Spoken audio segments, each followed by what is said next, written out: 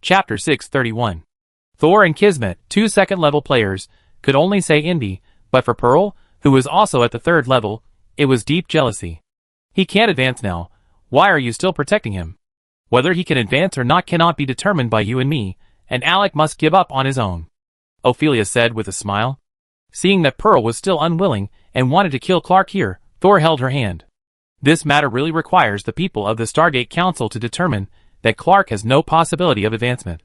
If Clark died like this, the Stargate Council might think that it was Lady Ophelia who prevented them from promoting a new 4th-level wizard. Pearl stared at Thor. Are you stupid? Would you leave him alive so that they know that you are the one who made Clark like this? Understanding that Pearl was concerned about him, Thor smiled. Only the 4 of us know about this now. You and I won't tell it. If Lady Ophelia tells it, the Stargate Council will know that she once stood by and watched someone die, and they will probably suspect her. That would be no different from killing Clark now. Thor turned to look at Kismet. Now there is only one outsider left. Kismet's mouth twitched, and he bowed slightly, saying meaningfully, I am the most loyal servant of the Master, and I will never reveal the Master's secrets. Pearl gritted her teeth and agreed to the decision of several people. Thor went forward to check Clark's condition, and when he took off his hands, he was shocked to find that his eyes were gone.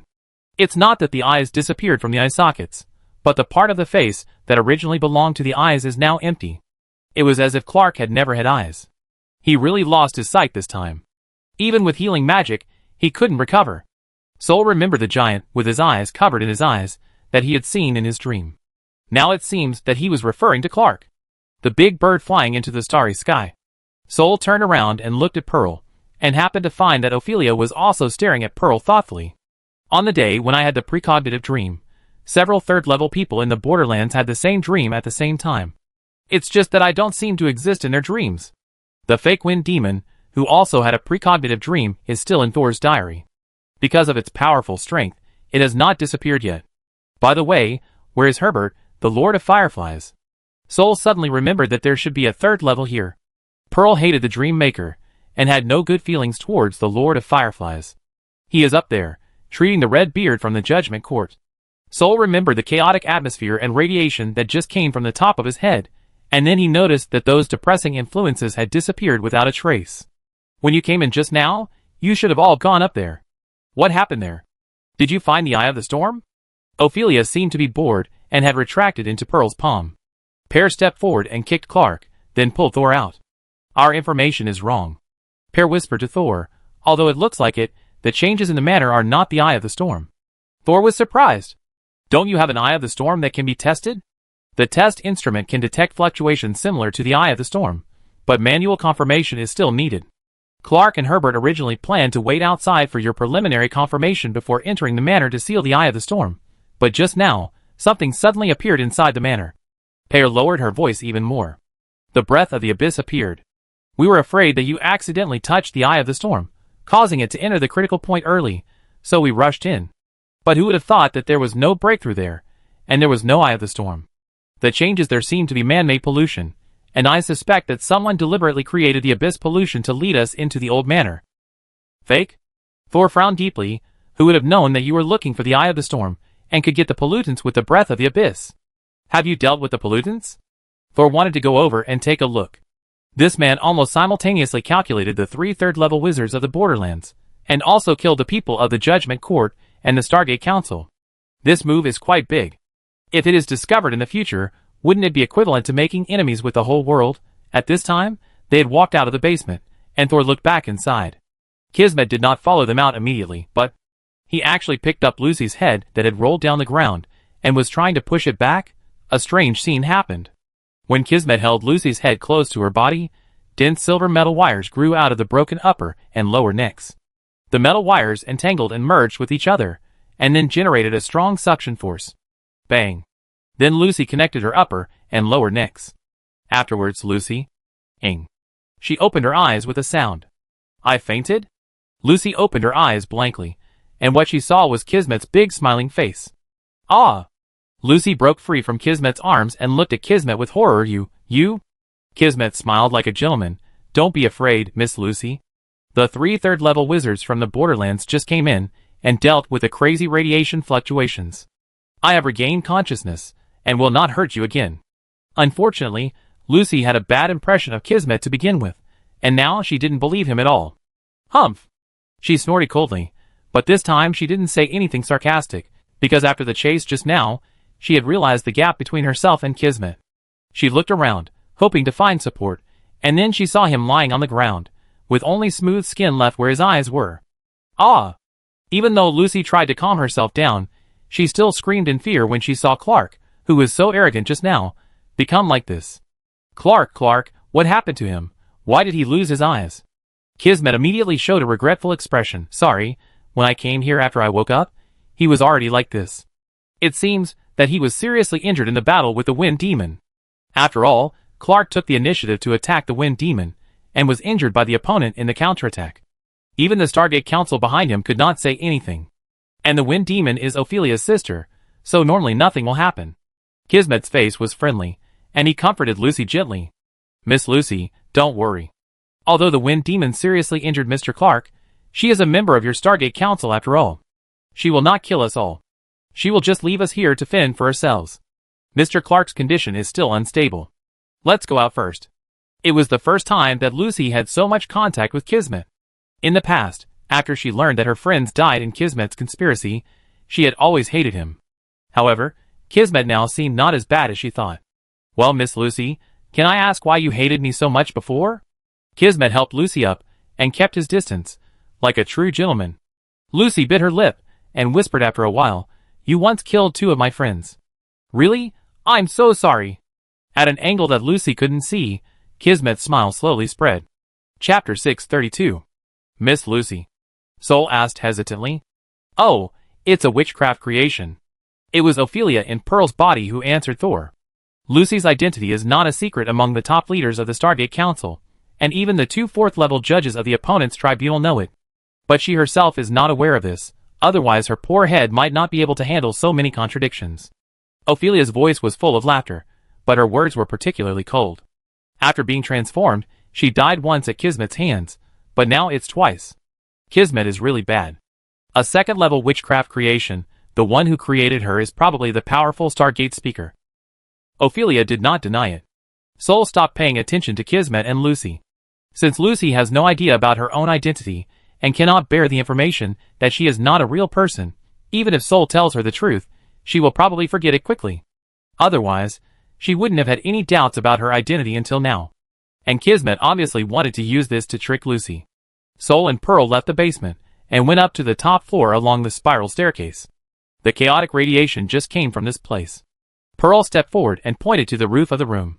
Sol didn't immediately follow Pearl's arm to look, but scanned the entire room first. He had been here before. At first, he thought this was the top of the tower where the little girl said something strange had happened, but later he realized that for him, who was in a different space, this was actually the bottom layer of the house. However, as the 3rd level continued to enter the scene, the disguised picture showed the real scene in a short time due to the disorder of the magnetic field, and Thor discovered that there was another layer of flipping in this manner. In other words, the person who was caught by the little girl as soon as he entered the old manor entered the innermost layer of the manor. Although Thor did not enter the innermost layer, the scene in front of him had already changed once, when he approached the old manor, that is to say, he was actually in the pseudo-surface layer at that time. Outside the pseudo-surface, the space where the big rats exist is actually the real surface of this world. Now Thor is back here again, feeling quite emotional. The first thing he saw was Brando, who was sitting in the corner of the room with a broken leg. When he saw Thor, a hint of joy flashed in his eyes, but he quickly withdrew and did not communicate with Thor. In the depths of the room, a bald giant in bright yellow armor was looking at Redbeard with displeasure. Redbeard sat on the ground, his face pale, but since he had survived until now, there shouldn't be a big problem. There was no one else in the room. Herbert was a little surprised to see Pearl come in, but Clark was nowhere to be found. He looked at Thor with a little more inquiry. Where's Clark? Pearl crossed her arms and snorted coldly, thrown in the basement. Is he still alive? Of course, otherwise you would feel it. At the level of a 3rd-level wizard, if he died completely, the power in his body would be unbalanced, and a huge magic riot would erupt, as well as a strong radiation that could be felt within a radius of several kilometers. Herbert naturally understood this, and he asked this question out of subconscious concern. The other people in the room did not speak. Normally, when 3rd-level wizards communicated, they had no right to speak. But then Herbert turned to Thor. Are you Thor? Thor nodded calmly, but immediately began to think about why Herbert turned to him. Herbert's face became serious, and he naturally exuded a burning and suffocating aura. You haven't been in the same space with other people since you entered the manor. That is to say, you are the most qualified to set up the fake Eye of the Storm. Without saying anything, Pei immediately released a gust of wind to dispel the scorching heat.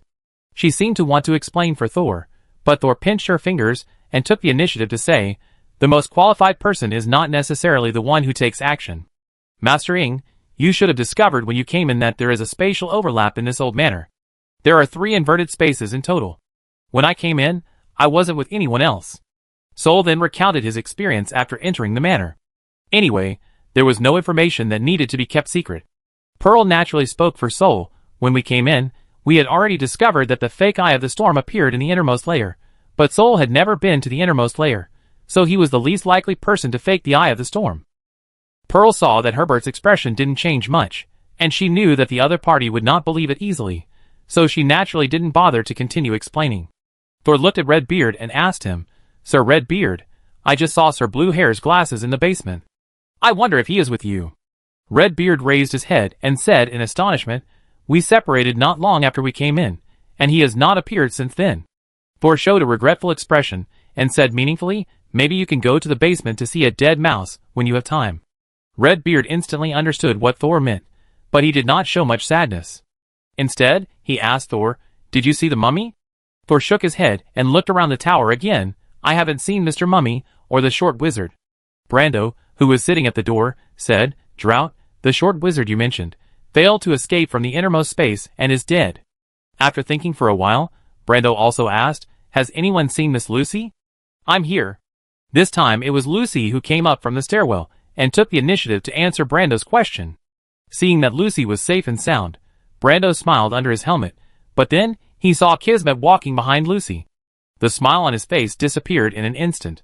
However, Brando was not stupid enough to act rashly when there were 2 third-level people present and Lucy was not under control on the surface. He just said coldly, Miss Lucy, why are you with Kismet? After entering the old manor, he spent most of the time fighting Kismet with Lucy, and even lost a body. Later, he and Lucy fled separately, but Kismet simply chose to chase Lucy. This somewhat hurt Brando's self-esteem. Lord Kismet said that he was affected by the chaotic radiation before, so he attacked us. Brando didn't believe it at all. He is so powerful. How could he be affected more than you and me? Kismet spread his hands. Maybe it's because I was closest to the fake Eye of the Storm when it just broke out. Everyone's eyes were on Kismet. The latter didn't feel uncomfortable at all, and even took the initiative to say, but I'm not the one who set up the fake Eye of the Storm. I followed someone to the top of the tower, and when I didn't find any trace of him here, I was ready to leave.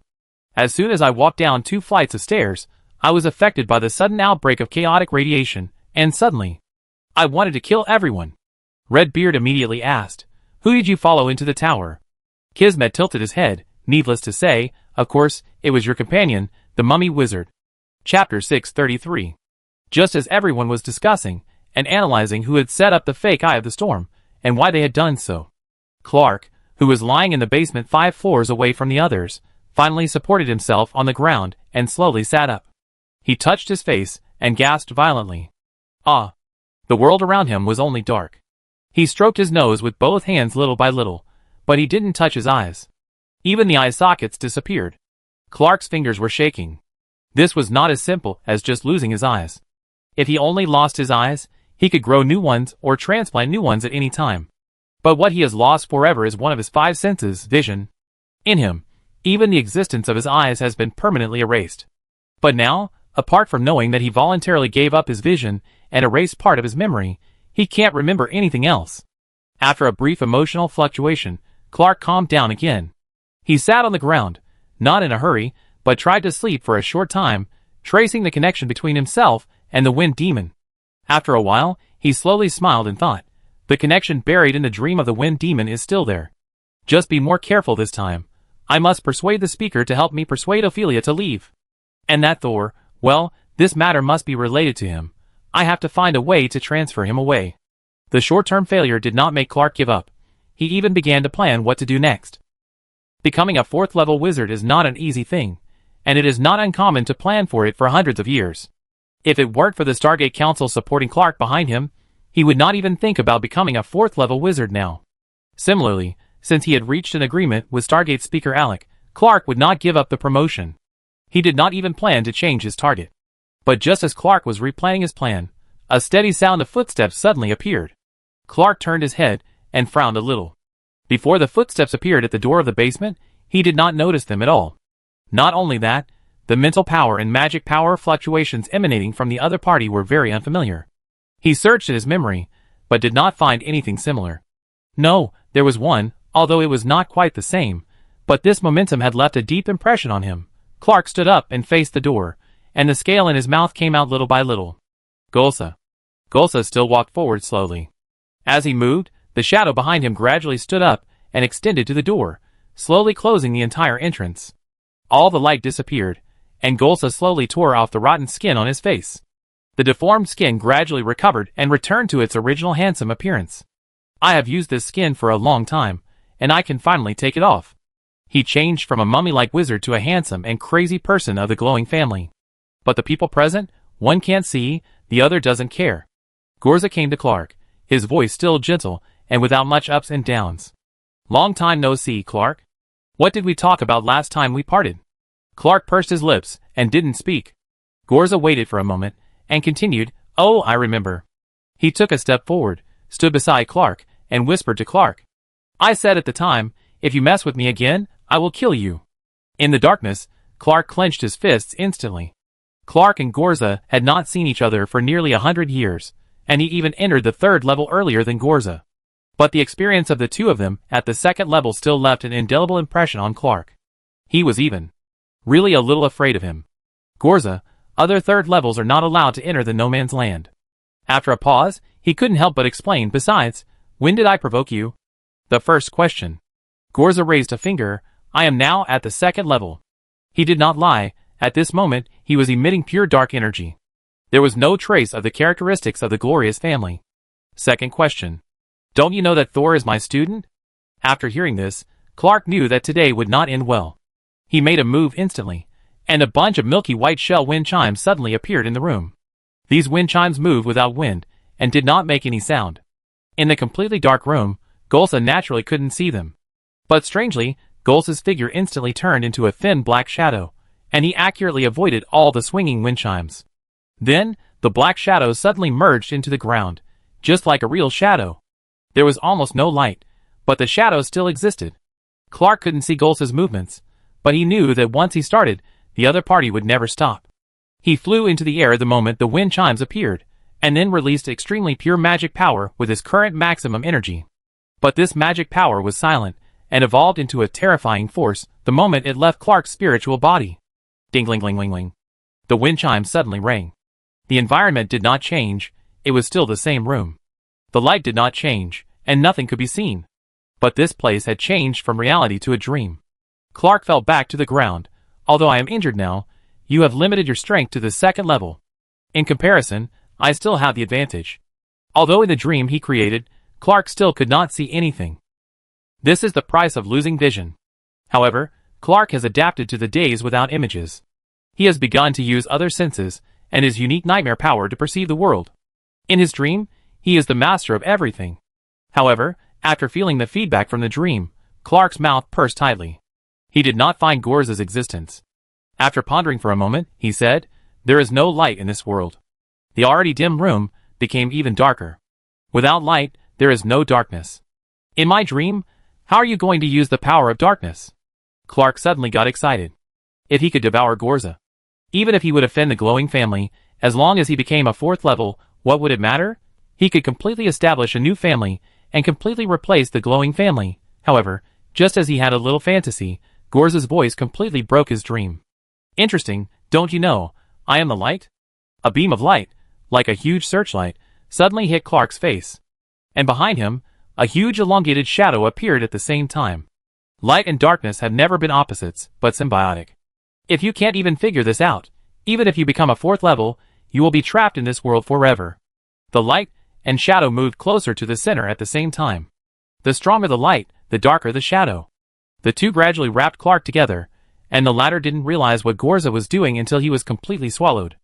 You actually want to merge. You're crazy. Clark immediately tried to change the dream, but he was completely wrapped by Gorza without knowing it. Light and darkness bent in an instant and spun at a very fast speed. Consciousness, cognition, emotions, and soul energy all turned into a huge vortex, completely twisting Clark. 3 minutes later, Gorza turned back into a human form, and all the milky white shell bells in the room disappeared. Gorza clapped his hands and narrowed his eyes. The simulated abyss vortex is really powerful. The touch was not right. He looked down and found that his hands were fused together. When he tore them apart, the flesh and blood separated with a sizzle sound and fell to the ground. But soon they turned into black shadows and merged into Gorza's body again. Well, the side effects are also very big. Has it been contaminated by the breath of the abyss in such a short time? Gorza didn't care. Then go see a doctor. Coincidentally, I know a very powerful little guy. Chapter 634. A violent and disorderly magic power suddenly rose from under their feet, and the people who were discussing who forged the Eye of the Storm suddenly felt a chill in their hearts. Clark. Herbert immediately turned into a firefly soaring into the sky, rushed out of the room, and flew to the basement described by everyone. Sol and Pearl looked at each other, and both had an idea in their minds. The person who forged the Eye of the Storm killed Clark. There is only one person who is not present now. Sol came to Redbeard in 3 or 2 steps. Mr. Redbeard, how much do you know about the mummy wizard? Redbeard's throat moved. We only know each other's code names. But I have worked with Blue Hair for a long time, so I also know his public identity. But the mummy? He is a judge transferred from another city, but he has completed several missions very well, and is very sensitive to pollution, so we invited him to come and investigate the Eye of the Storm. Redbeard's eyes glared. Oh no, Herbert will be in danger if he goes down alone? He was not really worried about Herbert, but he was afraid that the Firefly Master would also be captured by the other party. Wouldn't it be more dangerous for the remaining group of people? Just as he was thinking this, the Fireflies had already flown back to the top of the tower. Herbert's bald head reappeared, but his face was several shades darker. Clark is dead, and his head was taken away. Herbert walked up to Pearl and asked, Are you sure Clark is still alive when you left? Pearl pointed directly at Lucy. The eldest lady of the Stargate Council can testify for us. Lucy was also shocked at this time. She regretted not staying with Clark just after she felt the magic riot of the 3rd-level wizard. But when Herbert actually brought back the news of Clark's death, she was glad that Kismet brought her to the top of the tower, together with the other 2 3rd-level ones. Otherwise, wouldn't it take no time at all for someone who could kill Clark in such a short time to kill her? Yes, I can confirm that when Kismet and I left, Clark was still in a coma, but his condition had stabilized, and he should wake up soon. At this point, Lucy made another guess. Could it be the reason why he lost his eyes? Lost an eye? Herbert looked at Pearl again. Clark. Lost an eye? Pearl said coldly. It's better to say that he lost his vision. But he deserves it. The prophecy came true, but it's not quite right. Clark shouldn't die. Herbert was more worried about another thing. If Clark lost his eyes, would he also turn into flames in the future? That kind of flame form was obviously not his normal self. Moreover, he once thought that the one falling into the starry sky was a fake wind demon. But now, the real wind demon has obviously returned. Who exactly does the prophesied giant bird refer to? The Eye of the Storm is already worrying, and the future is obviously not going to end well. Herbert rushed to Redbeard and finally stopped being so polite to him. Before you came, did anyone else enter the old manor? Redbeard shook his head quickly. Lucy also said, the Wind Demon's people have been waiting there since early in the morning. Their last team was wiped out. Before we entered, they had already blocked the entire manor. That means no one entered. Herbert turned around and looked at everyone. Unless the murderer could ambush the old manor a few months in advance, he could only enter the old manor with you. Redbeard said quickly. Sol analyzed that the man might be a mummy wizard.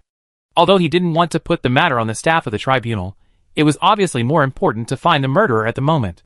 Otherwise, they might all die here. Herbert thought about it, and immediately said to Pearl, How many people do you have outside? Pearl said confidently, The whole manor has been sealed off.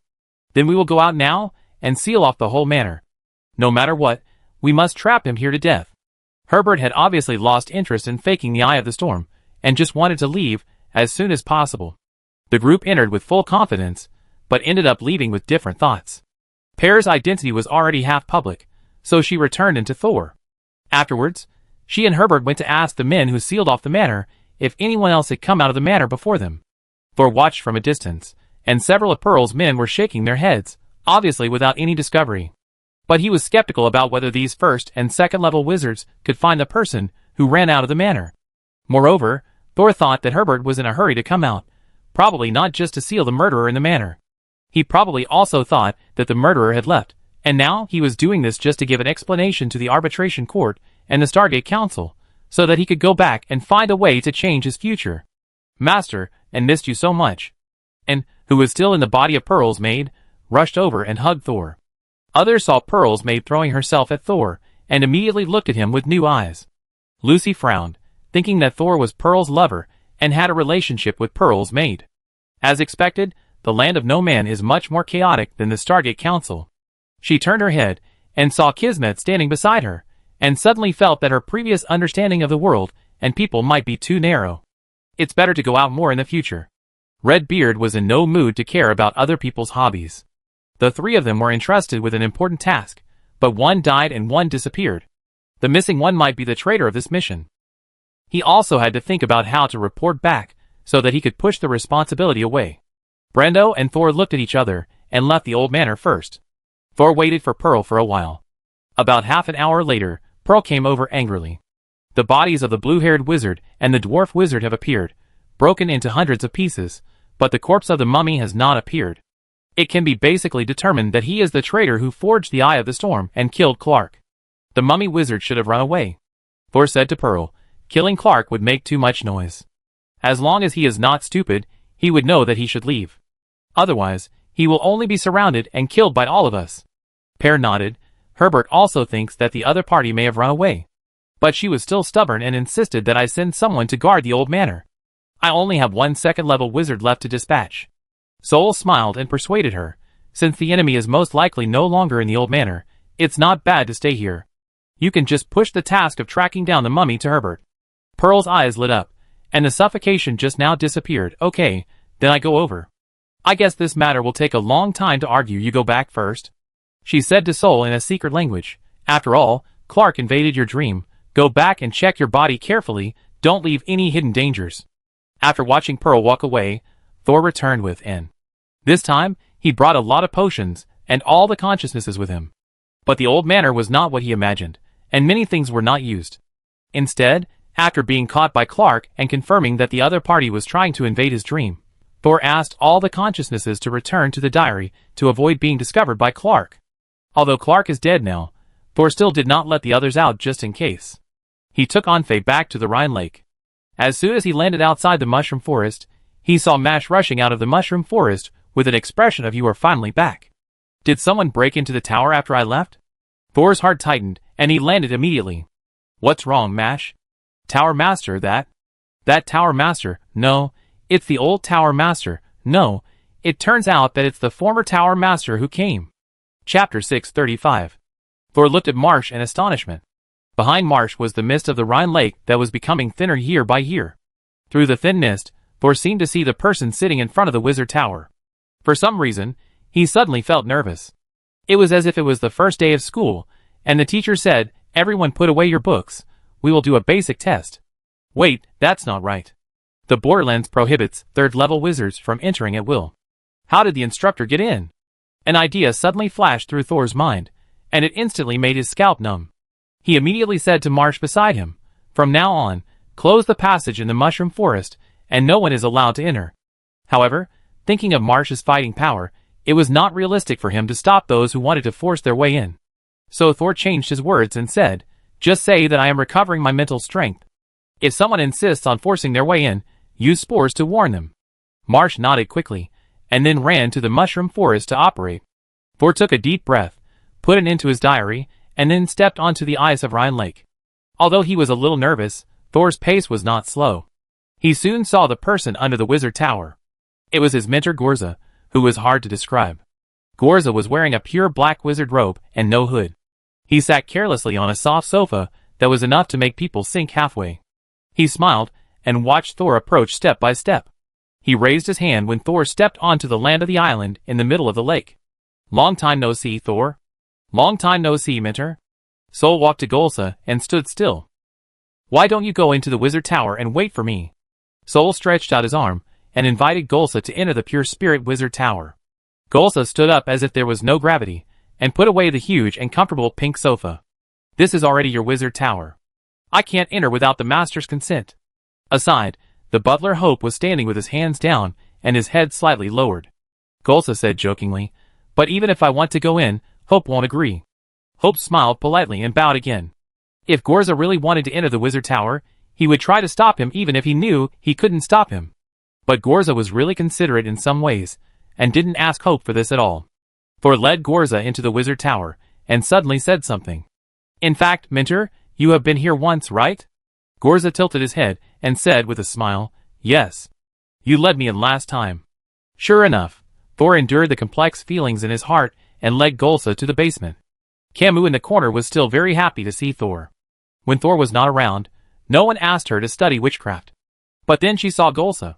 At this time, Golsa did not make any disguise. Camus, who had just wanted to greet Thor, immediately stepped back, sat down, hugged his knees, and pretended to be a soul who knew nothing. However, Golsa did not let her go. "Hey Camus, so you came here?" Thor had learned about Camus' identity from the housekeeper before, and he had seen Camus when Gorza disguised himself as a mummy, so Thor naturally brought him here. However, facing Gorza, Camus had no intention of communicating with him and said nothing. "I found her when I was digging the basement after building the wizard tower." Thor took the initiative to tell how he and Camus met. He actually wanted to find out why the former master of the wizard tower appeared in the underground of the no man's land. "Is that so?" Gorza looked at Camus with great interest. She originally fell into the sea outside the Wall of Sighs in the far north and disappeared. Gorza's eyes changed. "You actually escaped from the black tide and came here? How did you get here?" Gorza slowly walked in front of Camus and squatted down. "You are hiding here to avoid the mission of the Wall of Sighs, right?" "Huh?" Thor only then realized that Camus actually disappeared in the far north. Camus finally raised his head after being asked, "I'm dead." The dead don't need to take on tasks. Golsa was stunned by what he said. He touched his chin, stood up again, turned around and spread his hands to Thor. "What she said makes so much sense." Sol asked doubtfully, "Teacher, what are the black tide and the Wall of Sighs?" He had some guesses, but still wanted a more accurate answer.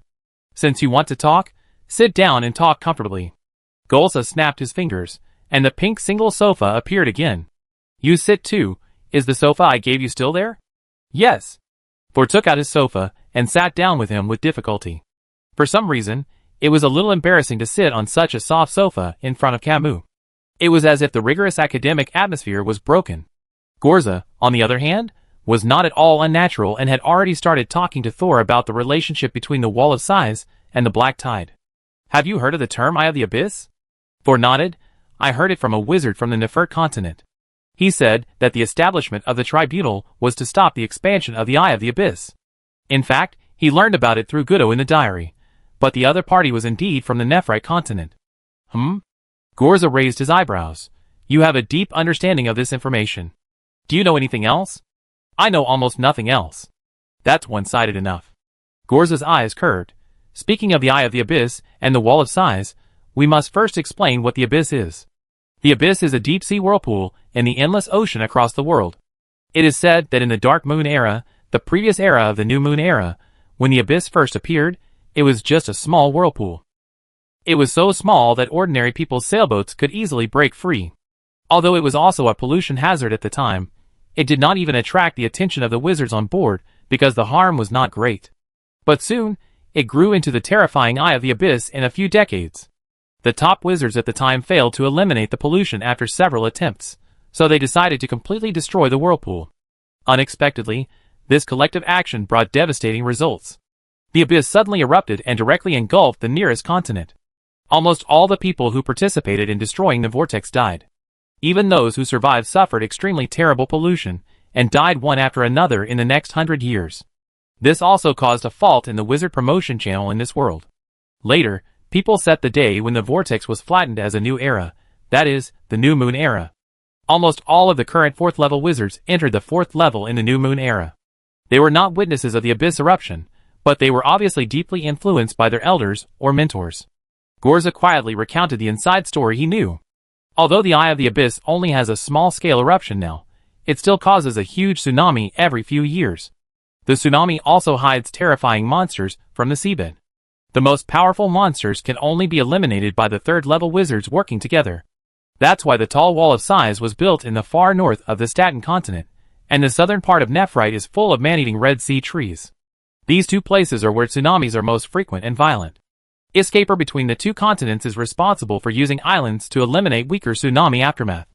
But for now, we can only take these defensive measures and hope that the abyss will not erupt again on a large scale. Wow! Thor was deeply shocked. Can we only hope? What if the abyss erupts on a large scale again? Gorza laughed and spread his hands. The world will be destroyed. Chapter 636. When it comes to the topic of the possible destruction of the world, Gorza's mood is very stable. He even said to Thor, in fact, this matter cannot be told to ordinary third-level wizards. Now that you know it in advance, think carefully about the future. The future? After the appearance of the Abyss of Destruction, the wizarding world is generally divided into two factions.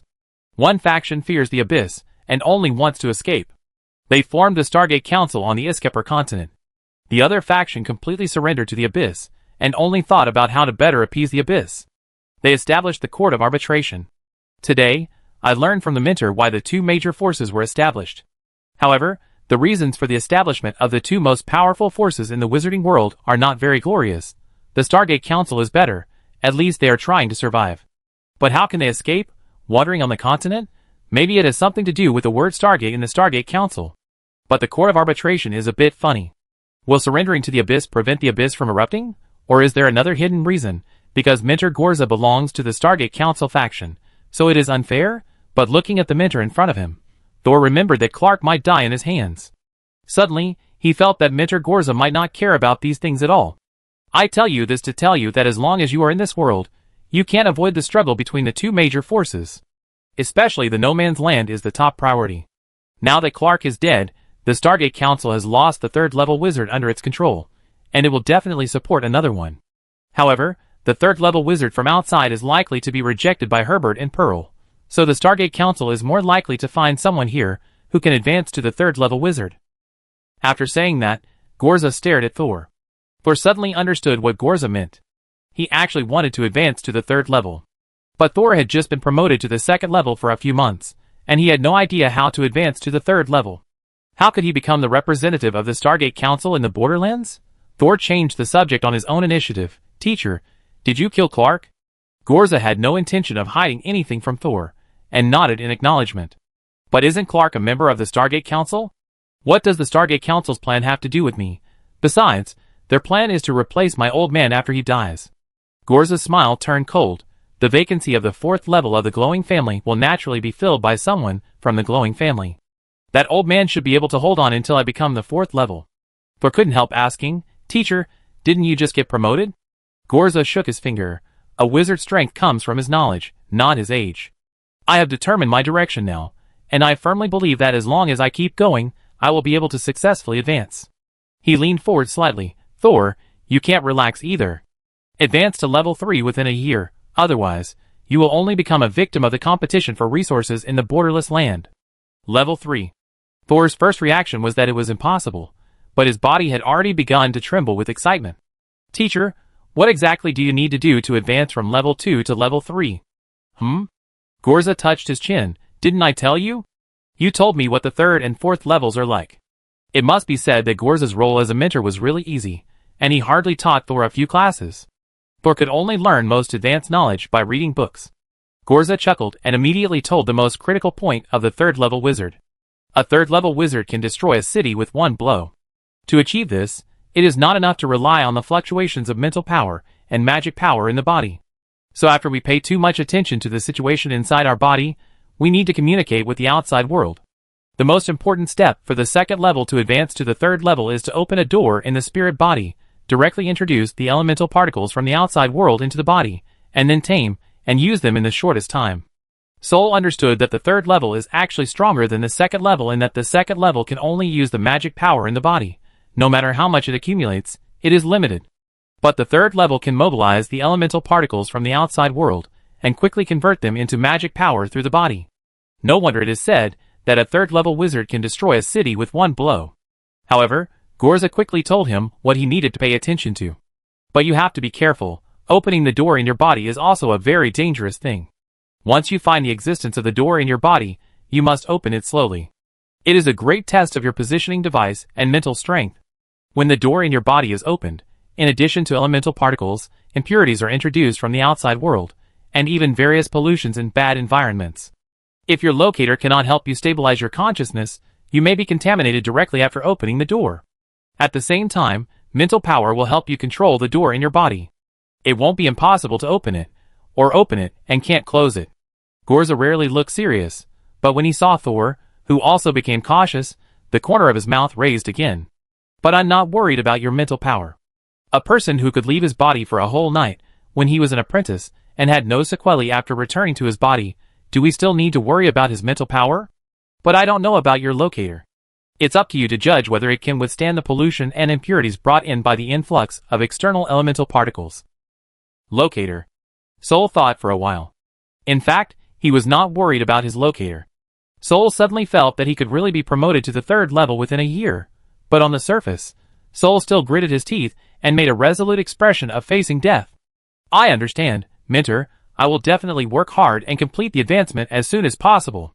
When Gorza was teaching Thor, Pearl and Herbert had not left the old manor. They stayed outside and sent people in to investigate the situation inside again. But this time the manor lost the characteristics of multiple spaces.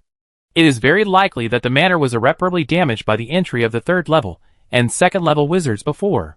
Therefore, everyone was sure that the person who forged the Eye of the Storm had already left the manor, and was not noticed by the low-level wizards outside.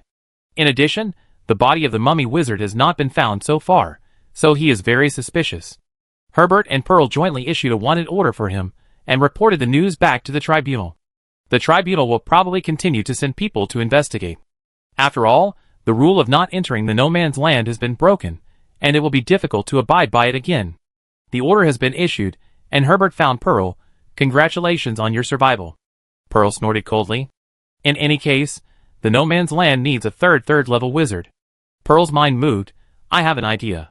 Herbert didn't even listen to her. If you're talking about Thor, then don't mention it. Why? Are you only allowed to form an alliance with Clark? That Thor seems to have just advanced to the 2nd level. How long will it take for him to become the 3rd level? 5 years? 10 years? If there weren't 3 3rd-level wizards suppressing him, the current peace in the Borderlands might not last for 2 years. Herbert felt that he had overestimated Thor's guess that it would take at least 5 years to advance. It's not certain whether an ordinary 2nd-level wizard can advance in this lifetime. Chapter 637. Pearl didn't know if Thor could advance within 2 years, but she knew that the third-level candidate must be selected carefully. At least, he couldn't team up with Herbert to suppress her. Ophelia might need to help.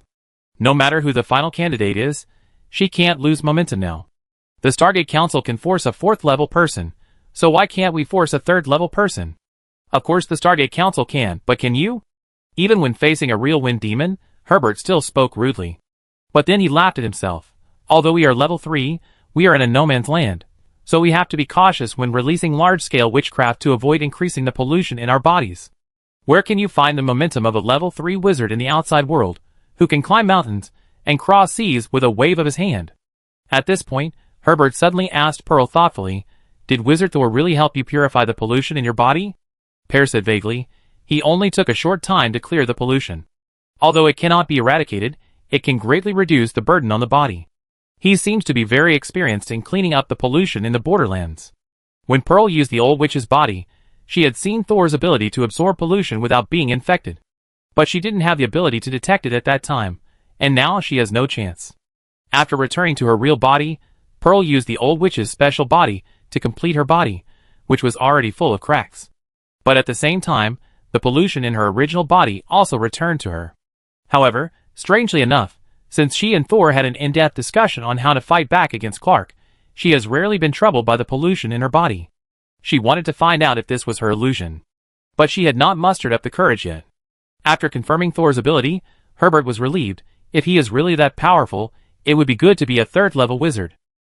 At least there is a suitable reason, and the wizards in the Borderlands can accept it. But the Stargate Council may not be willing to have the 3rd wizard come from other forces. Pearl immediately said, "He is not considered as another force. Don't forget that his mentor is a genius from another 4th-level wizard family in the Stargate Council. He is the person in the glowing family who is most likely to be promoted to the 4th level." Herbert didn't know much about Gorza, but he had heard some rumors. It is said that he never participates in the internal affairs of Glowing and Stargate. What if he doesn't participate? His identity has determined his camp. Don't forget that when he was at the second level, he could achieve short-distance space teleportation without relying on magic arrays. This is an ability that only the fourth level has. Herbert had to admit that he was convinced by Pearl. He even suspected that Pearl attached so much importance to Thor because of Gorza behind him. Pearl secretly breathed a sigh of relief when she saw Herbert's serious face. She didn't care who Gorza was, or whether he was as talented as the rumors said, as long as he could be used as a background for Thor. Herbert muttered in his heart, now that Clark is dead, the Stargate Council will definitely not offend the Glowing family for a dead person. Maybe he will give them some face. Then the next third level in the Borderlands may really be Thor. On the other hand, Gorza, who rarely fulfilled his mentor's duties, now began to collect tuition. When I came here, I heard that Justin once came to you to clean up his spirit. Do you know where he went later? The mentor actually wanted to find Justin, who was wanted by the Judgment Court. Thor felt that Gorza was going to make trouble again. But he didn't seem to have any position to persuade people to be law-abiding. Justin should be dead. Soul told Gorza that the fake Wind Demon and Herbert interrogated Justin at the same time, and then that he died in the Wind Demon's cliff nest. Dead? Gorza looked embarrassed. This is not easy. Then where would he hide the things? Gorza actually looked more embarrassed than admitting to killing Clark. Why did Gorza track down Justin? Soul immediately thought of the Black Sea tree source planted on his second underground floor. This sentence went around in his mouth for a few times, and finally came out. Teacher, before Justin left me, he left me a seed and asked me to plant it. Golsa stood up immediately. Where is it? Soul pointed at the ground below. Golsa understood immediately and disappeared. Soul sat in the same place, and the opposite side was empty. He blinked his eyes. Why didn't the teacher take him down this time?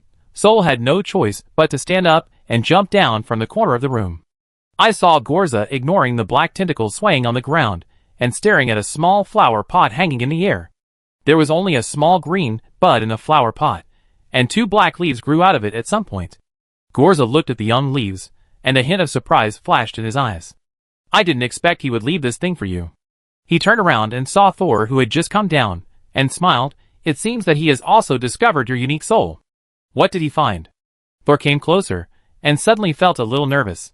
Thor, just like your soul can ignore the rejection of the body, you seem to have a strong resistance to the pollution of the black tide. Golsa licked his lips gently. Sometimes I really want to put you on the experimental table. Thor's heart was alarmed, and his breathing became sluggish in an instant. Teacher. Golsa put away the expression on his face that was about to be distorted. Okay, who told you to call me mentor? Then as tuition, you should give me one of the leaves of the Black Sea tree source. The pressure on his body suddenly eased. Thor tilted his head to look at the small bud, and said without hesitation, Anyway, Justin gave it to me, so I give it all to you, my mentor. Gorza shook his head and said, I only need 1 leaf. And when this Black Sea tree source grows up, it may be able to help you. Gorza carefully removed a black leaf using purely physical means, and then carefully sealed the end of the branch. Seeing Gorza being so serious, and not using any magic, Thor became very curious. Teacher, what exactly is the Black Sea tree source? What is its use? Remember what I just said about the tribunal planting man-eating trees? Thor nodded. Originally, the tribunal planted the Black Sea tree in the South China Sea, but later they transformed it into the Red Sea tree. Gorza smiled, but there was no emotion in his eyes. If the former Black Sea tree used its own characteristics to suppress the abyss, the Red Sea tree is using human lives to appease the abyss. You know enough about the Red Sea tree for now. If you know more, I'm afraid you'd be on the arbitration court's purge list. Thor frowned slightly. Could it be that the arbitration court issued judgment orders and purge orders everywhere to kill and chase people just to keep the Red Sea tree alive so that the abyss would not erupt? It's just like using the girl's life to calm the anger of the sea god. Chapter 638. Why can the Red Sea tree calm the rioting abyss? Soul didn't quite understand. The high-level wizards at that time speculated that there was something at the bottom of the eye of the abyss. It was that which had been driving the abyss deeper into the earth, and it might even reach the continent here in the future. When it came to the abyss, even Gorza looked serious. It is said that the borderless land was the place designated by the wizards at that time where the eye of the abyss was likely to appear. Although the eye of the abyss has not appeared yet, and no one has been able to detect how deep it is, there have been 2 pollution outbreaks in the borderless land. The people of Stargate call this kind of explosion a small tide. Every time a small tide appears, a large number of people will die. Do you still remember the Baidong Academy that left the borderlands? Sol nodded. It is said that they escaped from the borderlands. Gorza chuckled. Their third-level wizards at that time were polluted in the last small tide, and finally they could not suppress it, and were driven out by Clark. But Clark, who enjoyed the resources left by Baidong, probably didn't expect that the next small tide would come so soon. Small tide? Teacher, did you make that fake eye? The fake eye does not affect the existence of the real eye. Gorza leaned back. The appearance of the eye means that the anchor point is about to appear. It is said that the anchor point will guide the eye of the abyss. Every time the anchor point appears, it will speed up the progress of the eye of the abyss breaking through the world. If the black tide pollution brought by the abyss really breaks out here, the Judgment Court and the Stargate Council may not be able to resist it all. By then, the connection between the three continents will be abruptly cut off. The Arbitration Court and the Stargate Council will also change from being responsible for the defense of one side to being attacked from both sides by the black tide. Thor understood that if that situation really happened, the world would be destroyed soon. The Borderlands is like a balloon filled with water, with a spike floating inside, and it is unknown when it will puncture the balloon and release all the water inside. People enjoy the coolness of the water ball, but they are also afraid that the water ball will burst. Gorza stood up and instantly put away the big pink sofa. Okay, I've almost told you everything. If you don't want to die in the borderless land, become a level 3 as soon as possible. I give you a little push, but the rest depends on you. Golsa's words were so confusing that Thor felt uneasy. How was he going to push himself? The next second, before Thor could ask, Golsa's figure disappeared along with his sofa. However, Thor had just put away his sofa and wanted to discuss the advancement with his own consciousness bodies when he saw Golsa's figure reappear in the same place. I almost forgot something. Golsa stretched out his right hand to Thor. Thor looked down and found that Golsa's right wrist was twisted. His right hand turned 360 degrees, and it looked normal on the surface. Thor didn't know how he had maintained the movement without any abnormality, so that he didn't notice it at all. I used some tricks to kill Clark. This is the sequelae. Dr. Thor, please help me deal with it. Thor looked up at Clark. Is this caused by pollution? Gorza nodded casually, as if he was not the one who was polluted. Thor had a serious face, because he found that the pollution on Gorza was similar to that in the Borderlands, but the source of the pollution was stronger, or purer. But Gorza had just come to the Borderlands, at most a few months. How could the pollution on his body be heavier than some wizards, who had been in the Borderlands for several years? Thor's index finger turned into a translucent gray-white tentacle and touched Gorza's wrist. The tiny suction cup on the tentacle was like the mouth of a small fish, biting the air around Gorza's wrist bit by bit. But as the suction cup expanded and contracted, a little bit of dark particles were extracted from Gorza's wrist, and then drilled into the tip of Thor's tentacle. It took less than half an hour for Thor to completely absorb the black tide pollution in Gorza's body. When he took off the charred finger, the pollution source inside almost infected his palm through the wound of the broken finger. Thor immediately used magic to seal the wound and sealed the broken finger for preservation. Does the pollution in your body come from the black tide? Gorza nodded and smiled. Yes, very pure abyss waves. If it wasn't for doing bad things, I wouldn't bring such a troublesome thing. Good guy, innocent face do bad things right? Thor was speechless. I take this away. If you continue to stay in the Borderlands with it, even if it has been sealed, it may be contaminated again. I have completed what I came to the Borderlands to do, and I will leave soon. Gorza pointed at the sealed bottle in Thor's hand, but if you like it, I give it to you. After saying that, Gorza disappeared again. Thor put the sealed bottle into another box engraved with a more powerful sealed magic circle, and reinforced the seal again. After doing all this, he reviewed today's trap operation. Unfortunately, this action was too sudden, and he was not prepared to take action personally. If he hadn't known that Clark must be interested in the nightmare butterfly in his body, he would have been in trouble. It seems that I can never treat myself as a spectator in the future. Even people who seem to have nothing to do with me may drag me down at any time. Penny has now come out of the dream about his past, but she was also hurt. She has now completely turned into a dead silver bookmark, dormant in the diary. About half an hour later, Sol whispered to Camus, who was motionless in the corner. Teacher Gorza should have gone far away, right? Camus looked up at the ceiling and said nothing. Although Camus didn't speak, from her slightly relaxed attitude, Gorza should have gone far away. Sol breathed a sigh of relief and sat on the stone chair next to the laboratory table, which was not as soft as a sofa. Teacher Gorza disguised himself as a wizard of the tribunal, sneaked into the borderlands, forged the Eye of the Storm, and killed Clark. What exactly does he want to do? Thor always felt that Teacher Gorza came here to cause trouble this time in order to do something bigger. After Gorza left, Byron came out of the laboratory on the 3rd floor. He looked at the basement with lingering fear. Gone? Thor nodded tiredly. Gone? Do you want to rest first, or discuss first? Thor put his arm on the table. Let me tell you what happened. Anyway, Pearl will probably come over soon. I wait for her. However, until Thor finished telling the whole story, from telling it to Byron alone to telling it to the butler, Camus and all the consciousnesses, Pearl never showed up. On the contrary, Thor waited for Brando on the 3rd day. Chapter 639. As soon as Brando landed on the island in the middle of the lake, he loudly congratulated Thor. Congratulations, you have successfully advanced. Although I had guessed that you would definitely be able to successfully advance, I did not expect it to be so smooth. Looking at Thor, who came out of the wizard tower to greet him, Brando performed a greeting between companions. Then he asked with a puzzled look, "But how did you do it? At the beginning, you asked me to help you lead the wizards on the cliff away. I thought I would be wanted by the Wind Demon for at least a year. I didn't expect that when I came back, you had already taken down the Wind Demon." The fake Wind Demon involved many forces. Thor did not tell Brando clearly, but simply replied, "We just found common interests." Brando was relieved to confirm that there would be no more conflicts between Thor and the Wind Demon. Although he chose to help Thor at the beginning, it was also a last resort for promotion. If possible, he did not want to offend the powerful 3rd-level wizard. So, after the greetings, Brando got to the point.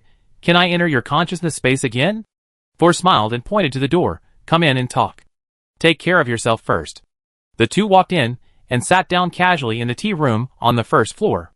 After explaining to Brando the precautions for entering the consciousness space, Thor narrowed his eyes and took out the scroll with the consciousness platform array that he had prepared in advance. When Brando raised his head from the scroll and looked at Thor again, he found that he had come from the wizard tower to the consciousness space with the starry sky above and the suspended round platform under his feet.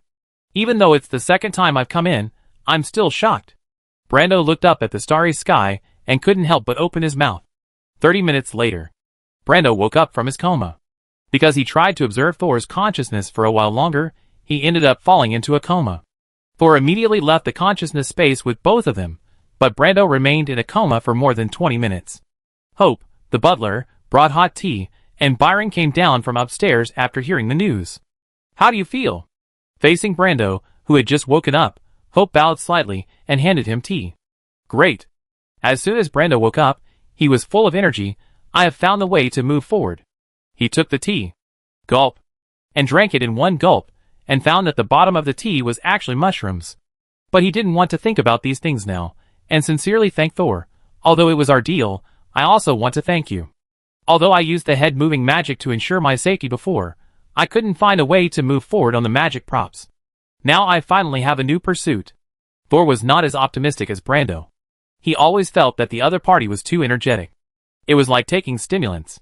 He looked back and saw Byron, and found that Byron was also staring at Brando, frowning slightly, and seemed to think that Brando was also in a good state. But for Brando, he just entered the consciousness space of another wizard. As long as the owner of the consciousness space was not hostile to him, he should be safe. "Just in case, let me check your body," Thor suggested. However, Brando shook his head and said goodbye. "No, I know my physical condition very well. I'm just too happy. Now I'm full of inspiration, and need to conduct an experiment urgently. I go back first." Thor couldn't stop him at all, so he could only watch Brando leave. He and Byron sent him to the edge of the island in the middle of the lake, and watched Brando get on the wolf car and leave. However, just as Thor was about to turn around and go back to the tower, he suddenly found that the back of Brando's head seemed to move in the distance. Thor squinted his eyes, and looked over carefully, and saw that Brando's helmet was suddenly lifted up by something. In the gap, where Brando's neck and head meet, an eye suddenly opened. After the eye opened, a colorful pupil was revealed. It looked around as if it had seen a new world, but because of the angle, the colorful pupil could only move around the eyelids. But soon, it froze in the middle because it saw Thor. Looking at that eye, Thor felt both horrified and kind for some reason. He raised his hand to protect his neck, as if he could feel the arteries under his muscles vibrating. The blood flowing through his body seemed to be boiling, about to burst out of his throat. "Thor?" Byron put a hand on Thor's shoulder. Thor turned around and saw a familiar face on Byron's face. He was distracted again, and the blood that was originally rushing and surging had calmed down. Thor turned his head to look at Brando again, but he had already entered the mushroom forest, and could not see the eyes behind him. Your mental power was fluctuating a lot just now. Did something happen? Senior, did you see the eyes behind Brando's head? Byron pursed his lips, and was silent for a moment. No. So, Brando really has some problems, right? Thor smiled bitterly. I'm afraid not a little bit. It was not the first time he saw eyes appearing on people who came out of his consciousness space. The last time was when he fought with Kent from Baidong College in the consciousness space. The other party jumped off the platform and died inexplicably. When they came out, Kent's body had mutated. However, although Thor was shocked at the time, he immediately put it behind his mind. He seemed to think it was a very common thing. Until today, he saw the eyes with colored pupils behind Brando again, and then he recalled the mutation that also happened to Kent. It's a bit tricky. It seems that we can't bring people's souls into the consciousness space casually in the future. Thor couldn't do anything about those eyes, and he couldn't solve the changes in Brando's body. He could only tell Senior Byron, I'm fine, but maybe I should study myself carefully. The only comfort is that those things don't seem to be hostile to me. Not only are they not hostile, they seem to like him very much. Byron didn't intervene rashly, but just said to Thor, if you need anything, call me. Thor smiled and nodded. In a place where Thor and Byron couldn't see, Brando had left the mushroom forest. Outside the mushroom forest, the merchant Jar Jar happened to come to deliver goods to Thor regularly. He saw Brando with a happy face and smiled. Seeing you so happy, I guess the problem that has troubled you for a long time has been solved, right? Brando nodded, yes. Although it has not been completely solved, there is finally a direction to work hard. The most frightening thing in life is that you want to work hard but don't know how to do it. Jar Jar nodded in agreement. Yes, I don't have to worry about the pollution on my body now, and I can run more business routes. Thanks to Wizard Thor, he is really the kindest and most powerful wizard I have ever seen. Brando raised a strange arc at the corner of his mouth under the helmet. Haha, you and Thor are friends, so we are friends too. Jar Jar was stunned. Why did he feel that Brando's voice just now was a little strange? Chapter 640. Seeing Jar Jar staring at him in confusion, Brando touched his face curiously, only to feel the cold helmet. Why are you staring at me? Your tone just now was a little strange, but it doesn't matter, maybe you are too happy. Haha, maybe. Brando raised his hand to pat Jar Jar's shoulder, but because of his height, he only patted Jar Jar's head. Jar Jar actually doesn't like people touching his head, not to mention that it is a vital point. He thought to himself, Brando is really abnormal today. He actually touched my head. If I can beat him, I will definitely beat him up. However, when Brando walked away, Gagaga touched his head, and didn't think Brando's action was annoying. Haha, that's right, we are friends now. The corners of his mouth raised a strange arc, but it soon recovered. He picked up the huge bag again, and continued to walk towards the Pure Spirit Wizard Tower happily. But suddenly, a crack appeared on the top of his invisible head, and an eye with a colorful pupil suddenly appeared. The pupil in the middle looked left and right, then narrowed its eyes, as if smiling. The side of the world of the glowing family. This is a small world that will never be dark.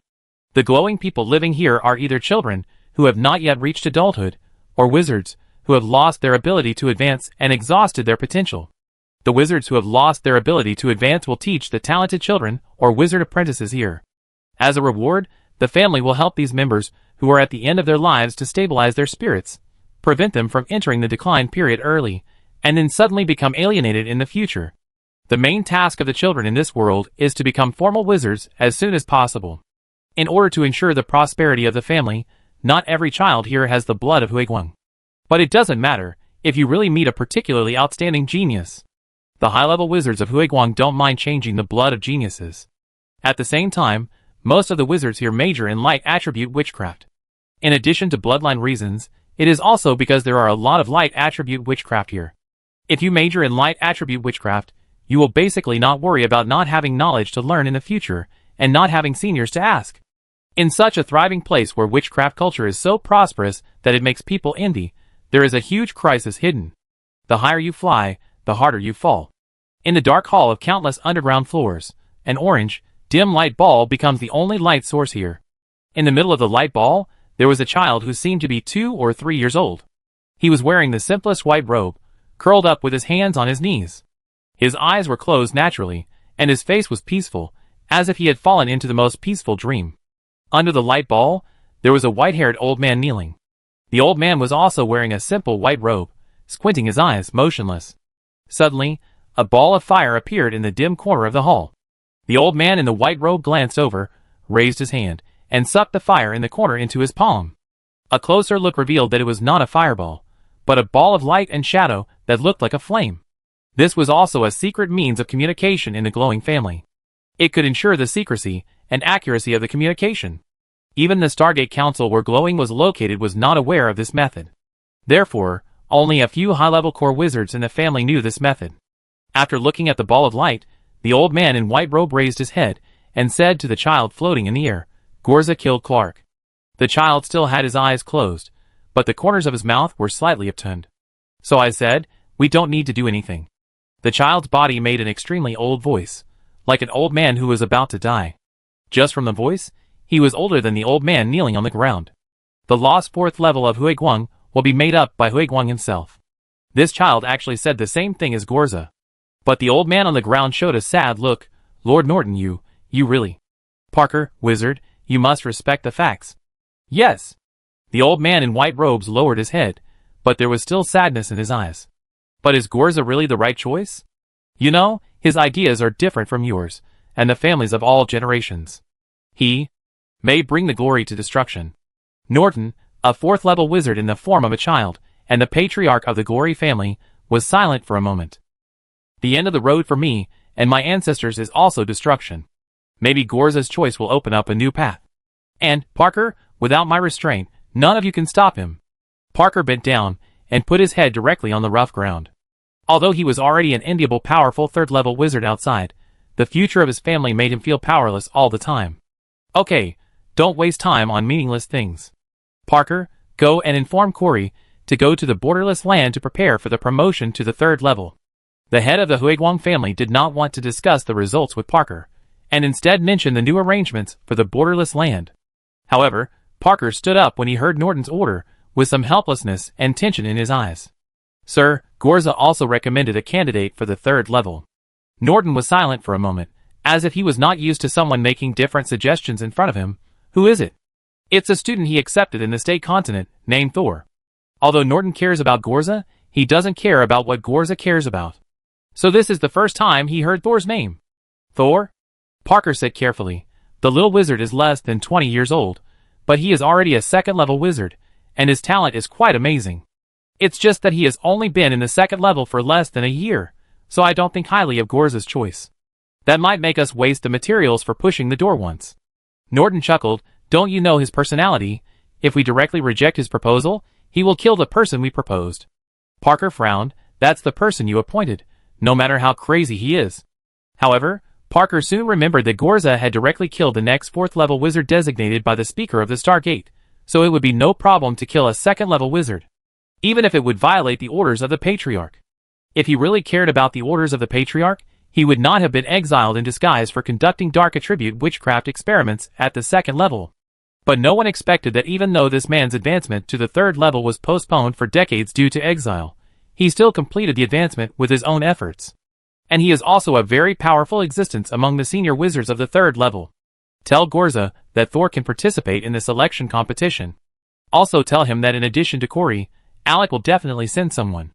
Let him consider the life and death of his apprentice. Chapter 641. The third-level wizard in the Borderlands must belong to the Stargate Council. But even within the Stargate Council, there are different opinions. However, it was originally supposed that the head of the Huiguang family and the Speaker of the Stargate Council would each recommend a candidate, but because Gorza and the Wind Demon Pearl simultaneously proposed that Thor should be the third-level wizard, there were finally 3 candidate wizards. For other second-level wizards, without the backing of the forces behind them, they did not even have the opportunity to know about this selection. If someone else had become a third-level wizard beforehand, regardless of the probability, what awaited them would be either expulsion from the No Man's Land or going to the Wall of Sighs, the place where most third-level wizards gathered.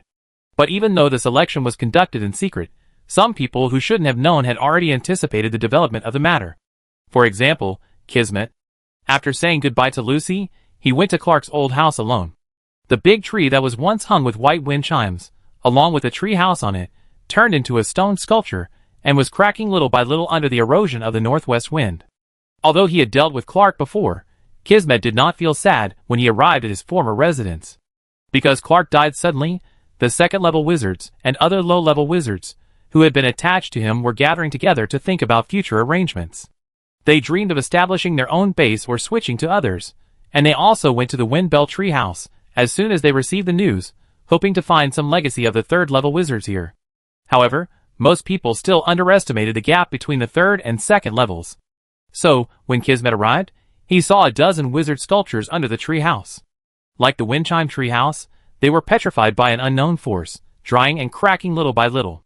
Such a scene quickly scared away the others, so when Kismet came a few days later, there was no trace of other wizards around. Ignoring the wizards around who were petrified and had expressions of fear on their faces, Kismet walked step by step under the tree. He raised his head, jumped up, and his body soared like a flying bird, and then went into the tree house through the window. Bang! His feet landed on the ground and immediately broke through the floor. Kismet had to jump up again and then floated in the air. Although he was choked by the dust in the room, Kismet was still in a good mood and greeted the empty recliner. Happy death, Clark. As soon as the voice fell, a vague shadow suddenly appeared on the empty recliner, but if you look closely, you can find the outline of Clark from the shadow. Gorza. He trespassed. No man's land. Shadow Clark's voice was very vague, as if it came from the other side of the distant mountain. But Kismet could still hear it very clearly. I already know about this. He shrugged his shoulders and said indifferently, I felt that the mummy wizard was suspicious, so I followed him into the tower and saw him set up the fake Eye of the Storm and lead you in. Thinking about it this way, I am probably an accomplice, right? Clark, who originally wanted Kismet to inform Stargate of Gorza's whereabouts, was stunned. Kismet seemed to have no idea that he had just said anything shocking. He even touched Clark's shadow with interest. But his hand passed through the shadow without any surprise, as if there was nothing in front of him. You left part of your consciousness in the dream about the tree house? Kismet. The shadow howled hoarsely. In an instant, a strand of Kismet's hair petrified, shattered, and fell silently to the ground. But that was all. Although you have absorbed the vitality of the entire tree house, and the vitality of the wizards, who are eyeing your legacy, you still want to use this method to deal with me. He was halfway through his words, when he suddenly found that his feet had lost consciousness. Looking down, he found that his feet had been petrified without knowing when. Okay, I underestimated you. As expected, the third level is the third level. Even if you are dead, the remaining power is still amazing. I want to eat you too. Clark's voice gradually became clearer, as if he had absorbed some of Kismet's vitality. The petrification on Kismet's feet was slowly spreading upwards. Although it was called slow, it actually took less than a minute for Clark's residual soul to turn Kismet into a stone statue. Now Kismet had another choice, which was to fly away from the tree house immediately while his upper body was still free to move, and fly to a place where Clark could not affect him. However, despite being slapped in the face by Clark, Kismet still had no intention of leaving. He just watched with interest as the petrification effect spread from his feet to his legs and gradually affected his waist and abdomen. Let me see, Grey Dreamer, how far can Mr. Clark go? Kismet's eyes lit up, as if he was admiring the destruction of others. But the horrible petrification just reached his chest and suddenly stopped. The moisture in the skin and the liquid in the blood vessels and bones began to stir. Kismet immediately showed a painful expression, but he tried hard not to scream. The petrification of his lower body seemed to have seen a ghost, and it retreated from his body at a faster speed. Are you testing me? Suddenly, several wounds burst out of Kismet's body, and blood rushed out of his wounds, like a mouse that had been imprisoned for a long time, condensing in the air to form a blood ball. The surface of the blood ball was slightly undulating, and soon a woman's face appeared. Seeing that face, Clark, who was originally blurry, immediately dissipated like smoke. Kismet's face immediately turned pale. But he still showed a twisted smile. I can swear on my life that I am absolutely not testing you, lovely Lord Ophelia. As soon as the word lovely came out, Kismet lost his ability to float and fell to the ground at a very fast speed, as if he was hit by a huge stone. Don't forget your pursuit, Ophelia said coldly, letting Kismet smash through the ground and into the trunk of the tree. Then, the bloody face slowly turned to Clark's disappeared recliner. The power of dreams is good, but the caster himself is also prone to immersion in dreams. Perhaps this is the reason for your ultimate failure. But since he's already dead, he should die cleanly, and not come out to get in the way. The bloody ball suddenly exploded like a bomb, and the splashing blood covered the entire room, and then spread on the walls and tables and chairs. Finally, the whole room turned bloody. Clark's residual soul, who had disappeared to an unknown place, appeared again. "Ophelia, do you have to do this?" There was a hint of despair in the roar. Ophelia's voice came from all directions of the room. "Although my power cannot be transmitted, dreams always rely on consciousness. As long as there is no consciousness carrier here, your dream will disappear forever." With Ophelia's cold voice, red blood gradually spread all over the room. Clark could no longer maintain the pride of a third-level wizard and started to curse. However, when the red dyed the tree house, the big trees outside, and the petrified people around red, Clark's curse stopped abruptly. Ophelia's breath also dissipated. There was no other life around, only Kismet, who was smashed into the soil under the roots of the big tree. There was almost no water on his body, and his body was skin and bones, like a skeleton. Kismet finally got up, immediately held the roots of the tree, bent over and retched. I feel dizzy." Chapter 642. The Nephlit continent is mostly mountainous, but the tallest building on the entire continent is not the highest peak of these mountains, but the surveying platform of the Stargate Council. Alec, the president of the Stargate Council, almost always sits in a high-back chair at the head of the surveying platform. From this angle, as long as you look up slightly, you can see the endless starry sky, and if you look down slightly, you can see the surging sea. Alec is already the embodiment of thunder and lightning in the minds of the Stargate Council members, and therefore, the surveying platform of the Council is always clear. You can observe the changes in the starry sky at any time. An assistant who is less than 100 years old, Murik, came over holding a book. He was a second-level wizard who majored in wood-attributed witchcraft, but since he came to the Stargate Council and became Alec's assistant, he has not touched the wood-attributed witchcraft books for more than 10 years. Now he is just over 100 years old, and he is also a relatively young existence in the Stargate Council, and he is also one of the recognized geniuses here. However, the once high-spirited young man is now full of white hair, and only his face still looks like a young man. However, his eyes suddenly changed during a stargazing. His eye sockets protruded outward like two telescopes, and the eyes inside became completely transparent vitreous. After being rescued, he didn't care, and said that it was more convenient for him to observe the starry sky and see more clearly. "Speaker, Miss Lucy sent back a message from the Borderlands. The Wind Demon Pearl proposed that Gorza's apprentice Thor be the candidate for the next third-level wizard." Member Norton also agreed. But Member Norton also nominated another member of the glowing family, Corey, as one of the candidates. Alec, who was looking up at the starry sky, turned his golden eyes to Murich Thor. "This is the first time I've heard this name, too. It seems that Gorza has protected him very well. Do you think Gorza has been planning this for a long time?" Murich's eyes retracted, and he looked down at the information in his hand. Yes, a little boy majoring in dark attributes, age 17 years old. It turns out that he is a puppet cultivated by him. Murich's fingers tapped on the book, making a dull sound. "Even if we help him, such a person can't open the door in his body. This is a waste of resources." Murich looked at Thor's name on the paper, and wanted to put a big cross on it like an experiment. Maybe? Alec was not as angry as Murich. He was still calm and composed, just like the starry sky above his head that has not changed for thousands of years. "However, it is also very difficult for us to open the door in the starry sky. We are not even 30% sure yet." Murich paused, then said unwillingly, "How can he be compared with the research of the Stargate?" Alec seemed not to hear, and continued to whisper, "Push open the door in the body, open the connection channel between the magic power in the body and the magic power outside the body. Push open the door of the starry sky, open the channel between this world and the other world. If the third level fails to push the door, it will become a monster under the stirring of the internal and external magic power. If we fail to push the door."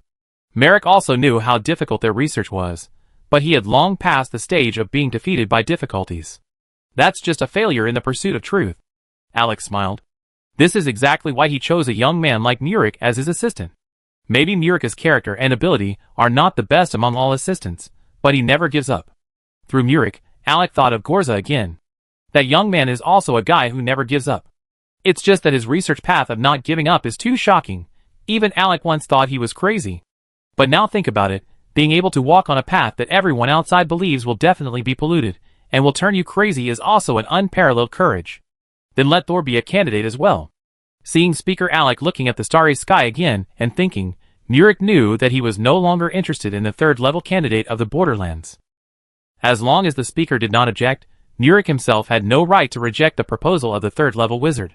However, since the Wind Demon and the Glowing family have both put forward their own favorite candidates, then as another major force in the Stargate Council, they naturally have the right to put forward a candidate. Several names swirled in Murich's mind, and finally, he stretched his eyes and uttered a name. Speaker, why not let Luke participate in this election? Speaker Alec nodded slightly. He didn't care much about this kind of thing. Murich smiled and said, it just so happens that Thor and Luke are both wizards, who major in dark attributes. Let them compete fairly. After Murich left, Alec continued to look up at the starry sky. The Stargate has appeared. After sending Brando away, Thor welcomed Jar Jar, who had not been there for a long time. Jar Jar was very enthusiastic this time, and gave Thor a lower price, which made Thor a little confused. He let Jar Jar stay overnight, and checked the pollution on him. Thor was very happy to find that Jar Jar himself was almost free of pollution. After Thor cleaned up the puppet behind him that was responsible for filtering pollution, he let Jar Jar leave. But recently, the popularity of the Pure Spirit Wizard Tower seems to be particularly high. Not long after Jar Jar left, the white mushrooms once again released spores to warn. But this time, even after waiting until all the spores in the air were gone, Thor still didn't see the guest appear at the Rhine Lake. Master, can I go take a look? Marsh was still holding a knife in his hand, and he was cooking. I'd better go take a look. There was no other way. There were only a few people in the entire Wizard Tower who could cross the Rhine Lake. Marsh had no other hard power except for his luck. Thor didn't want to instruct Senior Byron, even though the other party didn't reject Thor's orders. So, more than a year after the Wizard Tower was built, Thor still had to go to greet the guests in person. He whistled softly. The pale yellow giant bird that was combing its feathers on the top of the tower immediately flew down and stretched out 4 long whiskers that looked like insect legs. Thor grabbed one of the long whiskers and was taken into the air by the giant bird that suddenly rose high. The giant bird flew very fast. Almost in the blink of an eye, it crossed the Rhine Lake and landed next to the mushroom forest that had just issued a warning. While falling, Thor did not forget to put on a layer of armor for himself and released Hermann in his body. Hermann's silver figure immediately turned into silver lightning, shuttling through the mushroom forest. Soon, Hermann rushed out of the mushroom forest, looking shocked and gloating to Thor. It's Kismet, Master, he was seriously injured and fainted in the mushroom forest. Thor was not as happy as Hermann when he heard the news. His serious face made Hermann stop smiling. Thor rushed into the mushroom forest, and sure enough, under a huge mushroom on the periphery, there was a man who was so skinny that he was almost a skeleton. His breath was weak, and his mental power fluctuations were minimal. If it weren't for the slightly curly silver medium-length hair, it would be hard to recognize Kismet from the outside. Thor landed in front of Kismet, and Kismet, who had just been unconscious, suddenly opened his eyes and smiled weakly at Thor. Are you still alive? Come to ask the Master for help. Who hurt you? Sky City Lord Ophelia. Kismet pouted, showing a very aggrieved look, in order to completely kill Clark and help the Master clear the stumbling blocks on the road to promotion. I, your brother, also risked my life. Chapter 643. Thor carried Kismet out of the mushroom forest, then called the giant bird and tied him to one of its long whiskers. This is not. Weak Kismet protested. This is the treatment a wounded person deserves. It's good enough that they didn't throw you out. Thor pulled the long whiskers in his hand, and the giant bird sensed it, and immediately took the 2 of them up. Flying high in the sky, Kismet seemed unable to withstand the strong wind pressure. His eyes rolled up, and he fainted again. Thor turned his head to look at him, his heart sinking slightly. He knew that only Ophelia had the ability to injure Kismet so badly. Thor took Kismet down from the top of the tower, and handed him over to the butler Hope. After a preliminary examination, Kismet was severely anemic and dehydrated. It was indeed Ophelia. This 4th-level wizard must have done something with the blood and water in Kismet's body. Could it be that Kismet's so-called eradication of Clark was actually asking Ophelia to take action? Ophelia was a 4th-level wizard. For the balance of the No Man's Land, even if she descended with a clone, she could not use too much power.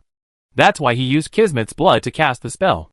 In this way, the effect of the spell will be controlled to the level of a 2nd-level wizard to a 3rd-level wizard.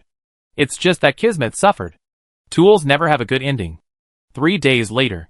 Because Kismet hadn't woken up, Thor was soft-hearted and left him in the Pure Spirit Wizard Tower, under the care of Agu and the butler Mr. Hope. Thor himself continued his research after being promoted to the second level. That day, he had memorized the precautions for the advanced part, and completely stabilized his mental power, which was always restless after entering the second level. Now that he had a certain degree of self-control, he returned to the fourth floor of the wizard tower, closed the room, and closed his eyes for deep meditation. The purpose of this meditation was to sort out the core of his spellcasting, the ability he had learned from his locator. Currently, Thor named it the Destiny Line. When Thor closed his eyes, the surroundings became silent due to the closure of the witchcraft, and only the sound of heartbeat and breathing could be heard. But as the meditation deepened, Thor gradually heard another sound. That was the sound of pages turning gently. It was as if he was sitting in a quiet and empty library, quietly reading the book in front of him. If he went deeper, Thor would see the diary of the dead wizard in the innermost part of his spiritual body and consciousness. But this time his goal was not the diary. Thor gradually turned his attention to himself, starting from the nerve endings, gradually considering the important organs in the body, and finally converging on the brain and the center of the eyebrows. Gradually, he finally saw a semi-transparent white thread extending from his center of the eyebrows again. Last time, he caught the thread and saw his possible future.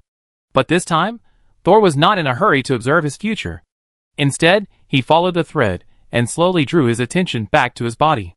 Then, he was surprised to find that in the perspective of deep meditation, he had become a tangled ball of light with enough gaps. The ball of thread twisted and turned, tangled together, but it was not really tied into a dead knot. Tangled glowing threads? Thor immediately remembered the meditation diagram he was using, one of which was a tangled glowing line. Does the fourth pattern on the evolution diagram refer to the fate line? There aren't many wizards who can see the fate line, but Thor isn't the only one. Thor knew that some wizards were good at prediction. Due to long-term distraction, Thor suddenly jumped out of the state of deep meditation, and the tangled ball of lines in front of him naturally disappeared. All Thor saw was his chest. Well, there is no way to perform deep meditation stably now. After observing once more, take a few days off to avoid cognitive confusion. Thor entered deep meditation again, but he still couldn't help thinking, second-level wizards will get the extended ability of their locators. The ability I got is not to improve combat effectiveness. This is nothing, but is it only able to observe my future? Although this function is also very powerful, Thor always feels that the fate line will not be so simple. After seeing the white fate line again, Thor tried to suppress his emotions and stop thinking about it. Instead, he continued to sort out his state along his fate line. Although the fate line outside the brow represents the future, the fate line hidden inside the body does not let Thor see his past.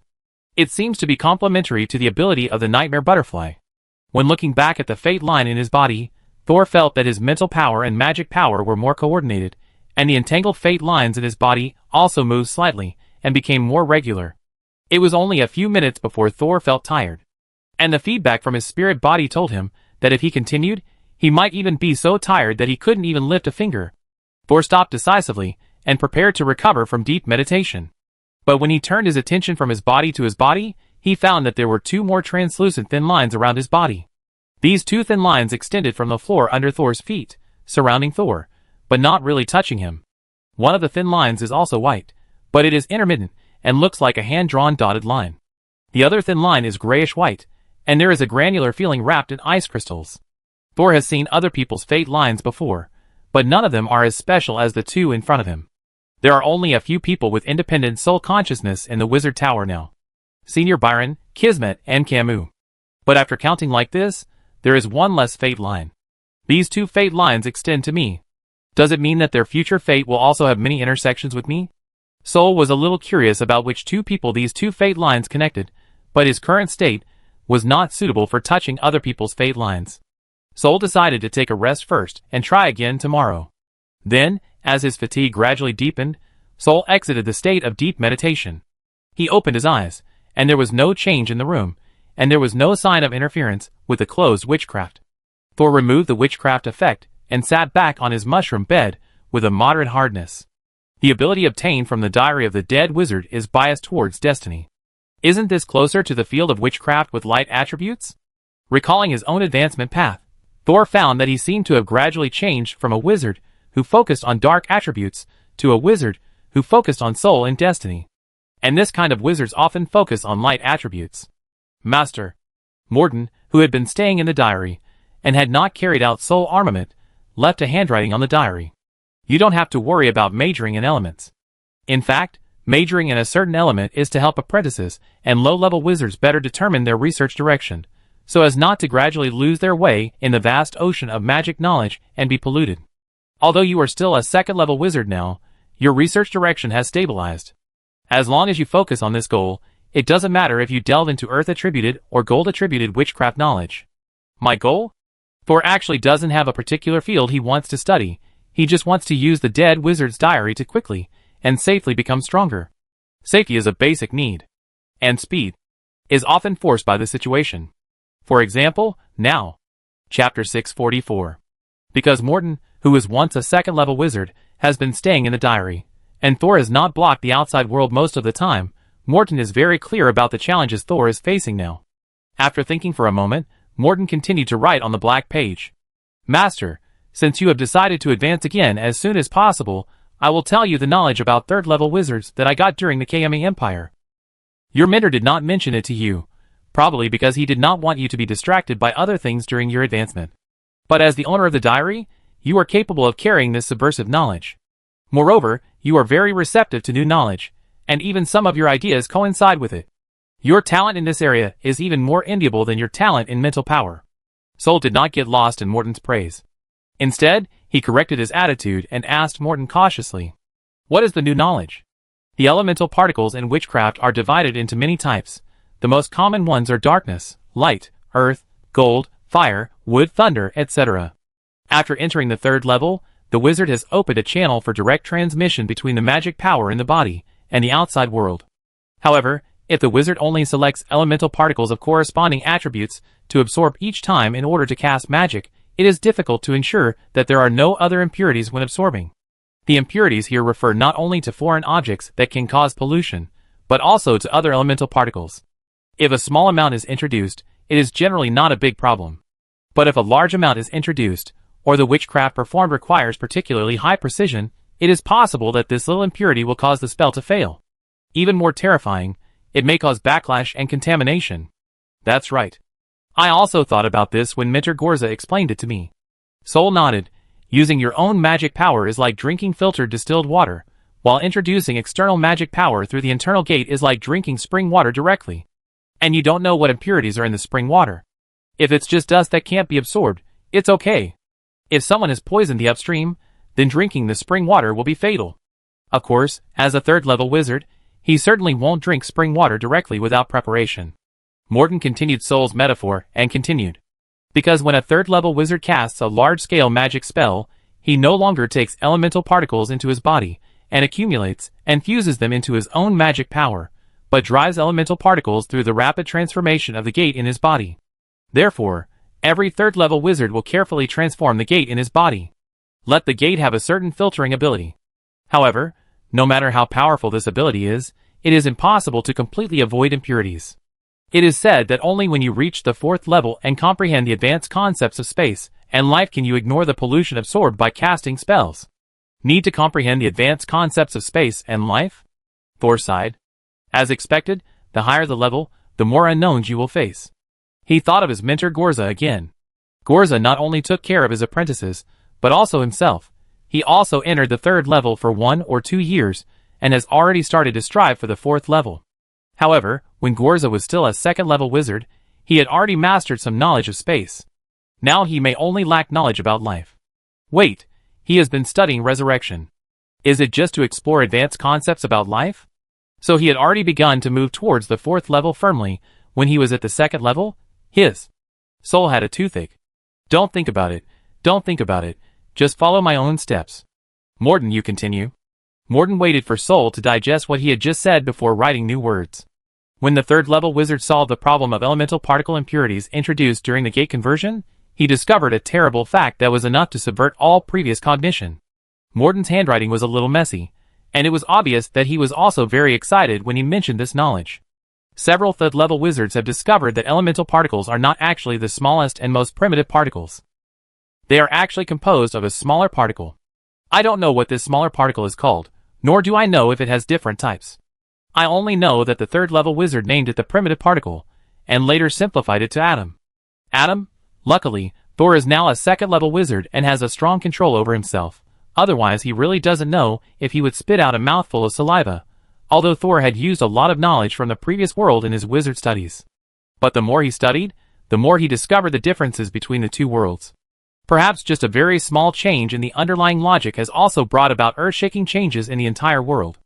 Thor had also wondered whether elemental particles of different properties also have a fixed regular composition method, like chemical elements. But the wizard world lacks the means to observe extremely microscopic particles. Even if a special microscope is made, elemental particles that can only be captured by mental power cannot be seen.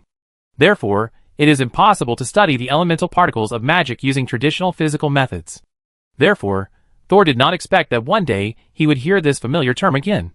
Calm down, calm down. Thor flicked his forehead with his fingers. If I apply the knowledge of my previous life just because the names are similar, I will definitely make an empirical mistake. However, I can verify it according to the characteristics of past knowledge during the experimental verification stage, and maybe I can avoid some detours. Thor calmed down again, and continued to listen to Morton's explanation. After discovering the existence of atoms, third-level wizards will build a transformation array on the door in their bodies, to directly break up the absorbed particles of other elements into atoms, thus avoiding the influence of impurities on witchcraft. Of course, the pollution they absorb cannot be removed in this way. After all, pollution is not a particle. Soul looked at his hands. Pollution is not a particle. The way I absorb pollution uses my own spirit body, that is, the pollution should act on the spirit body. By the way, how do you decompose elemental particles into atoms? I really don't know about this. Master, I am not a third-level wizard after all. I learned this knowledge from the creator of the Wall of Size, Mr. Murphy, when I was the king of the Kerma Empire. The creator of the Wall of Size? Is he a fourth-level wizard? Thor didn't expect that the Wall of Size, which protects a quarter of the continent's border, was built by a wizard.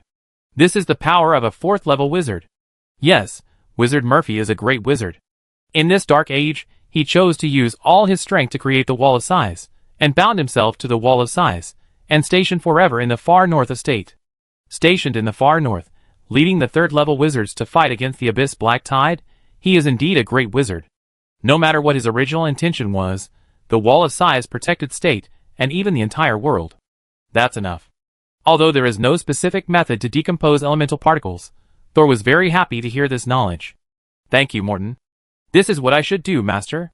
In fact, when I first got this knowledge, I should have studied it carefully.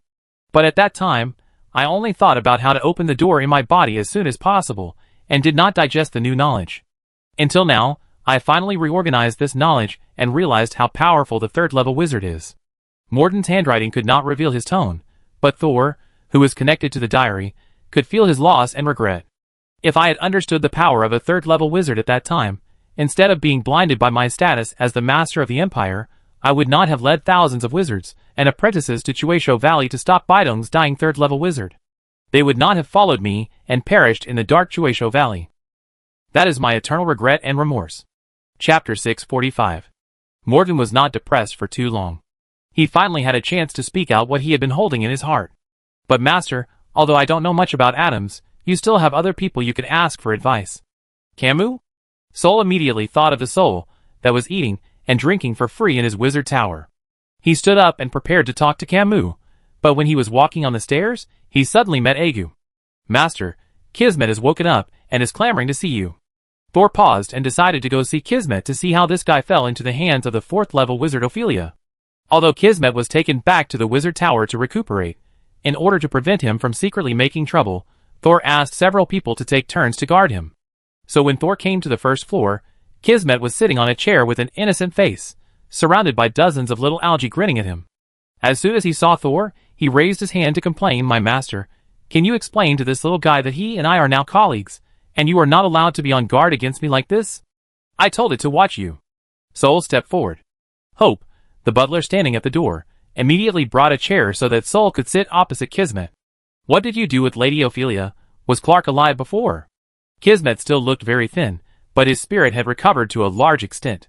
He chuckled and said, "Lady Ophelia didn't care who became the next fourth-level wizard at first.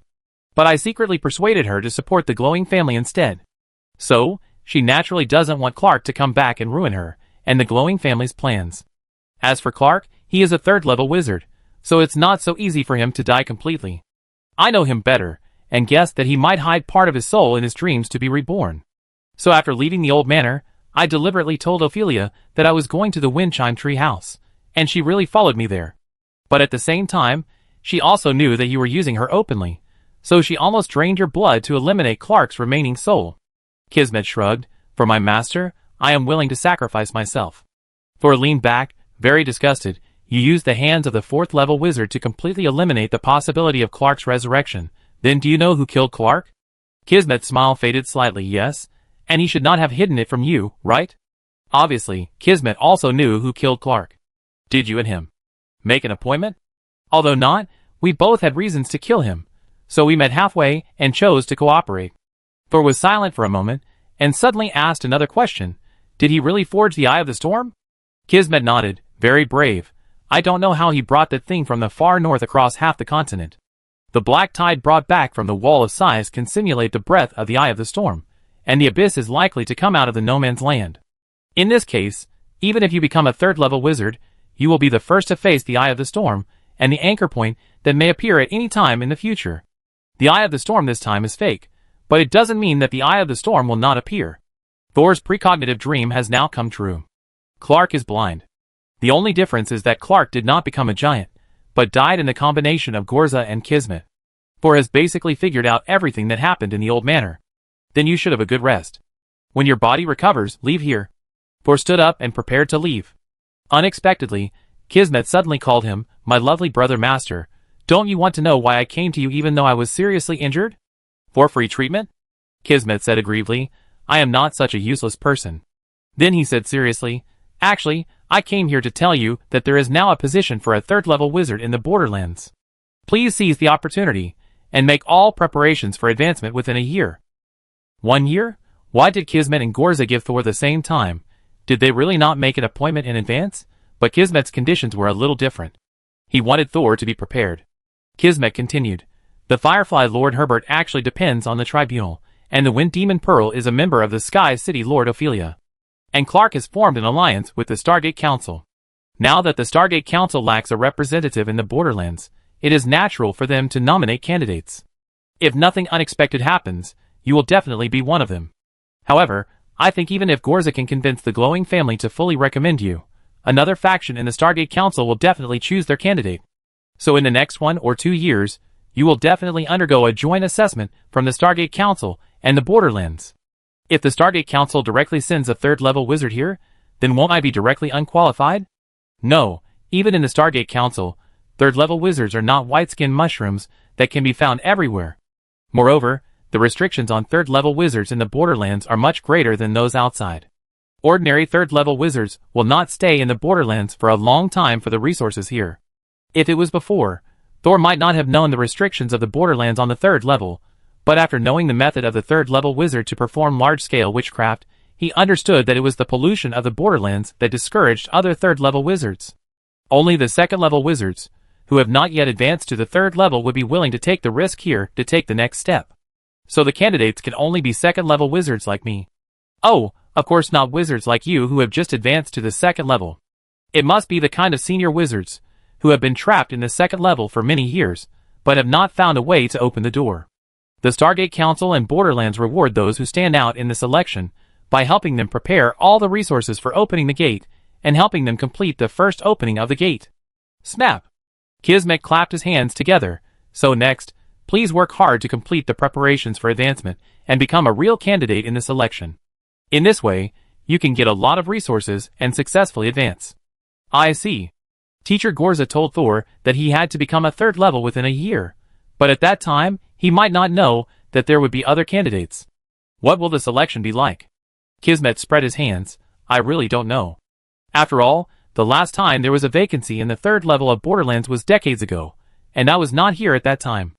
Thor was not worried about the selection, but he didn't know if this selection would be time-consuming and labor-intensive, and would delay his progress in advancing to the 3rd level within a year. But since Borderlands must maintain 3 3rd level people, I think the Stargate Council will not waste time. I understand. Thor nodded. Do you have any other news to tell me? No. Then let me ask you a question. Of course, Master. You were at the 2nd level several decades ago, right? Yes. How long have you been at the 2nd level? The light smile on Kismet's face disappeared. He looked at Thor in silence for almost a minute before whispering, "A long time. A long time." Chapter 646. Kismet never said what the specific connection was between him and the diary of the dead wizard. But Thor could see that many of his actions were related to the diary. It was just from his unpredictable attitude that Thor could not tell what role he played in it. In order to collect the pages of the diary, he kept stirring up trouble in various places. Was it voluntary or forced? Was he helpless, or was he enjoying it? But today, Thor suddenly felt a hint of despair hidden under Kismet's ever-changing mask from his lost smile. He didn't know if it was his illusion, because Kismet quickly put on a smile again. "Since I have done so many things for the master, you don't have to lock me up here anymore." Kismet raised 2 index fingers and gently waved them. "At least let me appreciate the scenery here."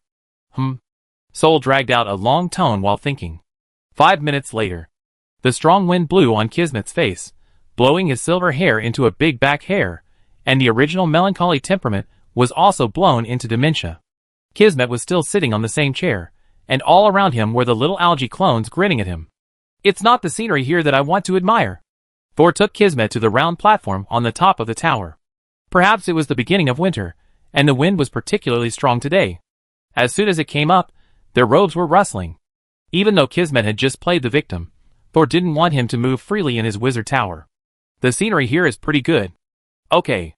Kismet accepted his fate, then ignored the small algae beside him, rolled directly from the chair to the ground, put his hands behind his head, and lay flat on the ground.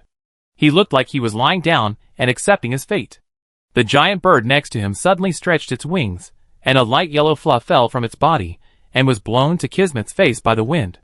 He didn't feel embarrassed, and took off the feathers that almost covered his entire face with interest, and kept turning them with his fingers.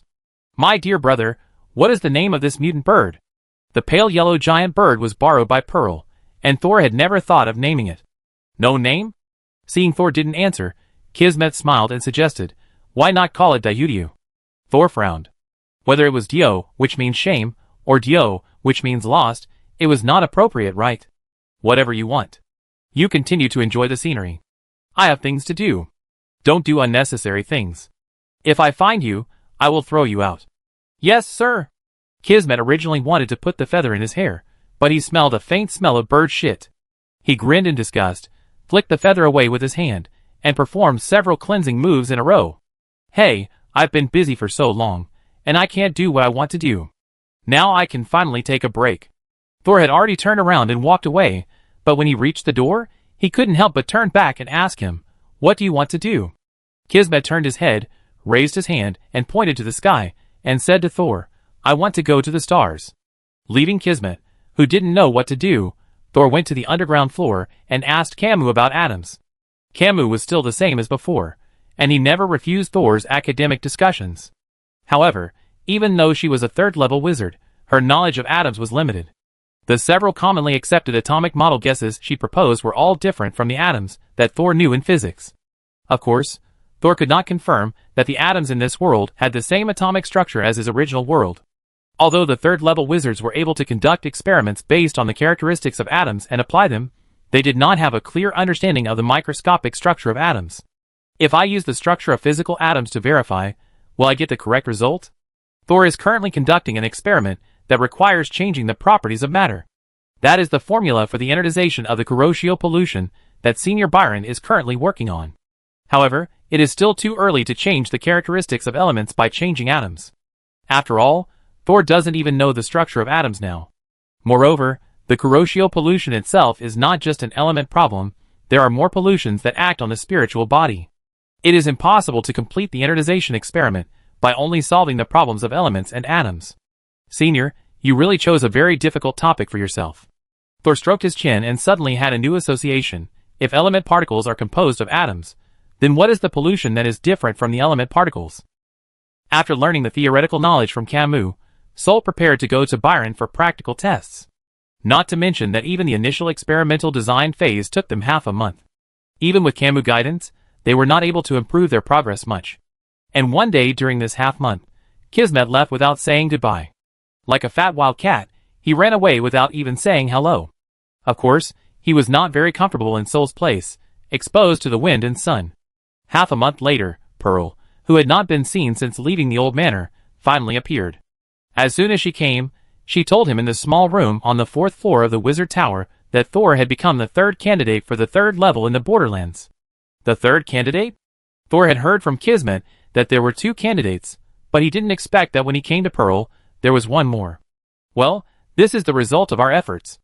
It's also thanks to you that you have a famous mentor who is related to the Glorious family, and we have also notified Gorza in the far north, and he also agreed to let you be a candidate.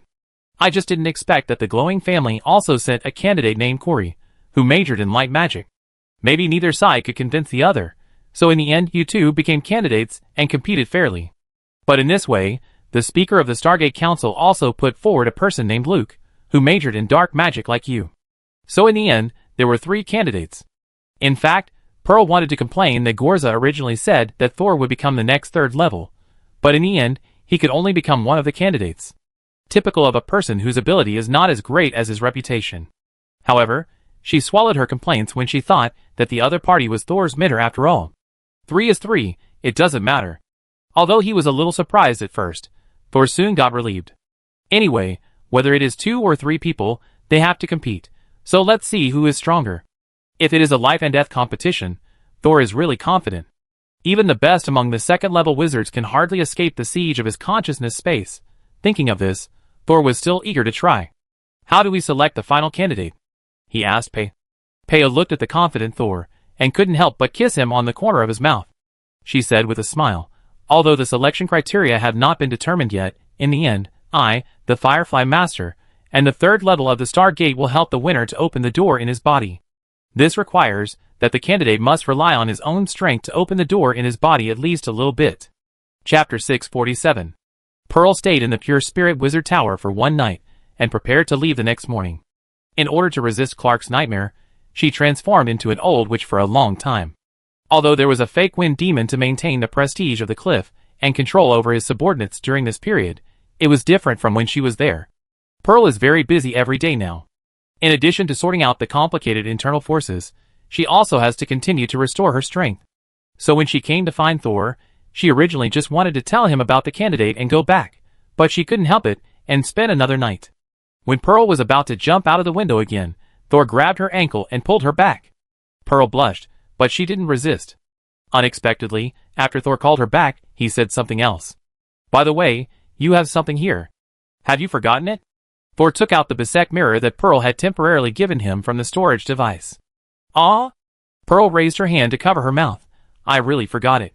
She looked at the magic mirror in front of her, which was supposed to be her most important treasure, and she didn't know whether to laugh or cry. This mirror hides a trace of her consciousness. It was a backup plan to prevent Clark from completely dying after being swallowed. But Clark had been dead for a long time, but she never thought of taking the mirror back. Pei shook her head and smiled, reaching out to take the mirror back. Who knew that when her fingers were about to touch the basic magic mirror, Pei suddenly felt a strong sense of uneasiness in her heart. This uneasiness appeared without any signs, but Per took it very seriously. Per has the blood of a fairy, and the fairy race, like many races with strong spiritual power, attaches great importance to intuition. So when this strong uneasiness arose, Per retracted his hand immediately. What's wrong? Seeing Per's performance, Thor knew that something must have happened and asked hurriedly. I suddenly remembered that it is not the time to take the magic mirror back yet. Please continue to help me take care of it. Pear hadn't figured out the source of her uneasiness, and what consequences it would mean, so she just answered Thor's questions casually.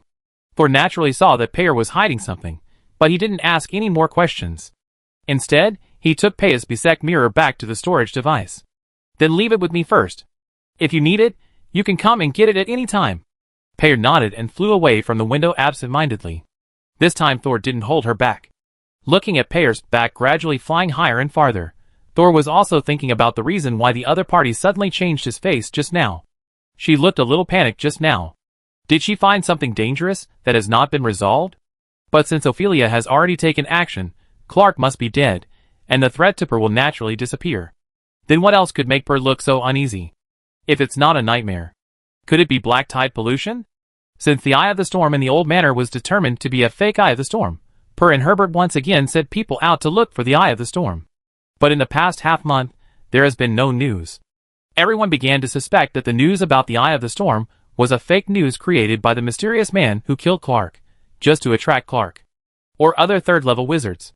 However, Thor's precognitive dream was there, and Gorza Island was urging him to become a third-level wizard as soon as possible, so Thor felt that the threat of the Eye of the Storm had not disappeared.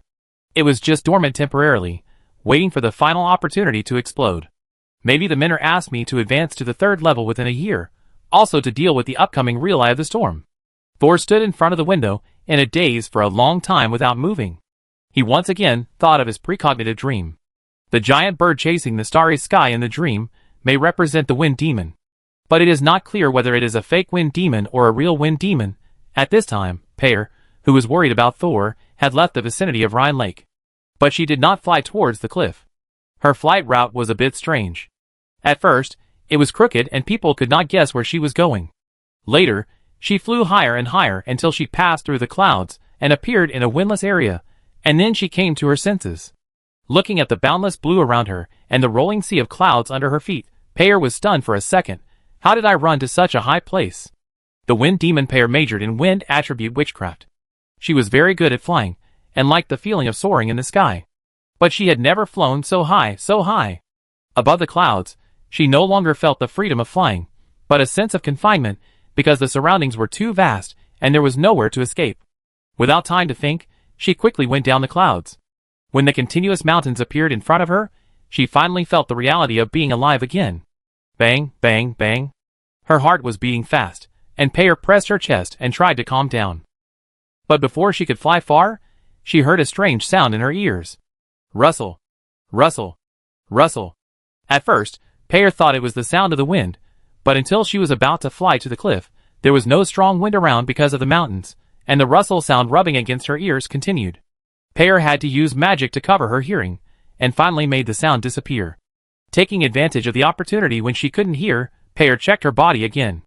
Since Thor helped her to completely remove the pollution in her body last time, her body has become very clean, so clean that even after a few months, it is still not contaminated by the unique pollution of the borderlands. This sometimes makes her wonder if she has already left the borderlands. After a while, Peyer checked her body and dispersed her magic power. Strangely, but to her relief, the vague rustling also disappeared. But Peyer also understood that this rustling sound might not completely disappear. In this place, you can never really let your guard down. After Pearl left, Thor stood by the window and watched her figure disappear at the end of his sight before turning back. Pearl suddenly became a little nervous just now. Although she didn't say anything on the surface, Thor could feel her uneasiness. So Thor took back the basic magic mirror. With the magic mirror, Thor went to find Senior Byron. You said you once dreamed of the future, and part of it has become reality? When Byron heard about Thor's prophetic dream, he did not doubt its authenticity, but began to analyze the information in it seriously. I think the future is not certain, and what you see is likely to be just one of many futures. And this future is likely to become a reality without our human intervention. But since you have seen the future is likely to change. But Thor, who has seen too many stories, is not as relaxed as Byron. I am just worried that sometimes we may do a lot of things to avoid the future, but think that we have done too much, which leads to mutual interference and promotes the predicted future. Chapter 648. If the future is not what you want, you can't give up even if you insist until the last moment. Byron is not used to encouraging others. After saying this, he directly took out the results of his current research. Instead of thinking about these twists and turns, it is better to look at the energization formula. You said that to change the characteristics of the black tide pollution, you need to fundamentally change its structure. But I tried several highly destructive experiments. Even if I can break the black tide, I can't change its characteristics. Since Thor gradually gained a foothold in the second order, Byron no longer rejected him joining the research on the energization formula. Of course, this formula is too difficult to overcome, and it is easy for a person to get into a dead end of thinking. Thor's attention was immediately drawn to the experiment. If the destructive power is strong, it may not be able to cause damage to the material at the elemental particle level. Byron put forward his current idea, but as long as the destructive power is strong enough, it should be possible to complete the destruction of the microscopic. But even a third-level wizard can't do it. Byron nodded, so we still need external forces. Thor's heart skipped a beat. He knew that Senior Byron was always bold, and he didn't know what strange and terrifying ideas he would come up with. What external force do you want to borrow? I haven't thought about it yet. Byron held the notebook in his hand. You said that in your prediction, the no man's land might be devastated. Can such a destructive force reach the reaction intensity required by the energization formula? You are using explosives to light a cigarette. Although he thought Byron's idea was unreliable, Thor did not stop Byron from thinking because of his different views. However, compared with Byron's violent dismantling ideas, Thor thought more about how to adapt. Many seemingly powerful beings often have a corresponding nemesis that can instantly turn hardness into softness. But it is difficult to find such a nemesis. There is no place in the whole unclaimed land that is not polluted. Byron's experimental progress was stuck, and Thor's experiment simply did not start, because he could not find a nemesis that could change the pollution characteristics of the black tide. And just 3 days later, Thor suddenly received a letter. A letter was sent from outside the borderlands. The person who sent the letter was an old friend, Gu. He originally wanted to go outside to buy goods, but he met a wizard who wanted to deliver a letter but didn't dare to come in at the entrance of Chuesho Valley. When Gu saw that the recipient of the letter was Thor, he didn't even rush to get the goods in. He directly revealed his identity, took the letter from the other party, and hurriedly delivered it to Thor. Thor took the letter and was really surprised.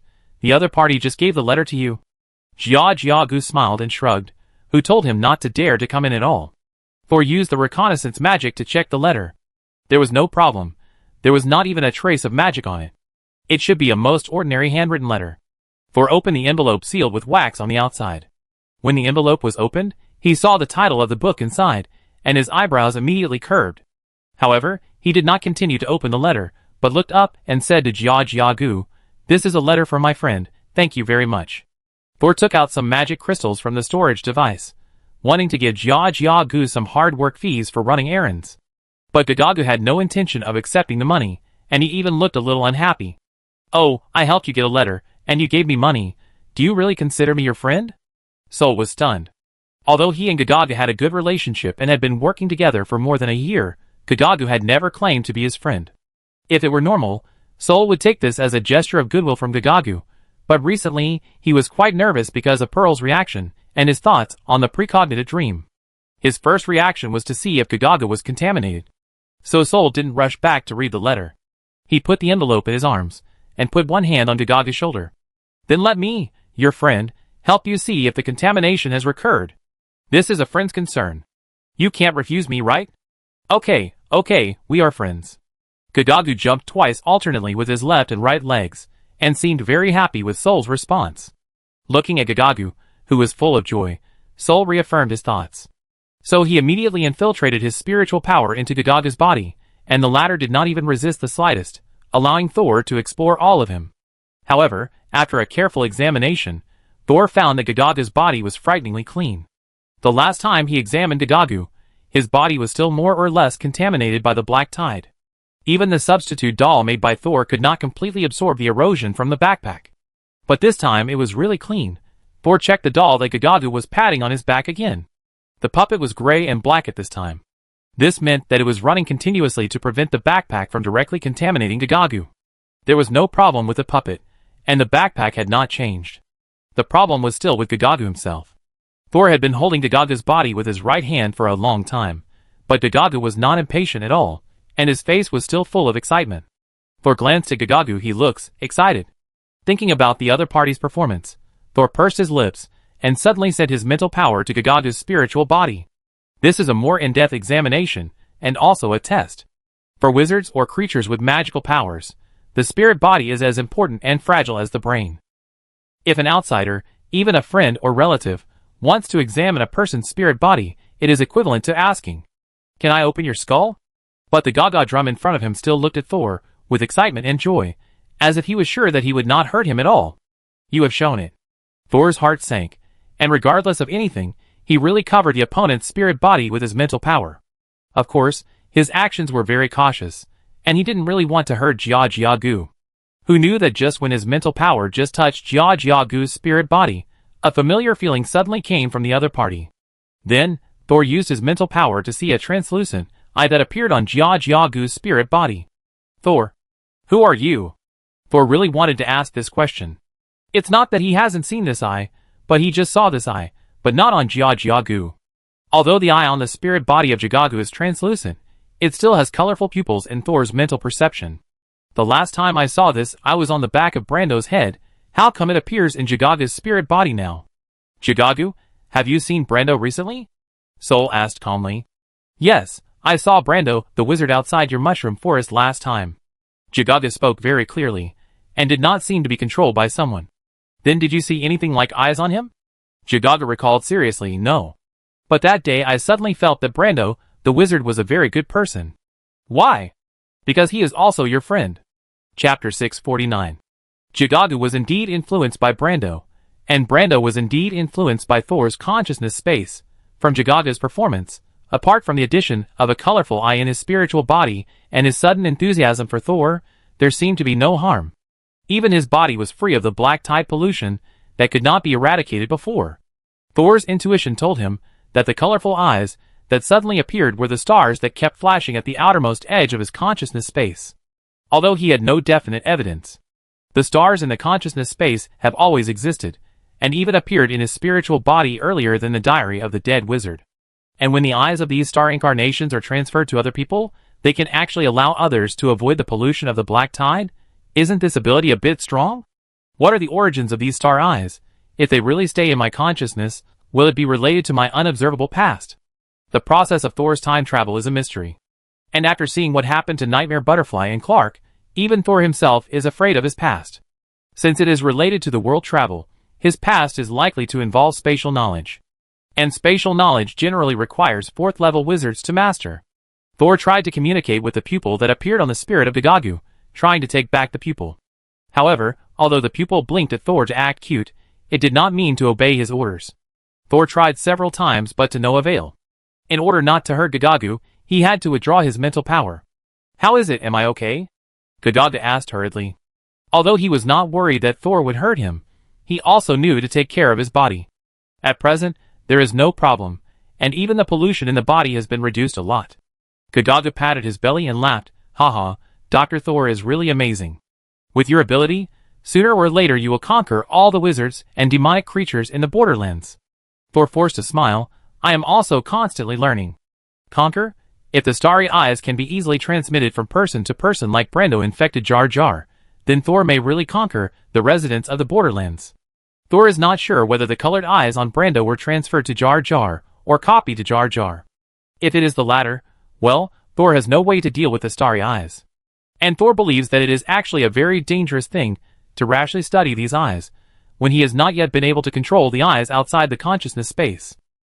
Thor exhaled and thanked Jar Jar again for helping him deliver the letter. If you ever meet Brando, please bring him here with you. I want to observe the difference in your physical condition to determine the effect of my healing spell. No problem, but Brando is hiding somewhere to do research recently. Maybe we can meet him after he comes out. Thor nodded. I had a new idea when Brando left last time. Maybe he is studying in seclusion now. I wonder if the starry eyes on Brando will make him smarter besides increasing his friendliness towards Thor. After the Jagaga left, Thor returned to the wizard tower worriedly and continued to open the letter. But the content of the letter soon made him smile and feel much more relaxed. A certain pervert with abnormal progress speed. A few days ago, Lord Gorza set out from the Wall of Sighs to Iskeper, passing through Kima. I received the Lord with Grand Duke Kira and learned that you have reached the 2nd level. If I had known this news 2 days earlier, I would have been mentally unbalanced and unable to advance to the official wizard. I had just adjusted my mentality when Lord Gorza said that you had already started preparing to impact the 3rd level. I really wish you could see Lord Kira's expression at that time. I think if she could, she would have killed the adults in front of her first, and then ran to the Borderlands to kill you. Why do you know? Because I thought so too. Well, congratulations. I once thought that I would go to the Borderlands to find you after I became an official wizard, but now I can only hold you back if I go there. So I decided to continue to stay with Master Kira and learn. Master Kira majored in gold-based witchcraft, which is completely different from what I studied, but she also has a lot to learn from her in meditation and witchcraft applications. Now I am studying new radiation, but this radiation is not intended to hurt or kill people. My current research has achieved certain results, but the experiment is still missing some key things. You are in the Borderlands. Can you ask someone to bring me some demonic creatures there? It would be even better if it is polluted. It is said that the pollution there is very serious. I want to see if my new research can deal with it. If I can make new achievements through this research, I will send you another copy. The letter was signed by Kelly. And there was a little man trying to roll his eyes on the signature. After reading the letter, Thor smiled and shook his head and lit the letter paper. Isn't it a bit deliberate to deliberately say that Mentor Gorza started from the Wall of Sighs? Kelly should want to convey to Thor that Gorza also deliberately told him so as to secretly inform Thor that the Tower Master might have gone to some unknown place to cause trouble again. But Kelly didn't know that Gorza had just messed up with him. But why did Kelly suddenly want the contaminated demonic creatures? In the borderless land, there is always a lack of demonic creatures contaminated by the Black Tide. But how can Thor send them to Kelly? Thor slowly walked back to the Wizard Tower and saw the demon wolf basking in the sun. Recently, Thor used the giant bird Dyudiu when traveling, and the demon wolf was basically unemployed, but with Mash in charge of its food, it has been growing well recently. Thor looked at the wolf yawning with its mouth wide open, and gradually stopped. It's very difficult to deliver the letter, and I don't have anyone who can drive it. Or can I let the letter go by itself? Ha! Chew! The wolf's original yawn suddenly turned into a sneeze. It shook its fur all over its body, got up from the ground without knowing why, and just looked at Thor.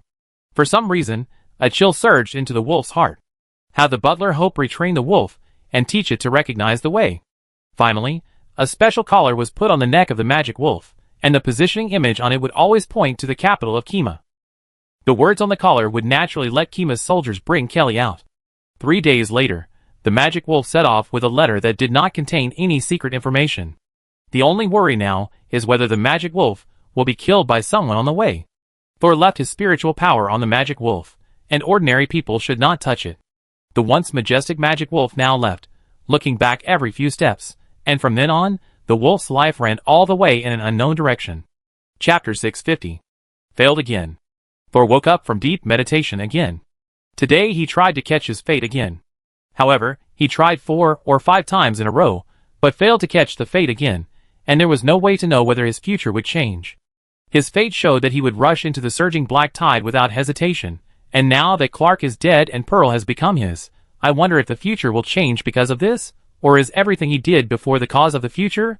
Because observing the fate line consumed a lot of Thor's mental energy, he immediately felt tired after recovering from deep meditation. This kind of meditation is different from his usual way of using meditation instead of rest. Not only can it not restore mental energy, but it will also increase consumption, making people mentally exhausted. Thor simply didn't hold on, and lay back directly, falling asleep on the mushroom bed. He saw himself standing in the center of a huge witchcraft circle. And there were many people around the circle. There was Pearl and Firefly Lord Herbert.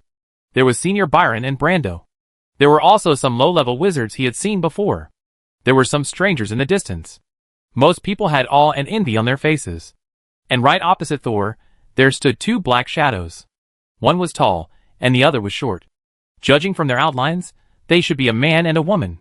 But Thor couldn't see their specific appearance, he could only feel that they seemed very unhappy. At this time, a figure suddenly appeared in front of Thor, and this person had golden lightning flashing all over his body. The lightning also blurred his appearance. Thor could only see a pair of thin, bloodless lips opening and closing, but his ears were buzzing, and he could hear nothing but noise. Until the end, his ears seemed to be suddenly opened, and he finally heard the man in front of him utter the last word. Door. However, as the word fell, Thor suddenly heard the sound of a huge wave behind him. He turned around suddenly, and saw a huge black wave, as high as a hill hitting his head. Thor turned around and tried to run away. Everyone he saw was terrified. Thor had just taken half a step, when he was ruthlessly swallowed by the black, cold sea water. The feeling of suffocation instantly spread, from his nose to his lungs. Thor seemed to have forgotten that he was a wizard, and could only paddle desperately with his limbs. He was carried by the waves, and hit the tree trunks, and rocks several times, before he finally poked his head out of the Black Sea. The sea water brought him up and down. At this time, except for the waves that kept rising around him, Thor couldn't see anyone. Shwa! A clear cry. A pale yellow giant bird flew from high in the sky. The long whiskers under the giant bird reached into the Black Sea water, and pulled out Thor from inside. However, the long whiskers began to burn as soon as Thor was pulled out of the Black Sea water. Thor suddenly climbed onto Dyudia's back at the last moment, but the flames followed closely behind. They turned into a ball of black flame in the air. Thor suddenly opened his eyes, and found himself still lying on the mushroom bed, and the sweat on his body had soaked through his underwear. He cleaned himself, and ran down from the 4th floor. Senior Byron was still researching on the 3rd floor, and the lights in the laboratory were still on. The housekeeper and other consciousnesses were not in the tower, and I don't know what they were busy with. As for Camus on the 1st floor underground, Thor thought about it, and finally returned to the bedroom. But after returning to the bedroom, he did not continue to rest, but took out the Chaos Domain compass. Although it has not been a month since he last visited his little apprentice Noah, Thor is eager to see the Chaos Domain that was once destroyed by the Black Tide because of the dream he just had. The needle on the compass spun rapidly, causing Thor's senses to start spinning. After a brief dizziness, Thor's eyes went dark, and he found himself standing in a black desert. It was already dark, and there was no moonlight overhead. The length of a day in the Chaos Realm was the same as that in the Wizarding World. The Chaos Realm should belong to a side of the main world, sharing a sun and a moon with the Wizarding World. However, the moonlight tonight seemed unable to shine into this place, and it was pitch black all around. Thor could only explore the surroundings through his mental power. There is almost no pollution here, and there is no active magic. Of course, Thor has not found any life here except monsters. He doesn't know whether there are still intelligent races in this world that was once swept by the Black Tide. Let Noah live here. In addition to maintaining Noah's life, he also wants him to help him explore this world. Thor wants to know what happened to the chaotic domain. What was it like before? Why did it become like this? Most importantly, Thor wants to know how the Black Tide appeared and how it became the black powder that is now dead and has no pollution ability. Thor's spiritual power quickly found a small house not far away. But there was no spiritual power fluctuation of Noah in the house. Thor spread his spiritual power to the maximum range, but still did not find any trace of Noah. After dark, the black desert will become more dangerous, and the monsters hidden under the sand will be more difficult to find. Why is Noah not at home? Thinking that his little apprentice might have encountered some trouble, Thor frowned slightly, raised his hand, and released a huge fireball towards the sky. The sphere burning with red flames rose high into the sky. Although it could not bring light to the earth like the real sun, it could make the life on the nearby earth feel a little red here. Soon Thor saw a small light point on his left hand. That was the little fireball that Noah had learned with great difficulty. Because of his poor magical talent, Noah did not have any so-called major elements.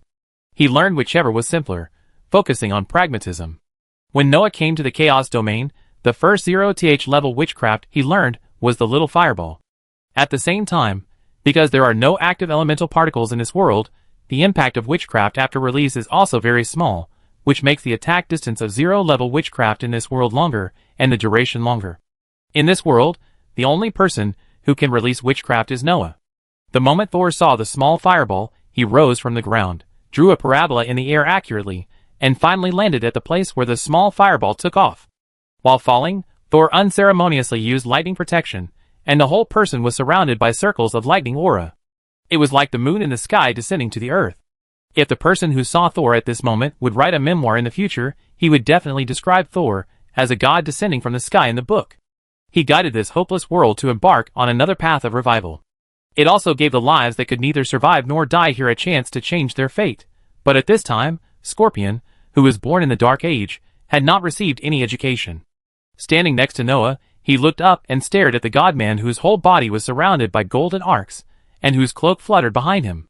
Looking at the only light in the dark world, only 2 words came out in his mind. Fuck. Chapter 651. Noah was extremely happy to see Thor. If he hadn't been standing on tiptoe with a boy with leather wrapped around his waist, he would have jumped for joy. Seeing Thor about to land, Noah quickly warned, "Teacher, be careful, there are monsters underground." Thor's figure stopped abruptly at a height of 3 meters above the ground. He scanned the ground but saw no attack. He looked at Noah and found that the other party was pulling a skinny boy to stand on a 1-meter stone tip, and there were some marks of being whipped around the stone. The stone looked big, but it was not solid. There were many deep long dents around it, especially at the bottom near the ground. Several dents had extended long cracks. It was obvious that the stone would not last long and would crack. Thor's mental power spread along the stone to the ground. At first, he found nothing. All his mental power could sense were soil, stones, and some dry plant roots. However, he compared the marks on the stone, and his mental power immediately locked onto the dry plant. A black blade appeared from the right side of his body, quickly turned into an invisible black light, and drilled into the ground. With a puff sound, the black blade left a small crack in the ground, and soon after, the ground began to tremble. The 2 people standing on the stone were shaky. Then a withered yellow plant suddenly drilled out from the crack in the ground, trying to attack Thor with a whistle, but Thor was too high, and the plant with the front half broken off could not touch him at all. The angry plant then swung fiercely at the 2 people on the stone, but a transparent barrier appeared on Noah's body, blocking the whipping of the withered yellow plant. That was the armor scroll that Thor prepared for Noah. It only needed a little mental power, and a magic crystal to activate it. The plant couldn't hit the two people, so it could only leave a deep scar on the stone again in vain. The attack was fruitless, and the plant swayed on the ground like an arm full of unwillingness. Thor saw the structure of the whole plant at this time, and gathered the black blade again. This time the black blade rushed forward, never had time to retract the top of the plant underground, from top to bottom, from head to tail root, vertically splitting the whole dry plant in half. The black blade went down along the veins of the dried plant, and penetrated into the soil, until it cut through the main roots of the whole plant before it dissipated. In Noah's eyes, the terrifying plant monster that was just so arrogant now collapsed to the ground like a skinned snake. He and the boy beside him looked at Thor in admiration. If Scorpion had just seen Thor and thought that he was like a god descending and particularly handsome, then at this moment, he showed a powerful strength that made him both afraid and eager. He must be the god that Grandpa talked about, right? Seeing the Midra appear and easily destroy the monster that had been entangled with him for a long time, Noah's eyes kept shining as he looked at Thor. He didn't expect Thor to appear today. It was less than half a month since he last came here. The magic crystal on his body fell to the ground when he ran away with the boy, and the scroll in his hand could only activate one armor spell. But the plant-like monster chased them, and didn't leave even though it couldn't break through the defense of the armor spell. In fact, the armor spell can't last too long. Just as Noah was thinking about how to fight the monster after the armor spell failed, the fireball released by Thor suddenly rushed into the sky. Noah was surprised, and didn't care about saving a little magic power for self-defense. He directly used his best fireball. This also saved their lives. Thor killed the monster easily, but he didn't relax his vigilance. He used his mental power to sweep the soil around the monster, including the area near its roots, and slowly fell to the ground after finding no more mental power fluctuations. There is no magic power to replenish in the chaotic area, so you have to pay attention to consumption when casting spells. It's okay. Hearing Thor's voice, Noah pulled the thin little boy and prepared to jump off the big rock. Just as they were about to jump, they heard crack. Two sounds, and the 1-meter-high big rock broke into countless pieces. Noah and Scorpion, who were staring at Thor, fell forward and backward, and were about to fall to the ground. Xiao Zhao immediately appeared and dragged Noah, who was almost face down on the ground, but it did not help the strange little boy. The little boy was about to fall headfirst, but he suddenly twisted his waist in midair, and something like a hand suddenly appeared from under the leather around his waist and pressed on the ground, supporting the boy's body and preventing him from falling on the sharp stone fragments. There is something wrong with this child. Thor was not surprised, just watching quietly. The boy had a burnt arm where the tail vertebrae were, and the palm connected to the arm had only 3 fingers. Each finger was very short, and had no knuckles. When Thor was using his mental power to check the safety of the two people, he found that the boy's mental power was a little abnormal. It was not to the extent of pollution, but it was also different from that of normal people. His mental power was even comparable to that of Noah, who had taken drugs twice to enhance his ability. And such a boy has always played the role of needing protection in front of Noah. Watching Xiao Zhao take Noah to his side, Thor asked Noah, "Who is he?" Noah looked at the deformed arm under the boy curiously, and when he heard Thor's question, he quickly answered truthfully. He said his name was Scorpion, or Blood, which is roughly the same pronunciation. We didn't speak the same language, but I saw him digging a hole on the ground to find food. I thought I had finally met a living person, so I went to talk to him. As a result, I just asked a few questions, and was chased by a monster that suddenly emerged from the ground. He had been running away, but I didn't expect that he had such ability. Noah obviously saw that Scorpion was hiding his strength, but because of Thor's appearance, he was not angry. Instead, he immediately entered the wizard's perspective and re-examined the boy in front of him with a research mentality. Thor suddenly raised his hand and snapped his fingers, and then a white light came out from the Scorpion's head and penetrated into Thor's forehead. "Teacher, what are you doing?" Noah asked in surprise. Level 1 Witchcraft, proficient in language. You can learn it when you accumulate 50 points of magic power in your body. 50 points? Noah opened his mouth wide. In this world where there is no way to absorb elemental particles through meditation, the number 50 simply makes him despair. Soul is not just a pie in the sky for Noah. Although this world has entered doomsday due to the pollution of the black tide, the resources of a world are not a joke. As long as the right method is found, even the black powder in the soil can become a rare resource. After comforting the apprentice, Thor looked back at the boy who had been stunned by the white light just now. Thor's brain was working quickly, sorting out his new knowledge, and then said, Your name is Scorpion? When Scorpion saw the white light appearing above his head at first, he thought Thor was going to kill him too. Although the arm hidden behind him was very powerful, it was only effective against ordinary monsters. The terrifying man in front of him could kill the withered ghost fine with one blow. But after discovering that Thor did not hurt him, and spoke their language, Scorpion finally realized what kind of existence he had encountered. Thor did not know what the dark and thin boy opposite him was thinking.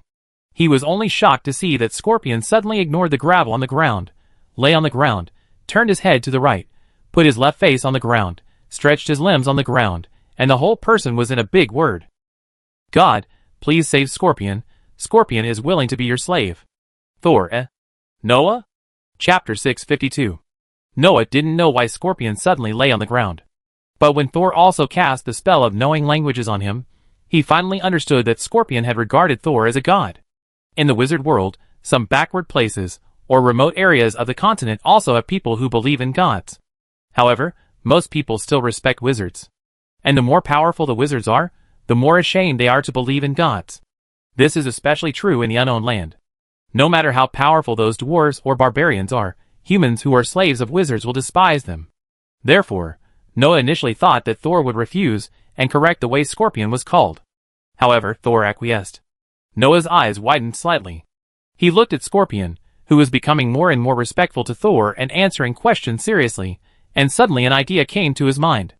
Thor asked Shiaza to split a clone, pull Noah and carry Scorpion at the same time, and he performed the flying skill to return to Noah's cabin as quickly as possible.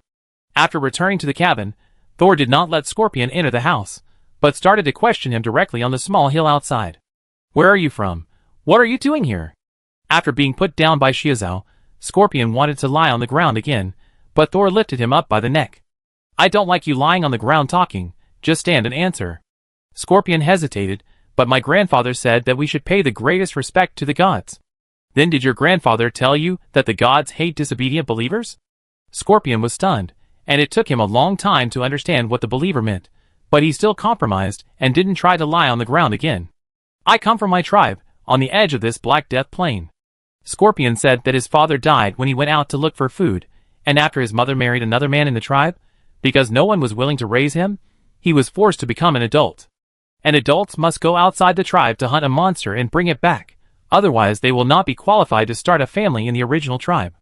But Scorpion's ability is not strong, and for various reasons, the people in the tribe did not help him complete the hunting. So he originally wanted to go a little deeper into the Black Death Plain and set a trap to catch a gold-eating rat, but he didn't expect to run too deep and attract the withered ghost vines, and was finally rescued by Noah, who was opening the map. Noah had never thought that the Black Desert, which had been so quiet that it could drive people crazy, would be so dangerous. Thor told Noah not to speak and maintain his persona. Where is your tribe? Scorpion looked back and said, It's not clear now, but I'd be able to see it clearly when the sun rises. My tribe is between two mountains, and it takes 12 days and nights to get here. Scorpion raised his hands, but his fingers were not enough, so he had to count the deformed hand at the coccyx. He almost lost count. Thor continued to ask, How many people are there in your tribe? Scorpion shook his head directly. I don't know, a lot.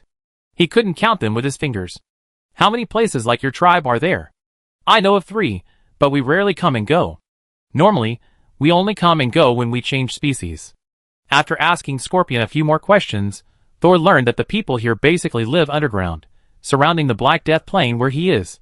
This Black Death Plain is very dangerous, but there are also many monsters. Some weak monsters are the food source for most people. However, few people enter the deepest part of the Black Death Plain, which is where Thor is. Because those who enter are either crazy or dead. Finally, Thor asked about Scorpion's third hand, which he was most interested in. Scorpion didn't think there was anything wrong with having such a hand. He just felt that his hand was too weak. Does everyone have a hand here? Scorpion felt that the god in front of him didn't seem to be as omniscient and omnipotent as his grandfather said. He held his third hand that seemed to be burnt. Are you talking about magic limbs? We all have them, but they look different. Some have wings like birds, and some have mouths like crocodiles. Every child has to plant magic limbs when they are born. Those who survive will have their own magic limbs, and those who die will be sold. What if you don't plant magic limbs?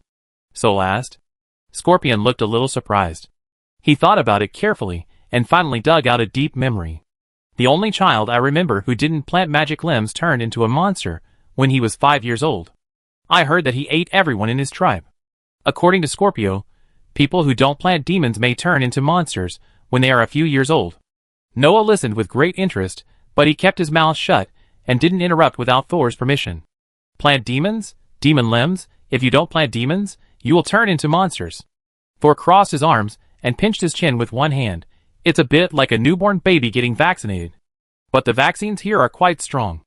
It sounds like the survival rate of vaccinations is not very high, and if you don't get vaccinated, you won't last for a few years. It should be related to the black fans everywhere in this world. Perhaps the people in this world have been studying black fans for a long time. Their research results may help me and my senior's energization formula. The result of the question was that Thor was more determined to explore this world in depth. But there is no rush now. Noah still needs time to grow, and he also needs to prepare for the promotion to the 3rd level. And after he becomes the 3rd level, it should be safer to explore this chaotic area in depth. Now let's simply get in touch with this world through Scorpion. Thor stretched out his hand to the deformed arm that Scorpion was holding in his arms. Let me take a look. Scorpion was a little nervous, but still controlled the burnt deformed arm to put it in Thor's palm. Thor's mental power went deep into it. Sure enough, there are black powders in the magic limbs, but they are slightly more active than the black powders underground. Thor asked Scorpion about the way to breed magic, and Scorpion told him the truth. You just said that your magic limbs are not strong. How do you compare them? Scorpion replied more carefully, my magic limb is just stronger, not very long, occasionally can be used for sneak attacks, but not as strong as others in the tribe. So my new father didn't want to raise me, so he lied and said I was an adult. In fact, I'm only 8 years old, 10 years away. Scorpion counted on his fingers, 2 years away. So this is what is called forced growth, lying about age. Soul nodded, suddenly raised his hand, and tapped Scorpion's deformed arm twice, then stretched out his arm, and tapped Scorpion's forehead. Scorpion was shocked, thinking that the god was going to attack him, and fell down. However, when he sat on the ground, he found that he was not dead or injured, but his scalp was a little itchy. Thor waved his hand again, and Scorpion, who was about to ask what happened, rolled his eyes and fainted. I planted a parasite in Scorpion's body. I will teach you how to control it later. You live here with Scorpion first, and unless you can perform level 1 witchcraft, don't rashly look for those tribes. Noah nodded repeatedly. When I have time, I will go to see those tribes first. For the time being, you should walk around the hut, and be careful of the monsters they talk about. Noah continued to nod obediently. Soul left him new magic crystals, and a few scrolls, and when the time came, he left the chaotic area. After Soul left, Noah, who had been obedient, suddenly looked at Scorpion. God? He smiled. They actually regarded the Minor as a god. What a backward and ignorant world. But it's not bad to let my mentor become a god. His eyes gradually became fanatical. The mentor wants to explore this world, but my power alone is too weak, and the mentor is very busy. Then I can assign this task to the believers. Then, this world will belong to the mentor. The mentor will become the real god of this world. Noah grinned, laughing extremely happily. Chapter 653. After one day, Thor restarted the Chaos Realm compass and returned to the Pure Spirit Wizard Tower. He suddenly went to the Chaos Realm to check if there was any new progress in Noah's exploration. Unexpectedly, he happened to save Noah and Scorpion this time. From Scorpion, Thor finally got a certain understanding of the existing civilization in the Chaos Realm. And he accidentally learned about the use of black powder by these people. The people in the Chaos Realm inject the purest black powder into babies, and some babies will mutate, so they have the capital to survive in the Chaos Realm, and those who don't have the devil will become monsters after a few years. This shows that although the black tide pollution in the Chaos Realm has degenerated into the form of black powder, it still has a subtle influence on people. Well, I have to check Noah's physical condition every time I go there in the future.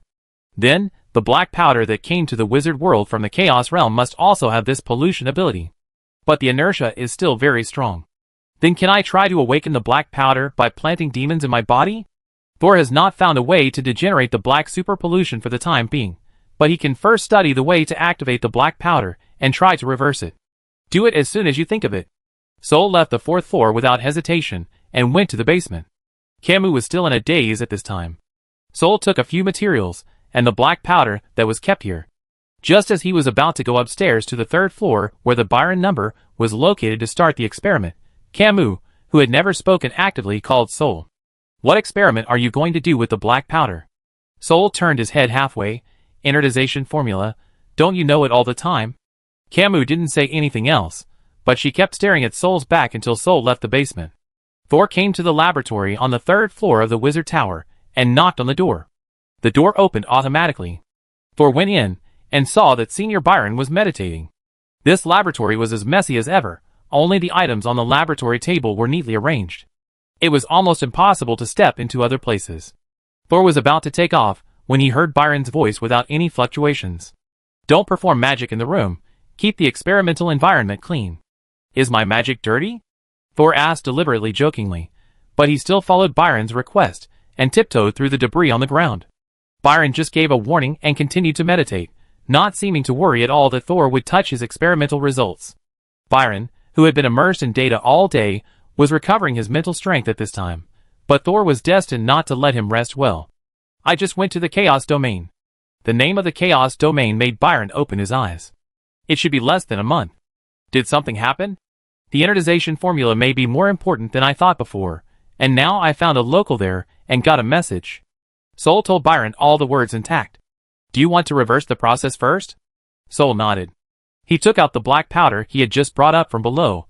I plan to choose to plant a demon myself to try. Byron got up from the ground and walked to Thor's side. Your environmental conditions are very different, and such experiments may not produce the same results. Thor nodded. He certainly knew the principle. Whether or not the demon can be successfully planted is not important. I mainly want to record the entire reaction process. Since black powder can cause babies to mutate, it must not be completely non-polluting. If we can find the reason why the pollution is effective, we can amplify it and make the inert black powder completely become the original black tide pollution. Byron continued very tacitly. Thor nodded. He immediately picked up the silver dagger on the experimental table. Is it sharp enough? Just relax your muscles. Thor lowered his head and cut the skin on his wrist with the silver blade. He said that blood vessels that can kill people should not be cut, that is, arteries should not be touched. Thor recalled the entire process of planting the demon, gathered all the magic power in his body, gently smeared a pinch of the purest black powder on the wound, and then wrapped it with a bandage. Originally, the tribe where Scorpion was located had to use blood-activating drugs to prevent the wound from healing too quickly. But Thor could naturally control his muscles and let the black penetrate into the blood vessels. Or you can make a syringe and inject the black powder directly into the vein. Sol quickly completed the entire demon planting process. During the period, due to the lack of some unique herbs and materials in the Chaos Domain, he relied on himself to control the reaction of his body. When the black powder entered his blood, it began to travel along the blood vessels. But it often did not travel long before it was blocked in a blood vessel somewhere. And the body's rejection reaction would also turn the blockage into an isolated small bag. There is a radiation reaction. Byron had already brought the test equipment and started to test the radiation on Thor's body. Because Thor carefully restrained his magic and mental power, the instrument accurately tested the radiation reaction near the wound. The reaction is very weak and continues to weaken. It disappeared. Byron, who was about to record it, straightened up helplessly. Because the radiation reaction on Thor's arm had completely disappeared. Sure enough, my resistance to the black tide pollution allowed the influence of the black powder to be quickly eliminated. Thor knew that this was the end of this first experiment. His skin turned gray and slightly transparent. Then some tiny black particles appeared on his forearm. Byron wanted to collect these black particles with a small brush and a bottle, but as soon as the slightly hard wolf hair comb swept over, the black powder turned into black smoke and disappeared. Your body not only resisted the influence of the black powder, but also eliminated the source of pollution. Byron threw the props at his hand back on the table, and then began to roll up his sleeves. You can't experiment with your body, so let me do it. Thor shook his head. Senior, don't forget where your skin comes from, and it's not experimental, okay? Byron's sleeves were rolled up for a moment, and then he put them down silently. He always ignores how special his body is now. I need some experimental subjects. Thor touched his arm. No one in the wizard tower has the characteristic of being ordinary. Byron nodded. You do preliminary data statistics first. I continue my experiment. Thor couldn't help but ask, Senior, how is your research on the anodization formula going? Byron smacked his lips. It should be almost done. But Byron didn't tell Thor about his specific experimental progress. Probably because he didn't know how long almost done meant. However, Thor, who had entrusted the laboratory to Byron with confidence, didn't expect that Byron said that the experiment was about to make a breakthrough, but something went wrong the next day. The next day, Thor was sitting on the thick ice of Rhine Lake using algae to fish for souls in it. Recently, the experiments and studies have consumed a lot of soul. Rhine Lake has not had any new deaths for a long time, and it is almost hollowed out by him. As soon as Shioza's head got into the ice, the pure white wizard tower behind Thor suddenly made a loud noise. It was as if a big hole was smashed in the wall. Even the ice layer where Thor was trembling, making a creepy groaning sound. Thor turned around, opened his mouth, and was shocked to find that his wizard tower was really smashed with a big hole. Behind the dark hole, Senior Byron, who still had his original appearance, suddenly exuded a dazzling charm. The ordinary facial features instantly possessed a terrifying charm that could not be looked away. Even Thor could not help but be distracted. After a moment of hesitation, he was about to step forward to check on Byron, but he suddenly jumped up. He jumped very high and far, and when he passed by the Rhine Lake, bang! He hit the ice. Chapter 654. Damn it! Soul's hand trembled, and he threw the algae in his hand onto the ice, and ran towards Byron, who was not far away from him. As soon as he took a step, Byron, who was lying on the ice, jumped up like a monkey, and then ran on the ice with his limbs like a monkey. He ran very fast. Soul saw that he could not catch up with him for the time being, so he whistled and called down the giant bird Daiuryu, who was scared by the sound just now. At the same time, Shioza also threw away the soul in his mouth and drilled out the tip of the tentacle from the ice hole. Catch him! Thor shouted. Although he had his back to Byron, he had realized what was wrong. Byron's mind must have been affected by something, causing him to have some mental problems now. However, considering that he knew how to fly with witchcraft at the beginning, as long as he was treated in time, the problem should not be serious. The first one to catch up was Daiuryu. Daiuryu flew over Byron, then stretched out his long beard and tried to tie Byron up. However, Byron, who seemed to be unconscious, was very flexible. He lowered his head, jumped high, moved left and right, and actually dodged the siege of 4 long beards with several difficult moves. But the dodging action also slowed him down, so Xiaozhao arrived immediately, opened his sharp-toothed mouth, then retracted his sharp teeth and bit Byron's robe. Byron was bitten and his whole body was thrown back, almost falling on the smooth ice. But he had a good balance, and after changing his center of gravity several times, he stood firm again. But the first thing he did after standing firm was to open his mouth wide, turn around and bite the tip of Xiuzao's tentacle. Xiuzao? ? Xiuzao's body has no sense of pain, so it can split and merge at will. However, when the ignorant Xiuzao was about to laugh at Byron for overestimating his own strength and compete with him in biting strength, he suddenly felt real pain. Shua! Xiuzao suddenly let go, opened his mouth wide, and stretched out his black tongue, shaking like a wave. It was like being bitten and hurt. Thor was a little surprised, but he reacted quickly. Xiuzao was not really in pain, but was affected by Byron's mental power. At this time, Thor, who was 3 meters away from Byron, exerted force on his feet, pounced, and pressed Byron, who was biting Xiuzao, to the ground. The moment Thor touched Byron, he also felt as if his neck was bitten by a huge beast. It was as if the muscles were torn and the bones were broken. It was as if the blood spurted out of the wound and shot up 3 meters high. But in Thor's vision, nothing happened. Who knew that no one was bitten? The sense of touch is seriously affected. Thor endured the pain and pressed Byron to the ground without changing his expression. Then, without looking at his face, he prepared to pick him up and run back. On the ice, Byron couldn't fly, and Thor couldn't treat him. And the consciousness space was still somewhat polluted, so he didn't dare to use it on Byron. He just wanted to run back to the wizard tower first, and then use his tentacles to absorb the pollution in Byron's body. As a result, Byron seemed to be very reluctant to return to the wizard tower and struggled violently. His head suddenly turned 180 degrees, his eyes were round, and his pupils shrank very small, looking very creepy. Thor wanted to turn his head away from the other party's sight at the first time. He knew too well how much influence Byron's possession of the elf skin would have on a person's mental strength. However, he still underestimated Byron's current strength. Xiaozhao, who was trying to help Thor tie Byron up, suddenly turned his head and tried to bite Thor. All the sharp teeth were stretched out, almost reflecting the sunlight. If he was bitten, one arm would probably be broken. It can even affect Xiaozhao? Thor let go of the hand holding Byron and hit Xiaozhao's jaw with a snap, sending it flying. Then he kept walking and prepared to go back. However, Xiaozhao was deeply affected. He turned his head, and bit Thor's face again before flying far. At this time, Byron twisted his body like a snake and broke free from Thor's other arm. Thor was distracted and was almost bitten by Shuza. He quickly turned his head and pressed Shuza's upper and lower jaws with both hands to pinch its mouth. When he looked back again, Byron ran away again. After leaving Byron's range of 3 meters, Shuza woke up and stopped struggling. Even its cracked mouth melted back into a tentacle.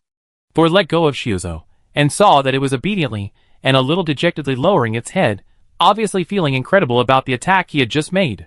And a little scared. Thor patted Shuzo's head. "You go back first. The influence of the senior's mental power is too strong, you can't stand it." After that, Thor continued to chase Byron. But this time he changed his mind. He wanted to wait until he ran out of the forbidden magic range of Rhine Lake before pinning him to the ground for treatment. If it really didn't work, he would have to keep him first even if he used the consciousness space. The no man's land is not a good place. There are many high-level wizards here, and there are even more dangerous areas. If you run out like this in a state of confusion, the end is most likely death. Byron ran out of the Rhine Lake first, but fortunately he seemed to have forgotten that he could fly, so he just kept running with his legs. At this moment, a strange aircraft with metal wings fixed on both sides fell from the sky. In the middle of the aircraft was a shuttle-shaped cabin, about the same size as a 2-passenger carriage. In midair, a gap opened on the aircraft cabin. Then, 2 people jumped down from above, one after the other. One was tall and thin, nearly 2 meters tall, with dark skin. The other was a little shorter, with only eyes left on his face, and no other facial features. When the 2 landed, they happened to meet Byron, who ran in front of him. "Is this the Pure Spirit Wizard Tower? Are you Thor?" the dark-skinned wizard asked. But Byron didn't pay any attention to him at all, and just wanted to run between the 2. The wizard, whose face was only a pair of eyes, turned his pupils, stared at Byron steadily, and suddenly attacked. A dozen pale arms suddenly stretched out from the ground beneath Byron's feet, grabbing Byron's calves one after another. Byron immediately fought back. Black light emerged from his hands, and his first reaction was to use this ball of light carrying death to kill the arm on the ground. The dark-skinned wizard smiled disdainfully. "We stopped you from talking, but you attacked us?" Then he raised his hand, and a ball of lightning quickly formed a spear in his palm, and then raised his hand and threw it towards Byron's back.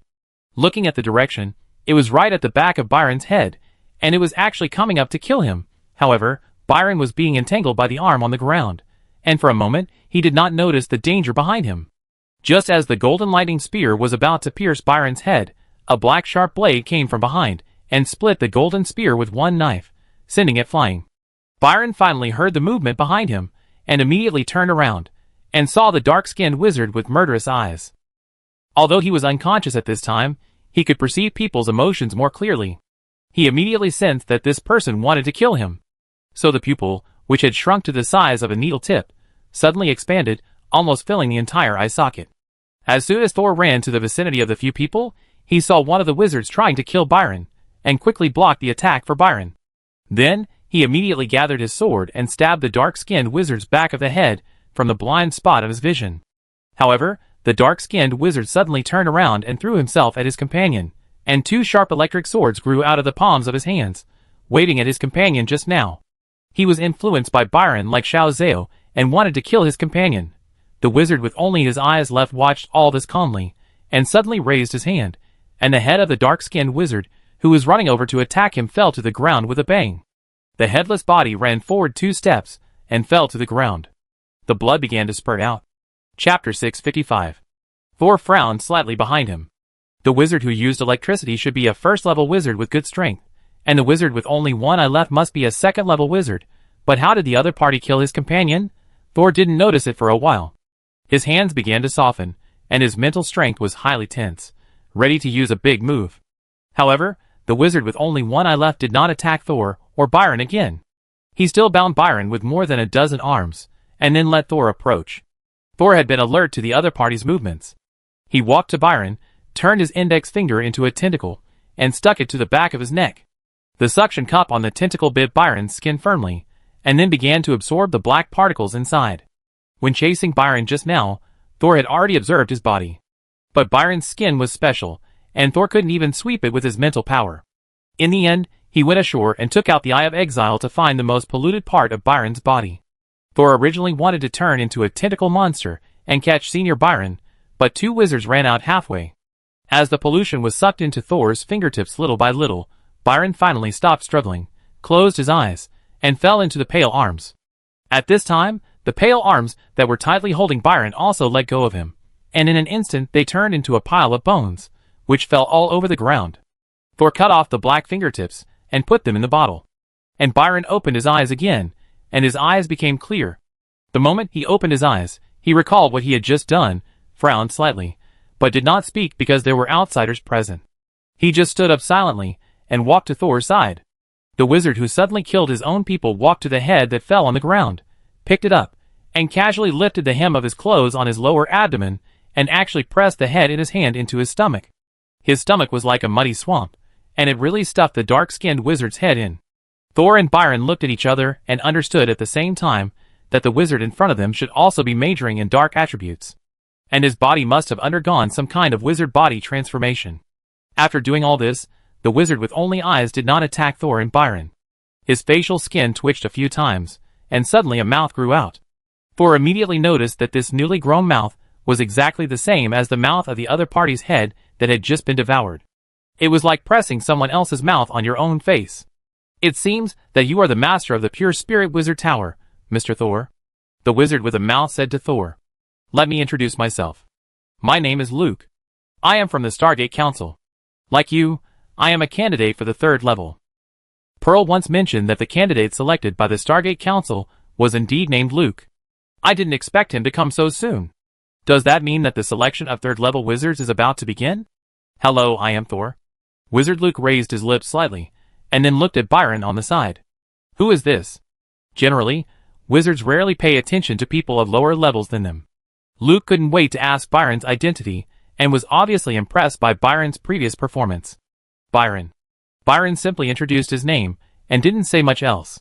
Luke's mouth continued to rise, gradually turning into a very strange V shape. Nice to meet you. I hope to have the opportunity to dissect you personally. Soul blinked slowly. Come on. Luke didn't understand what Soul was saying. It didn't seem to be a curse, but it didn't sound good. At this time, Soul looked to the other side, and suddenly said, Your Excellency has been watching for a long time. Don't you come out and chat with us? The air suddenly fluctuated, and a figure appeared. It was a short girl. She looked only about 1.3 meters tall, but she was very cute, and her skin was as delicate as a doll. Not only that, there were many features on her that looked more like a doll than a real person. For example, her skin was so white that it looked like it was dyed with paint, and there were faint traces of splicing on her neck, mouth, and other organs. But Thor's own mental feedback told him that the doll-like girl was a living person. When Luke saw the girl, he immediately looked at Thor, a little surprised. How did you find Corey? Although I don't want to admit it, Corey's mental concealment is really powerful. He looked at Corey again. I really want to cut open her brain and see. Oh, you want to dissect everyone you see? Soul rolled his eyes in his heart, but remained calm on the surface. Hello, Mr. Corey. Corey did not respond immediately, but mechanically walked between Thor and Luke, the three of them forming a triangle. She turned her head horizontally, looked at Thor, and then responded. Just like a puppet, when she spoke, her chin would separate from her upper jaw and move. You can call me Corey. I heard that you are Gorza's favorite apprentice. This question was asked. The mentor didn't say so himself. Corey turned his head back, looked straight ahead and said, I will watch you in the next selection. Don't embarrass Gorza. Is this what a competitor should say? And Corey kept saying Gorza on the left and Gorza on the right. Could it be that? My mentor already has a wife. Luke and Corey were both stunned. After a moment, Luke laughed, and then his stiff and twisted mouth suddenly fell to the ground, and his laughter immediately became dull. Corey frowned, and her eyebrows did move closer to the center. But the angle did not change at all. I admire him. He is a genius of the glorious family, you can't. Thor interrupted Corey unceremoniously. The honor of the mentor does not need others to maintain it, and similarly, my talent does not need others' recognition. Corey's eyebrows came closer. She seemed to not understand what Thor meant, but it seemed that she did not intend to argue with him. After meeting Thor and witnessing his flexible magic and strong and sharp mental power, Corey had achieved her goal. Then see you at the selection. Corey turned his back to the others and left. After walking for dozens of meters, a huge pumpkin carriage suddenly appeared on the empty grass in front of him. Corey's knees didn't move, and his whole body floated up. The door of the pumpkin carriage opened, and when Corey floated in, it closed automatically. The scene in front of him was like a doll sitting in a doll carriage. Is she the one originally chosen by the glorious family? Since we have already met, I will go back too, and look forward to the day of the competition. Luke picked up the mouth on the ground and pressed his chin back. Has the content of the competition been decided? Thor asked bluntly. Luke had already called the shuttle and shrugged. Who knows? Maybe when we don't know, the competition has already begun. Chapter 656. The Stargate Council did not play tricks on the content of the competition, or such an important selection cannot tolerate any water. Shortly after the three candidates met Ryan Lake for the first time, Miss Lucy, the representative of the Stargate Council in the borderless land, brought the decision of the speaker and the head of the Huiguang family and summoned the three candidates to the old manor near Ryan Lake. After the last incident, the old manor had been cleaned up many times by Herbert and Pearl, but they didn't find any clues about Clark's murderer. Although the murderer's mental power characteristics were located through backtracking and mental power detection, this kind of mental power is very rare. Based on his mental power characteristics alone, he can't match any known third-level wizard. Either he is a third-level wizard who has been hiding from the world, or the other party has deliberately concealed his original mental power characteristics. But the second method is very difficult. In Thor's opinion, it is like a complete blood transfusion. Therefore, he was very sure that his powerful and unique mentor was preparing to cause trouble again.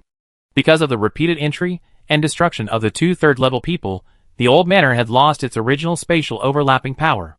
The inside was severely damaged.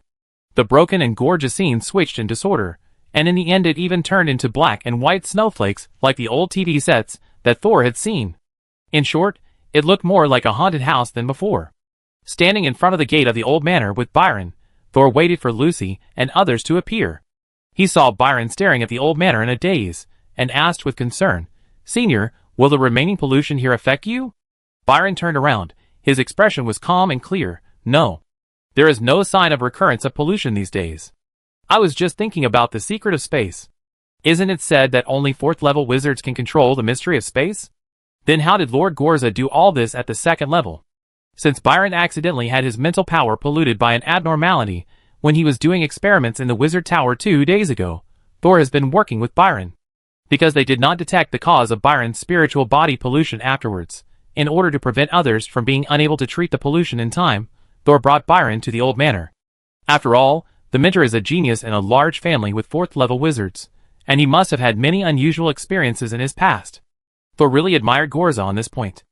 Now he accidentally obtained the method to open the chaotic domain, and has traveled through space several times, and even arranged a short-distance space teleportation array by himself, but he still didn't know how to cross the dimension of space as easily as the mentor. However, although he didn't know how to travel through space, after the last conversation and what Mentor Gorza took from him, Thor vaguely guessed what Gorza wanted to do. No wonder he looked down on the Tribunal and the Stargate Council in his words. It turned out that he wanted to do such a crazy thing. I just don't know if he can succeed in the end. Thor and Byron stood there for a while, and then saw a pumpkin carriage from a fairy tale gradually appearing from the transparency. The carriage slowly stopped in front of the two, the door opened automatically, and the emerald green vines automatically woven into steps. The doll-like wizard Corey got off the pumpkin carriage. He was still as stiff as a piece of wood when he moved. This time, perhaps because the selection officially began, Corey and Soul did not greet each other, but nodded to each other as a polite greeting. After a few minutes, the shuttle that Luke was riding fell from the sky. And Luke still jumped directly from midair. He was also accompanied by a first-level wizard, but when he got closer, Soul and Byron discovered that the first-level wizard was still the dark-skinned wizard. Even the scar on his neck was still there, which was messily sewn up with black thread, with the skin and flesh tangled, and some subcutaneous tissue still exposed, but it seemed to no longer affect the dark-skinned wizard's movements. And the shape of his mouth was a little wrinkled, as if it had been twisted and forcibly ironed. "See you again." Luke still had only a pair of eyes on his face, but when he approached, he took out a bloody mouth from his pocket and put it where the mouth should be. It was just pasted casually, and the mouth was a little crooked. Seeing Thor notice the first-level wizard behind him, Luke's voice was more proud. "Kafka is my assistant, very useful, and I have always been reluctant to let him die. So I had to spend some effort to revive him." The dark-skinned Kafka is Luke's subordinate, and Thor can't directly use his mental power to check. But from the fearful look in Kafka's eyes, when he looked at Byron, he might really be the wizard, who was confused by Byron and attacked Luke in confusion. Resurrection? Corey walked over with a stiff step and walked to Kafka without any courtesy, as if he wanted to test the other party's authenticity with his hand. Please feel free. Luke didn't seem to care about Corey's direct test. It's just a resurrection experiment. It's not that difficult. Is he reflecting on Mentor Gorza? Thor heard it, but he was not angry. Gorza's resurrection experiment was no longer a secret when the Wizard Tower rebelled. It's normal for the core personnel of these major forces to know. I think Gorza wouldn't care about other people's comments. But Corey's temperament suddenly turned cold. She understood, and seemed to really admire Gorza. But before the atmosphere got worse, Miss Lucy had already walked out of the old manor. She had a blank expression on her face, and looked much cooler than the last time they separated. She was still wearing a gorgeous neutral lady's dress, and under her long trousers were a pair of silk high heels that only appeared at court balls. Today, I invited you all here to announce the content of your selection as candidates for the third-level wizard. Lucy didn't waste any words. She didn't even greet a few people politely. To become a third level in the Borderlands, you must be able to adapt to the environment here better than others. So the most survivable among you can get the support of the Stargate Council and the Borderlands to help you completely open the door in your body. The mouth on Luke's face began to twist and deform again, as if the temporary organ could not adapt to his face and would be scrapped after a while.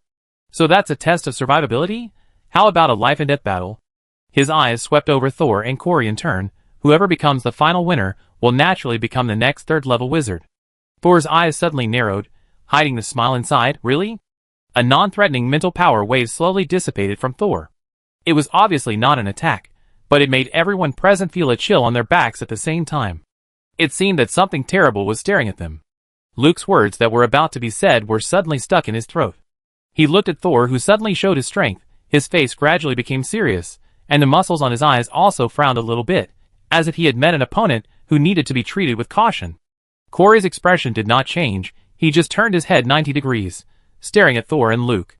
It seemed that as long as Miss Lucy said yes, the three of them would have no scruples, and immediately start a life-and-death duel until only one of the three could stand. But Lucy sneered, "Are you a group of beasts who only know how to fight? Real wizards compete with their brains." Chapter 657. As soon as Lucy finished speaking, Thor put away his momentum. He didn't think that the powerful second-level wizards selected by the Stargate Council were meant to kill each other. That was a stupid waste. However, Luke had secretly provoked Thor several times, and Thor would not ignore it. Anyway, if they really wanted to kill someone, he would definitely be the one who survived to the end. No matter what these people had, as long as Thor opened the consciousness battlefield, none of them could escape. What's more, he is now a second-level wizard. Although he is not sure that he can use the consciousness battlefield to imprison third-level wizards, it is no problem to deal with wizards of the same level. Corey's eyes returned to dullness, only Luke still looked a little stiff. Lucy was quite satisfied with the effect of her warning, and the coldness on her face dissipated a little. She raised her hand, and suddenly 3 floating magic scrolls appeared in her palm. Each scroll had an exquisite seal with golden lines on it. This is the witchcraft array designed by the Stargate Council to suppress the Eye of the Storm, the Ice Lock. But for various reasons, the design has not been completed. If any of you can complete the design of the array and improve your own strength to the extent that you can loosen the gate in your body, you will win this election. Stargate will provide all the human and material resources needed for promotion, and help you completely open the door in your body. None of the 3 candidates reacted much to Lucy's words. Obviously, not only Thor, but the others also knew the reward for successful selection before coming here. But I didn't expect that the selection condition was to study witchcraft arrays. Luke replaced his mouth with a new one, and threw the old one to Kafka beside him. Kafka took the mouth and swallowed it with a cool sound, like a beast that had been hungry for a long time. Luke's resurrection has serious side effects. Soul saw this, and shook his head in his heart. He can't compare with his mentor at all. The design and improvement of the witchcraft array are measured in years. Is it inappropriate to use this as a selection condition? Luke said with a new mouth. Lucy turned her head to look at him. If you feel that you can't complete the design and improvement of the Ice Lock array within a year, then you can withdraw from the selection. Luke immediately narrowed his eyes, obviously unhappy with Lucy's words and her attitude. Corey still showed no emotion. Thor touched his chin, seemingly thinking about how to complete the task as quickly as possible, but he was thinking strangely in his heart. It's not my illusion. Lucy really doesn't like this selection. Is she dissatisfied with the selection of the third level, or dissatisfied with us candidates? A smile flashed in Thor's eyes. He did not ignore that Lucy was also a second-level wizard, and had been hovering at the second level for a long time. If she was really the eldest daughter of the Stargate Council, maybe she would not care about the opportunity to be promoted to the third level this time. But she is just an artificial person, and Stargate Speaker Alec may not be willing to give her so many resources for promotion, and relying on herself. Thor really didn't see how powerful this young lady's talent was. If one of us can loosen the door in the body at the same time, and complete the design of the ice lock array, what will happen? Thor asked.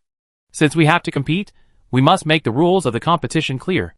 If two people come to hand in the array at the same time, or the time they come to the old manor is no more than 1 day, then the advantages and disadvantages of the two people's array designs will be compared.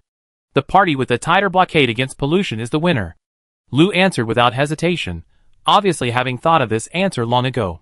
From what you mean? Luke has regained his composure at this time. We don't need to conduct research in the same place. Then how can you ensure that the candidates will not cheat and ask for help from others? Sol thought to himself, even if I am locked up with you, you will not find me asking for help from others. I never said you can't ask for help from others. Lucy gave an unexpected answer. Your knowledge and connections are also a test of you. After all, we don't want new third-level wizards to have to fight alone when they need to. We don't want a powerful third-level wizard. We want someone who can quickly stand up and solve problems when problems arise in the no man's land. If any of you can invite a fifth-level wizard, the Stargate Council will have no problem promoting you to elders, let alone the third level. Seeing that no one had any other questions to ask, Lucy handed the 3 scrolls in her hand to the 3 people. After Thor took the scroll in his hand, he was still staring at Lucy, and saw that her eyes also stayed on the scroll. Sure enough, she actually wants to be one of the candidates. Thor silently put away the scroll, called Byron, and the two flew away together on the giant bird Dyudiu. Standing on the back of the bird, Byron first unfolded the ice lock scroll. Although this was a question given by the Stargate Council to several second-level wizards, Byron had enough basic knowledge and could still understand the question. This ice lock array has the same solution idea as the innertization formula we are studying now. Thor looked over and nodded. It also reduces the activity of the black tide pollution. But they want to freeze it, while we want to deactivate it, which is a little worse. Byron was not proud of this. If we didn't have the deactivated black powder in our hands, I'm afraid we wouldn't have thought of this level, and even if we did, we would have no idea. This array is said to be unfinished, but in fact it only has a general framework idea. Thor chuckled and stopped looking at the scroll. The Stargate Council has found 3 free laborers to help them find a new way to seal the Eye of the Storm. Even if we all fail in the end, they can temporarily send a third level to guard the unclaimed land until the problem of the Eye of the Storm is solved. Byron slowly rolled up the scroll of the magic circle and said in a faint voice, but they don't know that we are also studying similar problems. Although this magic circle only has a framework, it provides us with a new way to solve the problem. I have a new idea for solving a difficult problem that I'm stuck on. Sol smiled, raised his hand, and patted Dyudiu under him, then let speed back. The pale yellow giant bird drew a graceful arc in the sky. The shuttle came on time to pick up his master. The pumpkin carriage disappeared on the road. Only Lucy was left standing quietly in front of the gate of the old manor. Her beautiful eyes were slightly lowered, looking at the ground in front of her, and I don't know what she was thinking. About 10 minutes later, the 3 candidates had walked to a place far away that could not be seen, and another person slowly walked out of the old manor. He had a smile on his face, walked casually, and had a small silver harp hooked between his middle and ring fingers. It doesn't feel good to give away an opportunity with your own hands, right? Lucy suddenly turned back, and the coldness on her face disappeared, gradually turning into a stubborn expression that was wronged but could not be revealed. You don't know the situation, don't talk nonsense. If it was before, Lucy might have hit him directly, but now that she was familiar with Kismet, she found that although this person was frivolous and sometimes talked nonsense, he was careful and always took care of her emotions inadvertently. In addition, he was beaten to death by Ophelia last time. If Lucy hadn't seen him, he might have died in this dangerous manner. This made Lucy reluctant to beat him. I'm not talking nonsense. I saw clearly these days that you waited for another day after getting the scroll before calling everyone over. In fact, you didn't want to give up this opportunity to be promoted to the 3rd level, right? Kismet's index finger slid lightly on the strings, making a subtle and long sound. In fact, you also want to be a candidate, right? This is easy. I can help you kill one of them. Wouldn't the position of the candidate be vacant? Kismet continued to approach, and his breath had already hit the woman's forehead. Who do you want to die? Luke? Corey? Or Thor? Chapter 658. Lucy lowered her head slightly, feeling Kismet's breath blowing on her hair, as if the tranquil lake in her heart was also disturbed by it. Kismet looked at Lucy, who was close to him, but motionless, and the corners of his mouth slowly curved up. Just as he was about to say something, Lucy suddenly raised her hand and slapped him in the chest. Kismet immediately lost his balance and took 2 steps back. Humph, you can't even stand steadily now. Who do you want to kill? It's almost like going to die. Lucy didn't use magic just now, but her power was a little stronger. Kismet rubbed his chest, but his smile became more and more obvious. Lucy didn't want to see his smiling face anymore, so she turned around and walked towards the old manor. But Kismet shouted behind her, I'm not kidding. Anyway, if there is such a rare opportunity in front of me, I will definitely try my best to fight for it. Lucy didn't look back or say anything, and her figure disappeared in the manor. The smile on Kismet's face gradually disappeared, but the light in his eyes became brighter. Gold, he murmured softly. The wizard array that can seal the Eye of the Storm is destined to be a sorcery achievement that can be easily researched. When Thor and other 3 candidates were concentrating on their research, other high-level wizards in this world were not idle either. The Glow family is located on a world side attached to the edge of the wizard world. Originally, there were several such world sides, but after the appearance of the Eye of the Abyss, the wizard's inheritance was almost cut off, and many world sides also lost contact due to the shock of the main world. The reason why the world side of the glowing family can be preserved to this day is largely because they once had an ancestor who was a 5th level wizard, and the 4th level wizard inheritance that has never been interrupted from the Dark Moon era to the New Moon era. Although the patriarch of this generation of the glowing family serves as an elder of the Stargate Council, he rarely leaves the world side of the glowing family. This is to maintain the connection between the world side and the main world. However, today, Norton, the head of the glowing family, rarely left the world side, because a 4th level wizard personally invited him to meet. This wizard is the head of the Court of Arbitration, the 4th level wizard Flim, who is known as Where There Is Light, There Is Him. The place where the 2 wizards chose to meet is also very special. It is the Wall of Sighs in the far north of the state continent. For 4th level wizards, spatial distance is no longer a problem that restricts them. It only takes a few minutes to cross the continent. So when Norton appeared at the highest point of the Wall of Sighs, the candles around him swayed a few times, and Flem's figure appeared above. Unlike Norton, who looked like a child, Flem was not in human form, but a ball of light. After the ball of light appeared, the candles around dimmed a few degrees. Norton, in the form of a child, sat directly on the wall, looking down at the endless waves under his feet, and the black wall that seemed to never collapse. His little feet dangled, as carefree as a real child. And the light above his head just hung quietly above, as if it was meant to illuminate him. They hadn't started talking yet, because they were also waiting for someone. It's really rare to see both of you come out at the same time. Could it be that the Tribunal and the Stargate Council are going to officially go to war? An old man with white hair and a white beard that had grown to his knees slowly walked up the stairs behind the city wall, leaning on a black skull staff. Although the old wizard had white hair and beard, his skin was ruddy, and there were not many wrinkles on his face. He looked no more than 50 years old. But he was the oldest wizard present. Mr. Murphy. Even though Norton and Flem, both 4th level wizards, are currently at the top level in the world, they are respectful and polite when facing Murphy. If it weren't for the fact that the wizard Murphy in front of him had concentrated all his knowledge and power into the Wall of Sighs under his feet, the state continent would have been swallowed by the Eye of the Abyss long ago. So even though both of them are overlords, they will not be rude in front of the wizard Murphy. And Flem decided to set the agreed location here, and he was sure that Norton would not dare to play tricks in this place. Facing a dying 4th level warrior whose body and soul have already begun to have problems, Flem will never allow himself to be exchanged for one. Excuse me, Mr. Murphy, I want to borrow your place to talk to Norton about something. The light ball made a low voice in the air.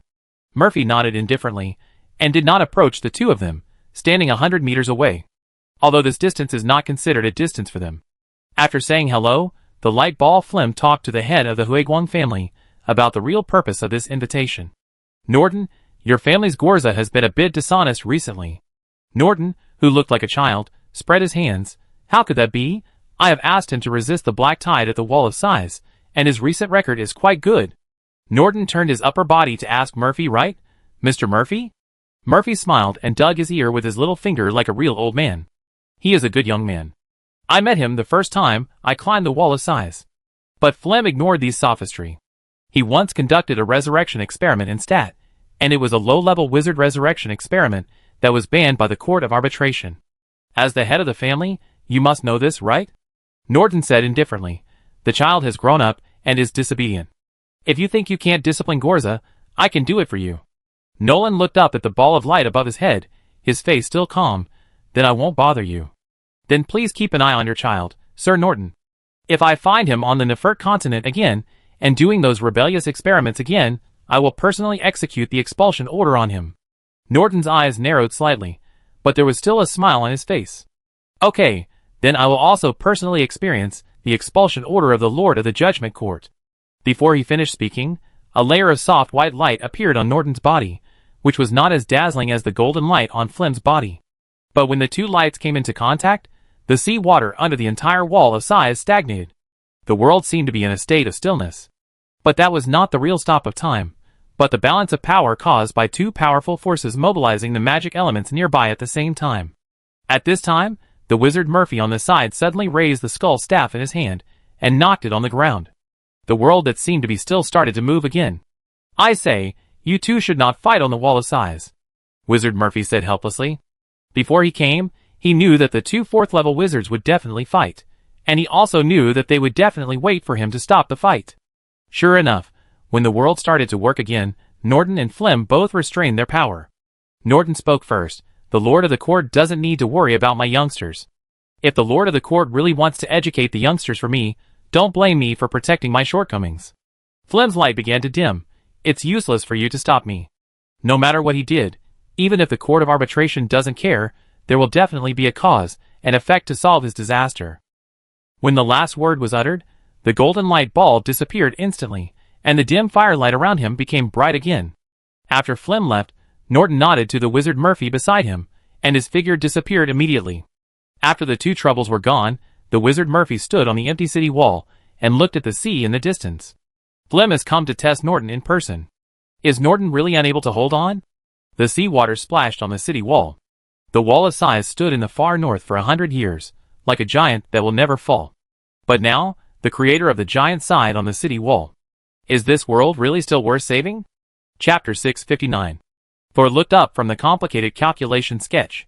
It had been almost 3 months since he got the design scroll of the ice lock array. The wizard tower also welcomed the first snow of this winter in early December. Because he liked to see the snow scene, Thor asked the wizard tower to turn a whole wall into a floor-to-ceiling window. Whenever his brain was stiff due to high-speed operation, Thor would look outside and be in a daze for a while. While in a daze, Thor saw two small black dots approaching Rhine, laid quickly in the white snow.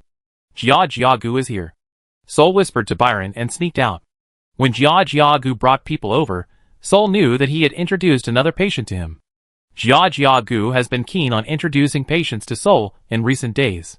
He brings one person almost every month. I don't know how he did it, and how he made so many formal wizards willing to believe in Sol. After all, Sol's treatment requires the use of mental power to scan the person being treated to determine the location of the pollution source. If the source of pollution is very hidden, Thor even needs to do experiments to find the source of pollution. This is equivalent to asking a wizard to entrust his safety to a stranger. Not everyone has the courage that Gagaga had at the beginning.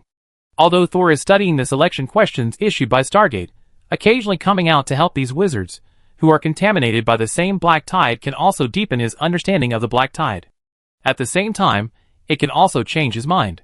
He quickly used the giant bird Diudia to take the two into the wizard tower, and then Gagaga followed the butler Hope to trade. Thor took the patient to the 3rd floor. May I ask your name? Thor skillfully put on a white wizard robe.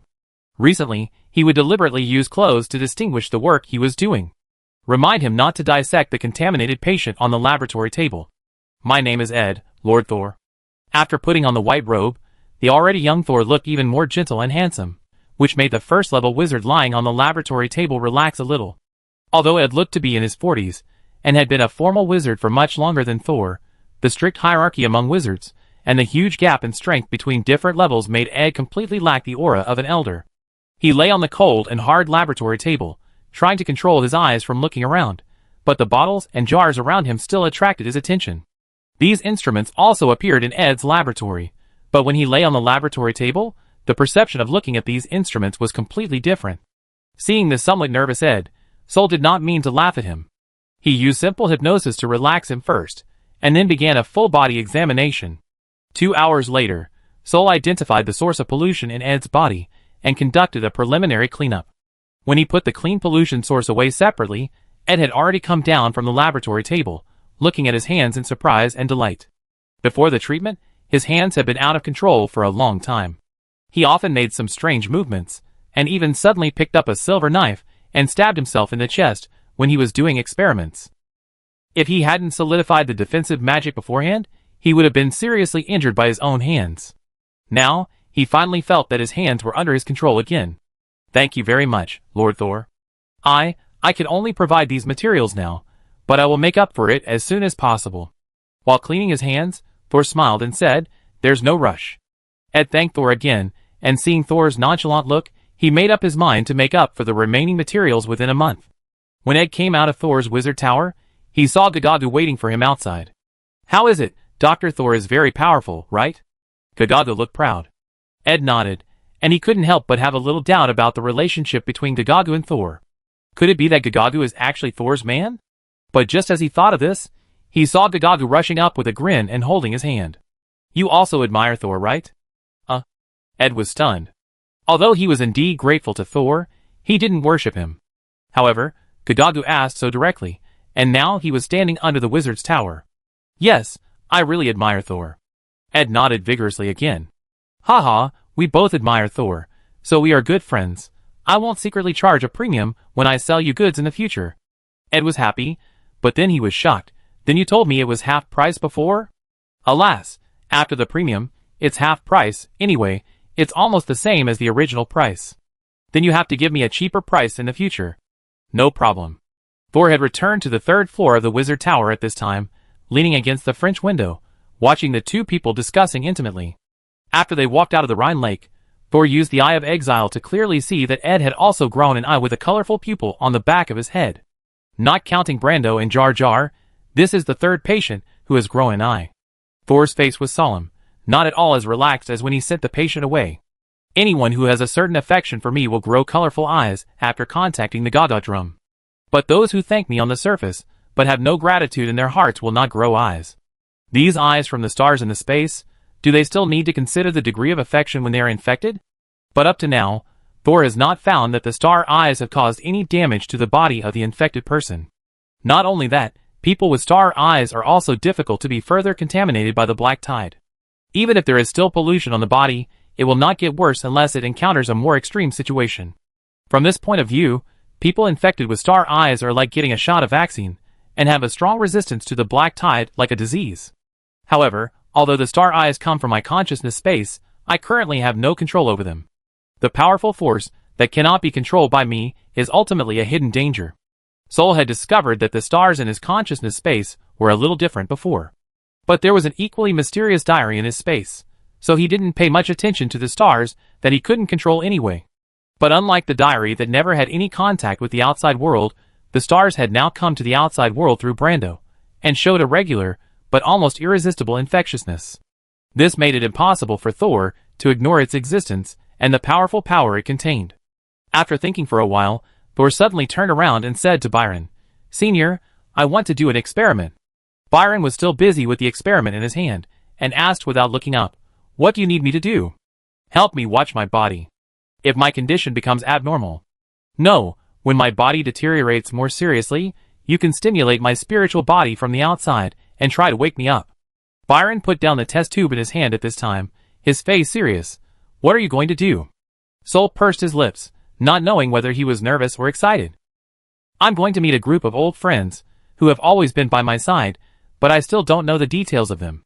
Chapter 660. Thor did not choose to enter the consciousness space on his mushroom bed, because what he was going to do this time was somewhat dangerous, so for convenience, he laid down on the laboratory table where Ed had just been lying. The hard and cold laboratory table shocked Thor's spirit, and at the same time, the uncomfortable posture made his mind clearer, and he knew what to do next. He turned his head to look at Byron and several consciousness bodies, who came over after hearing the sound. Then, "I'm going to start." Aga frowned, and crawled to Thor's side. "Master, let me go in with you." Thor didn't agree. If Morton hadn't built a consciousness, I would have wanted him to come out too. Xing won't hold back on you. I go and see first. If there's no danger, I let you in. After saying that, Thor didn't give them a chance to ask and closed his eyes directly. Byron, who was standing by, was confused, but since Thor didn't explain, he didn't ask, but silently prepared all the potions and witchcraft scrolls that would help people wake up. Thor wanted to talk to the stars in his consciousness space. This was his first attempt at communication. He didn't know if he could succeed, but fortunately, when he had this idea, the diary did not issue a death warning.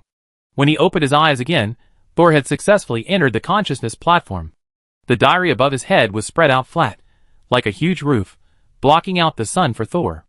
And above and below the platform, in the far and dark places, countless stars were twinkling. It was as if he was in the universe. When I first came in, I thought you were the product of my imagination. Later, I gradually discovered your specialness. You can make the first-level wizard die unclearly, and you can easily pollute the second-level wizards without them noticing. Thor raised his head and tried to communicate with the stars around him. Although I don't know what power you represent, since you have been helping me, I didn't pursue it. Or I subconsciously thought that you were harmless to me. Just like thinking that your own hands will not strangle you to death. The stars around were still twinkling, and the frequency was slightly faster, just like Thor could vaguely feel the slightly faster heartbeat in his body.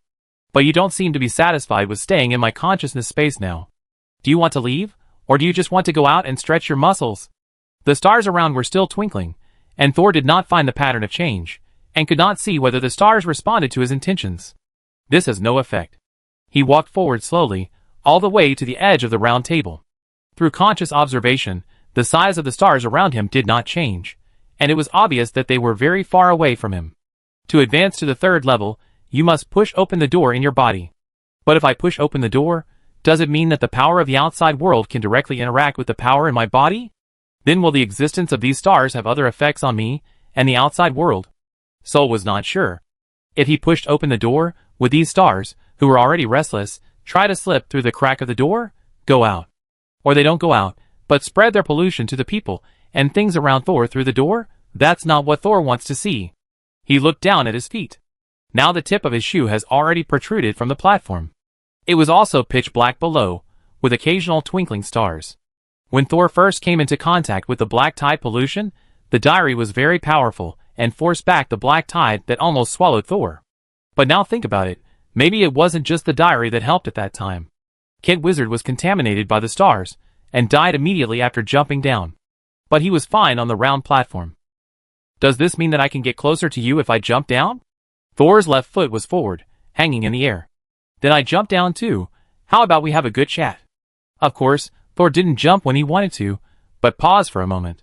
Then, not surprisingly, he saw a string of words appear in the diary above. November 27th, 319 of the new moon calendar, you choose to be willful and get closer to the truth. But you don't have the ability to accept the truth. But the truth still loves you. Even if your consciousness has been annihilated, they will command your good friends to take care of your soul that has nowhere to go, and your body that does whatever you want. TSK. Soul smacked his lips, then immediately retracted his left foot and took 3 steps back. He looked at the stars around him and did not give up. Since I will die in the past, can you come over and have a good chat? Suddenly thinking of something, Soul quickly added, by the way, please control your strength when you come over, don't be annihilated again like I did in the past. The stars around him still didn't respond. Still unable to communicate? Thor frowned. This is his consciousness space, other forces cannot enter, only mental power can affect here. So Thor chose to have a direct conversation that seemed a bit silly. This is actually him trying to communicate with the stars with his spirit and consciousness.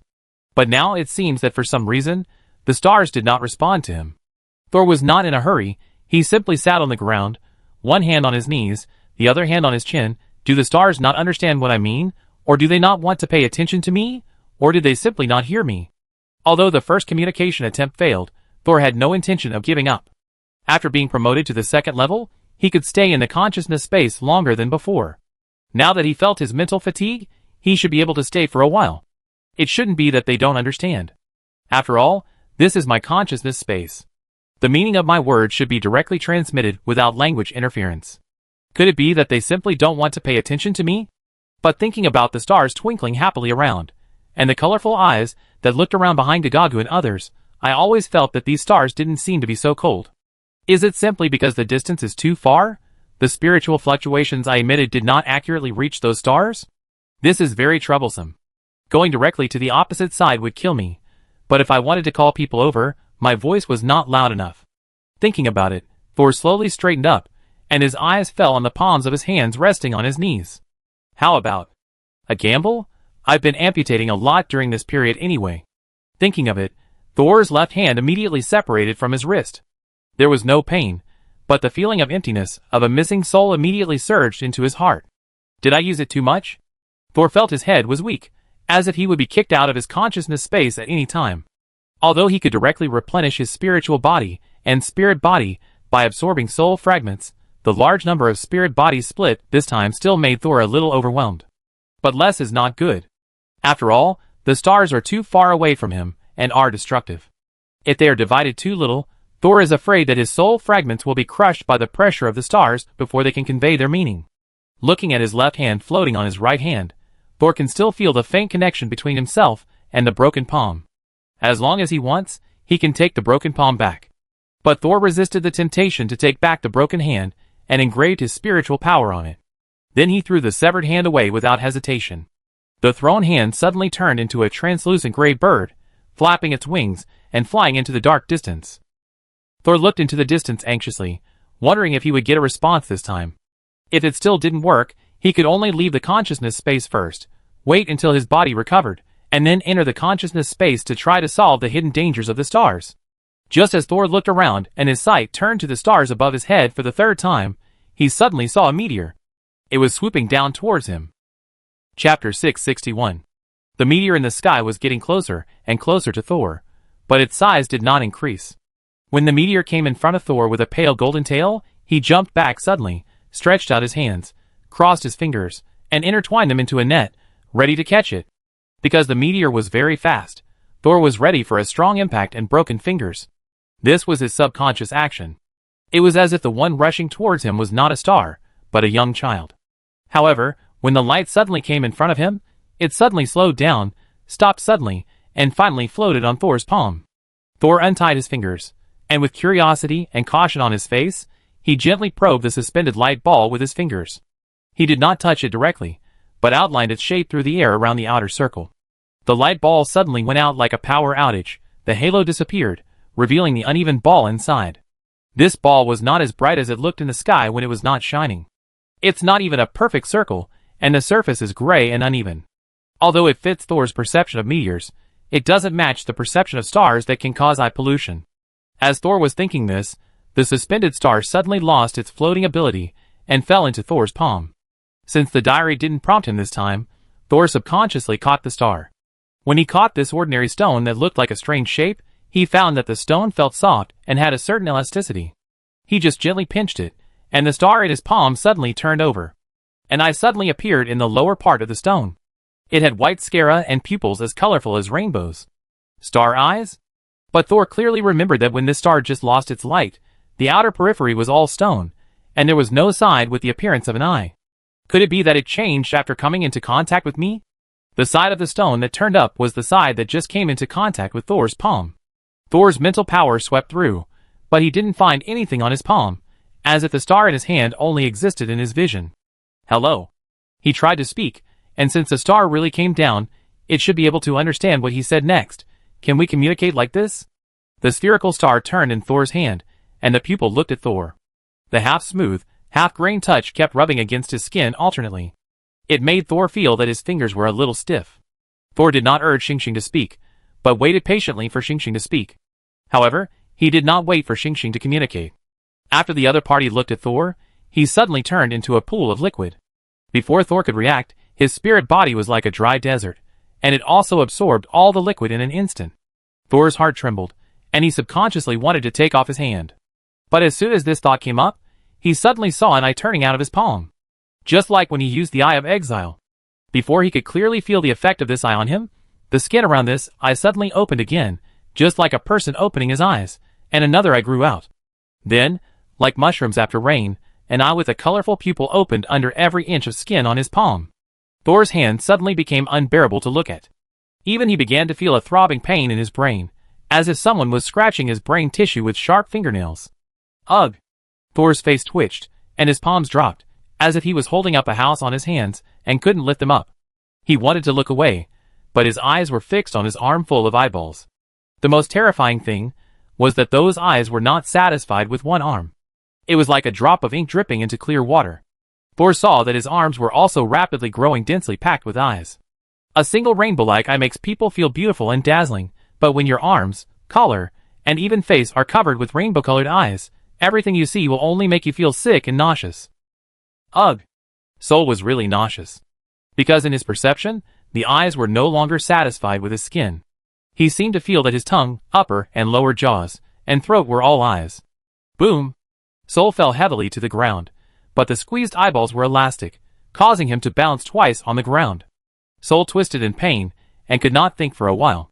While twitching, he seemed to hear the sound of balls colliding in his brain, and in an instant, half of Kong Shaw's face flashed before his eyes. But he was no longer able to think too much, and could only try to open his eyes in this state of subverting cognition.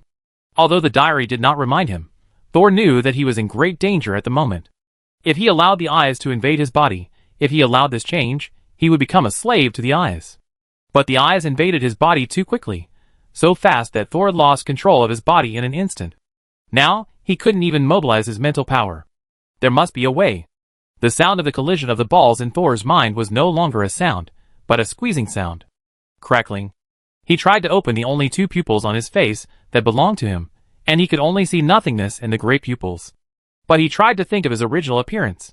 He sketched his appearance from head to toe, presenting Thor, who was only 17 years old but was already a second-level wizard, and gradually had the demeanor of a strong man. This is me. Then another figure appeared in his mind. He was a man in his 30s, who looked ordinary but had a very kind temperament. This is me too. Thor blinked his eyelids. Although the appearance has changed. But both of them are me. Both of them are me. Thor gradually calmed down.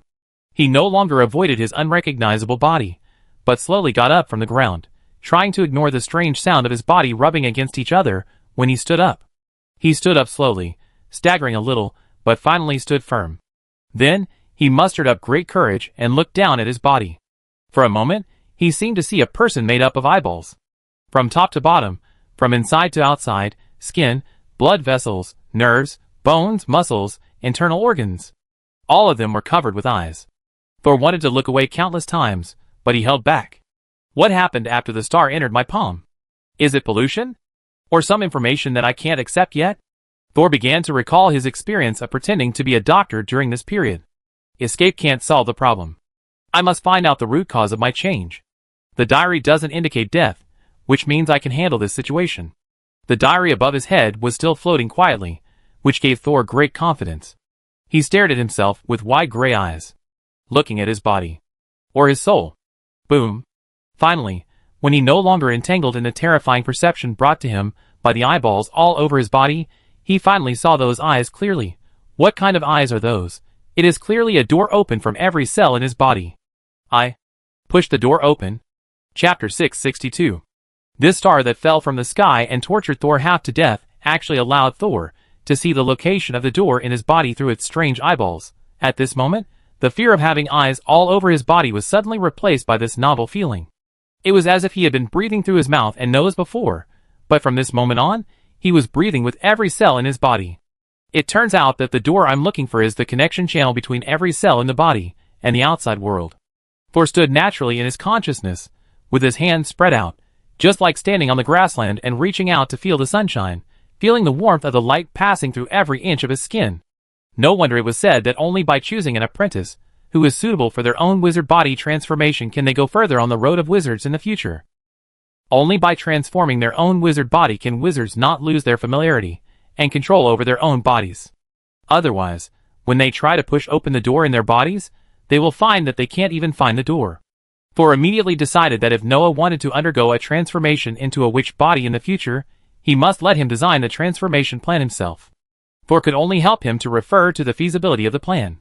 However, Noah's situation is special, and I don't know if he can grow up to the day when he can undergo a witch body transformation. The warm feeling like the sun gradually intensified, making Thor almost forget that he was in the consciousness space. He pushed open the door in his body for the first time, but it was also a special period when the consciousness and body were separated.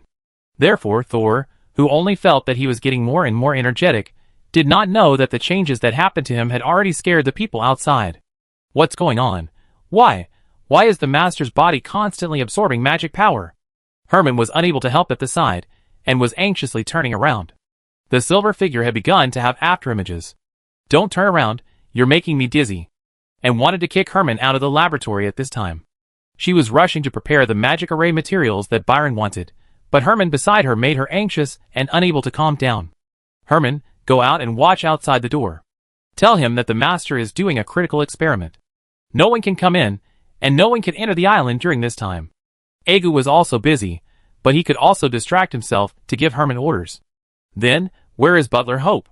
Herman didn't know why he asked this question. Egu raised his head slightly, and looked at him firmly. No one can come in during this time, including Butler Hope. Herman became more and more uneasy. He knew that Egu did not distrust Hope, but for the safety of his master, he could only take precautions. But it was this precautionary attitude that made him even more uneasy. But Herman was also a man who had experienced the world after all. Although he acted flustered in front of an Egu, when he pushed open the door and walked out of the laboratory, the panic on his face turned into calmness in an instant. He even deliberately showed a dissatisfied expression, crossed his arms, and tiptoed, as if he was kicked out to watch the door because of a mistake. And an Egu in the room also felt relieved after Herman went out to guard the door, and then they lowered their heads to continue doing their work. Egu was setting up a ceiling array at a very fast speed, and was told a lot of things by Byron, and he was so busy that he transformed into a bunch of spider legs to use as hands. The reason why they were flustered just now, and are so anxious now, is all because of Thor.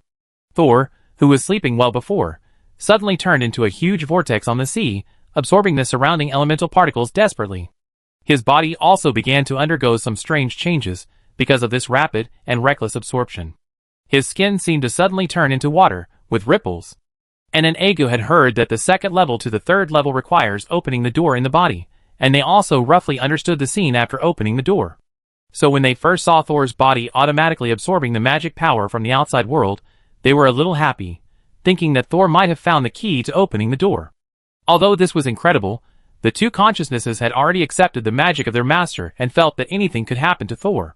But soon, they found that Thor's absorption of external magic power was so extreme that he didn't care about the quality of the magic power, and his body was becoming more and more abnormal. Not only were the dark attribute particles absorbed quickly, but even other elemental particles that were not suitable for Thor to absorb in large quantities were also pulled into his body. He even began to swell. Although his body was already overloaded, it continued to absorb external magic power. What was even more terrifying was that although the Pure Spirit Wizard Tower was located in the middle of the Rhine Lake, there were still a small amount of impurities and pollution floating in the air. Normally, if they were careful during meditation, they could avoid inhaling these small amounts of impurities, but now Thor was inhaling them all without a care. If this continued, before Thor could find a shortcut to the third level by opening the door, he would be blown up by the elemental particles and pollutants from the outside world. However, when they realized that something was wrong, they found that they couldn't wake Thor up.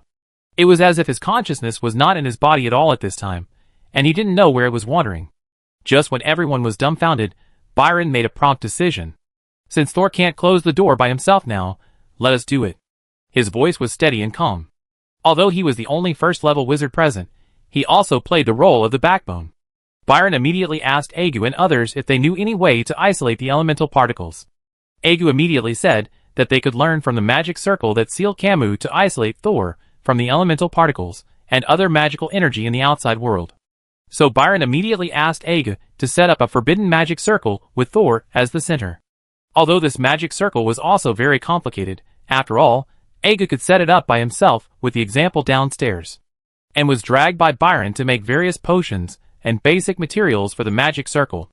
Byron was naturally not idle. He moved a lot of bottles and jars from the original laboratory table and started to tinker with them. It seemed that they were what he was experimenting with before.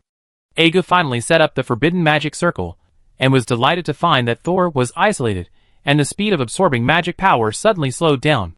But at the same time, he also found that the suction force in Thor's body did not weaken due to the lack of magic power around him. On the contrary, when he found that there was nothing to absorb, The intensity of absorption increased. The wizard's magic circle, which was barely arranged, immediately became precarious and might not last long. The master's condition is not right. The sealing magic power cannot stop him from absorbing the outside world. At this moment, a wisp of misty black smoke suddenly floated in front of Agu's eyes. It was as thin as a veil, but it was impossible to ignore its existence. When Agu followed the smoke, he found that the smoke came from the cabinet in the corner of the laboratory. Agu remembered that those cabinets should store some of the black pollution sources that Thor extracted from other people's bodies. The black smoke at this location came out of the cabinet and floated all the way to the outside of the forbidden magic circle. Then, as if there was no obstruction, it drilled into the magic circle, and then, like a fallen leaf swept away by a vortex on the water's surface, it slurped and entered Thor's body at an accelerated speed. Agu couldn't even stop it. Black tide pollution. Entering the master's body. Should be okay, right? At this time, even the knowledgeable Agu was a little at a loss. Chapter 663. Agu, who followed Thor and watched him build the spirit purifier tower, naturally knew that Thor could absorb the black tide pollution in other people's bodies through his own spirit. However, even Thor accidentally fell into a coma after absorbing the pollution for the first time, and was even captured by Peyer, who was still an old witch at the time. After that, every time Thor helped someone absorb the pollution source, he would intercept the polluted spirit separately and keep it strictly. He would not actually absorb the pollution source into his own body. But now, the strong attraction generated by his body can make the black tide pollution ignore the isolation and the forbidden magic circle, and directly turn into black smoke and enter Thor's body. Thor is absorbing the black tide pollution. Agu was so anxious that he even forgot to call Thor Master, and, who had been busy preparing materials with his head down, suddenly looked up. How could he absorb pollution? It may be that the forbidden magic circle isolated the elemental particles inside, so he began to absorb the rest of the unconfined things. Anne's eyes flashed fiercely, then destroy the confinement array. Wait a minute. But Byron stopped him. Even if you destroy the confinement array now, you can't stop Thor from absorbing the black tide pollution. He exhaled, picked up a dozen bottles of potions he had just prepared, and walked directly into the isolation array.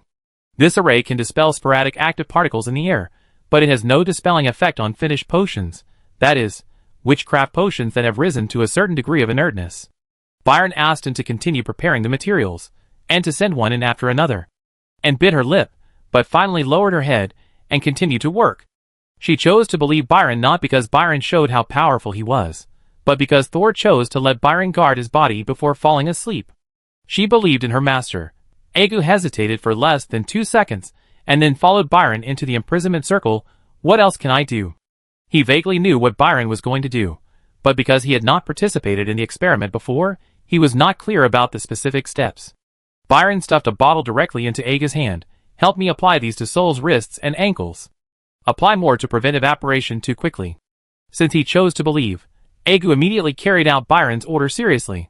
Byron took out a potion, opened Soul's mouth, and directly poured it into his throat with a funnel. While doing this, he explained to Agu Inen, Soul and I have been studying the innertization formula before. It is to turn the active black tide pollution into extremely inactive black powder. The design idea of the ice lock array obtained from the Stargate Council also brought me new inspiration. I plan to use the design concept of ice to freeze the active black tide pollution, and also freeze Thor, to maintain his physical condition until he wakes up and can control himself.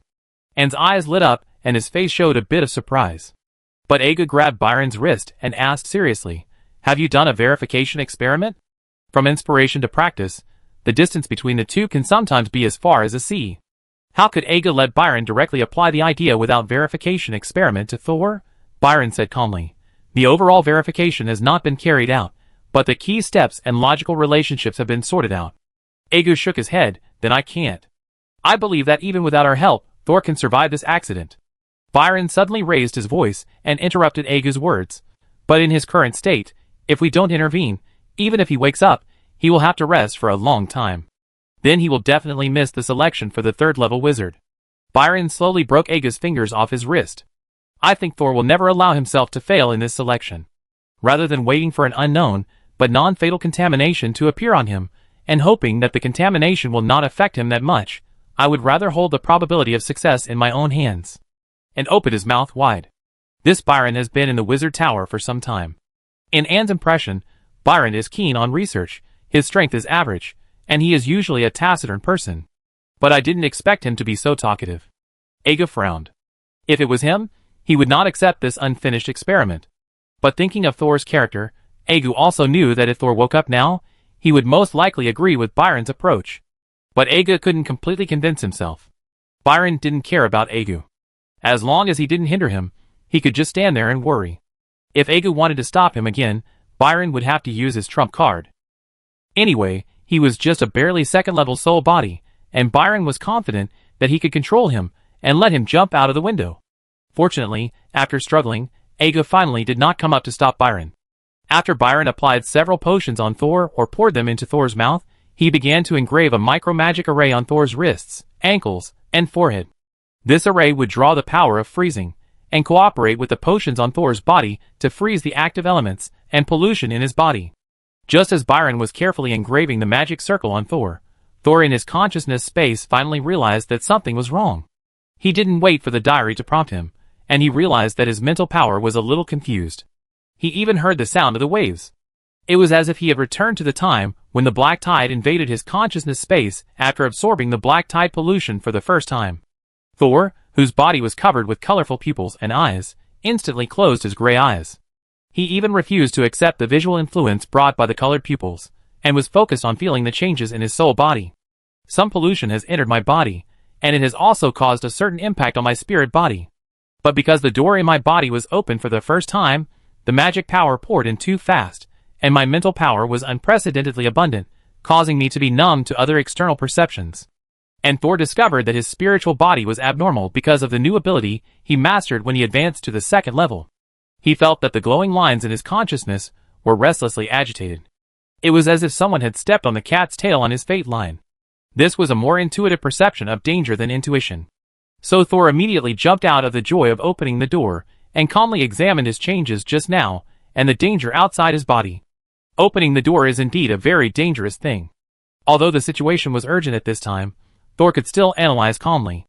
His consciousness was spinning rapidly. Normally, the second-level exploration of the third-level road can only vaguely touch the existence of the door, and it may take all the strength to slightly shake the door in the body. But the stars directly opened all the doors in my body, causing me to be in danger in the outside world. Although I can now leave the consciousness space and wake up in time. But once I leave the consciousness space, I will not be able to feel the door in my body as accurately as I do now. By then, it will be very difficult for me to close the door in my body. I must close the door here before I can leave. But the speed cannot be too slow, otherwise my body will be polluted too much, which may delay my promotion to the third level. In that case, it is better to take this opportunity to take the risk and completely control the door in my body. Chapter 664. Thor, who was thinking seriously, had unknowingly gotten rid of the influence of the eyes all over his body. He could even look directly at the eyes all over his body, just treating them as his new skin. Not only that, he also began to observe these eyes in depth, to understand how they'd bypassed him, and directly opened the door to his body. And the excited eyes seemed to have sensed Thor's rationality, slowly stabilizing, and no longer popping out from all parts of his body like mushrooms after rain. Thor began to actively try to close these doors in his body, and gradually guided the star eyes to let them leave his body. At first, the star eyes were still very stubborn, clinging to his flesh and blood, and not letting go. But after Thor communicated with his mind over and over again, and gave feedback on his true intentions, the stars gradually loosened up. Thor began to clean up little by little, and at the same time felt how the stars affected his body, and opened all the doors in his body. Finally, an eye with a colorful pupil suddenly emerged from Thor. At first, it looked like a few drops of water on the window in winter, and then gradually gathered together and turned into an eye again. When the eye completely left Thor's spirit, he also felt that the door he had just opened was closed again. Thor looked at the eyeball that bounced like a ball on the ground. It didn't seem to be angry because Thor forcibly drove it away. It didn't even react, just like it had invaded Thor's spirit and changed Thor's physical state without authorization. It didn't have any purpose, but just acted on instinct. Thor has now completely gotten rid of the influence, and the eyes on his body have closed one by one, turning back into his skin and internal organs. The eyes that were once all over his body were like an illusion, leaving no trace. The eyes disappeared, and Thor should also leave the consciousness space. He looked at the eyes that stopped on the round table, and was a little worried that once he left the consciousness space, when he came back, this place would be different. But it seemed that because of the direct transmission of consciousness, Thor just thought of this, and the eyeballs that were originally lying on the ground suddenly faded and turned into featureless, uneven stone balls. But there was a faint golden light on the surface. Then the sphere began to rise, faster and faster, and finally turned into a reverse meteor, disappearing again in the dark night sky of the consciousness space. What are they? They can't really be stars, right? This is Thor's consciousness space, and all external forms are just manifestations of spiritual power in his consciousness space. From the previous performance, Thor almost thought that these stars also had their own independent consciousness. But now it seems that it may be closer to a stress response, an instinct. This made Thor feel a little relieved. If there is no independent consciousness, it means that Thor will find it difficult to intuitively understand their abilities, and it will be difficult to manipulate them. But it also means that he has more autonomy. There is already a diary of unknown origin in the consciousness, Xingxing. The more stable it can be, the better. Although Xingxing's departure closed the door that had been pushed open again, Thor, who sensed where the door was and knew that the door was completely open, was no longer worried about the door. He calmed down and let his restless spirit calm down again. Then he closed his eyes, and when he opened them again, a familiar ceiling appeared in front of him. But what about the witchcraft runes and magic fluctuations suspended between him and the ceiling? Thor wanted to turn his head, but found that there were a row of small steel needles on his face, and a piece of ice crystal was hanging on each steel needle. He suddenly felt a chill running through the bone seams into his internal organs. The delayed perception instantly made Thor's teeth start to tremble. But he was not too worried, because when he turned his eyes, he saw Byron holding the same steel needle and trying to stab him in the face. He only stopped when he saw Thor open his eyes. "What are you doing?" Thor opened his mouth, that was frozen to numbness. "Don't talk nonsense, you just absorbed a lot of pollution, see if you can get rid of it first?" Byron asked him back. Thor finally reacted, "I just opened the door in my body and absorbed a lot of pollution. Where did the pollution come from?" Byron raised his hand and tapped the cabinet behind him with his thumb. Thor immediately remembered that he had stored some of the black tide pollution absorbed from the patient there for the convenience of internization experiments. So it's this kind of pollution? That's easier to deal with. After understanding the source of the pollution, Thor immediately closed his eyes and used his mental power again to condense the black tide pollution in his body to his fingertips bit by bit. As his mental power swept over, Thor immediately found that his body was full of pollution, and his skin was even beginning to become mucus. However, this mucus transformation had just begun when it was frozen in its original state by the extreme cold.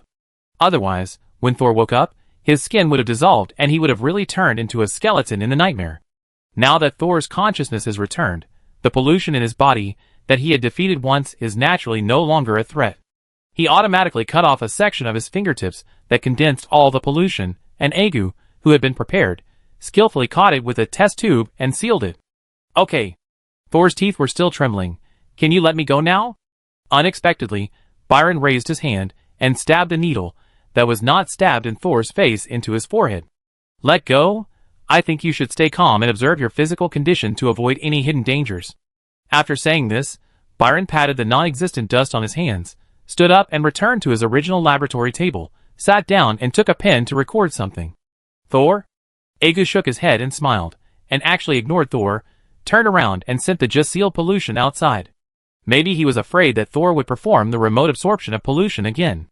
And didn't leave. She half knelt on the ground, crossed her arms on the experimental table, rested her chin on her arms, and made her eyes level with Thor's. "Master, are you going to advance to the third level?" Seeing that it had no intention of removing the needles on his head, Thor had no choice but to say helplessly, "No, I just opened the door accidentally." If you want to advance formally, you need to saturate your magic power in your body, so that you can control the door stably. Is that so? And is not unenvious, but she is already a dead person. Apart from relying on the diary and Thor, there is no other way to become stronger. But Master, you have solved the most difficult step of advancing to the third level. Next, you just need to improve your magic power step by step. And can make herself stronger by devouring other spirits, but if she devours a few more, she will probably turn from a stable consciousness into a chaotic mixture again. Although powerful, she has lost herself. It's not that easy to improve magic power. Look at Brando, he has been stuck for a long time, and his magic power is like frozen, motionless. Soul suddenly raised his eyelids and looked at the steel needle above his head and the ice crystals on the steel needle, His voice was full of excitement. Senior? Byron did not respond, but he stopped writing and looked at Sol. Senior, your alerting experiment, successful? Byron said calmly. It has only achieved the initial effect, and needs further improvement. He turned his head again and murmured, Sure enough, the rarer the experimental materials, the easier it is to succeed. Such an expensive thing, I can't bear to waste it. Sol's eyes widened immediately. Chapter 665. After letting a few people vent their anger and avenge their frightened behavior by Thor, Byron still pulled out the steel needles on Thor's head one by one. However, Thor, who sat up from the experimental table, did not recall the feeling of opening the door all over his body just now, but turned the steel needle that Byron had just pulled out of his head and observed the ice crystals on it. After Thor's mental power scanned repeatedly, he confirmed that this ice crystal was not a crystal condensed by water vapor due to cooling, but a very pure energy aggregate. It looks like a magic crystal, and it's a very pure magic crystal. Sol's fingertips lightly touched the crystal, and the crystal immediately changed, like a stone that had been weathered for tens of millions of years, breaking down into invisible tiny particles bit by bit. At the same time, Sol felt that the elemental particles in the air became more active. So this is the real application of the energization formula. Byron was not angry because the crystal was destroyed. Instead, he imitated Sol, and lightly tapped the ice crystal suspended on another steel needle, watching it dissipate bit by bit. I was also inspired by the ice lock array. The design idea of the ice lock is to suppress the elemental particles near the eye of the storm, and artificially create a magical vacuum state. This is different from the way we use to expel elemental particles. It does not try to drain the particles in the air, but reduces the activity of the particles by cooling. So I also thought that my energization formula does not necessarily have to suppress the activity of pollution with force. It can also achieve the purpose of energization by cooling, that is, reducing the energy in the pollution, just like the ice lock. Sol picked up another steel needle. Yes, if it is difficult to reduce the activity of particles by pressure, we can also achieve our goal by cooling.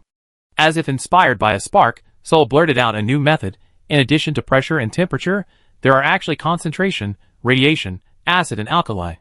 I think there are some more. I can't remember. But our methods are actually diverse. But it is not easy to reach a level that can make all the pollution inert. But thinking about it this way, my mind is much broader. Even if the temperature method fails to work to a certain extent, we have other ways to try. After Thor finished speaking, he looked up at Byron, only to find that the latter was staring at him in a daze. What's wrong? How did you think of so many directions at once? Can all of these really be inertized? In theory, yes. Of course, it's not easy to achieve the theoretical level. Thor smiled, and couldn't help feeling a little proud, so you don't have to be too surprised. Byron looked down at the words Thor had just said, which he had recorded on paper, and his mentality gradually stabilized. You're right. So now I just have to continue on the road of temperature. Don't think too much about other things. Yes. Sol jumped off the lab table, raised his hand, and patted Byron's shoulder. I leave it to you next. I'm going to go back and sort out what I've gained during this period.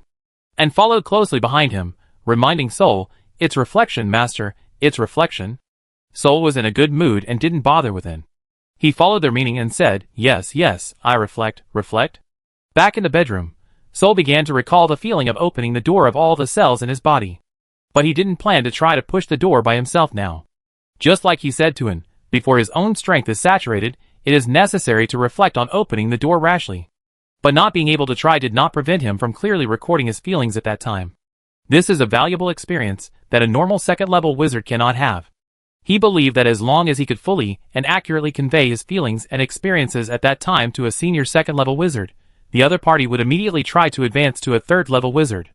In the days that followed, in addition to continuing to learn and practice witchcraft, Thor would recall the feeling of opening the door at regular intervals every day to deepen his memory and understanding. Time passed by little. The snow outside turned into a lush and green day. Thor almost never left the house, only occasionally treating the seriously infected wizards brought by Gagagu. It was not only to change his mood, but also to collect experimental materials. The black tide pollution that almost everyone feared in the borderlands had become a rare resource here in Thor. After the energization experiment started to get on track, Byron stayed at home even more than Thor, almost never leaving the house. If the patients treated by Thor were truly grateful to him, they would probably grow the same starry eyes as Gagagu. In addition to confirming that the starry eyes doubled people's favorability towards Thor, they only found that they could avoid new black tide pollution to a certain extent. So Thor acquiesced to Gagagu introducing patients to him continuously. But he was a bit strange. Although Gagagu rarely saw Byron, the two had met, but Byron had never had starry eyes. In addition to Byron, Mash, who was a driver and changed his job to a farmer, had never had eyes. Thor did not lose trust in the two people because of this. Maybe the contagion of starry eyes requires other conditions. Or it is simply that the situation of these two people is special. April came, and Thor officially turned 18. In the previous life, it was considered just an adult, but in this world, many children aged 11 or 12 are considered adults. At least she can decide whether to sell herself to the Wizard Tower. At the end of April, Pearl, who had not appeared for a long time, finally visited the Wizard Tower again. Since the last time they parted, the two had not seen each other for half a year. However, Thor and Pearl had their own things to do, and they would not be like ordinary men and women who wanted to be together. However, after not seeing each other for half a year, Thor was still very happy to see Pearl again. As a wizard, the pursuit of knowledge is fascinating. But as a person, if you only pursue knowledge, it would be a bit boring.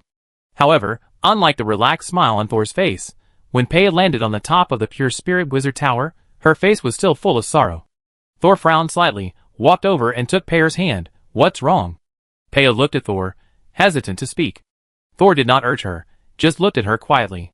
It seemed that this calm gaze gave Peia strength, and she finally spoke after hesitating for a moment. But what she said made Thor a little confused. "Thor, did you hear the voice from the sky?" "Sky?" Sol looked up. The sun was shining brightly, warm, and comfortable on his face. But Sol remembered what he saw in his dream. He saw a giant bird falling into the sky. It was as if gravity had turned into repulsion. Sol came back to his senses and looked at Pearl again. His face became serious. "When did you start to hear the sound in the sky? Is it always there?" Pear knew that Sol also thought of the precognitive dream. In the precognitive dream, Clark was blind, she or the fake wind demon fell into the deep space, and Herbert turned into a sea of fire. In short, none of the three people had a good ending. Now, Clark's blindness has come true. Pearl doesn't know whether the big bird falling into the deep sky in her dream means herself. But just as Pearl was about to answer Thor's question, her face suddenly changed, and she opened her mouth for a long time, but couldn't utter a word. Because she just heard that familiar and terrifying voice again. And this time, the voice came from Thor. Chapter 666. Sol felt that as soon as he finished asking the question, the face of Pearl opposite him suddenly changed. She turned pale and panicked, and even staggered back 2 steps when Sol wanted to comfort her. Her lips kept trembling. The breeze was like a knife, leaving cracks on Sol's cheeks and arms. This was not Pearl attacking Sol. This was a manifestation of her magic power being out of control in fear. A layer of magic armor suddenly appeared on the surface of Sol's body. Then he did not retreat but continued to move forward, resisting the strong wind around Pearl like a blade, and slowly tried to hold her arm. Although he didn't know why Pear suddenly showed such fear. But he knew that now was definitely not the time to worry about these things. Pear's magic power suddenly went out of control, which was a sign of pollution. However, when Thor's hand was about to grab Pear's arm, a roar suddenly came from the distance, reaching the sky and the earth, as if the world was distorted because of it. A shockwave visible to the naked eye caused the entire island in the middle of the lake to tremble. Although Thor would not stand unsteadily because of this small amplitude of tremor, he was also briefly attracted by the huge noise and momentum. "What is that?" Sol turned back again, wanting to comfort Pearl first before going over to take a look, but he found that Pearl didn't pay any attention to the movement in the distance, but took advantage of Thor's distraction to fly away from the Rhine Lake and escape towards the cliff. "She is afraid of me." If Thor still doesn't understand what Pearl is afraid of now, he has been a wizard for so many years in vain. But he still has some doubts.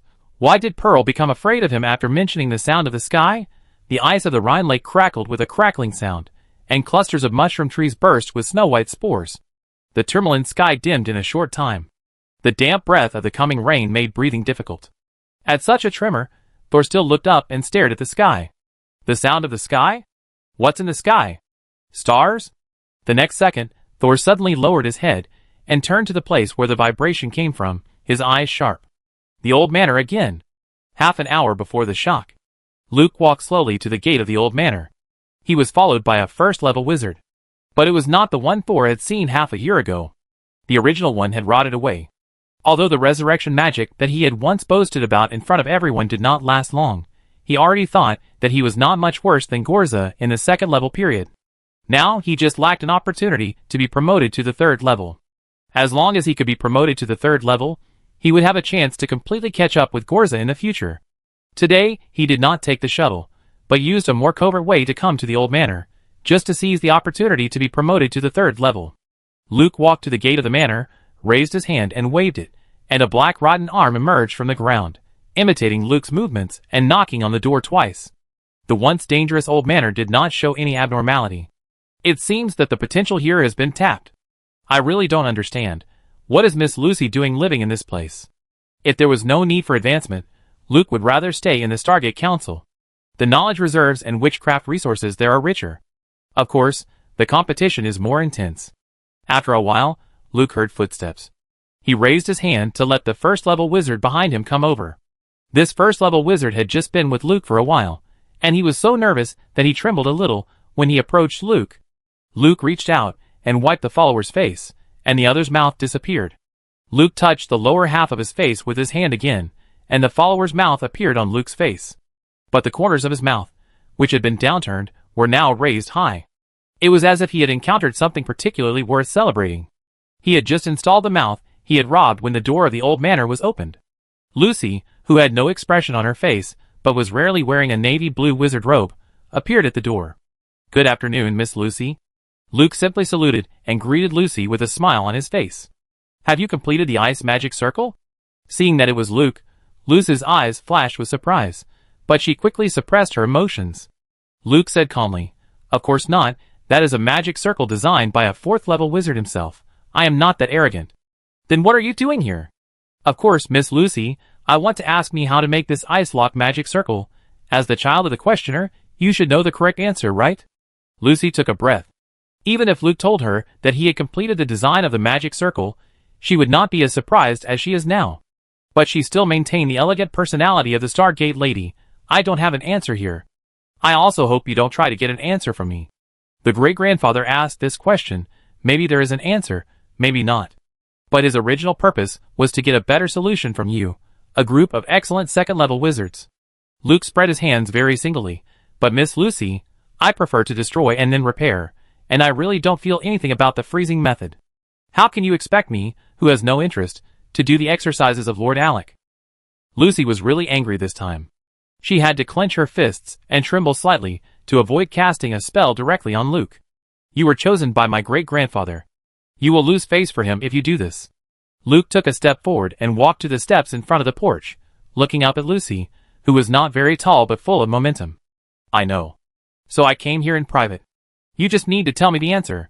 When I am promoted to the third level, I will naturally have plenty of time to help the speaker design a new ceiling array for the Eye of the Wind. Anyway, you also said that you could ask for help from outsiders. Then isn't it normal for me to ask for help from the person who set the question?" Lucy's chest couldn't help but rise and fall violently, and her beautiful eyes narrowed.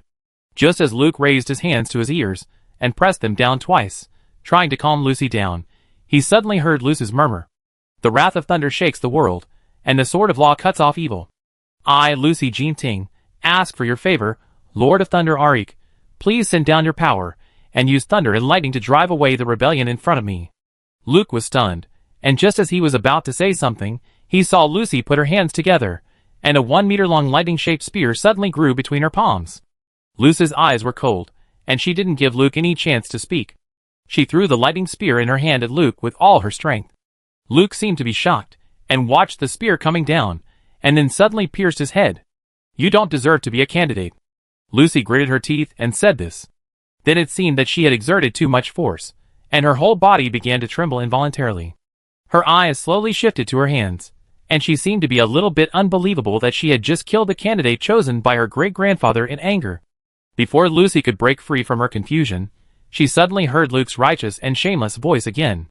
"The eldest lady is really angry. It seems that the memory protection measures of the speaker have protected you too naively." Chapter 667. Lucy looked up in astonishment. She couldn't believe that a second-level wizard could survive the great-grandfather's prayer spell, Thunder of Substitute Punishment. At this time, Luke's head was like a piece of melted syrup. Except for a pair of eyes that could barely be seen as a human, the rest of the head was burned by lightning, the face was black, and part of the unknown substance melted and rolled down along the cheek. Luke's head was no longer visible, but he still pressed the deformed mouth on his face to his throat. Mr. Speaker's thunder of vicarious punishment is indeed powerful. If I hadn't studied the witchcrafts of all Stargate members several times, I might have been killed by you. Lucy also saw that this Luke was indeed the candidate put forward by the Speaker of Stargate to compete with the glowing family and Thor. At least his strength was not weak. She also knew that she had violated her position by attacking in anger just now. If she didn't want to tell Luke the answer at this time, she could just shout him away or leave on her own initiative. But after Lucy realized that Luke did not die in the thunder of vicarious punishment, her anger increased instead of decreasing. She wanted to kill Luke even more. Luke glanced and saw golden lightning flashing in Lucy's palm again. He was a little surprised and didn't understand why Lucy took action, but he was not afraid of Lucy, even if she had a nominal great-grandfather. Luke squatted quickly and put his hands into the soil. Lucy immediately felt the floor under her feet begin to shake, and she immediately jumped high, but although she had jumped into the air, 7 or 8 highly rotten arms suddenly stretched out from the floor under her feet. There was some brown-black fur on the outside of these arms, and it was unknown what race they came from. Lucy had already jumped nearly 1 meter, but was still caught by the ankle by the rotten arm that suddenly stretched out. The lightning was transmitted along Lucy's ankle to those arms. But the rotten arms did not feel pain. Although the hair on the skin was curled and carbonized by the lightning, its movements and strength were not affected at all. Lightning cannot electrocute a dead person again. Lucy's move failed, and she was pulled back to the ground by the arm. She reacted immediately and changed to casting the golden magic of falling knife rain. But Luke changed his move again, and before the thin blade fell, the rotten arm suddenly softened like mud. The tip of the knife pierced into the arm, and although it cut off the arm immediately, the arm quickly merged into one after the blade passed. Just as Lucy was about to cast the next magic, Luke smiled slightly, kicked his feet, and the whole person was like a spring swoosh. He suddenly appeared in front of Lucy, and before she could escape, he suddenly opened his arms and hugged her. Lucy wanted to escape, but she found that the death energy coming from him made her spirit body tremble violently. The magic power that Lucy was about to gather dissipated in an instant. Luke! Lucy was a little panicked. The other party suddenly hugged her like this, which did not make Lucy feel embarrassed, but she actually experienced the threat of death. Miss, just tell me the answer, otherwise I have 10,000 ways to make you live a life worse than death. Lucy bit her lip, and a large amount of death energy entered her body, making her feel as if her bones were rusting. If you dare to touch me, my great-grandfather will have 1,000,000 ways to make you live a life worse than death. Luke was not afraid at all. He even put away one hand and shook his finger in front of Lucy.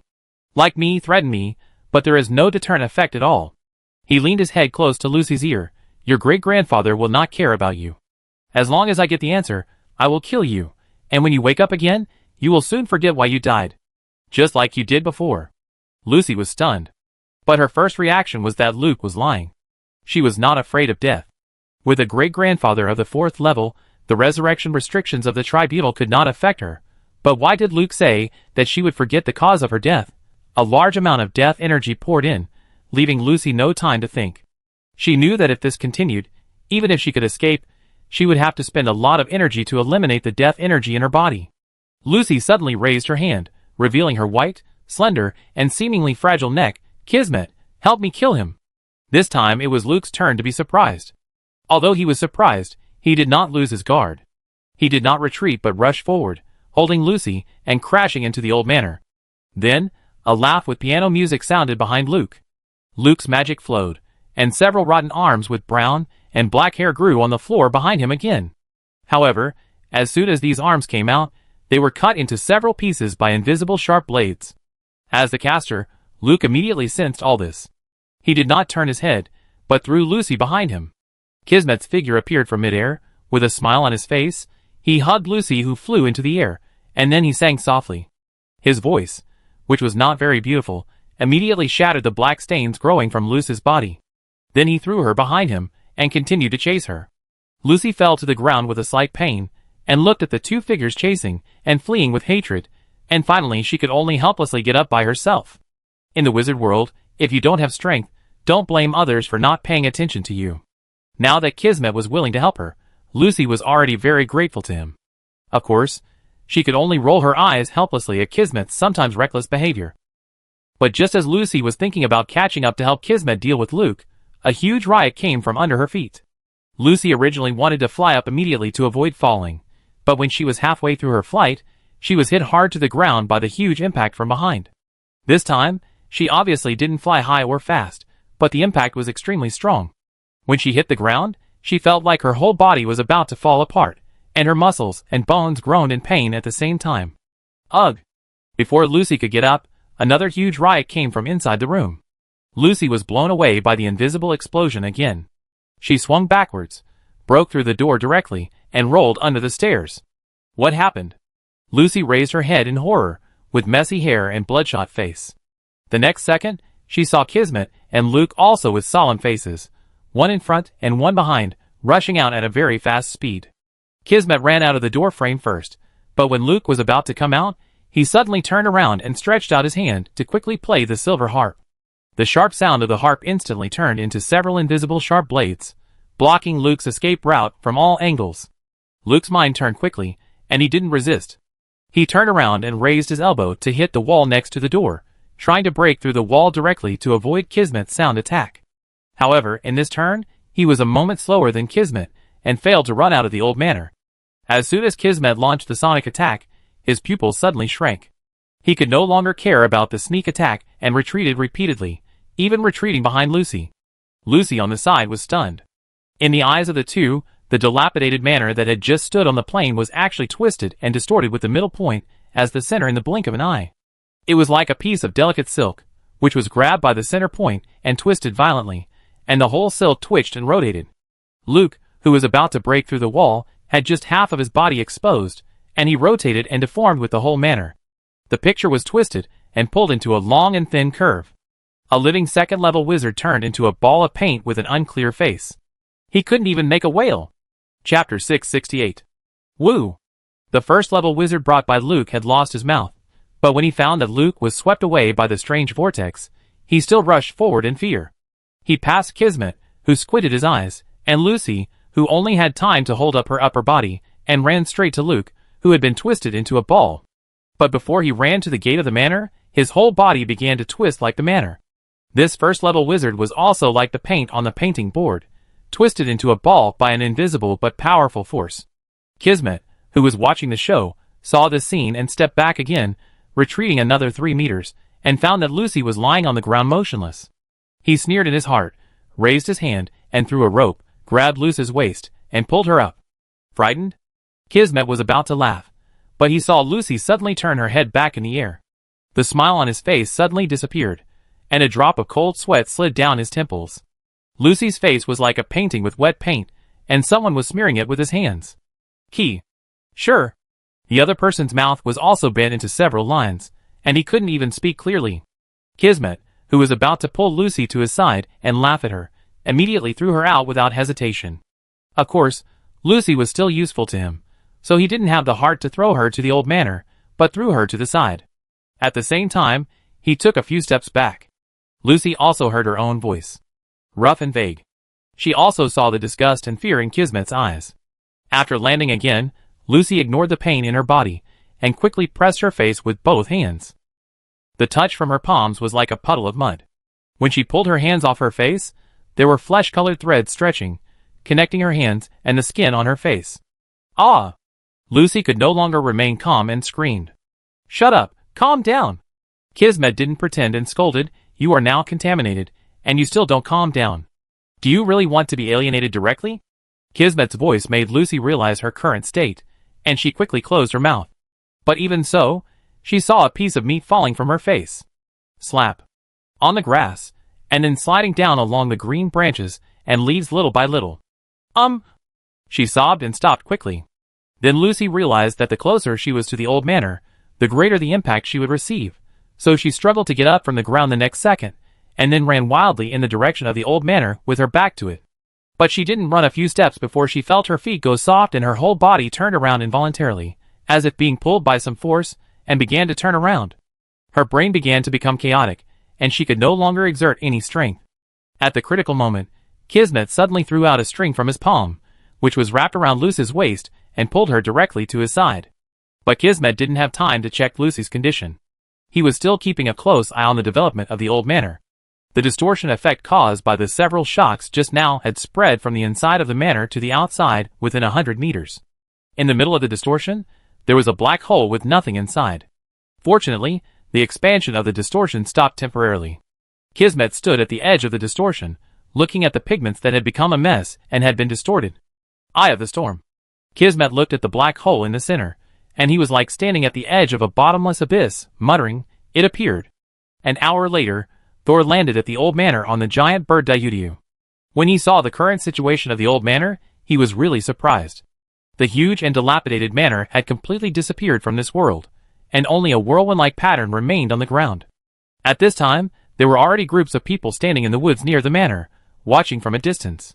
At the edge of the twisted earth, there were still two people standing there desperately. Looking down, weren't those two desperate people Kismet and Lucy? Thor patted Dyudia's head, let it fall near Kismet, and then jumped directly from the bird's back.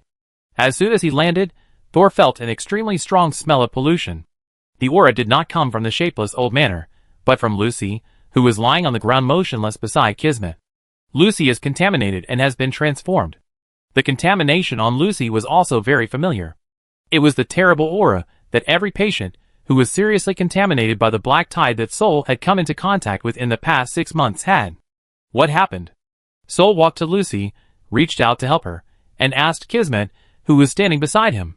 The eye of the storm has appeared. Kismet turned his head and showed a strange smile, as if he was standing on the edge of the cliff to watch the show. The eye of the storm. Hearing Kismet's words, Thor's fingers tightened. He thought of how Pearl ran away in fear just now. Was that also related to the eye of the storm? But Pearl was more afraid because of him. Could there be a connection between the eye of the storm and the stars? Unable to figure out why, Thor exhaled and lowered his head to check Lucy's condition. When he saw Lucy's face, he couldn't help but take a breath. Lucy's facial features were still there, but they were obviously stirred clockwise for several times. Both the shape and position were different from before. At this time, Lucy's eyes were closed and her consciousness seemed to be not very clear. Thor knew that the other party was on the verge of crisis at this moment. If he was not careful, he would enter a state of alienation and collapse at any time. Thor's 10 fingers immediately turned into soft tentacles and drilled into Lucy's forehead and temple. As time went by, a small amount of black matter was sucked from Lucy's skull into Thor's fingers. When Thor's fingers absorbed a layer of black mist, Lucy finally opened her eyes. Her eyes were confused for a moment, and then she slowly recognized Thor. "It's you? Why are you here?" Thor helped Lucy sit up. "I was originally in the wizard tower, but was attracted by the vibration here. As soon as I came here, I saw you lying on the ground, and Kismet was next to you." He said. The eye of the storm appeared. Hearing Kismet's name, Lucy's pupils shrank for a moment, and then returned to their original state in a moment. On the contrary, when the eye of the storm appeared, she did not react so much. Sol noticed Lucy's changes, but said nothing, just pretending that he didn't see it. Kismet saw that Lucy's face did not return to its original state, and said with some regret, "It seems that there is some pollution, even you can't do anything about it." Lucy was startled and raised her hand to press on her face. However, contrary to Sol and Kismet's expectations, this time, she did not scream or sob, but accepted the change in her appearance very calmly. Thor wondered for a moment if Lucy's mind had been affected by the pollution, but when his mental power probed into Lucy's body, the latter's feedback was normal. The spiritual body did not collapse. She became calm and composed, just like a child who grew up into an adult overnight. Not long after, a pumpkin carriage gradually turned from transparent to solid and appeared in front of everyone. And a dense mass of fireflies flew in the sky. Herbert, the Lord of Fireflies, also appeared. But the wind demon never appeared. As the most powerful wizard here, Herbert only glanced at Lucy and said, "The eye of the storm has appeared, and needs to be sealed immediately. It seems that the tasks of your candidates need to be changed. Now there is no time to wait for you to study the magic circle. Then, just use the magic circle I designed to seal it directly." Corey's voice without fluctuation sounded from the pumpkin carriage. The door opened, and a girl in a baby lace dress floated out. "Although I am only 50% sure, since the exam starts early, I have no choice but to hand in the paper early." Chapter 669. Have you completed the ice formation? Herbert was a little surprised, but the depth in his eyes was hard to fathom. The surprise was somewhat real. "Yes." Corey nodded slightly, then stood beside Thor, and glanced at him sideways. "If my plan is feasible, And you and Luke cannot submit the answer sheet within 1 day. I will win this competition. Thor raised his eyebrows, but before he could say anything, he heard Kismet's smiling voice beside him. Oh, then Wizard Corey, you can rest assured, because Wizard Luke has died in the distortion of the Eye of the Storm, and it is impossible for him to come out and hand in the paper. Herbert frowned. Luke is dead? Did you see it with your own eyes? Yes. This time it was Lucy who answered. She finally stood up again, but her face was covered with a layer of white mist by witchcraft, making her face invisible. At that time, the old manor suddenly became distorted, and we all ran out, but Luke ran a little slower. After hearing Lucy's explanation, Thor remained calm on the surface, but in his heart, he thought that there must be more. Luke's strength may not be as good as Kismet's, but it is not inferior to Lucy. Lucy was able to escape, but Luke died in there, which is a bit unreasonable. However, Thor still didn't say much. He just looked at Kismet secretly, and saw that the other party had no worries on his face, and kept a relaxed smile. But Corey seemed to be a straightforward person. She found something unusual and asked directly. Why is Luke here? Is he here to hand in his paper with you? No. Lucy's voice had recovered a little, but it was still harsh and unpleasant. He came to ask me for the answer. But I don't have the answer either, and I won't give it to him even if I do. Lucy's similar confession made everyone look at each other in bewilderment. If this is the case, then no one here will feel sorry for Luke's death, although there was no one originally. But in this way, Luke was truly eliminated. Unless he can be resurrected within a year. Corey got the answer from Lucy and stopped struggling. Instead, he said to Lucy, so I start now? Seal the Eye of the Storm with the Ice Lock Array was originally their test question, but it was changed from a theoretical test to a practical test. Herbert agreed, but at the same time, he had to prepare for the sealing of the Eye of the Storm with his own method. If Corey failed, Thor would not be able to hand in the paper, and that would be the time for him to go up and make up for it. But if even he couldn't seal the Eye of the Storm, after all, the Wind Demon had not appeared until now, and Clark died unexpectedly, then if the seal failed this time, it would be another disaster for the No Man's Land. If the Eye of the Storm cannot be avoided, Herbert must grab the anchor point as soon as possible. Even if it means a little alienation, it is worth it. So Herbert floated behind the crowd, observing the movement of the Eye of the Storm at any time. Because Corey first proposed the seal, and Thor had no intention of handing in the paper, so everyone began to prepare for Corey. The crowd here also included several first-level wizards, who came to join in the fun, and dozens of people brought by Herbert. Only Thor was a competitor, and was excluded. Kismet obviously had no interest in helping out, so he stood beside Thor, holding his harp. The two of them did not move away from the Eye of the Storm, but were observing its movements. At the same time, Thor asked Dyutia to go back and give a message to the people in the Wizard Tower. Corey took off the bow tie on his collar, untied the silk on it, and shook it gently, and the bow tie turned into a round silk paper with a diameter of 3 meters. The silk paper was painted with dense magic circles. One layer was nested in another, and there were several miniature magic circles hidden in the gaps.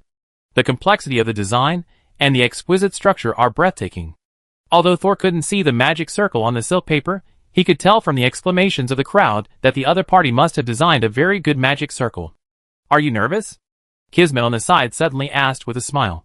Why should I be nervous? Thor asked back. He didn't try to peek at Corey's answer, but just looked at the sky from time to time, as if he was waiting for someone, or just looking at the scenery. While Corey was arranging the magic circle, the Eye of the Storm in the old manor righted again. However, the scope of the impact this time was not as wide as the last time, and it only caused the black hole in the center of the manor to become a little bigger. However, just this little change also made Corey, who was preparing, speed up. None of the first and second level wizards present had ever experienced the Eye of the Storm riot, but the terrible experience that had been passed on countless times by everyone still made them feel terrified from the bottom of their hearts. The fingers of a wizard assisting Corey began to tremble uncontrollably. If the Eye of the Storm completely erupted, they who stayed here would definitely be the first to be alienated and the first to die. Just as the atmosphere of panic spread uncontrollably among the low-level wizards, a candy-like aroma suddenly spread. All those who smelled the scent smiled intoxicatedly, and their fingers that had just trembled due to nervousness and fear calmed down. Thor turned his head to look at Corey, who had just raised his hand to touch his golden curly hair, and smiled sweetly. Pretty accurate emotional controllability. The ability to control emotions tends to be light attribute witchcraft. Thor had seen it in an apprentice before, but the apprentice at that time could only feel, and could not accurately control the emotions of others. It's accurate, but it's too sweet. Kismet was a little bored, and he plucked the strings in his hand.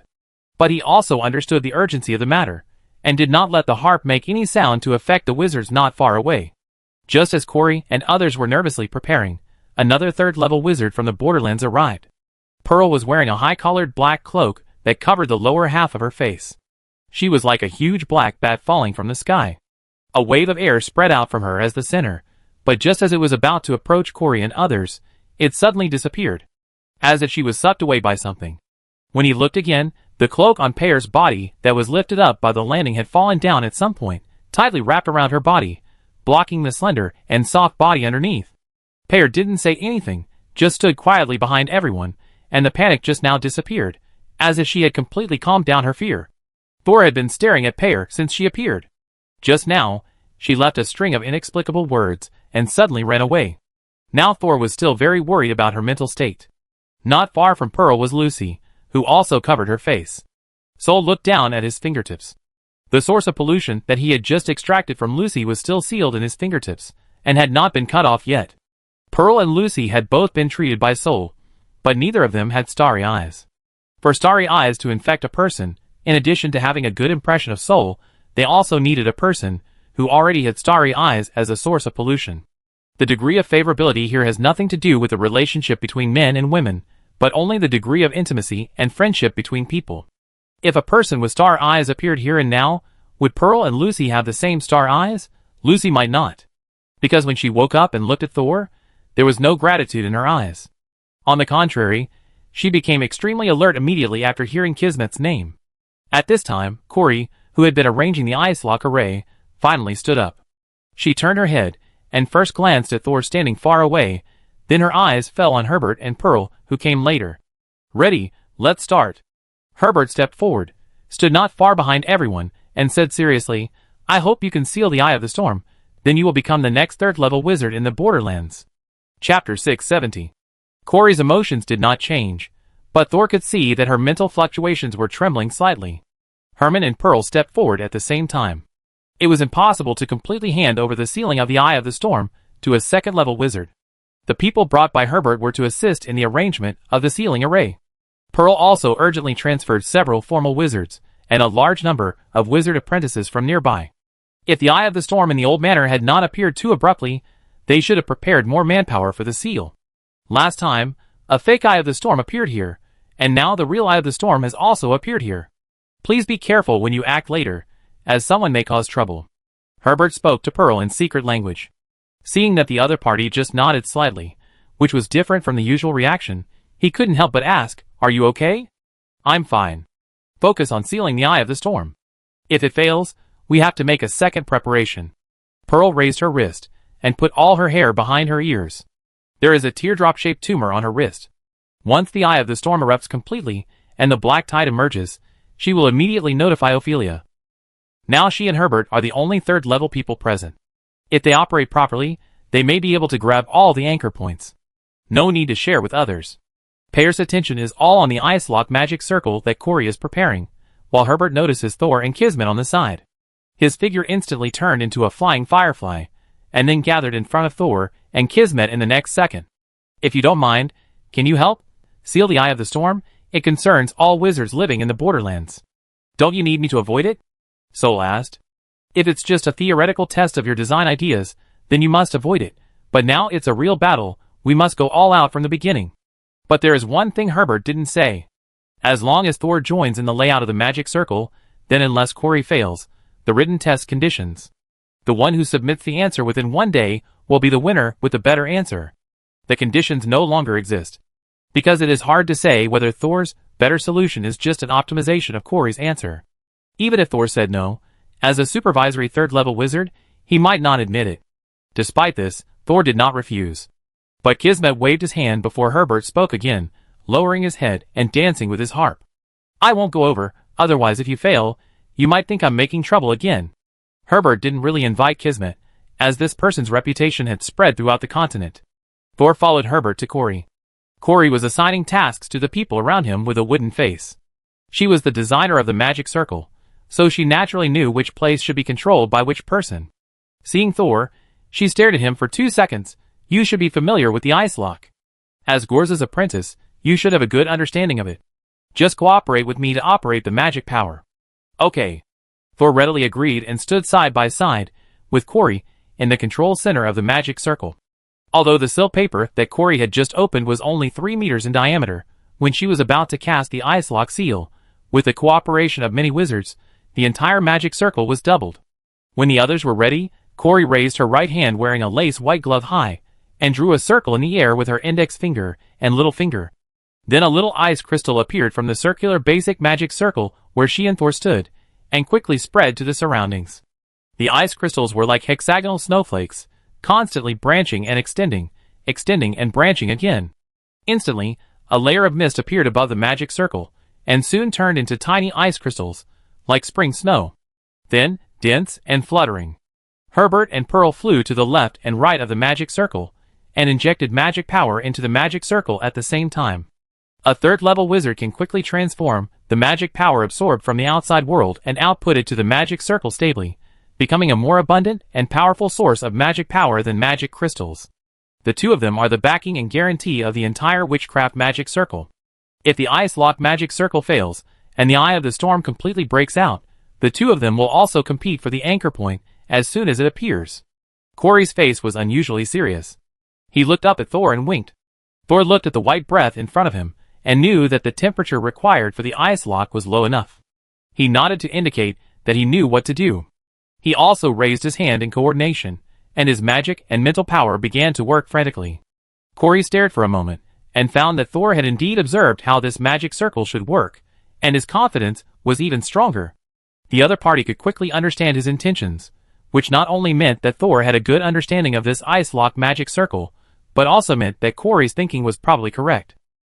The ice lock array was not covering the top of the old manor. There was a terrifying black hole there that could rotate and twist everything. If the ice lock array was placed on it, it would be twisted and invalid immediately. But Corey used the mirror projection method to place the array next to the old manor, and used a mirror made of a large amount of magic crystals and special mithril between the array and the manor to project the effect of the array onto the opposite Eye of the Storm. The ice crystals wrapped in cold air quickly turned the entire array into a layer of ice wind valley, and everyone's face was covered with a layer of white frost. In order to ensure the stability of the magic circle, no one used witchcraft to keep warm. Anyway, at the level of a formal wizard, the body is no longer afraid of the cold. The magic circle has been fully activated, and every bit of magic is running according to the predetermined route. Thor completed his task and watched the ice and snow that belonged to April in front of him pass through the reflection, and suddenly fall on the black hole opposite. The black hole immediately began to absorb the falling wind and snow. While a large amount of ice and snow was twisted by the black hole, it began to freeze everything they touched. Soon, under the influence of a large amount of ice and snow, the twisted power was frozen, and even the twisted dust in the air was frozen. Gradually, from morning to night, dusk stretched the shadows of everyone, and the shadow of the old manor fell on the ground and twisted like a vortex. But all the distortions were already visible, just like the enemy's weaknesses were already revealed. He breathed a sigh of relief.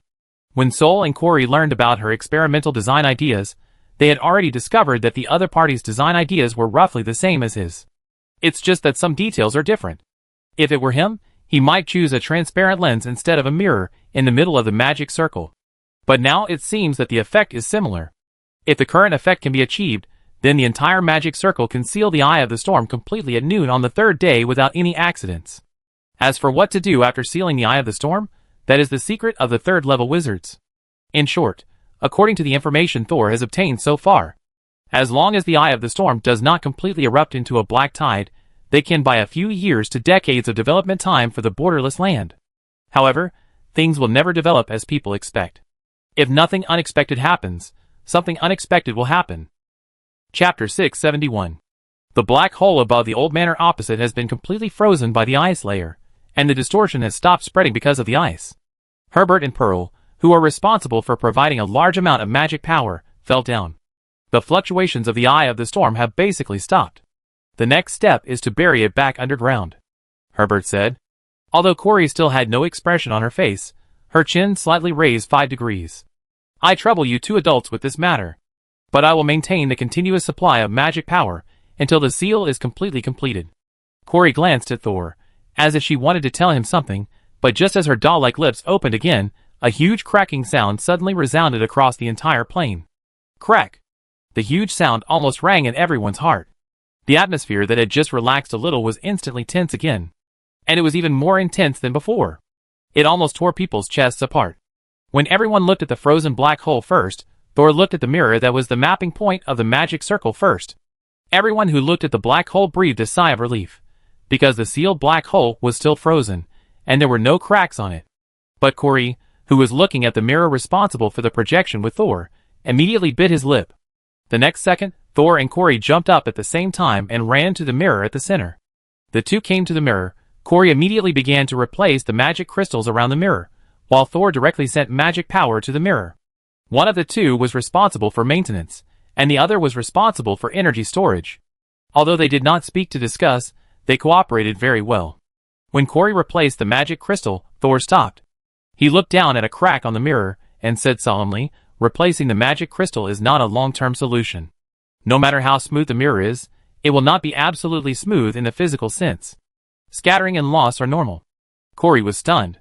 She had never heard some of the words Thor said, but she could fully understand them. "Yes, but as long as we hold on until Herbert and Master Pearl send the Eye of the Storm back underground, it will be considered a success." Before he finished speaking, a crack suddenly appeared on the mirror, and it was still spreading, splitting into two, almost penetrating the entire mirror. At this time, Herbert sent a message, "Pearl, and I will start sending the wind eye into the ground immediately. You must maintain the magic circle for 10 minutes without damaging it." Corey gritted her teeth. She certainly hoped that she could agree immediately to reassure everyone, but now it seemed that the mirror was in a state that would not allow her to be stubborn. "No! The mirror surface has begun to shatter. Any additional magic power will cause the mirror to shatter completely. The seal on the opposite side will probably collapse immediately." "What? How could such a stupid mistake happen?" Herbert said angrily, "Then change the magic circle immediately, and we will use the original sealing method." Pearl said coldly, "The original sealing method requires human lives to fill it. The Eye of the Storm appeared suddenly this time, and we were tricked again before. Now there are not enough living creatures nearby. Then use the lives of everyone present to fill it. At this time, only 4 people can hear the conversation between the 4 people. The others are not aware that the seal has made an irreparable mistake. It's just that the black hole on the opposite side is still frozen, and they are still waiting for several high-level wizards to solve the problem. That's not enough, unless you sacrifice yourself, Master Ing." Pearl mocked the other's gaffe. Herbert narrowed his eyes and glanced at Pearl. Instead of getting angry, he turned his anger to Corey. "You designed this magic circle. You must find a way to solve it, or use your life to buy time for us." Herbert's voice began to become strange, as if he had mouths all over his body, and the sound came from his skin and internal organs. Thor felt Corey's breathing stagnate beside him, obviously feeling the pressure that Herbert released specifically on her. But Corey was still calm, and was not overwhelmed by fear. She had already started to think of a solution. The problem now is that the mirror is seriously damaged during the mapping process. But I don't have a stronger mirror. I can only think of a way to repair it first. When Thor heard this, he immediately thought of a basic magic crystal with very high strength and stronger magic. But this mirror was only kept in his hands temporarily, and the mirror also kept a wisp of Pearl's pure soul. Thor looked at Herbert calmly, only looking at Pearl with his peripheral vision. In his peripheral vision, he saw Pearl slowly looking at the black hole in the distance. Her head was moving horizontally, which meant shaking her head. Pearl didn't want Thor to take out the basic mirror, even though it was an important moment to seal the Eye of the Storm. Then immediately, find a way to repair it. Thor, you should also find a way together. Whoever makes a mistake at this critical moment will pay with his life. Corey immediately turned around and wanted to go back to the mirror, obviously intending to maintain the integrity of the mirror first, and then find a way to repair it. But Thor suddenly raised his hand and pressed Corey's shoulder. "I have a plan." He saw Pearl purse her lips, but she didn't stop him from speaking. Thor smiled slightly, looked up at Herbert and Pearl and said at the same time, "It takes a lot of magic to seal the Eye of the Storm. At present, it seems that no matter how powerful the mapping items are, they may not be able to hold on. So my plan is that since the Eye of the Storm has been temporarily sealed, then the next step is to use less magic to control the more powerful Eye of the Storm. I borrowed a name. Maybe you are familiar with the lever." Herbert suppressed the anger on his face and said condescendingly, "Whatever you want to do, you better be sure before you say it. We don't have much time." Herbert still preferred to use human lives directly. He was afraid that there would be another accident, and no time to continue to remedy it. Corey couldn't help asking, "What are you going to do? Will the lever enlarge the range? Will the strength be reduced, or will it amplify the strength of the spell? In this way, our magic circle will be enlarged several times, so there may not be enough time to rearrange it, and the mirror can't withstand the stronger magic." Thor raised his hand and touched the cracks on the mirror. The mirror can't bear it, so the magic circle can no longer target the entire old manor. We need to concentrate our strength on the black hole. At the same time, in order to strengthen the power, if we can't rearrange the magic circle. Thor turned his head and looked at the black hole that was still frozen. We need to place this mirror closer to the eye of the storm. Corey stepped forward with a stern face. "I go. You are not familiar with the pollution here." Thor looked at Corey fearlessly. "At least you are not used to the pollution." Corey grabbed his belt. His big black pearl eyes didn't blink. The wizards, who were still using witchcraft props to isolate the pollution of the no man's land, would definitely not be able to go deep into the eye of the storm. People without resistance would get sicker after being infected. Then, Corey couldn't believe his guess. "You want to go?" Everyone present knew that it was a very dangerous thing to go deep into the old manor at this time. Although the eye of the storm was temporarily frozen at this time, who knew when it would break the seal? If the seal suddenly fails when the mirrors are being arranged, the people standing in the eye of the storm will be in great danger. The third-level wizards present must be responsible for controlling the situation, and be ready to take the second plan to seal the eye of the storm at any time. They can't take risks. Is Thor going to go in person? Several people looked at Thor. Thor leaned back and looked past the crowd to a corner far away from them. "Kismet, don't you have anything to do?" Chapter 672. Kismet has never intervened in the seal. Whether the other side is busy and happy about success, or dead silent and anxious about the malfunction of the magic circle, he is like an outsider. The life and death of the no man's land, and who will become the next third-level wizard, seem to have nothing to do with him. But now he, an outsider, has become the best executor to improve the ice lock seal. His strength is very strong, and no one in the second level present can figure out his details. He was very used to the pollution and danger of the no man's land. Before Thor came, he had stayed here for a long time, and had long understood the rules of this place. But before Thor mentioned this person, it seemed that everyone had forgotten his existence. No matter how busy or anxious they were, no one approached Kismet, who was standing alone in a corner far away from the crowd.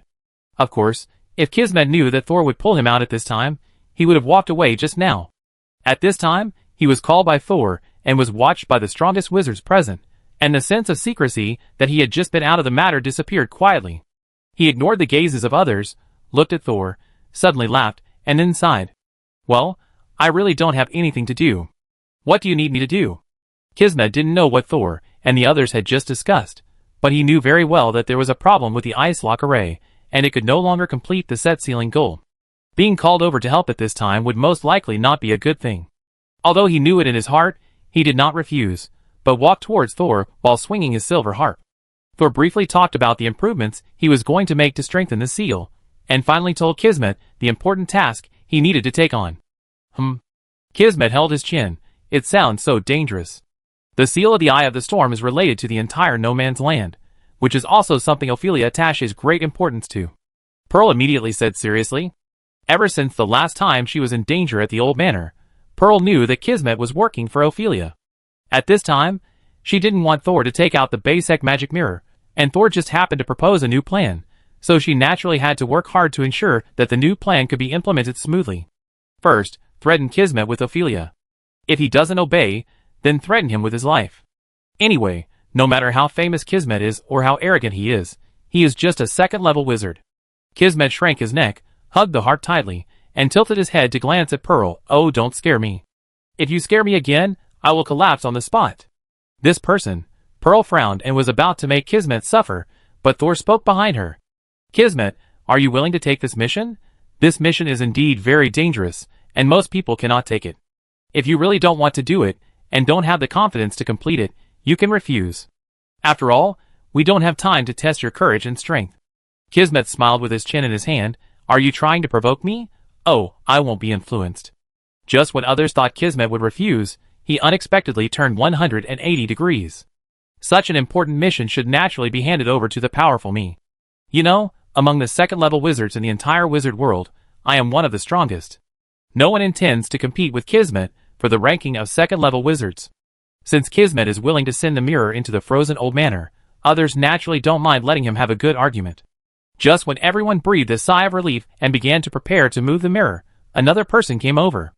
Lucy, wearing a mask, came over. Because she was previously affected by the pollution of the Eye of the Storm, her spirit body is still not stable, and she can't help in sealing the Eye of the Storm. But she has been helping Corey set up the ice lock array. After all, she had also done in-depth research on this ice lock array. So when Lucy just came over, Thor thought she wanted to come to help. Unexpectedly, Lucy said, "It's too dangerous for Kismet to deliver the mirror alone, I will go with him. In case of any accidents, we can help each other." Thor knew that Lucy's impression of Kismet had changed after she left the old manor last time. But he didn't expect Lucy to be willing to go deep into the old manor with Kismet to take risks. And judging from Lucy's appearance, she didn't seem to be hypnotized by Kismet. Thor looked at Kismet, who didn't object, and then looked at Herbert and Pearl. The other party nodded. Pearl even said meaningfully, "I watched them." With a third-level person watching, Thor felt relieved. He turned to Corey and said, "Next, please ask Wizard Corey to continue to preside over the operation of the entire magic circle." "Me?" Corey's eyes widened slightly. It was obvious that Thor was beginning to control the overall situation, so why would he give up the position of host? "Well," Thor said, as a matter of course, "although the entire magic circle has not changed, the distance and direction of the mapping have changed. You should be more familiar with the calculations in this regard." "Then what do you do?" Thor looked at Kismet, who had already resigned himself to following Lucy to the mirror, and gently rubbed the black stains between his fingers. "I make a third-hand preparation." Corey showed a lively expression that did not belong to a doll for the first time.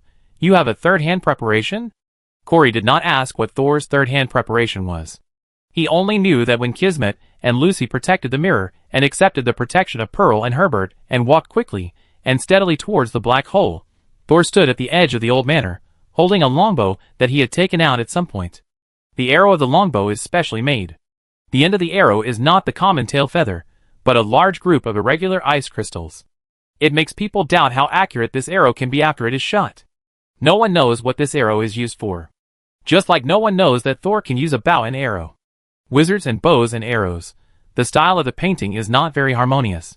Kismet has a smile on his face, as if he saw something very interesting. Lucy's mood has been down because of her distorted face. She escorted the mirror very seriously to avoid the formation from being unable to be projected on the mirror due to the wrong route. At the same time, she also had to be careful not to damage the cracked mirror during transportation. Compared to Kismet, who was just strolling around, Lucy was quite dedicated. When the two approached the mapping point designed by Thor, the impact of the Eye of the Storm began to show. Kismet paused while walking, and when he looked down, he saw that his 2 feet had turned around at some point. The heel was in front, and the toes were facing backwards. The tearing pain was transmitted to his brain a step later, after he lowered his head and realized the change in his ankle. But Kismet was not afraid at all. After a chuckle, he began to adapt to the way of walking with his heels lifted first. "How are you?" Lucy noticed Kismet's changes and found that his movements were not affected, so she asked in a low voice. "It's okay. It's quite interesting." Kismet's mouth corners rose more and more, as if he had found something interesting again. "That's good." Lucy continued to move forward. Her movements did not change at all, as if the old manor had no effect on her. As everyone watched with bated breath, the two finally arrived at the designated location, and the Eye of the Storm did not explode during this period. Next, as long as the two put the mirror in place and fixed it, they could let go and get out of the range of distortion as soon as possible. And Corey could organize people to open the magic circle again and continue to seal the Eye of the Storm. However, at this moment, something unexpected happened. Keith, who was about to turn around, suddenly found Lucy raising a hand. He turned around and saw the fist with healthy white skin, wrapped in lightning. It hit the mirror hard. Chapter 673. Lucy. Pearl showed an angry look, and a whirlwind swept towards Lucy. She had been on guard against Kismet, but she didn't expect that Lucy would suddenly attack her in the end. Kismet stood there in a daze, not knowing whether she didn't want to stop him or didn't have time to react. Soul's first reaction was that Kismet was secretly controlling Lucy and breaking the seal. But Kismet was there too. If the seal was affected and the black tide broke out completely, Kismet and Lucy would be the first to be affected. The reason why Thor dragged Kismet into the game was to prevent him from causing trouble without scruples in the safe area outside. After all, this person has a lot of criminal records. But Thor didn't know that Kismet was also suffering at this time. His feet were completely twisted shortly after entering the eye of the storm. Although he could continue to walk, he couldn't move quickly. And when Lucy's fist with lightning pierced the mirror, several hidden electric currents were transmitted from the earth into Kismet's body, instantly paralyzing him. Lucy was swept up by Pearl's whirlwind, but she quickly grabbed Kismet, and the two flew into the air at the same time. The mirror was still hanging on Lucy's wrist, and blood and broken glass fell down together. "Bring them back. I have a spare mirror here." Corey pulled off the lace headband on his head and yelled at the people inside. "I just felt that today was not going well." Hearing this, Pearl could only suppress her anger and use the whirlwind to bring the two out first. Unexpectedly, the whirlwind stopped listening to Pearl's words halfway through. Lucy and Kismet were spinning towards the black hole. Even Pearl's figure in the sky suddenly fell down, and she finally managed to stabilize her body. The seal is broken. Standing at the edge of the pollution area, Thor also felt an extremely strong attraction. It was like a small sailboat drifting in the deep sea, encountering a whirlpool with a diameter of 100 meters. It could only be involuntarily pulled towards the center and submerged. In a panic, Thor saw the mirror hanging on Lucy's wrist, and immediately turned back to Corey and shouted, "Corey! Keep going! Angle 3.44, multiple. 33.3. Corey's chest rose and fell violently, and he said to his men who were already at a loss, "Let's keep going." At this time, Lucy and Kismet had been sucked into the vicinity of the black hole. The harp in Kismet's hand suddenly grew larger, and he thrust it straight into the ground. The strings broke one by one, but they were thrust straight into the stone like steel bars, delaying the time for the two to be sucked into the black hole. After doing all this, the two finally stopped approaching the black hole, and Kismet was still in the mood to joke with Lucy. "I don't know what I did to anger Miss Lucy, so that you would not hesitate to sacrifice yourself and drag me to death with you." Lucy's mask had fallen off in the struggle just now, revealing a face with twisted features that was enough to give people nightmares at night. "Kismet." Her voice was low and hoarse, with gnashing hatred. "You killed me. Twice." "Oh, you actually remembered it." Looking at Kismet's indifferent expression, Lucy wanted to bite his neck off. But now the two of them were being pulled by multiple forces, and it was already very difficult for her to hold him. "I don't blame you for killing me. It's normal for wizards to fight each other, but you actually killed me and then pretended to be a good person and saved me. You used me to destroy my great-grandfather's plan." Kismet smiled. "That was obviously your own idea. How could you ask me to use you?" Lucy felt that her brain was numb, and she couldn't argue with Kismet, but she didn't care about the victory of words at this moment. When she volunteered to escort the mirror with Kismet, she had already thought about it. Even if she would die, she would stuff Kismet into the black hole of the eye of the storm, making him full of pollution, a monster with out-of-control mind, mental breakdown, and rotting body, let him live forever, and never think of liberation. This hatred turned into a firm belief, and Lucy released powerful magic without hesitation, one shot at the black hole not far behind her, and the other directly shattered Kismet's harp. The two figures retreated again. Pear just wanted to save people, but she found that her body was also somewhat out of control. Helplessly, she had to increase her height again, and finally got rid of the attraction of the black hole. But when she wanted to save people again, the two people below hit the black hole hard. The black hole sealed by the ice was originally only the size of a fist, and the broken seal only revealed a gap less than a fingertip. However, such a small gap produced a terrifying suction force. Lucy, who hit the gap first, had her back and abdomen caved in almost instantly. Her head and limbs were pulled forward, and she wanted to scream in pain, but she couldn't even make a sound. Lucy used up her last bit of strength to look at Kismet. Although she couldn't catch anyone at this time, the terrifying suction left Kismet no chance to escape. Kismet looked at Lucy, who was squeezed and deformed in front of him, and his heart almost jumped out of his chest. It was really about to jump out. He could already feel something pressing against his sternum, hitting it again and again. With only her head and the ends of her limbs outside the hole, Lucy seemed to see Kismet's fear, and her eyes curved even more, as if she was laughing. However, the next second, Kismet suddenly reached out and pulled the mirror off Lucy's wrist, then held it flat in front of him, with his feet firmly planted in the ground. With his other hand, he dropped the broken harp and pressed it directly on the ice layer outside the black hole. The ice layer instantly spread to Kismet's arm, freezing him and the ice tightly together, but at the same time, it also helped Kismet keep his arm straight in disguise. Kismet turned back and pointed at Thor, who had already raised his longbow outside the range. 1 meter. Thor heard Kismet's words clearly, and said to Corey in the back in a calm voice, "Angle 3.36, multiple 102. Understood." Corey responded while modifying the magic circle. The ice lock magic circle was activated again. Everyone had mixed feelings. Because if the magic circle was activated without waiting for the people inside to evacuate, the people who were still near the eye of the storm would definitely be sealed together. But Kismet, who was almost stuck to the eye of the storm, was still smiling, with his eyes narrowed. Lucy still had half of her face outside, with only a deformed eye and half a mouth. She seemed confused, but wanted to hold on, watching Kismet being sucked in. At this time, Kismet suddenly said in a low and difficult voice, "I'm afraid I disappoint you, Miss Lucy. Unlike you, someone will definitely save me." The next second, the ice-locked magic circle started again. Powerful magic power poured into the mirror on Kismet's left palm, and was reflected at a very fast speed onto the black hole 1 meter away, just shining on the remaining half of Lucy's face. Boom! Lucy was instantly knocked into the black hole by this powerful force, without any sound. After Lucy completely disappeared, Kismet also felt a terrifying suction. Just when he could no longer hold on, and was about to hit the eye of the storm, a sharp arrow came from nowhere. The sharp arrow, with its funny tail feathers behind it, went straight towards the target under the powerful attraction of the black hole. It quickly brushed past Kismet's cheek, and actually got into the black hole before him. Just as the tail feathers sank into the black hole, the terrifying suction suddenly stopped. Kismet blinked blankly. Then, the power of the ice was finally activated, and the seal with a gap was finally filled. However, the powerful magic was not satisfied with filling the gap. It continued to emit the terrifying power of freezing everything. Kismet, whose arm had already been frozen, began to have a lot of ice crystals all over his body.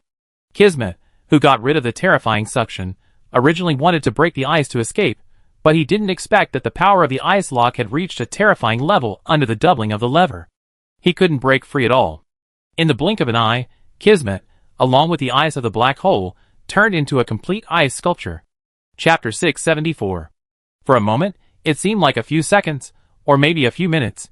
Kismet felt as if he had been sealed inside the eye of the storm. There was no light in all directions, and no sound could be heard. He vaguely felt that there seemed to be someone in front of him. Maybe it was Lucy, who was sucked in before, or maybe it was just his illusion. The corners of his mouth still maintained the arc that was raised a second before he was frozen. It seemed that he didn't care even if he was frozen in order to seal the eye of the storm. But his fate did not end there. Before the ice lock was about to completely freeze Kismet's consciousness, cracks suddenly appeared on the rock-hard ice.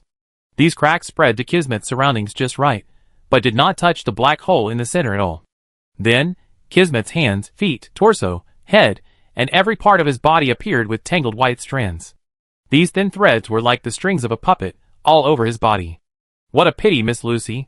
As the ice broke, Kismet's mouth corners rose again. Without the diary's permission, you can't kill me. Just like I can't kill myself. Then the thin line wrapped around his body suddenly tightened, without leaving any marks on his skin, but pulling his whole body out of the broken ice little by little.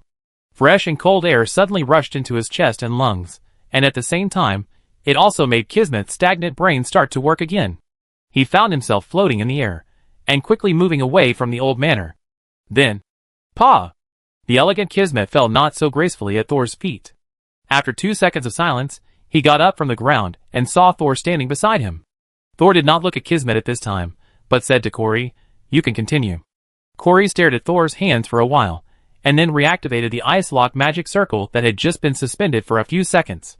Because Kismet had been rescued by Thor, the mirror he was holding naturally moved away from its original position.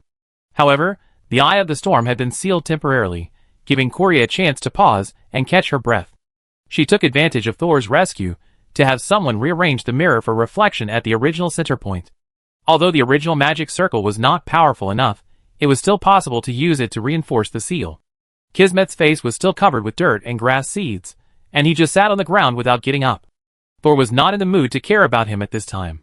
Just now, in order to save people, he used the witchcraft dawn pulling, which he had never used in front of outsiders, for the first time, which was developed based on the fate line. This witchcraft can only be used on himself and people who are close to him. By pulling the fate lines of each other, it can slightly affect the surrounding environment, and find a direction that may usher in the dawn in the darkness representing death. This witchcraft is very abstract. Not only can it only work on people who are close to Thor, but it can only work in dangerous moments. So after Thor developed this witchcraft, he never used it, and everything was theoretical research. This time, they were able to find the weakness of the ice layer and rescue Kismet without affecting the Eye of the Storm. It was probably because Kismet was extremely lucky that he caught the glimmer of hope. After performing this sorcery, Thor's mental strength almost immediately weakened. Now he could only stand there, and could do nothing. It was not until Herbert and Pearl cooperated to press the frozen Eye of the Storm back into the ground that Thor recovered a little, and turned to Kismet, who was still sitting next to him. "Were you sleepwalking just now?" Thor's voice sounded flat, but it was faintly reprimanding. "I finally created a gap, but you were just standing there in a daze? Do you really want to be sealed with Lucy?" Kismet raised his head, and suddenly started laughing. Ha ha ha. Ha ha ha. He laughed so hard that he fell backwards, like he was having a seizure. "Are you happy that you survived the disaster?" "Ha ha. Huh, I'm happy for the surprises you created time and time again."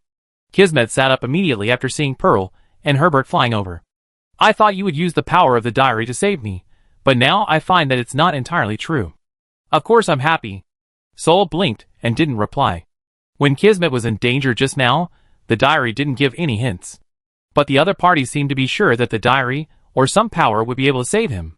Sol found out that Kismet was related to the diary early on, and now it seems that this connection is closer than he thought. Could it be that Kismet is something like a diary spirit? While thinking, Pearl and Herbert landed beside Thor at the same time. Pear looked at Kismet with a complicated expression, and was more or less surprised by his performance just now. "Anyway, thank you for cooperating with us to seal the Eye of the Storm in the crisis just now." Kismet still had a smile on his face, but it was not as exaggerated as before.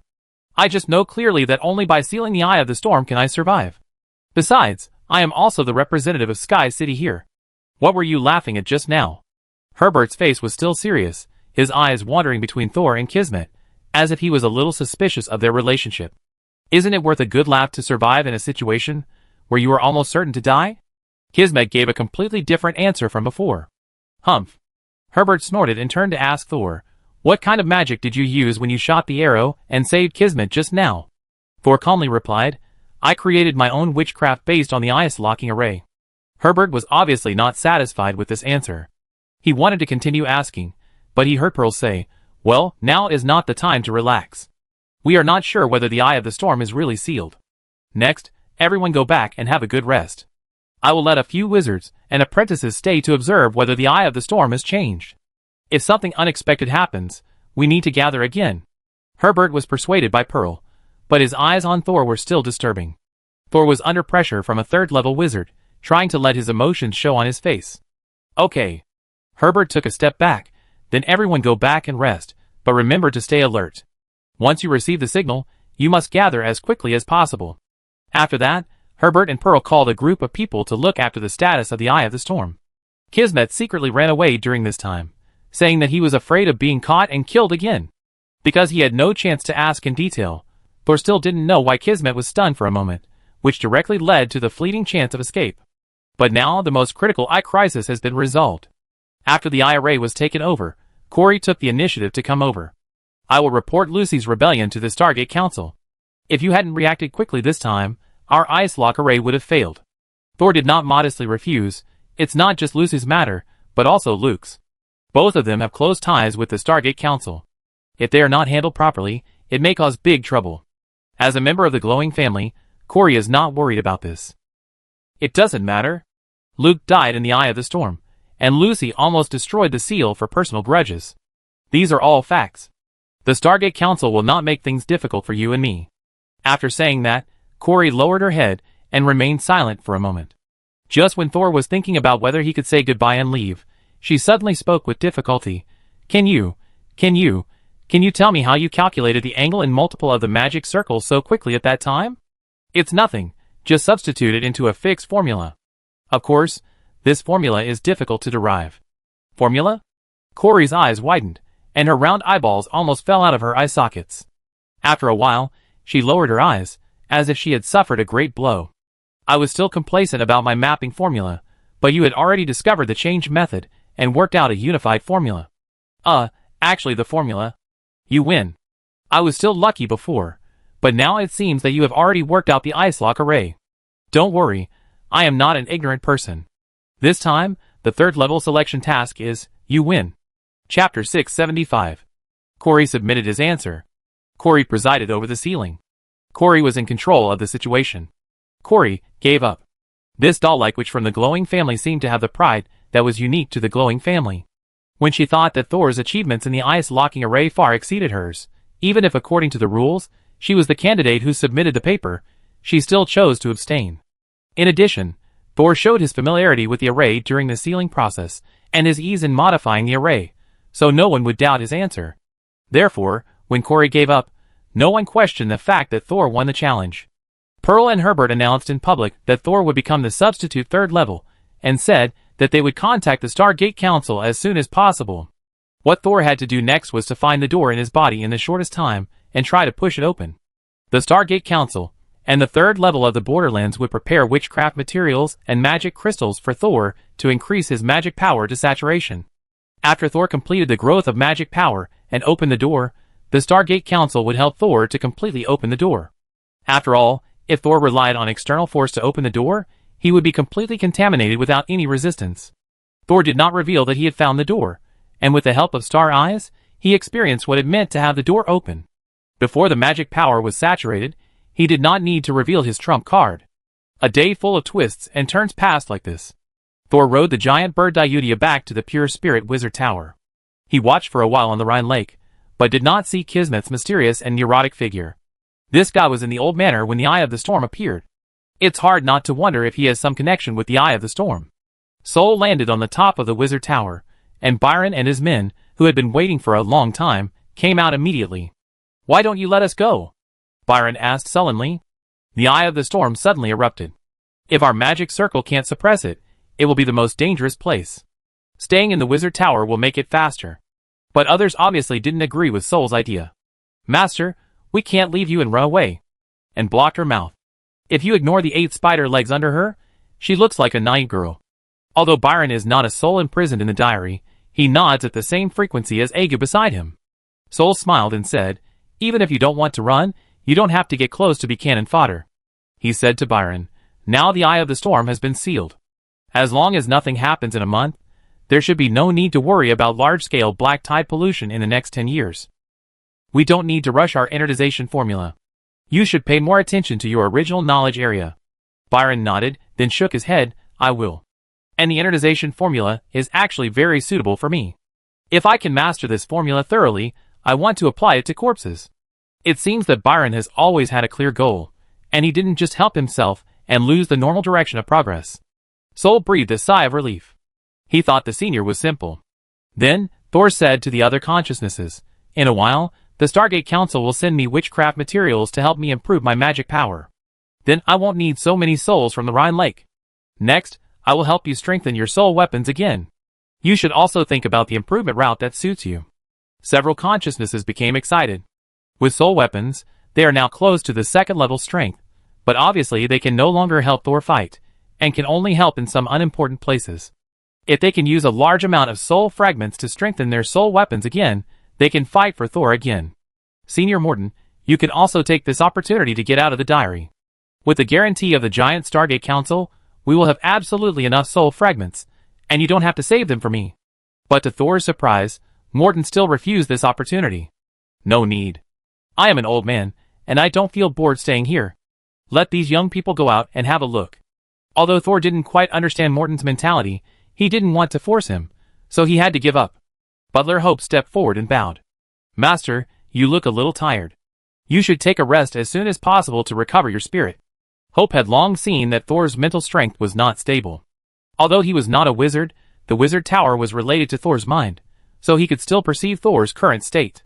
So seeing that several people had finished talking about important things, he hurried forward to persuade Thor to rest. Reminded by the attentive butler, the other people also noticed the fatigue hidden under Thor's smile, and hurriedly kept silent, pushing Thor to let him go back to sleep. Even if the Eye of the Storm was sealed successfully, Thor must have consumed a lot of energy. At this time, a good sleep is more effective than any meditation method. At night, the Wind Demon and the Firefly Lord have successively sent a large number of people to guard the sealed old manor. Among them are several second-level wizards, who failed to arrive in time during the day. They have lost the credit for sealing the Eye of the Storm, so naturally they want to get a share of the subsequent tasks. The three-layer defense lineup there is enough to deter any second-level wizard with ill intentions. But it couldn't stop the third-level wizard, especially Herbert, who arranged the defense task personally. The fireflies without fluorescence mixed with the wild mosquitoes that revived in spring, flying in the grass. Intentionally or unintentionally, some insects flew towards the direction of the old manor. Sizzle! But when these mosquitoes approached, they would be immediately ignited by the invisible force, and turned into ashes, and fell to the ground. The wizards on duty had seen this situation many times, and were too lazy to even look at it. But this time was different. A firefly fell to the ground quickly after being ignited, but it did not turn into ashes, but took advantage of the situation to drill into the soil inside the defense array and crawled carefully. Then it slowly and stealthily came to the original site of the old manor. There was still some distortion force here, but these residual forces could not affect this powerful firefly. It resisted the pressure of distortion and came to a frozen land. Then, the firefly's antennae lit up slightly. At this time, the wizard closest to it was also 100 meters away, so naturally no one noticed the firefly hidden in the grass. Moreover, the antennae of this firefly lit up, not its normal light source, so its function was naturally not just to illuminate. It nodded in an anthropomorphic manner, and tried to let its tentacles touch the ice on the ground.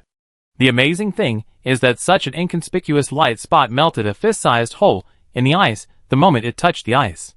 Just as the firefly was about to crawl into the pit to continue melting the ice, a voice suddenly interrupted its action.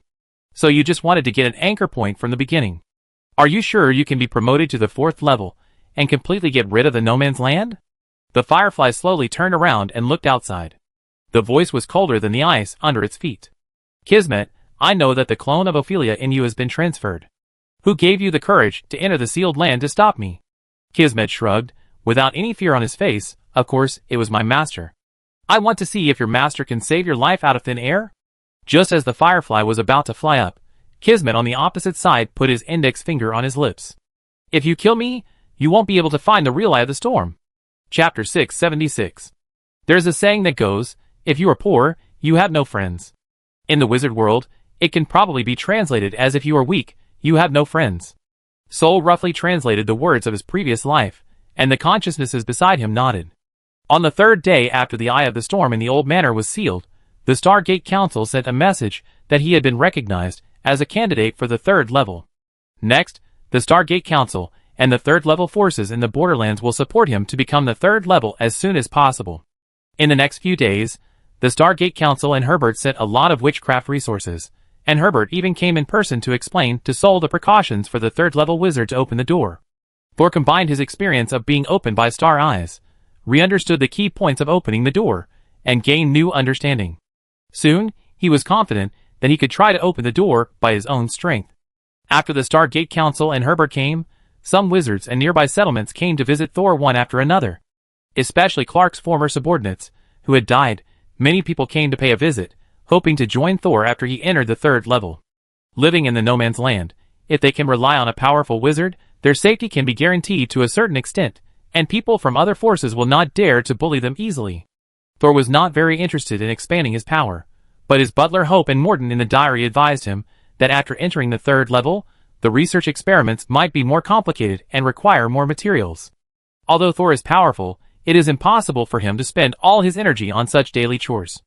In fact, Thor should have recruited people to help him with chores when he was in the 2nd level.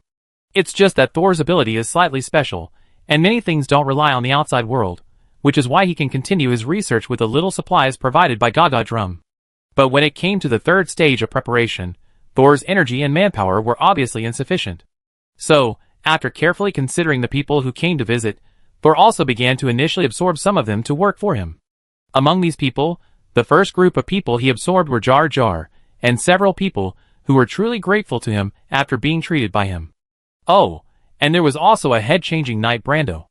Although the other party did not come in person, he let Jar Jar convey his determination to serve Thor in time.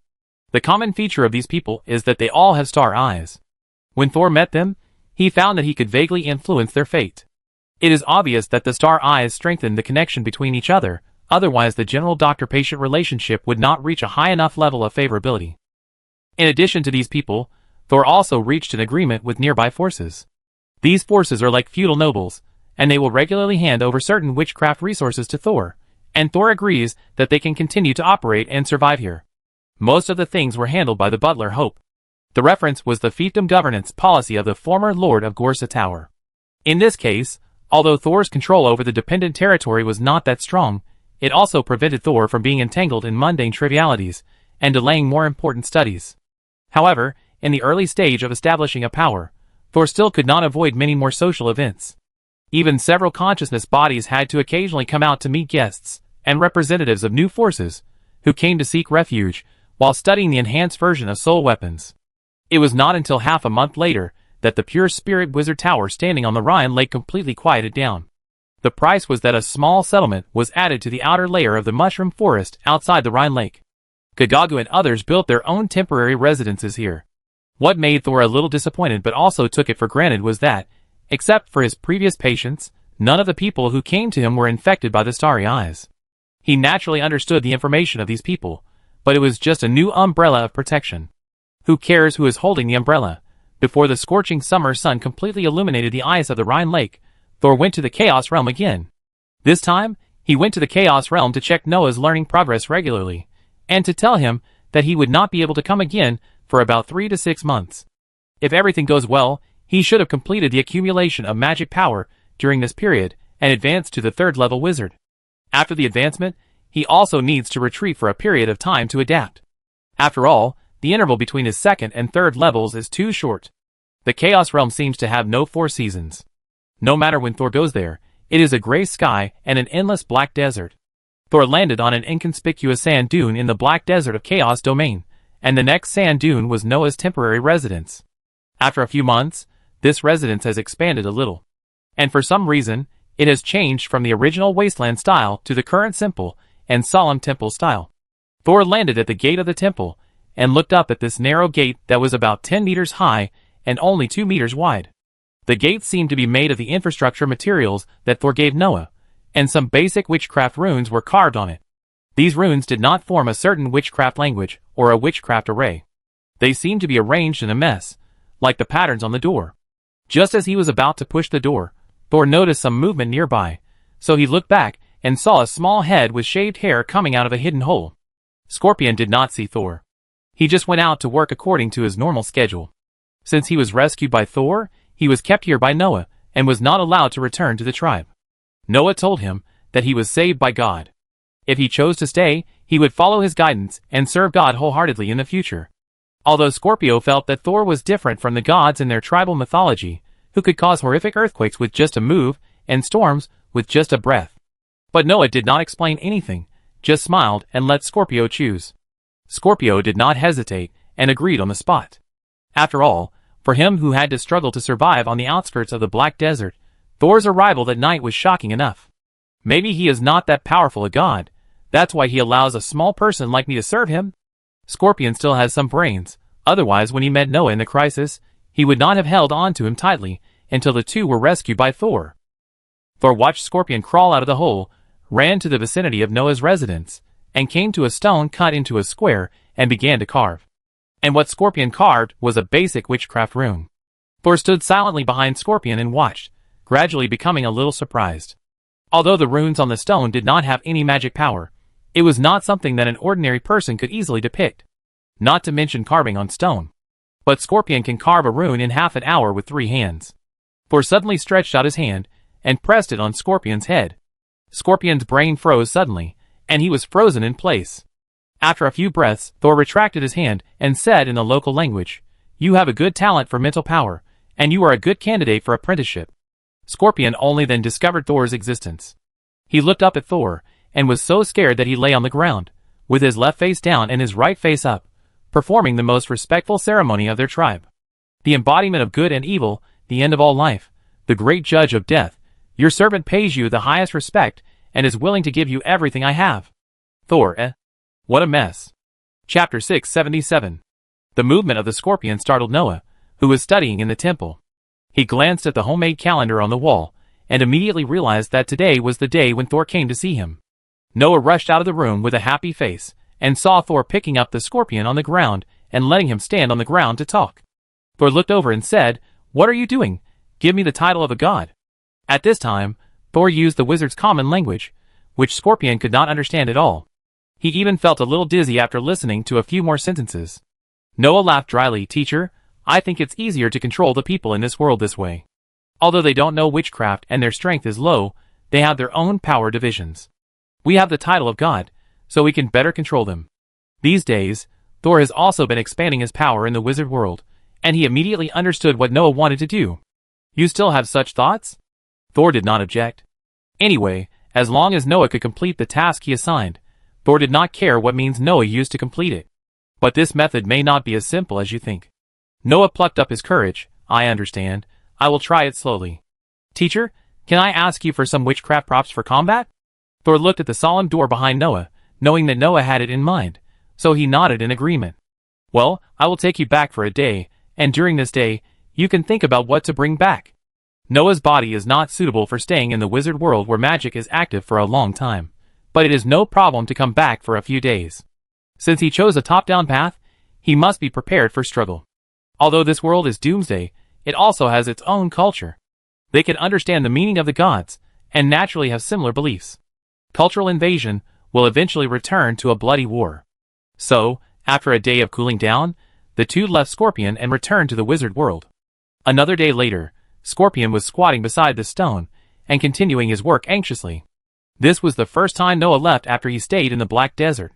Although the other party told Scorpion that he would be back in a few days before leaving, Scorpion was still very uneasy when he stayed alone in the temple for the first time.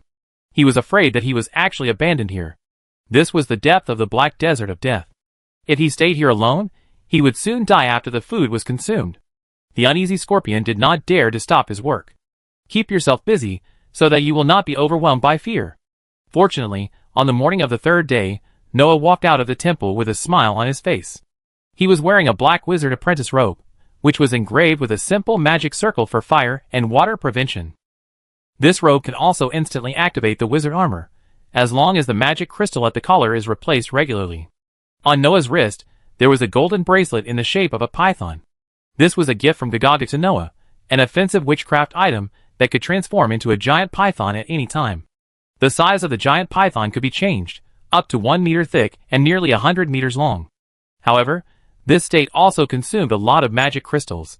Even if Noah brought a full bag of magic crystals, he still needed to use them carefully. Looking at Noah, who looked brand new, Scorpion swallowed his saliva enviously and walked forward. "Lord Noah, you are back? Where is the judge?" Noah glared at Scorpion. "Don't call me that. There is no need to add a redundant title like Sir after the Judge of Death." "Yes." Scorpion bowed quickly. Noah thought Scorpion was very smart. Although such a person was prone to have his own little thoughts, under the suppression of absolute power, such little thoughts were not a problem. Instead, they could save Noah a lot of effort in explaining. The Judge of Death does not often come to this desolate world.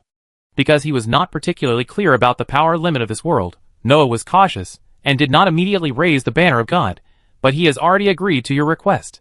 Noah shook his robe. "Next, I will go to your tribe with you.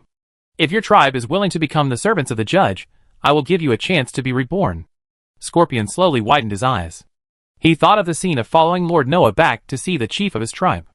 For some reason, he couldn't help but get excited. After sending Noah back, Thor began to accumulate his strength. While others were studying how to push open the door in their bodies, he was studying how to absorb the pollution that had entered his body while opening the door. After dozens of days of preparation, Thor finally walked out of the Pure Spirit Wizard Tower again. At this time, the Rhine Lake was still sealed by a thick layer of ice, but outside the Rhine Lake, it was full of greenery. Behind a huge gray-white mushroom forest, a circle of low houses had been built. The wall outside the house is under construction. It seems that the Pure Spirit Wizard Tower is about to change from an independent building to a small settlement. Thor snapped his fingers and called Dayudiu, who was combing feathers on the roof. "I have 2 letters here, one for Pear. The other is for the people of the Stargate Council station nearby. You know the Stargate Council, right?" Dayudiu immediately raised his chin and squinted at people. "Very good, it seems you know."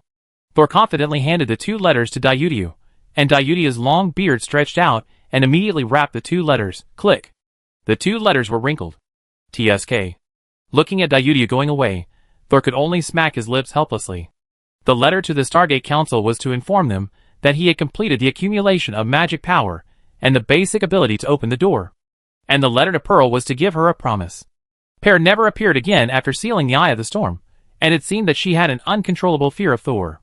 Even in the old manor, she did not get within 10 meters of Thor. This made Thor more and more certain that something in him had affected Pearl.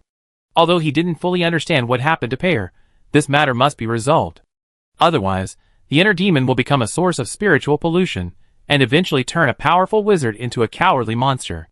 Therefore, Thor told Pear in his heart that after he completed the third-level ritual, he would do his best to help Pear dispel the dark cloud of fear above her head. Watching Dayudia's figure disappear in the sky, Thor turned around and returned to the wizard tower. Egu, who had been waiting at the door, followed in time. Master, Herman and Ann have redesigned their soul weapons during this period. Would you like to review it? Thor tilted his head. I won't look at it. Just tell them that the plan needs to be improved. Egu was stunned. It's not okay to tell them directly, right? Thor smiled. They want to complete the upgrade of the soul weapons before I get promoted so that they can help me in the promotion ceremony. But such an improvement plan must have been designed in a hurry, and it is likely to leave hidden dangers. Just tell them it's not possible, and let them try their best. Soul stopped, and Egu stopped immediately. The distance between them did not change at all. Soul armor is a transformation that directly acts on the spirit body. In order to reduce the negative impact on the spirit body, we still have to make every transformation perfect. Egu nodded. I understand, Master. I will watch them both. Soul looked at Egu. His soul arm transformation direction was different from the other two consciousnesses. Egu prefers to strengthen his spirit, so his combat power has not changed much. But he is consciously improving his thinking ability and memory, and he reads a lot of books every day. It is said that his goal is to become Thor's private library. For Egu's choice, Thor has no corresponding transformation experience for the time being, so he can only let him do his own research and test. At most, he will check the progress from time to time to see if there are any major problems with Egu's research. You should also be careful. I won't worry you. Egu smiled and replied. Although the 100-year agreement has not yet expired, I will allow you to go out independently when your consciousness is strong enough. If you have something you want to do, or someone you want to find, you can do it and find them. Soul suddenly thought of something fun. By the way, if you encounter danger outside, you can call me through the diary, and I will immediately take your diary back. You carry Hearthstone with you. Why don't you go out and have fun? Egu, although I don't understand it very well, it sounds very powerful. Chapter 678. In a blink of an eye, Brother Thor is about to advance to the third level. Silver butterflies danced around him. But Penny's chattering mouth sometimes doesn't match her elegant dancing posture and elf-like appearance. I still remember the first time I saw Brother Thor. He was still a first-level apprentice. At that time, I was thinking that the dream of this little wizard looked so special, I really wanted to eat him up. Soul laughed and said, Fortunately, you didn't act rashly at that time. At that time, I might not have the power to save you from the dream. Wait, so you have recovered your previous memories a long time ago, right? Ah ha ha ha. Penny started to play dumb. It landed on the edge of the wizard tower's pedestal and looked ahead. Outside the Rhine city, Thor casually named his own settlement. Hundreds of low-level wizards were busy. Some of these hundreds of wizards were sent by Herbert and Pearl, but more came from the Stargate Council of Iskepper. It must be said that power is sometimes fascinating. A transfer order from the other party made so many wizards put down all their work and research and come to the dangerous no-man's land to set up a promotion array for Thor alone. But Thor just sighed a little and stopped thinking about it. Anyway, no matter how many people come to set up the promotion array, whether he can successfully withstand the first wave of crisis after opening the door still depends on himself. If his own strength is not good, even if he pushes someone up by force, he will soon be crushed by the power that follows. The person who presided over this array is an acquaintance. Corey, expressionless and wearing a gorgeous blue puffy skirt, stood on a temporary high platform and looked down. From time to time, she would instruct a wizard to improve the work he was doing. The magic array for promotion to the third level is very complicated, and normally it needs to be presided over by a third-level wizard. But the Stargate Council is not convenient to send another third-level wizard in, and Herbert and Pearl will not personally take action except providing resources and being present. This is also to avoid suspicion. Therefore, this difficult task finally fell on Corey, who is currently the closest to the third level. As the protagonist, Thor only needs to check it himself after the promotion array is arranged. At other times, He needs to keep himself in perfect condition and full of energy. At this time, Thor saw Corey looking up at him. He raised his hand to greet him, and the other party nodded slightly, and then went back to work. "Brother Thor, this little witch is not bad, like a cute doll. Do you like her?" Penny started to be naughty again. "I like you more." Thor put an end to Penny's teasing with one sentence. There were footsteps behind him, and he turned around to see Byron climbing the last step to the top of the tower. "When is the promotion ceremony scheduled?" Byron asked. "If nothing goes wrong, it will be in 5 days. I don't know why, but when I see the senior, Sol always feels uneasy, but after thinking about it, he can't figure out where the uneasiness comes from. I haven't asked you for a long time. How is your innertization experiment going, Senior Byron?" Byron thought for a while, and replied, "Small-scale innertization can be completed in the laboratory. But once the quantity is increased, the original experiment will not achieve the desired effect. It should be that after the amount of inerting increases, the energy required will increase exponentially. At present, there is no suitable consumable energy that can provide the corresponding energy in a short time." At this point, he paused for a moment. "Well, there is not yet, but I will continue to look for suitable materials and conduct experiments." Thor also knows that the time consumed by such experiments is often measured in years. It is already very good to be able to complete small-scale purification now. Like the last time he inerted the polluted energy near the eye of the storm for a short time to create an escape opportunity for Kismet, he used the method provided by Byron. It's just that Kismet is such a loser. He was given a chance, but he used it to daydream. After complaining about Kismet, Thor came back to his senses and gave Byron a small suggestion. "Senior, in fact, there is a difference between small experiments in the laboratory and large experiments in actual application scenarios. For example, if we don't pursue the complete purification of pollution, but pursue the pollution to a level that the wizard's body can bear, it can be regarded as innertization." Byron's eyes lit up. "Good idea. I was too perfect before. According to your idea, I now have a way to complete large-scale innertization. However, this method is a one-time thing, and we still need to continue to look for other suitable energy supply materials." Just as Thor was about to ask what kind of one-time material was so powerful, he felt a strong mental wave coming from behind him. He looked back and saw that it was Pear, whom he had not seen for a long time, coming with the wind. This time, she still did not land on the wizard tower, but landed next to Corey. After she landed, she nodded slightly in the direction of the wizard tower. It was as if she was telling Thor with this action that she would wait for him. The wind demon, who originally did not need to participate, checked the magic circle once more before Thor checked it. Her actions showed that she attached great importance to this promotion ceremony. It was a little strange to outsiders. Pear came over to help Thor check the magic circle, but the two never spoke, and the distance between them was not less than 10 meters.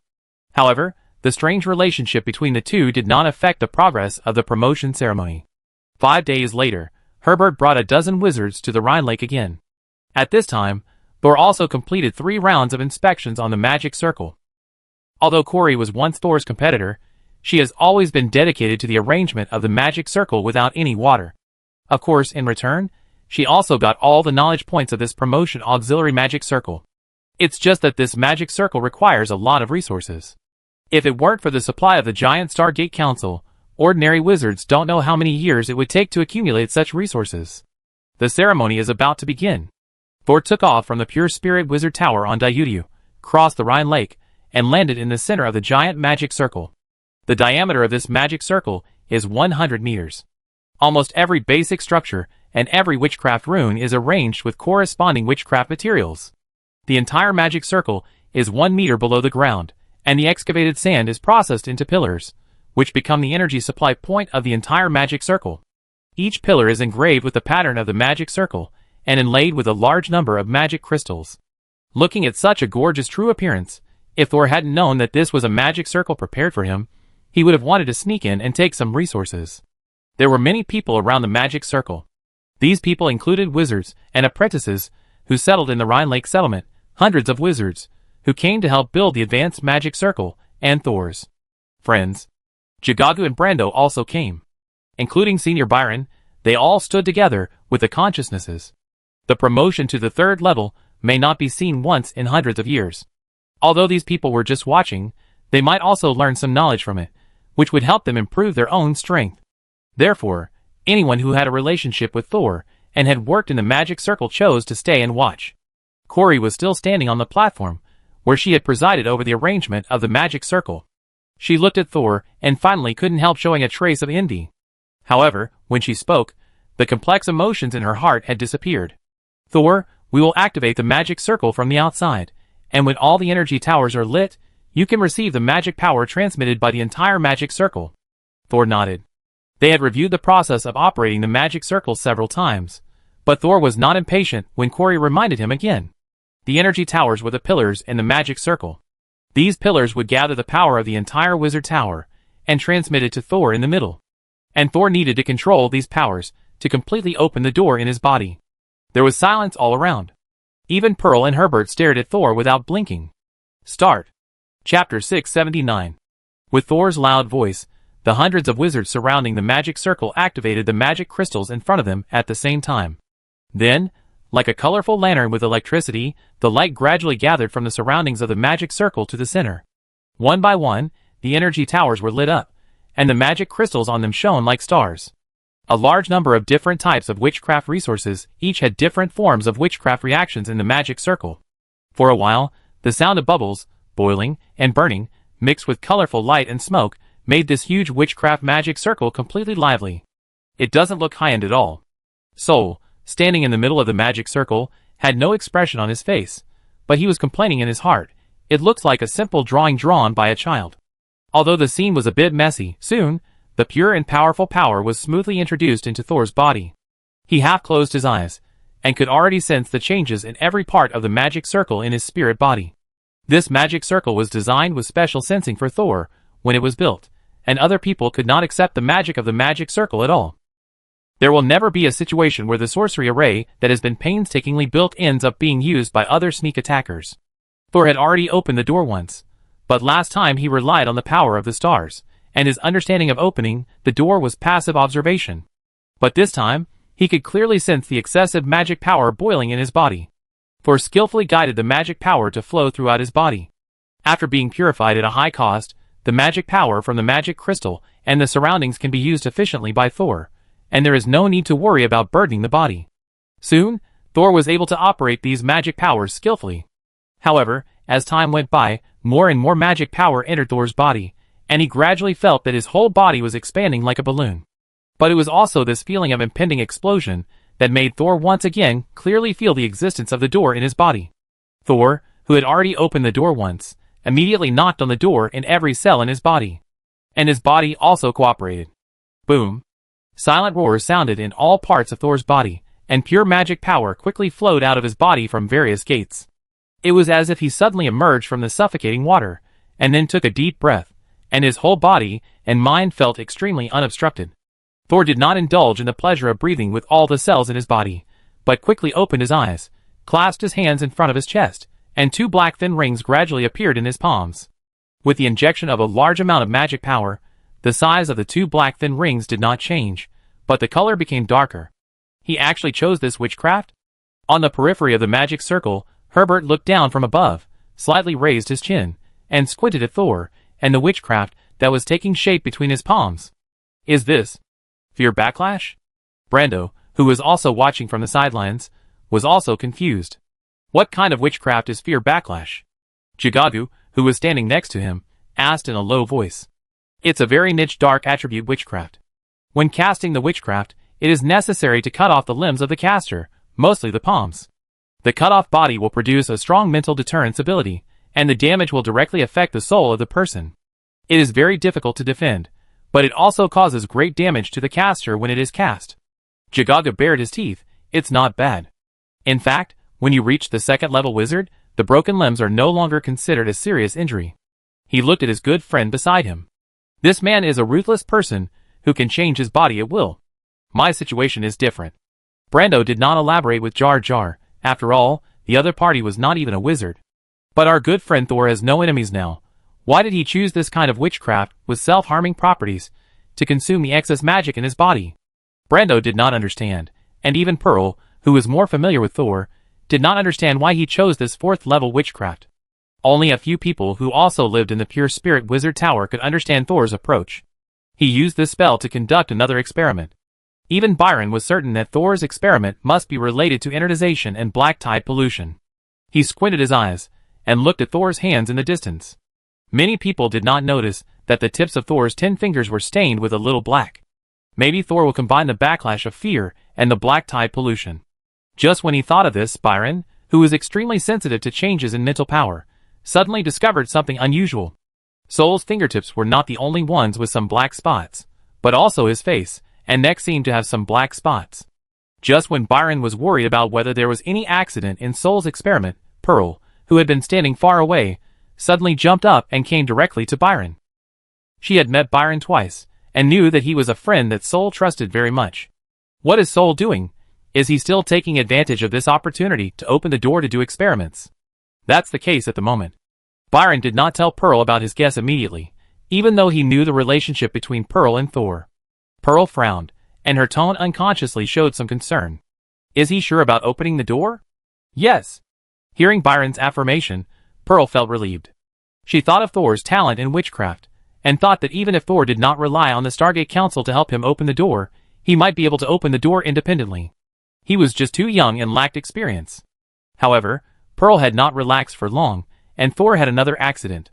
The number of black spots on his body did not increase, but a black smoke was steaming from the surface of his skin.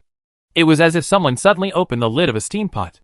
A large amount of black smoke almost instantly enveloped his entire body. Something happened. This time, Peyer and Byron both confirmed that something went wrong with Thor's promotion ceremony. Peyer was worried about Thor, and felt that the scene in front of her seemed familiar.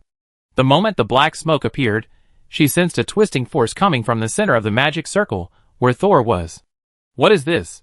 Pearl felt that her brain seemed to be numb, not knowing whether she dared not to believe it, or did not want to believe it. However, when she subconsciously realized what happened, Herbert, who was also a third-level wizard, discovered the truth almost at the same time. And this irritable third-level wizard shouted immediately. Eye of the Storm! Damn it! How could the Eye of the Storm appear here again? Wow! Everyone was in an uproar. No one would doubt the judgment of a third-level wizard. The originally quiet and solemn advancement ceremony instantly turned into a stage for a doomsday disaster. There were originally hundreds of people gathered nearby, and after just a moment, all kinds of people began to show up. Some people almost ran away immediately. Some people were still digesting the meaning of Herbert's words. Others reacted quickly and immediately summoned the wizards around them, trying to replicate the ice lock seal from 2 months ago. Pearl usually reacts quickly, but today her brain is a little numb, and the sound of her heartbeat is clearly audible. Boom! Boom! Boom! It seemed as if every heartbeat was telling her something she didn't want to believe. If the Eye of the Storm really appeared in the center of the magic circle, then could Thor, who was standing in the center, still survive? Swoosh! A black shadow suddenly flew out from the side of Pearl, awakening her numb brain. It was Byron. When he learned that the Eye of the Storm appeared where Thor was, he rushed in without hesitation. Chapter 680. Thor was concentrating on sending magic power into his palms. He was doing an experiment. If successful, a 4th-level witchcraft will be transformed into a 5th-level witchcraft by the fear backlash. It will also be the first 5th-level witchcraft he has mastered after entering the 3rd level. Before, he would seal the pollution absorbed from others separately for experiments, but later, he could use the pollution as a bomb to release it. Cause double damage to the enemy's soul and body. That is, every attack must cut off the palm. Even if Thor can transform into an octopus monster, cutting off the palm is a self-harming witchcraft, which is the kind of big move that needs to be killed with one blow. But just when everything was going smoothly, and there was no warning in the diary, Thor suddenly found that the magic power in his body was no longer obedient.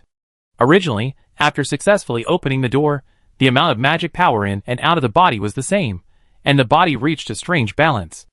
At this time, as long as Thor operated the magic power according to the established witchcraft runes, and did not release it to the outside, there would always be magic power in his body flowing into his hands and gathering into a ring.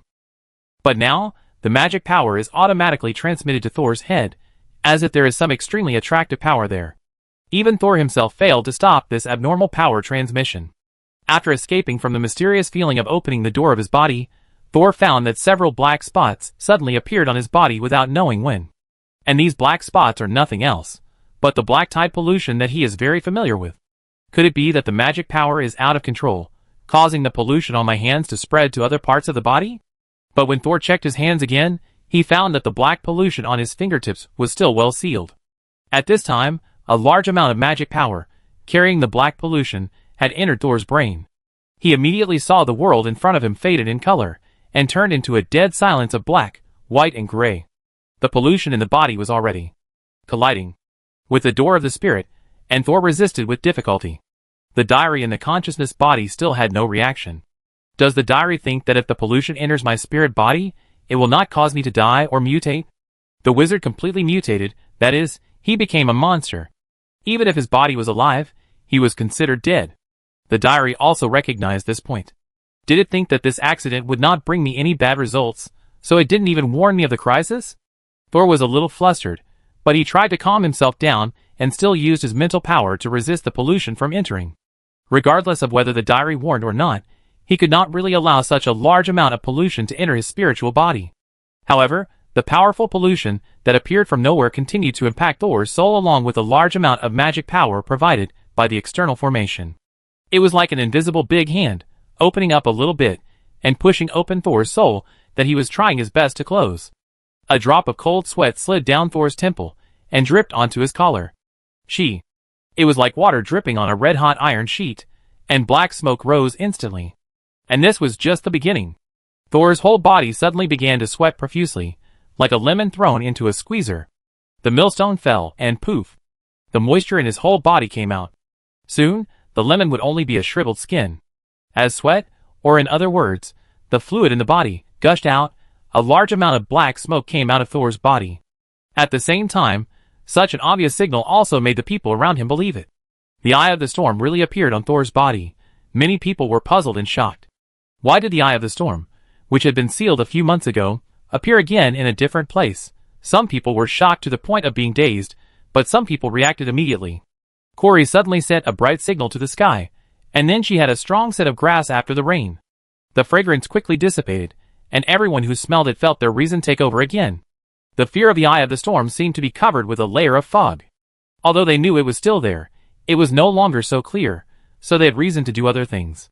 Everyone listened to my command. It's just that the Eye of the Storm has appeared again. Since we can seal it once, we can seal it a second time. Most of the wizards surrounding the magic circle were sent by the Stargate Council, and they would naturally listen to Corey's command. The other wizards saw that although Corey was not the strongest person present, she could organize hundreds of wizards immediately, so they were naturally willing to cooperate with Corey. But some people disagreed. Brando almost immediately mounted his Pegasus and appeared near the platform where Corey was. Sir, Wizard Thor is still in the Eye of the Storm. You are organizing people to seal the Eye of the Storm now. Do you want to seal Wizard Thor as well? When Corey saw the direction Brando came from, he knew that he was Thor's friend or vassal. She replied quickly and rationally. Thor's location completely overlaps with the Eye of the Storm. Based on our last experience, he has been contaminated by the Eye of the Storm, and the possibility of survival is extremely small. And this time, the Eye of the Storm suddenly appeared.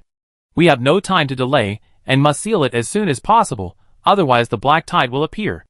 At that time, everyone here will be the first to be sacrificed. Corey thought he had explained the pros and cons in a few words, but Brando on the opposite side was like a deaf person, and was not convinced at all. He just glanced at Corey with contempt and said coldly, You are afraid of sacrifice, but I am not. If you don't save people, I will. He pulled the reins and returned to Jar Jar. Although Jar Jar was not with the two, he had heard their conversation with an ear-shaped witchcraft prop. He immediately said to the people around him, Others will not save Thor. We have to find a way ourselves. Brando jumped off the Pegasus. We must also be careful of others tripping us up. After all, not everyone is happy to see Thor alive. At this time, Pear in another direction suddenly landed beside everyone. Surprisingly, she did not help to set up the ice lock magic circle to seal the Eye of the Wind. Pear did not explain too much.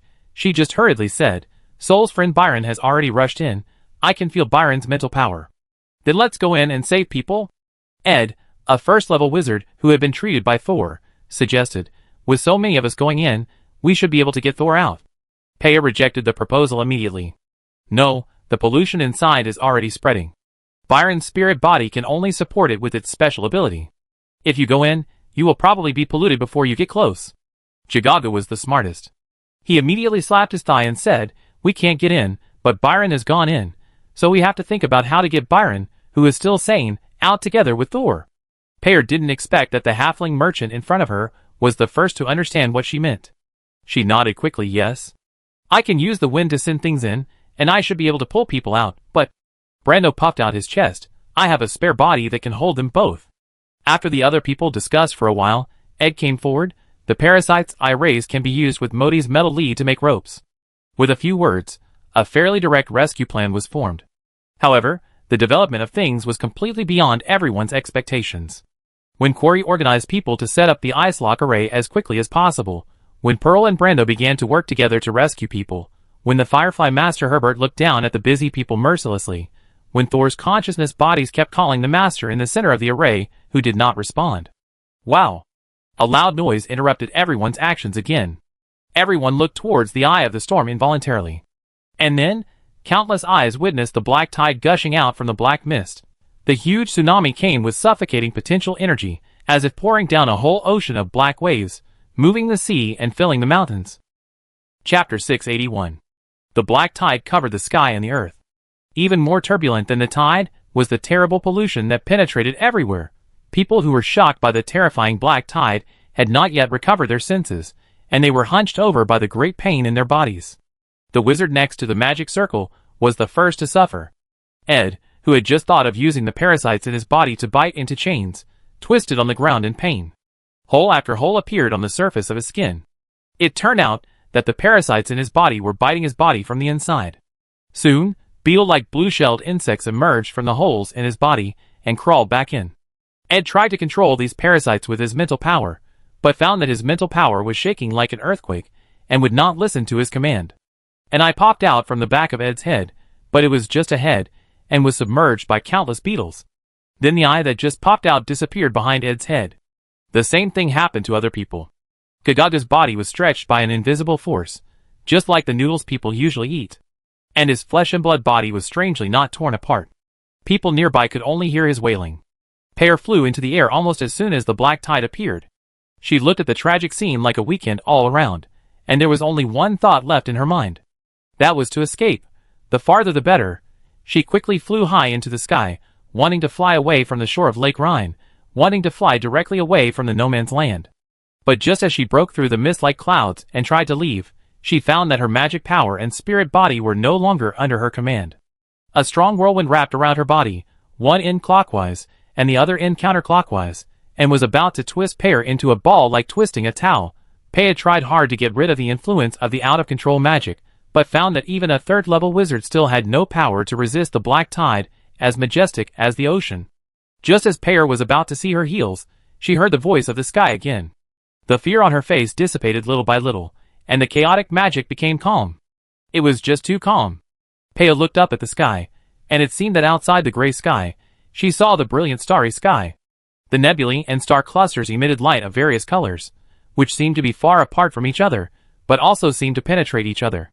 The voice was ethereal and soft. For the first time, when Pear heard this voice, she was no longer afraid, but felt peaceful. She suddenly realized that she should not want to escape from these voices. They were calling her, and she was craving them. After an unknown amount of time, Thor finally poked his head out from under the black sea. He exhaled suddenly, but felt like he hadn't exhaled anything. He opened his eyes, and the surroundings were still a combination of black, white and gray. It seemed that there were all kinds of screams and wails coming from all directions. But when he listened carefully, it seemed that there was only the sound of waves hitting the waves. Soul tried to break free from the tide, and just as he thought about it, he found that he was actually standing on the sea. What made him feel cold all over was that he didn't even use any magic or mental power. He lowered his head, and finally saw what he looked like now. A black skeleton. No muscles, no fascia, no internal organs.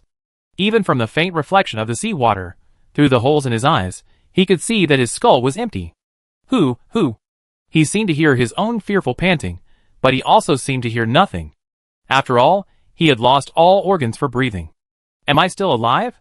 Thor looked up blankly, wanting to seek help or expecting to get answers from others. However, when he looked up and looked around, all he saw was hell on earth. He saw rows of corpses floating on the sea. None of these corpses still looked like humans. Some were long, some were fat, some were segmented, and some were pieced together. Unknown limbs were emitting white foam and emitting a disgusting sour odor on the sea. In the distance, there was a light gray sea of fire, a sea of fire burning on the real ocean. Is it Herbert? Is he alienated too? Thor turned his head. He heard his cervical vertebrae making a crackling sound.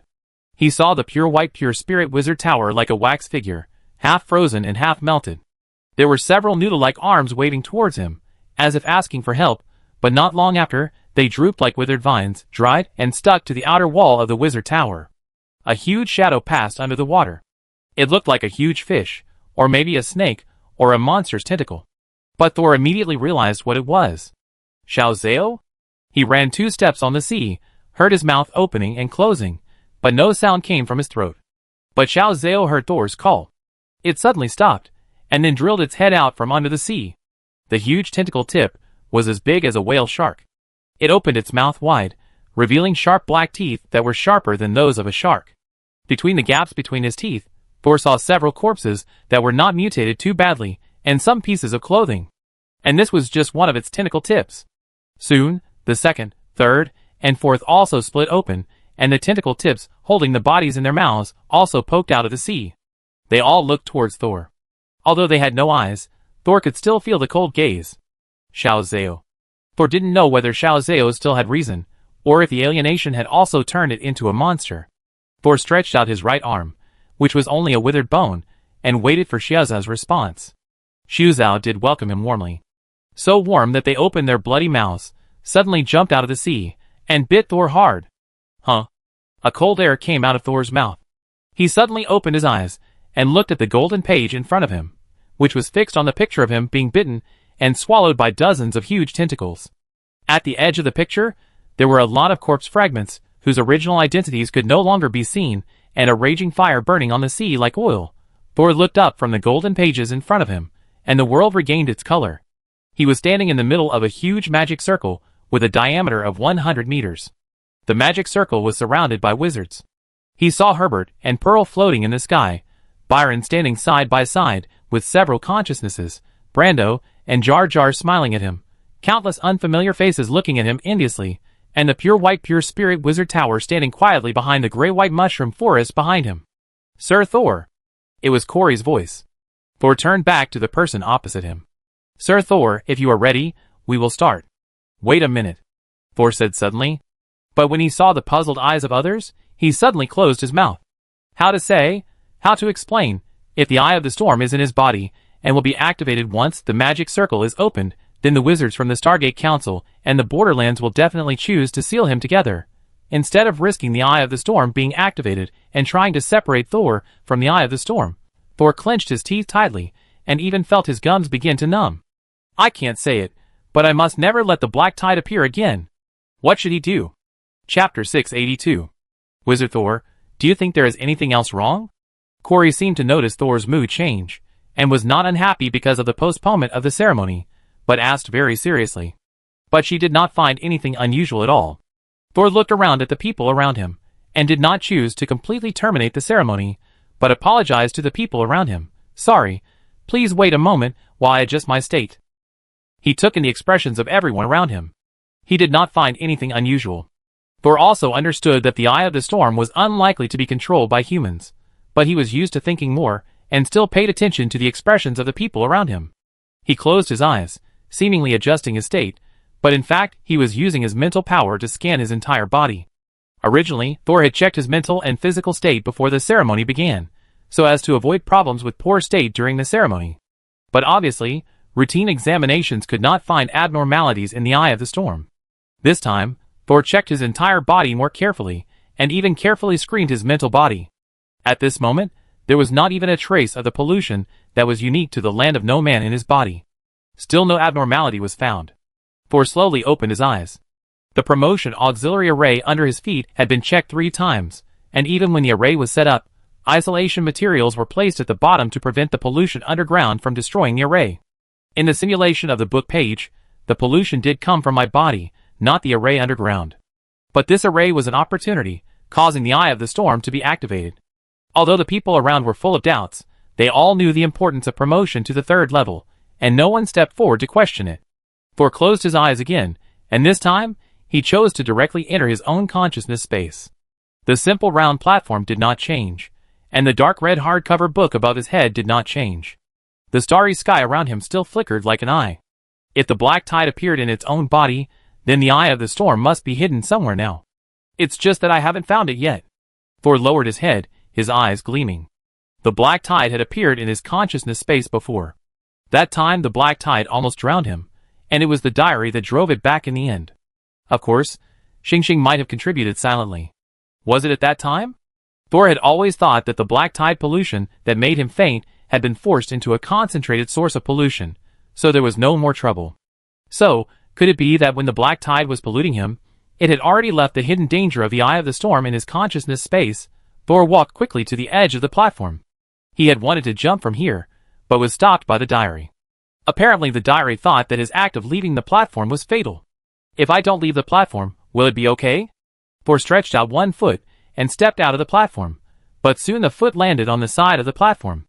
There is no real distinction between up and down in the consciousness space. The reason why I can stand on the platform is not because there is gravity below the platform. Thor leaned down, and then raised his other foot. Finally, he stood steadily on the side of the truncated cone. My guess was correct. It is this truncated cone that is real gravity. Or it is my consciousness that I want to stay on the truncated cone. Thor smiled slightly. Although he was still facing a crisis, he was still happy that his guess was proven to be true. The entire truncated cone was not too thick, less than 1 meter. So Thor took a step, and came to the edge again. He repeated the previous steps, and this time, he came to the bottom of the truncated cone again. Everything seemed unchanged. The surroundings were still starry and boundless darkness, except for the dark red diary of the dead wizard above his head. If it weren't for the missing diary covering his head, Thor couldn't even tell whether he had really come to the other side of the round platform. But I didn't find anything here either. No! Just as Thor was about to be disappointed that he didn't find more, he suddenly noticed something strange. He took 2 tentative steps forward. Nothing special appeared in front of him, but when Thor's mental power swept over it, he found some distortion. Because there are no impurities in the consciousness space, but looking inside the space, it is impossible to find any distortion in the space. But Thor's mental perception is very sharp, and he soon found the abnormality. He swept his mental power over again, and it was more certain that he had found the problem. Is this the eye of the storm?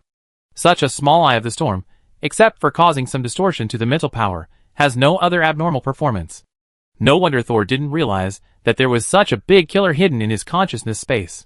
Thor stared at the eye of the wind, which was less than the size of a thumb, and slowly narrowed his eyes. He was trying to use his consciousness to directly expel the eye of the wind from his consciousness space. After a moment, his body turned into tentacles, and several tentacles danced in the air. After another moment, Thor's body condensed into a human form again, but slowly turned into a ball of twisted light. However, the eye of the wind was still in the same place, not driven away at all, and no other changes occurred. Thor changed back to his original appearance again. No, with my power, I can't expel the eye of the wind from this consciousness space at present. It is possible to use the power of the diary and the stars, but the eye of the storm is dormant at present, and they will not actively help me expel the eye of the storm. In the last future simulation of the golden page, the diary and the stars did not actively expel the eye of the storm until Thor was completely alienated. As with the previous discovery, they did not seem to think that the black tide was fatal to Thor.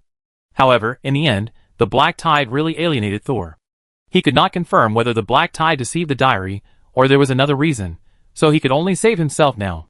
Last time, I didn't realize that the eye of the storm was in my body. I simply prevented the pollution from entering my spiritual body.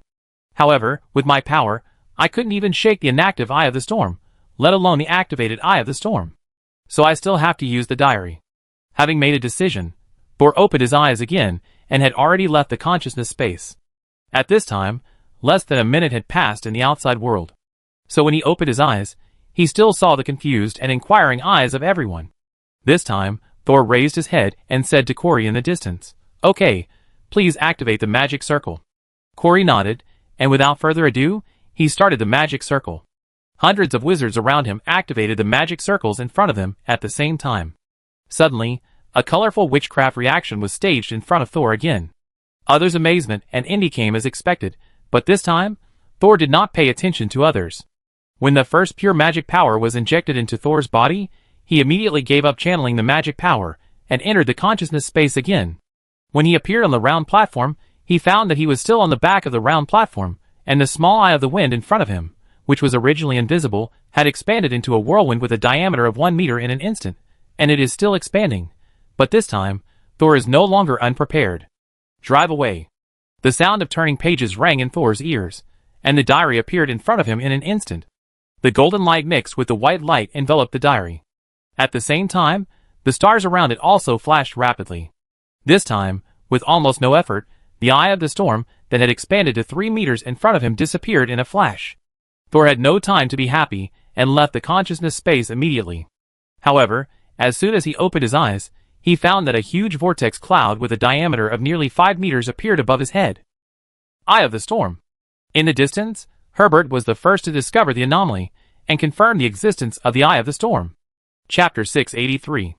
After Thor realized that the Eye of the Wind had left his body and appeared in the outside world, it was still expanding rapidly, so he immediately moved away from the center of the magic circle. Thor, this way. Pearl, who had already landed at the edge of the magic circle, immediately reached out to Thor.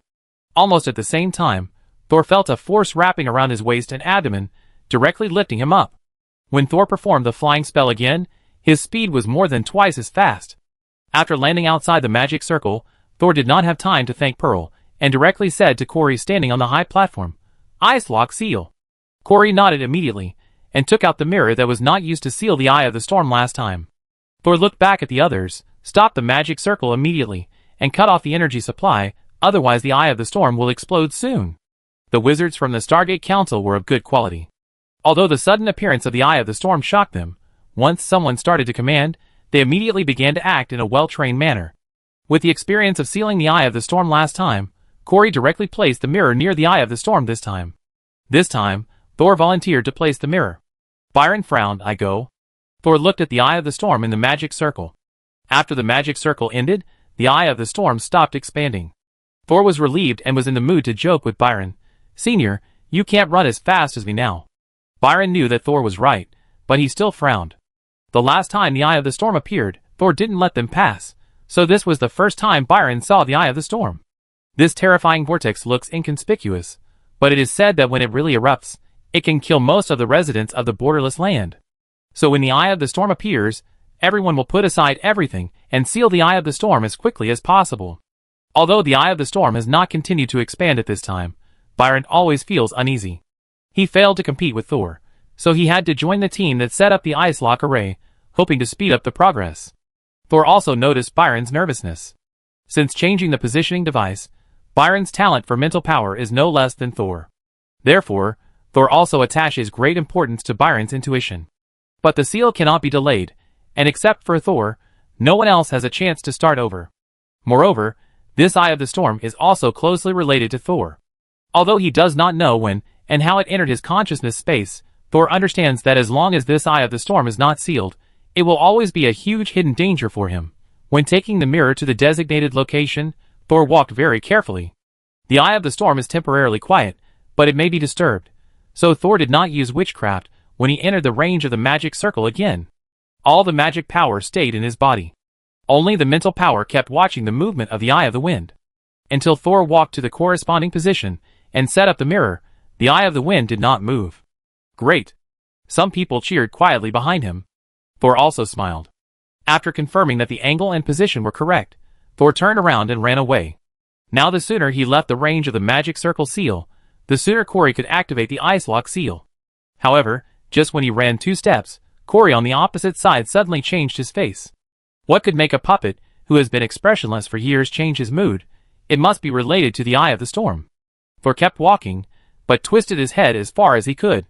He was shocked to see that the Eye of the Storm, which had not moved just now, suddenly began to rotate rapidly. And streams of black smoke spread out from the center of the vortex bang. It was like someone had detonated a bomb. How could it be? Thor widened his eyes, but did not dare to stop at all. Just now when I turned back, I seemed to see a white shadow going underground. Although he vaguely discovered the cause of the abnormality, Thor did not dare to approach the Eye of the Storm. Only after completing the seal could he track down the white shadow. But Thor turned around and ran 2 steps, and suddenly heard the sound of surging tides behind him. He stopped directly and stopped running, looking back at the Eye of the Storm. Too fast. There was no energy input, but the Eye of the Storm still exploded completely within a few seconds after it rotated again. Thor witnessed with his own eyes what it means to feel powerless in the face of nature. Because he was closest to the eye of the storm, he was also the first person to be swallowed by the black wave. The moment he was swallowed by the wave, Thor tried to float upwards. He did not use magic or witchcraft, because he knew that using magic in the black tide would only accelerate his own transformation. But despite this, when Thor finally surfaced, he found that his vision faded again, turning into black, white and gray. Looking down, he found that there was no good meat on his body. It was just that he surfaced faster this time, with some internal organs and skin still hanging on his body, but these tissues were also melting at a very fast speed. It was like roasting a snowman on fire. Damn! Thor cursed in frustration. He knew that this crisis rehearsal would end in failure. But he still tried to look around, trying to find clues to break the situation for the third time.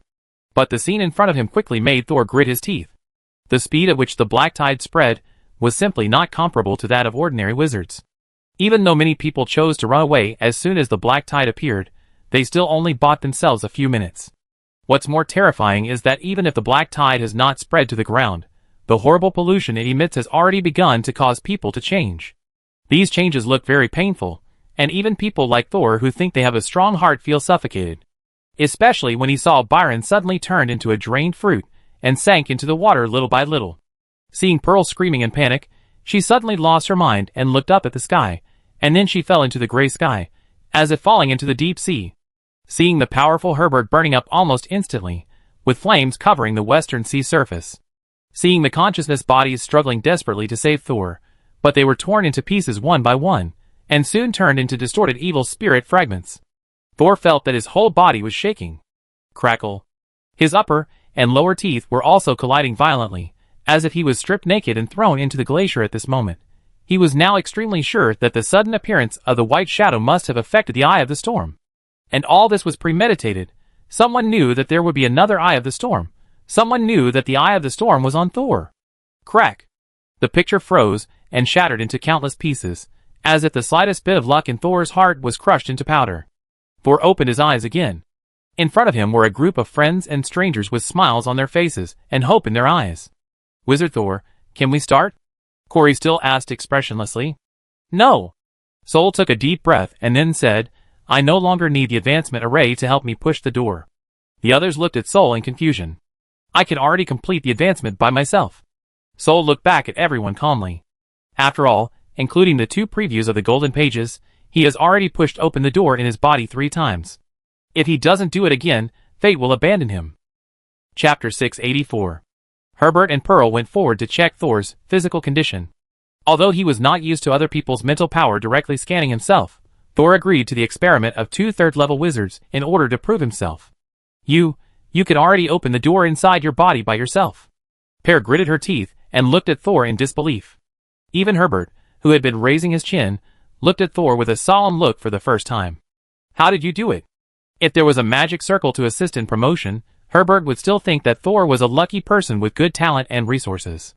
But he actually managed to open the door by himself before the promotion magic circle was activated. This can't be described as genius. It needs to be a demon. Herbert's face was tense, and his heart was burning like fire. He found another demon. Pearl's face was also not very good, but it was mainly because she could hear strange sounds when she approached Thor, which made her very uncomfortable, and she always felt that she was about to be forced to leave this world. So after confirming Thor's condition, she immediately flew away from the magic circle. The people who were watching the show were also sighing, and there was a lot of discussion around. Thor looked around with a smug smile on his face, as if he was enjoying the praise and admiration of others, but in fact he was looking for a figure. Since this person wanted to use the promotion array to activate the Eye of Wind in Thor's body, after hearing that Thor could open the door without the array, his expression must be different from others. However, Thor looked around and didn't find anyone with an abnormal expression. I don't know if he didn't see it, or if the other party is also an actor. Herbert also followed and exited the magic circle. Corey paused for a moment before saying, promote the auxiliary magic circle. Soul nodded apologetically, sorry, I just realized that I can open the door on my own. This auxiliary magic circle. Although I don't need you to help me open the magic circle, the materials of this magic circle still belong to me, right? Corey couldn't help biting his lip. Yes, since you have become a third-level wizard, you can continue to use these materials to consolidate your status. Okay. Thor nodded, then this magic circle will be temporarily placed here. Byron and others were already prepared to come over to congratulate Thor, with surprise and joy. However, things changed drastically at this moment.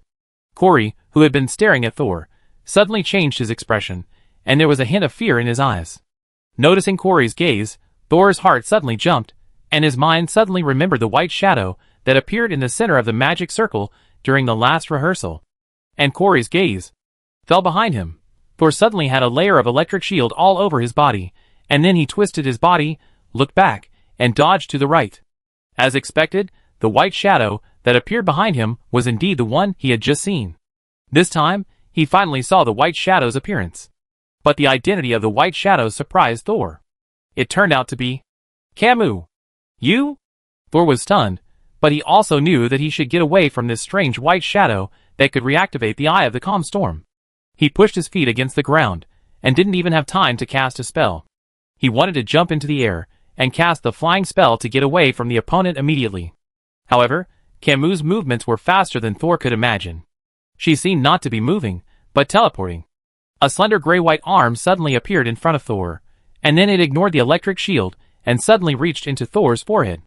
Thor only felt a chill on his forehead, and the whole person seemed to have turned into a jelly pudding, and was easily pierced into the brain by the opponent. Camus is a soul body, and she can indeed overlap with Thor's body. But with Thor's ability, even evil spirits could not affect his consciousness. But Camus became the accident.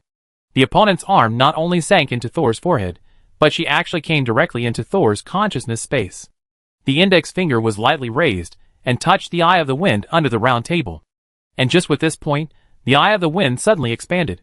The vortex stirred and turned on the pollution switch. Thor immediately felt that the magic power in his body began to flow to the eye of the wind involuntarily. Thor, who had already experienced a failure, knew that he could not control the magic power in his body by relying on his own strength. The eye of the wind is about to be activated. Leaving the eye of the wind in the body means death. Throwing it out of the body, the moment the eye of the wind is activated, will also lead to contamination. I'm sorry. As soon as the voice reached his ears, Camus had disappeared underground, and the electric shield around his body also disappeared because of the loss of control of magic. I didn't expect that the first sentence Camus said that had nothing to do with the discussion of witchcraft was actually an apology to him. Thor opened his eyes, and veins on his forehead bulged. But seeing the scene in front of him, Thor opened his mouth slightly in surprise again. Byron and all the consciousnesses had actually run to him. They originally wanted to come over to congratulate Thor, but after seeing Camus suddenly attacking Thor, they immediately sped up and rushed over.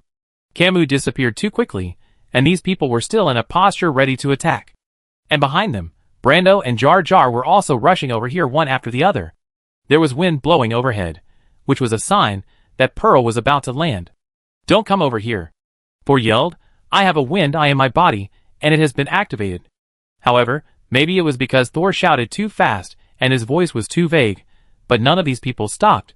Thor's heart was warmed and his throat was a little blocked. Damn it, I must succeed next time. Once the Eye of the Storm is activated, almost no one present will survive. This rehearsal must have failed again. Thor simply prepared to die quickly, and then restart. However, Thor gave up, but some people didn't give up. When Pearl, who landed, asked Thor where the Eye of the Storm was in disbelief, Byron, who arrived a step late, stretched out his hands, and suddenly pressed on both sides of Thor's head. Thor didn't know what Byron was going to do, but he saw his face change in an instant.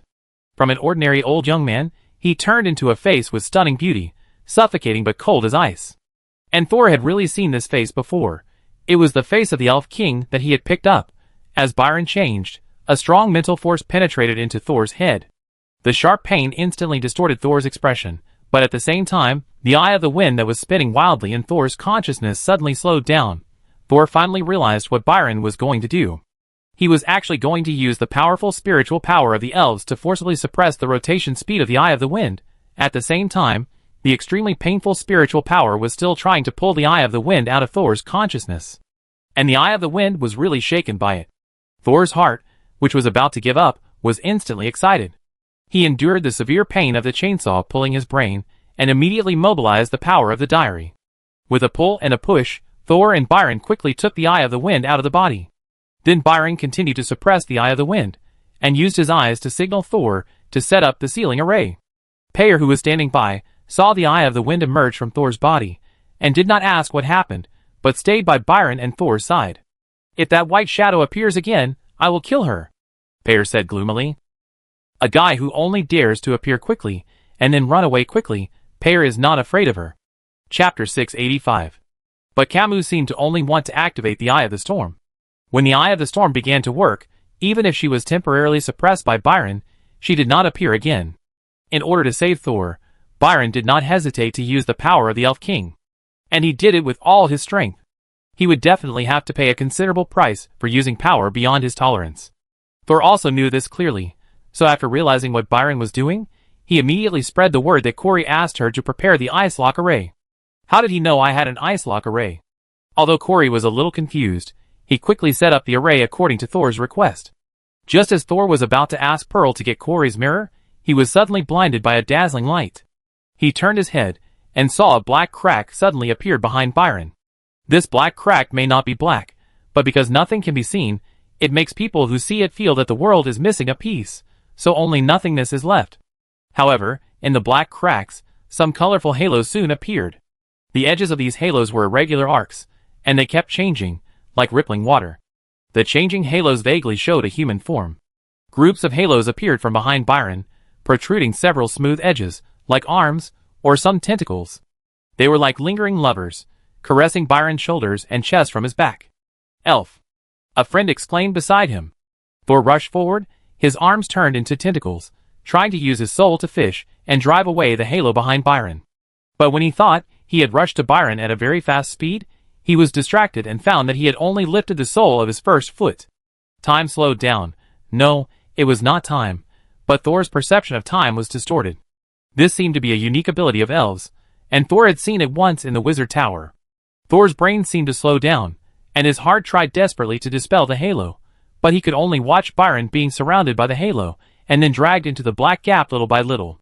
Until Byron completely disappeared, he continued to use the powerful energy from the Elf King to help Thor control the Eye of the Storm.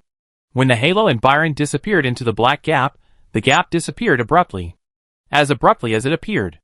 The feeling of losing control disappeared, and Thor staggered and almost fell to the ground with his consciousness and limbs uncoordinated. He supported the energy column beside him with his hand, and stood up again. This method doesn't work either. Thor suppressed his inner fluctuations, and tried to take a deep breath to regain his reason. Without Byron's suppression, the Eye of the Storm accelerated its rotation speed in revenge. The black tide poured out almost in the blink of an eye. This time, Thor and his friends were the first to be swallowed by the black tide. But this time, Thor escaped from the black tide even faster than last time. Under his feet, Egu and Herman, who had just used their last bit of sanity to help him escape, turned into mad evil spirits and wailing. The previous tragedy was staged again. Pearl quickly lost her mind and fell into the sky. Soul, who was beside her, tried to hold her, but found that no matter whether he held Pearl's hand or arm, that part of the limb would melt like butter touching a red-hot knife. He couldn't hold her at all. "Lord Soul!" A shout came from a distant place. Soul turned his head and saw Mash, who first appeared in the Golden Pages. He was standing on a huge, upside-down mushroom, paddling on the black tide with another mushroom. But at this time, Mash was covered with mushrooms. Mushrooms emerged from every hole in his body, growing wildly. Soon, Marsh's rowing became stiff. Finally, when he completely turned into hundreds of mushrooms clustered together, his shouting also disappeared. Thor watched silently. With a wave of his hand, he put all the evil consciousnesses into the diary. But the black pages they turned into were tattered. No silver font appeared on the pages. Thor waved again, trying to recover Marsh's soul, but found that the other party was too far away from him. Thor was no longer angry or in pain. He turned to another direction. Herbert should also mutate next. Sure enough, the fire soon shone on Thor's face, which had turned into a black skeleton. After Herbert mutated, the others also died soon. Wait, something is wrong. Thor's neck turned violently, and his cervical vertebrae cracked, made a sound. How could Herbert mutate faster than other low-level wizards? Thor either came out late or didn't pay attention to that side before, and he didn't realize that Herbert's mutating speed was not right. It was as if he had not struggled at all, and had actively let go of all his defenses, allowing himself to be polluted by the black tide. Thor did not try to escape this time, but used the remaining magic power that still obeyed him to summon the giant bird Dayuyu, which was hovering restlessly in the sky. Diutia was obviously also affected by the black tide. When Thor asked it to lower its tentacles to pull itself to the sea of fire, Diutia lowered a large number of tentacles that were as dense as long-legged insect legs. Thor's whole body was numb from seeing this. However, Diutia's flight did not rely on magic power, and this function had not been lost at this time. Thor reached out and grabbed the dangling tentacle, and the other tentacles began to try to get into his skin. Of course, they failed, and Thor now had no skin. With Diutia flapping his wings vigorously, Thor finally came to the top of the sea of fire. And he finally saw what was happening here. The red flames were indeed burning above the black tide, but they did not touch the black tide at all, but burned on the layers of melted and rotten corpses floating on the water. As the corpses fluctuated with the waves, the rows of flames on them kept changing their shapes. Finally, it turned into a terrifying, devilish smile. Herbert's current state is not alienated. Thor finally understood. He is burning other people's lives to provide himself with strength to maintain his sanity. If Herbert in this state is not alienated, then is he not polluted and alienated in the prophetic dream? Thor! Thor heard the familiar voice again. He swept the flames below and finally saw Brando's head in a corner. At this time, Brando's body was burning, but his head seemed to have not been ignited because of the protection of the helmet. Save me! Brando asked Thor for help in pain. Thor knew clearly that in the preview of the golden page, saving people was meaningless. But he still rushed down. But Herbert's flames suddenly burned over. There should be enough dead people here for you to leave. Thor was always alert to the flames, and at this time, he controlled Diutia to dodge. Herbert said nothing, but threw a few more fire whips. Fortunately, the opponent was also trying hard to resist the pollution, so he couldn't focus on attacking Thor. Thor dodged again, and his pupil-less eyes were already cold. You turned into flames several times, but now it seems that you still have the energy to leave. But you just pretended to be polluted and kept burning here. Why don't you leave?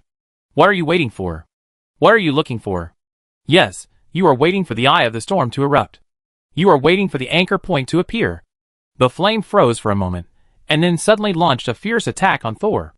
Thor jumped away again, but Diutia was ignited. Chew! It let out a whine, and then all its long whiskers suddenly exerted force together, throwing Thor far away before the flames spread completely. Then, the pale yellow giant bird turned into a large ball of bright flames, falling into the black tide, hissing. Chapter 686. Herbert did not intend to seal the eye of the storm from the beginning, but wanted to take away the anchor point that was said to be very important after the eye of the storm erupted. Although he discovered another enemy with the help of the rehearsal, Thor's mood did not improve. The other party did not make any abnormal movements when he sealed the eye of the storm in the old manner before, so why did he prepare to save his life this time and actively delay time? What made the Firefly Lord of the Borderlands change his mind? Since the other party was well prepared, is he in the same group with Camus? But Herbert shouldn't have seen Camus. Only a few people have seen Camus. The lost Thor is still falling, and the flames are still burning. A silver butterfly rushed out from Thor's forehead. Penny wants to take the risk to deal with Herbert. If it can temporarily put Herbert to sleep, maybe Thor can find a way to escape. Although it also knows that it is almost impossible to hypnotize a third-level wizard, it can only hope that the other party is entangled by the black tide and his strength is greatly reduced. However, before the fluttering butterfly could get close to Herbert, a white hand suddenly grabbed its wings. A figure walked out of the flames. Of all the people present, he was the only one who had not yet been transformed and kept his original appearance. Kismet? Thor was stunned.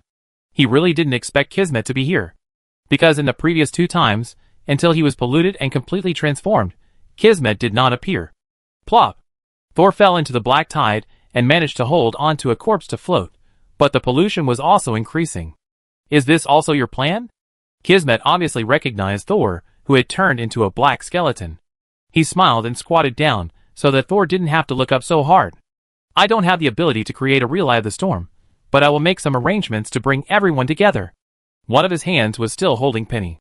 The butterfly tried hard to break free, but it was clearly not touchable by normal people, but it was held tightly by Kismet. What are you going to do? Do you want everyone to die? Kismet shook his head. I don't want you to die. As for the others, that doesn't matter. He looked up at the eye of the storm in the distance. The twisted power turned this place into a hell on earth. The flames burned his clothes, but did not set them on fire. It was obvious that Kismet was enjoying Herbert's protection. And when the two talked, Herbert did not attack Thor again. They reached a certain agreement without anyone knowing. Thor felt his consciousness begin to blur. He knew that this rehearsal would end soon. But even if he could do it again, he was unwilling to let it end like this. Thor no longer paid attention to Kismet, and turned to Herbert. He wanted to try here to see if he could kill Herbert directly. He would use his trump card, the battlefield of consciousness. Now he has 1 foot in the threshold of the 3rd level, but there is definitely a big gap between him and Herbert in terms of strength. But it is not impossible to give it a try. If you interfere again, I will kill you too. This sentence is for Kismet. The latter raised his eyebrows and pursed his lips, looking aggrieved. Thor was sure that Kismet would not attack him, and stretched out his hands to Herbert. He opened his hands, with his thumb and index finger facing each other. A black miniature witchcraft circle suddenly appeared between his finger bones. Thor originally engraved the circle of the consciousness battlefield on his tongue, but now he has no tongue. But it doesn't matter. He has already opened the door, and can use the magic in the air to instantly construct a circle that he is very familiar with. Although the magic circle only appeared for a moment due to pollution and distortion, this moment was enough.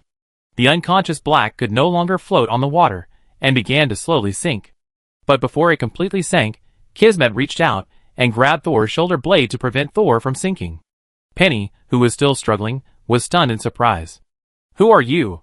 Why do you hurt Brother Thor one moment and save him the next?" But Kismet did not answer Penny. He just stared at Thor. A moment passed. Maybe only 3 breaths.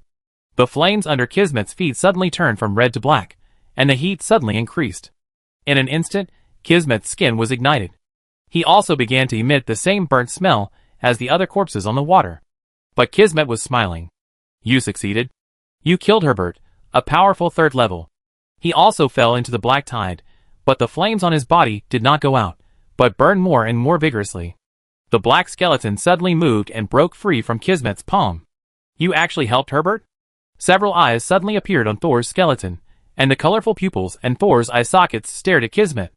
Thor did not have much advantage in the battlefield of consciousness. In order to kill Herbert, he asked for help from the stars. The stars directly polluted Herbert, faster than the black tide. After Herbert was killed, Thor used the diary to collect his soul, and quickly understood what the other party had done. But the stars also began to pollute Thor, turning him into a polymer of eyes again. Thor had no choice but to get out as soon as possible. He roughly understood what happened and angrily looked at Kismet, who had turned into a human-shaped flame with his limbs burned. "How do you know that the real Eye of the Storm is under the Wizard Tower? Isn't Herbert just being used by you?" The world in Thor's eyes began to darken, and he knew that the rehearsal was about to end. He quickly asked the question he wanted to ask the most. "How can we avoid such a fate?" Kismet's voice also became vague. But Thor still heard his answer. "If you just want to survive, just run away after forcing out the Eye of the Storm at the beginning. But if you want to do more, want to break this fate, you must face your fate." Darkness falls. The picture freezes. Thor opened his eyes again, looking at the huge witchcraft circle in front of him, looking at the familiar and unfamiliar people around him. The diary in his mind was opened, and the second golden page was still frozen with the burning Kismet, and Soul, with only a black skeleton left. Soul suddenly understood. The rehearsal of the golden page was over. The number of rehearsals was less than the first one. It should be that the people and things involved in this rehearsal were too powerful. Even the diary could not be rehearsed infinitely. Soul understood that it was time for the final choice. A compass in the shape of a pocket watch fell silently into his palm. If he only wanted to survive, he could activate the Eye of the Wind and let the diary push the newly awakened Eye of the Wind out of his body, then immediately escape with Dayudiyu, and enter the chaotic domain away from the twisting power of the Eye of the Wind. By doing this, he has a high chance of surviving. The golden page has no chance to rehearse, so this may be the best choice. But Thor did not do this. He looked around, his eyes passing over faces. "What if I don't run?" Thor asked silently in his heart. Death the diary opened the white page and gave Thor a simple answer. He didn't even bother to mark the date. Thor smiled. Chapter 687. Wizard Thor, if you are ready, we will start. In the distance, Corey asked a question similar to the preview of the golden page. Thor still had a smile on his face. "Please wait." He suddenly flew up and landed next to Corey. "I want to make a deal with you first." Corey didn't understand why the other party suddenly wanted to make a deal at such a critical moment. Thor switched to secret language. "Wizard Corey, I want to use the quick calculation formula of the angle and multiple of the ice lock array in exchange for the ice lock array mirror and sealing materials you brought." Corey was stunned. "How do you know I have it?" Soul just smiled and didn't say anything. Corey's eyes turned around, the kind that turn in and out. Well, I really wouldn't leave such important things in a temporary residence. But why did you ask me for it at this time? I'm afraid I won't see you again in the future. Corey obviously heard that this was not true, but she also understood that Sol would not tell the truth.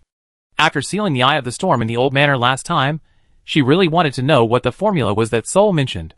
It was just that the two of them had just finished competing, so she was reluctant to speak, thinking that maybe she could exchange something in the future. Unexpectedly, the opportunity would appear today. Although the materials that Corey prepared to seal the Eye of the Storm were priceless, everything was cheap in front of knowledge. She immediately nodded and agreed, okay, let's exchange. The two of them completed the exchange secretly, and Thor flew back to the center of the magic circle. Let's start, Thor said loudly. Hundreds of wizards were busy, and the faces of the onlookers also showed excitement. They were about to witness a grand spectacle that was rare in a century. The promotion array lit up from the outside to the inside, and the colorful witchcraft reaction made Byron, who was watching, couldn't help but smile. Sol would probably think that such an array is not solemn at all. Laymen watched the excitement, while experts watched the door. Pear suddenly frowned. Has he opened the door now? She could sense that the magic power inside the array had already poured into Sol's body frantically, but the array was clearly not yet at the stage of helping Sol open the door. Herbert leaned forward. He has already opened the door? He can open the door independently without the help of the magic circle? The two looked at each other with complicated expressions. However, just as they were shocked, Thor suddenly flipped his hands quickly and drew a magic circle directly in the air, and the magic power that entered his body was also used by him quickly. What is he going to do? When everyone was puzzled, Thor suddenly put the drawn magic circle on himself. Then, like a lit firework, he rushed into the sky with a whoosh. Everyone was shocked. Herbert was puzzled at first, then furious. He's going to run? He won't run.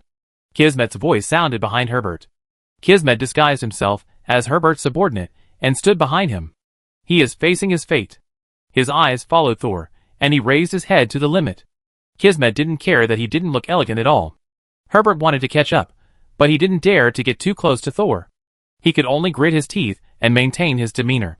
Thor can't run away. I told you, he didn't run away. Kismet was a little impatient. Seeing Kismet's attitude, Herbert turned around and glared at him, but Kismet didn't care at all and continued to stare at Thor. At this time, a black smoke suddenly exploded from Thor's body. A trembling, twisted force appeared.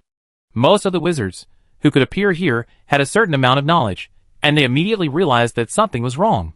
Is Thor in trouble?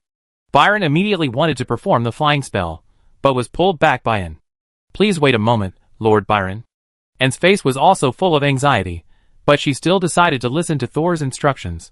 The master asked us to stay where we are, and use all our strength to stabilize our spirits. Byron frowned tightly. He felt that this was not right, but he was afraid of accidentally causing trouble for Thor, so he did not move. He just stabilized his spirit, while keeping his eyes on Thor, who had already flown to a very high altitude. Thor let his body rise rapidly, and his consciousness had already reached the consciousness platform. He arrived in front of the activated Eye of the Wind. Looking at the Eye of the Wind that began to grow larger due to the activation of the promotion array, Thor did something he didn't expect before the black tide surged out. He got in.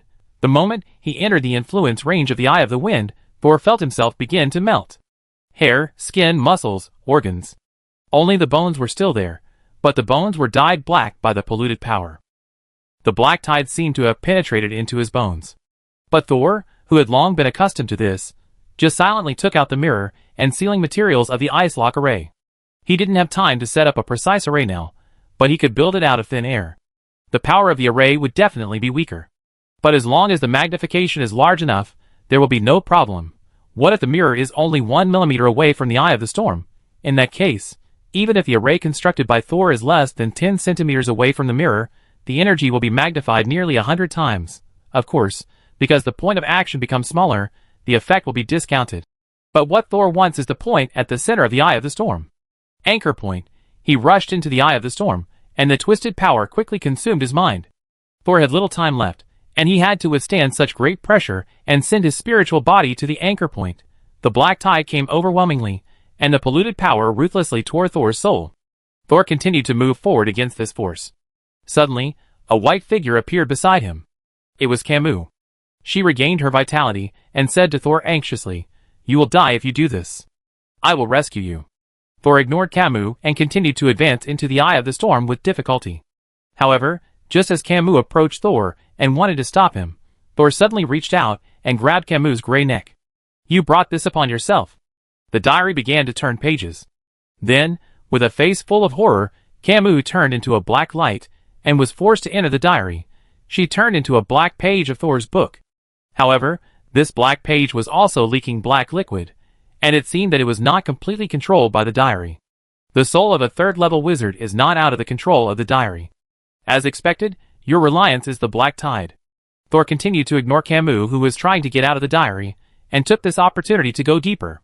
Silver words appeared on the black page. Camus, you will die. The pressure ahead is getting greater and greater. Every millimeter that Thor moved forward was extremely difficult. Tiny cracks began to appear on his bones. What was here was Thor's soul, not his real body. So these cracks actually meant that Thor's soul was damaged. But he still didn't stop. He was even laughing.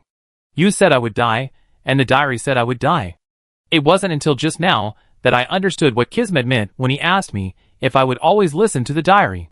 You said that you can live if you run away, but the senior will die, Pearl will die, Agu and the others will die, and Gagagu and the others will die. Only you are happy, only Herbert is happy. I'm not happy. You said I would die, so I will definitely die. Does what you said count? Thor took a big step forward. The next second, the vision suddenly became bright. He saw the anchor point. Chapter 688. The anchor point has appeared in front of Thor. It is a tiny white thing hidden in the crack. Because Thor can only see a little white through the tiny crack, he still doesn't know what the anchor point is. But the moment he saw the other party, he understood the other party's nature. That is the anchor point. As long as Thor seals this crack and prevents the anchor point behind from coming out, the black tide will not descend on the no man's land. Even if some of the distorted power escapes along the eye of the storm, it will not cause the terrible consequence of no one surviving in the rehearsal. As long as Byron and the others follow Thor's instructions, they won't be hurt too much. This is the only way Thor can think of to save his friends as much as possible. Of course, the price is that he may die here. It is very likely that he will not even be able to seal the eye of the storm, and will die completely from pollution and alienation. The diary has told Thor his fate. But Thor is not going to believe in fate this time.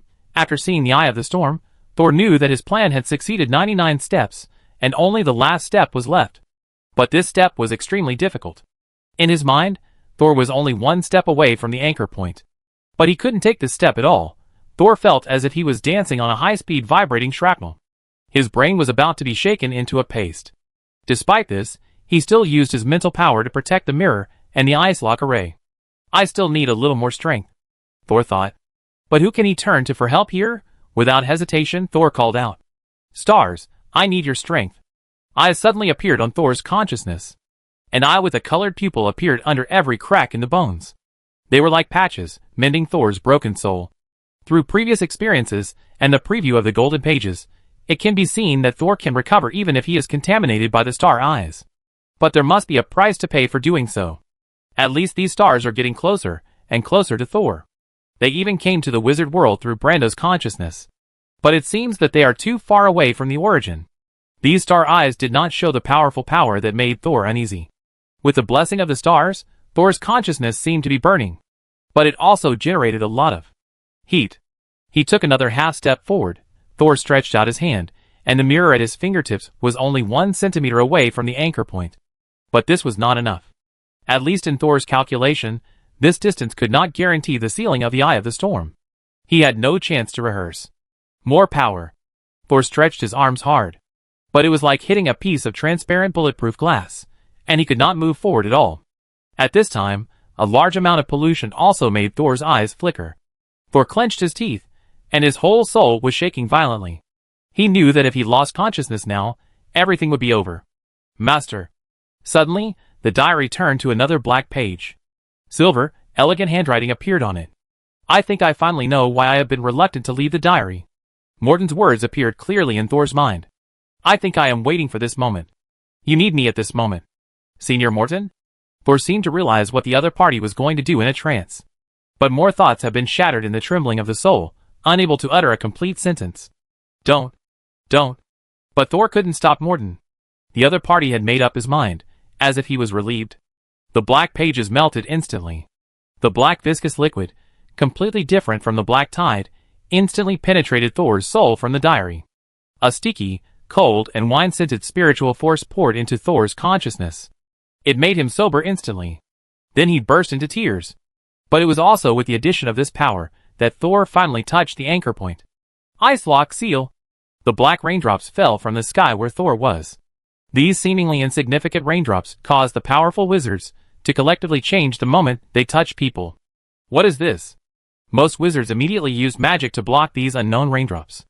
The raindrops fell on the magic protection, and soon it was like strong acid dripping on wood, and soon it melted everyone's magic protection.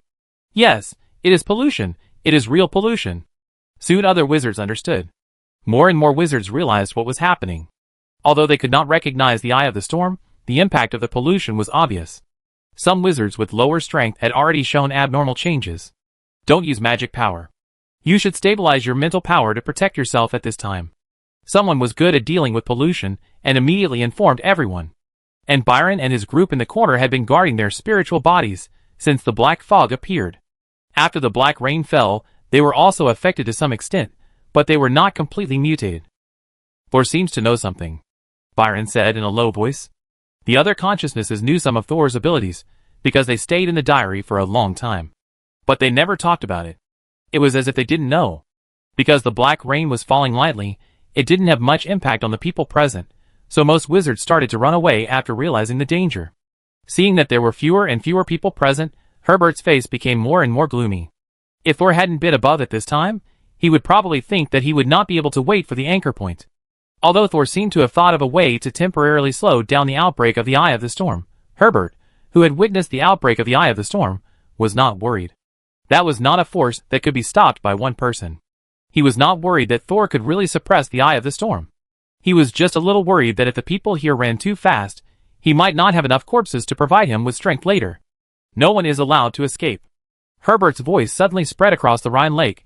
The Eye of the Storm has appeared, and we must go all out to seal the Eye of the Storm. Anyone who escapes will be wanted throughout the country. Eye of the Storm? There was an uproar below, and they finally knew what happened to Thor. Eye of the Storm? Byron and several consciousnesses looked at each other, their eyes full of shock. Are you sure Thor wants us to maintain the stability of our spiritual bodies? And swallowed a mouthful of non-existent saliva, yes. Maybe if the Eye of the Storm really erupts, we won't be able to escape even if we run? Because he was specifically told not to go over, Byron was anxious below. He wanted to go over and see if he could help Thor, but he was afraid that he would do more harm than good. At this moment, he suddenly heard that Herbert was actually organizing people to seal Thor, and he could no longer stand there, so he wanted to fly up. Even if it was to tell Thor this news, he couldn't be left defenseless. At this time, Brando and his men came over. They knew the relationship between Byron and his men and Thor, so they came to discuss what to do. They must save people, and they would never watch Thor being sealed as a pollution source. But at this time, more and more black rain fell from the sky, and the weak wizards began to change into strange shapes, accompanied by screams of fear and pain. Corey, who had been in a daze, finally came to her senses at this time. She risked her life and flew to Pearl's side, whispering, "Soul, he just exchanged my spare ice lock array. What should I do now?" But Herbert, who had been distracted and staring at Pearl, also heard Corey's words. He was furious. This Thor is premeditated. Damn it! Then let him be sealed together with the Eye of the Storm. Then the expression on Herbert's face was restrained, like a cold and cruel king who was high above. Then use the old method to seal it. Fill with human lives. Chapter 689. Herbert decided to use the most primitive method to seal the Eye of the Storm, although many people would die. Except for the third level and a few second-level wizards, no one else would survive. Pearl frowned tightly. She knew that this was the best way to use after losing the ice lock array, but she couldn't make up her mind. Soul suddenly took the sealing materials from Corey before the Eye of the Storm appeared. This was indeed very suspicious, but Pear still wanted to give Soul a chance to explain. If he started to use human lives right now, that is, the spirit sea meat slurry technique that had successfully sealed the Eye of the Storm, Soul would really have to wait for death. However, Herbert was not going to wait for Pearl to tell her decision. He suddenly turned into a sea of fire and burned to death a group of low-level wizards he brought with him. Herbert's cold voice came from the flames. "I have already sacrificed the people I brought with me. How long will you hesitate, Wind Demon? If the Eye of the Storm completely erupts, Your hesitation will be your sin in the future. However, Pearl looked at Herbert, who turned into a large piece of fire, and the hesitation in her eyes suddenly disappeared, becoming extremely cold. Sol also told me something when he was talking to Corey. The wind began to howl, but not towards Sol, but towards Herbert. The fierce wind prevented the fire from spreading to other people. Herbert didn't expect that Pearl would suddenly attack him, and was shocked. Pearl was temporarily surrounded by the wind. Are you crazy? Can Thor's random words make you ignore the eye of the storm, the entire no man's land, and the world? Pear said slowly. Then do you want to listen to what Thor said? Without waiting for Herbert's response, she continued. Thor told me that once you turn into a sea of fire, you must immediately pay attention to whether you use the method of filling people's lives to seal the eye of the storm, or use the death and souls of these people to protect your own spiritual body, so that you can survive the black tide pollution to the end. The dancing flame suddenly stopped for a moment, and then shook violently again. The whips made of several flames lashed at Pearl. Ice lock. Seal. Thor's hand lightly touched the anchor point, and the mirror was only a few millimeters away from the anchor point. But just as he used all his strength to seal, Camus, who had not yet escaped from the diary, suddenly wrote a few lines at a rapid speed. These words were directly reflected in Thor's mind, and he had no choice but to read them. Your choice is wrong. The black tide will surely cover the earth, but the world will enter a new chapter. Those who stay here are just delaying the arrival of the black tide in vain, but those who want to escape are seeking death. Not only are they seeking death themselves, they will also bring death to this world. The Stargate has appeared, and the black tide must come, otherwise, all of you will know what is a million times more painful than death. However, Thor did not listen to Camus' long speech at all. His magic power has begun to operate, and mental power is the main source of power for this seal. He didn't know about the Stargate or escape, he just knew that he didn't want to see everyone die miserably under the black tide. Does one have to commit suicide at dusk just because of a dark future? The power of the seal took effect, and the spiritual ice crystal was born under the control of Thor's powerful mental power, and quickly began to seal the crack in front of Thor. At this moment, Camus finally broke through the diary, and turned from a black page into a gray-white spirit again, but her eyes were completely black at this time, as deep as the black tide. She put one hand on the back of Thor's hand. I can find a way to keep you alive, and I will tell you everything later, but now, you can't seal the anchor point. The most arrogant person is already trying to contact the Stargate. Once the Stargate is really opened, the world will be over. Thor ignored Camus. The seal had reached the last step, and the gap was only a needle-sized hole. At the last moment, Camus gritted his teeth, suddenly turned into a white light, and drilled into the last crack. The anchor point in front of Thor suddenly deformed and turned into a liquid-like form. Before the gap was completely closed, it drilled out of the hole a little bit, and then suddenly drilled into Thor's left hand. Thor's heart was pounding, and the word death that had appeared in the diary began to linger in his mind again. The next moment, the seal was completed. The distorted power completely disappeared. The swirling black waves suddenly became calm. Thor felt a strong repulsive force. It was as if he had turned into a cannonball, then was stuffed into the barrel and fired. He suddenly fell out of the vortex, and landed on the circular platform. Then the black waves in front of him completely evaporated, turning into a faint black mist, and in a few breaths, they completely dissipated. The black tide disappeared. The eye of the storm disappeared. I survived? Thor looked down at his hands. His soul and consciousness were still a black skeleton. But his left hand, the entire palm had turned into a white skeleton. This should be the effect of the melted anchor point entering my consciousness. TSK, I wonder if there will be a big hidden danger. Although there was a dangerous thing in his body, Thor couldn't help but grin. I survived. The corners of his mouth turned up, and slowly turned down. We survived, Senior Morton. Sol closed his eyes, and opened them again. He left the space of consciousness, and finally returned to his body. The ascending magic circle on his body was still taking him high, and he had already passed the clouds above his head. I don't know how the people below are doing. When I was sealing the eye of the storm just now, there should still be some black tides exposed outside the body. There was no other way. At that time, Sol could only complete the seal as soon as possible to prevent more black tides from pouring back like seawater. He immediately removed the magic circle on his body, and then the whole person began to fall. The speed was getting faster and faster. Thor tried to perform the flying spell, but failed. It's over, the magic power is exhausted. He tried the feather fall spell again, but still couldn't perform it. What should I do? No parachute? Doesn't the death in the diary mean falling to death? Thor suddenly panicked. After experiencing the disaster just now, he was no longer afraid of death, and no longer just wanted to escape. However, if he completed the seal of the Eye of the Storm, but fell to death in the end, that would be too embarrassing. Thor was filled with hatred and immediately tried all the power he could use. Chaos Domain Compass. No! Send a distress signal. No! Called Daiyu. No! Soul suddenly closed his eyes, and finally entered the meditation method. He saw himself turned into a ball of entangled light. This was his fate line state. Soul had seen himself like this when he was practicing in the Pure Spirit Wizard Tower. At that time, in addition to seeing the light on his body, he also saw two lights that did not belong to him. But this time, there were many lights around Thor. The number was close to 10. He had not yet understood what these lights that did not belong to him meant. But he suddenly felt something in his heart and raised his hand to choose one. Then, Soul suddenly appeared next to Kismet. Chapter 690. Kismet stood behind Herbert, watching the two third-level wizards in the Borderlands fighting each other. Herbert is anxious. He stood in the flames, but the flames did not burn his body. The black tide had not yet completely erupted, but Herbert took action, and was discovered by the Wind Demon. Originally, Herbert's plan was to take advantage of the black tide to pretend to be out of control and mutate, then prevent others from sealing the Eye of the Wind, and finally snatch the anchor point that appeared when the black tide completely erupted.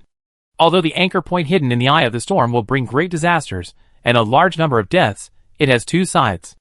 Its great value in witchcraft research makes the two major wizard forces covet it. If the leaders of the two wizard forces were not crazy, they would not want to seal the Eye of the Storm, but hope that the Eye of the Storm would appear as much as possible. However, Herbert chose to be selfish at this time and took everyone's life in exchange for an anchor point. Unfortunately, the plan is not as good as the change. Thor did not obediently become the sacrifice of the Eye of the Storm, and Pearl actually noticed his little action. Kismet knew that Herbert wanted to kill the Wind Demon now, so that no one else present would be his opponent. Even if he had a cooperation agreement with him, he would have been on his must-kill list long ago. But Kismet never worried about his situation. Even though he was standing in the protective flame created by Herbert, it was as if someone had strangled him. Just as he was bored waiting for the two to decide the winner, a sound of a string breaking suddenly came from his body. Zhung! The sound was so sharp and piercing that Pearl and Herbert both looked at Kismet at the same time. Zhung! Zhung! Zhung! Zhung! Then, more sounds came from Kismet's body. It was as if an explosion had occurred in his body. The expression of an outsider watching a good show on Kismet's face suddenly changed. He opened his hands, looked down at his chest and abdomen, listened to the horrifying sound, and couldn't help but raise the corners of his mouth. Ha ha ha. He succeeded, ha ha ha. I succeeded? Kismet's almost crazy look made Pearl and Herbert's hearts tremble at the same time. This guy, won't he be alienated in this level of pollution? Just as the two of them were staring at Kismet vigilantly, a person suddenly appeared beside him, very suddenly. It was as if there was nothing there in the last second, and the next second Thor suddenly stood next to Kismet's left hand. Teleport? After seeing this scene, Herbert actually left Pearl behind and cast a spell on Thor. A chain-like flame suddenly rose from the ground, as if to strangle the person who suddenly appeared. Pearl was shocked. Although Thor could open the door independently, he could only barely enter the third level. How could he be a match for Herbert? However, just as Pearl was about to drain the air around Thor's body, which was about to be surrounded by the flames, disappeared again. Then he appeared next to Byron again. Thor? Byron was still worried about Thor flying high in the sky, but who knew that this guy would suddenly appear in front of him? Several consciousnesses were happy to surround him, but they heard Thor say, "Senior, I will explain it to you when we get back." Thor looked down at his left hand and disappeared again. This time, he appeared beside Pearl again. Well, I have almost mastered the rules. Thor put down his hand and looked up at Herbert.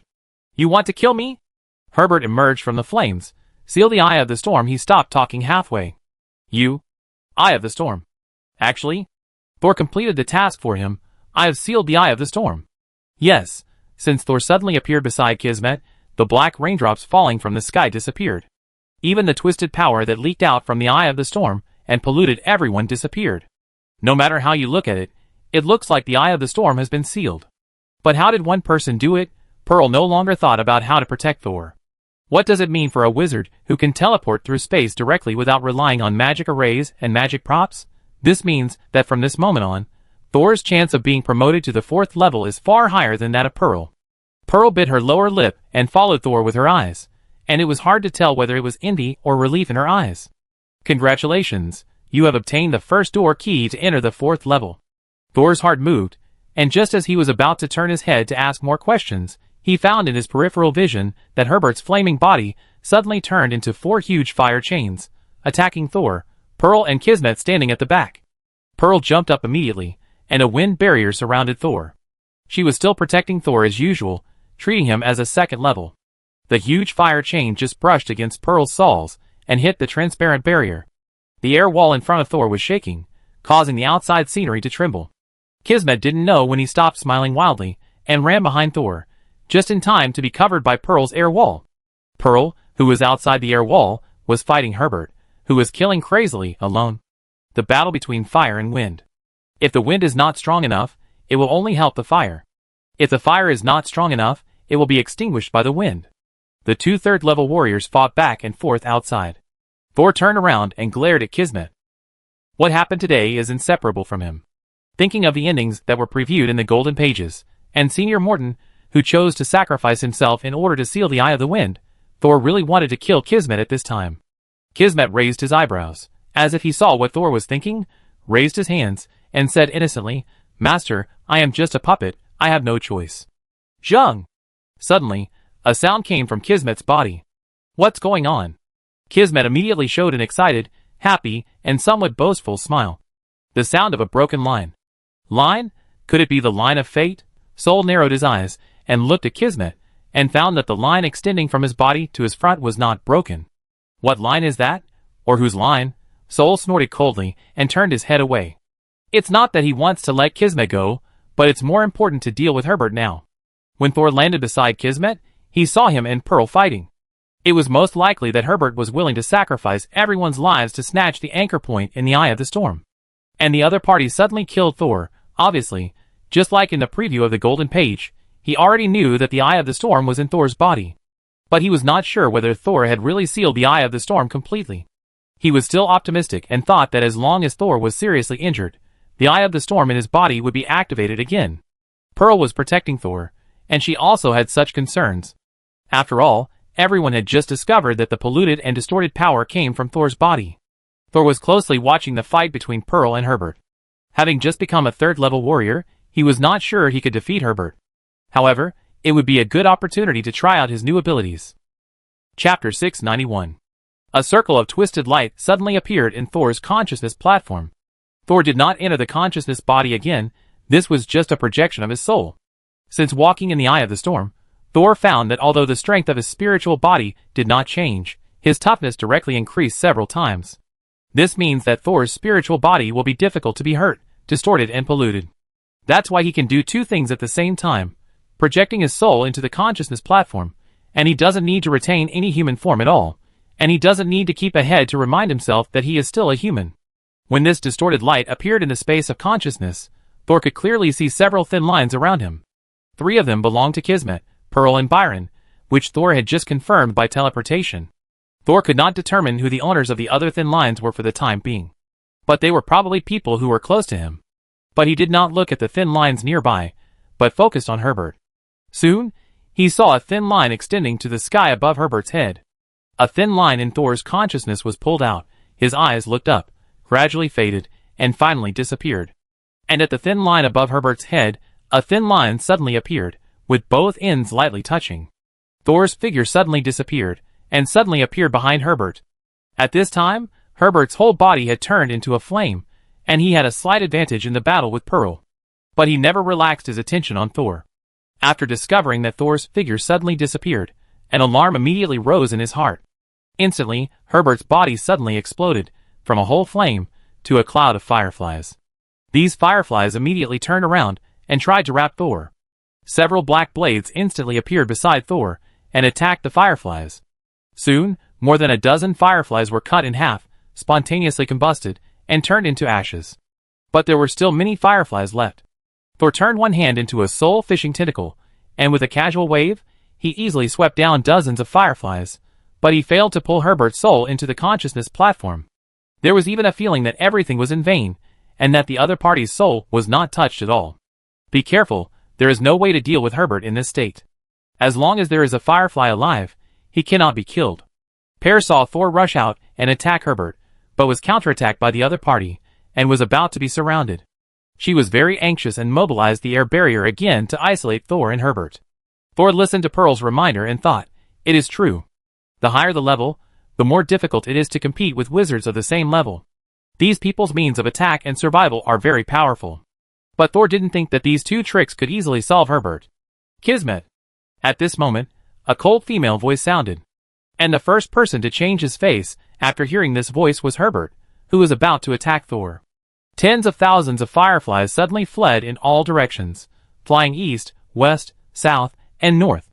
This voice that frightened Herbert belonged to a 4th-level wizard, Ophelia, the Lord of the Sky City. Thor did not chase after him immediately, but looked at Kismet in the air barrier. The latter smiled and shook his head at him, as if to say, "Don't worry, I can handle it." What a big face! Thor looked away expressionlessly, sensed for a while, and chased in one direction. Pearl stared at Kismet vigilantly, and when she saw Thor leave, she hurriedly chased after him. Tens of thousands of fireflies gathered together to form a huge cloud of insects. But if they were scattered and distributed in a pine forest, each one would be an inconspicuous existence. A firefly landed in the bushes, and turned back in a very human way to look in the direction it came from. The 4th-level wizard did not chase after him. Fortunately, Ophelia did not target me. That means my plan has not been fully exposed yet. Herbert breathed a sigh of relief.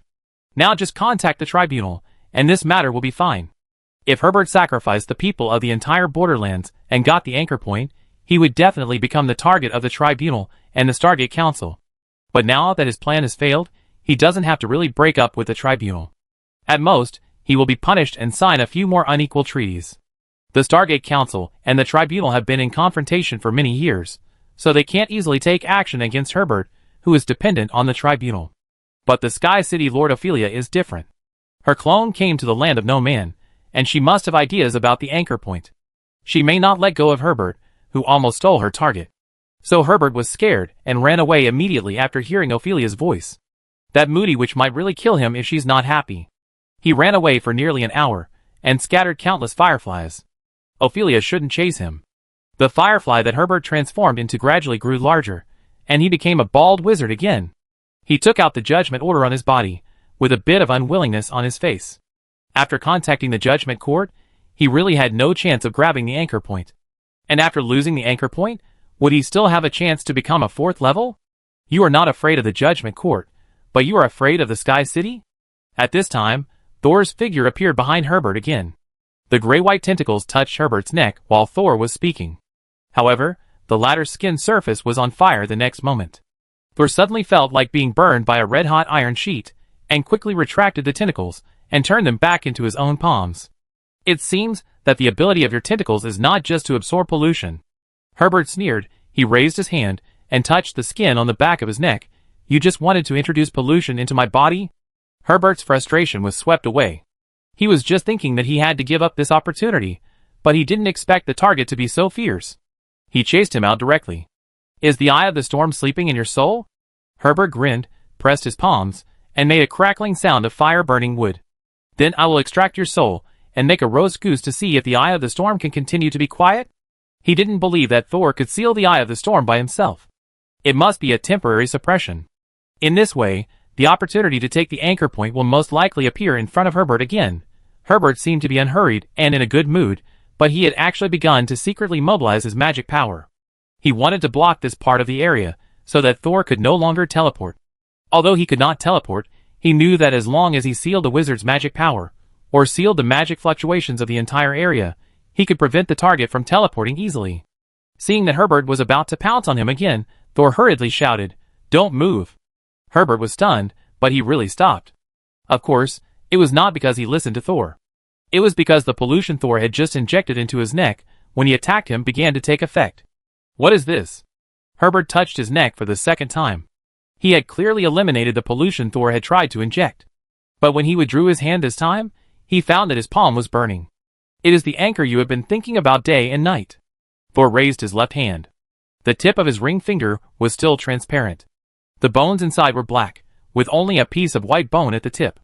Herbert's face changed drastically. You got the anchor fragment?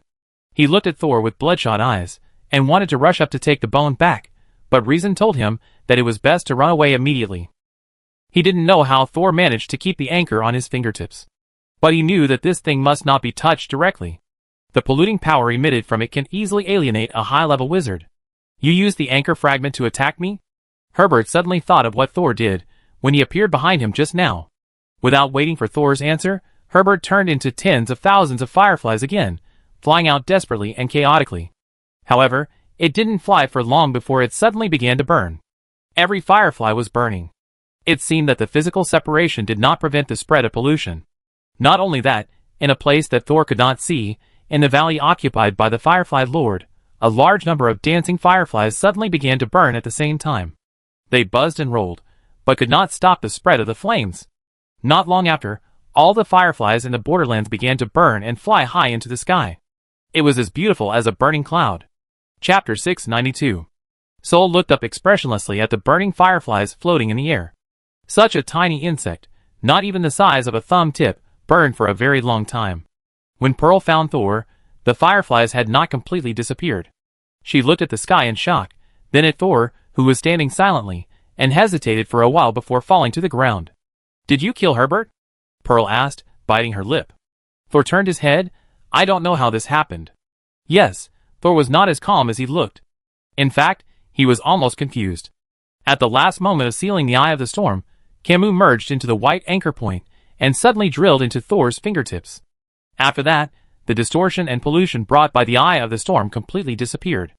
And the white spot on Thor's fingertips was quiet, as if it was really just a piece of Thor's finger bone. But when Thor teleported to Herbert and Pearl and watched them fight, his left fingertips suddenly trembled slightly, sending a signal of desire to the 2 third-level wizards. This piece of white finger bone was originally part of the anchor point. Camus let this part break out of the seal at the last moment, obviously still wanting the black tide pollution to continue to destroy the world. But the white anchor point fragment did not explode immediately after it came out, but lay dormant. Thor was not very anxious. He heard from Pearl that if the black tide could not be stopped, all 4th-level wizards would try to seize the anchor point. Obviously, these forces have a way to preserve the anchor point. But Thor was not sure whether they were willing to share it with him. No matter what, he would definitely not leave it alone.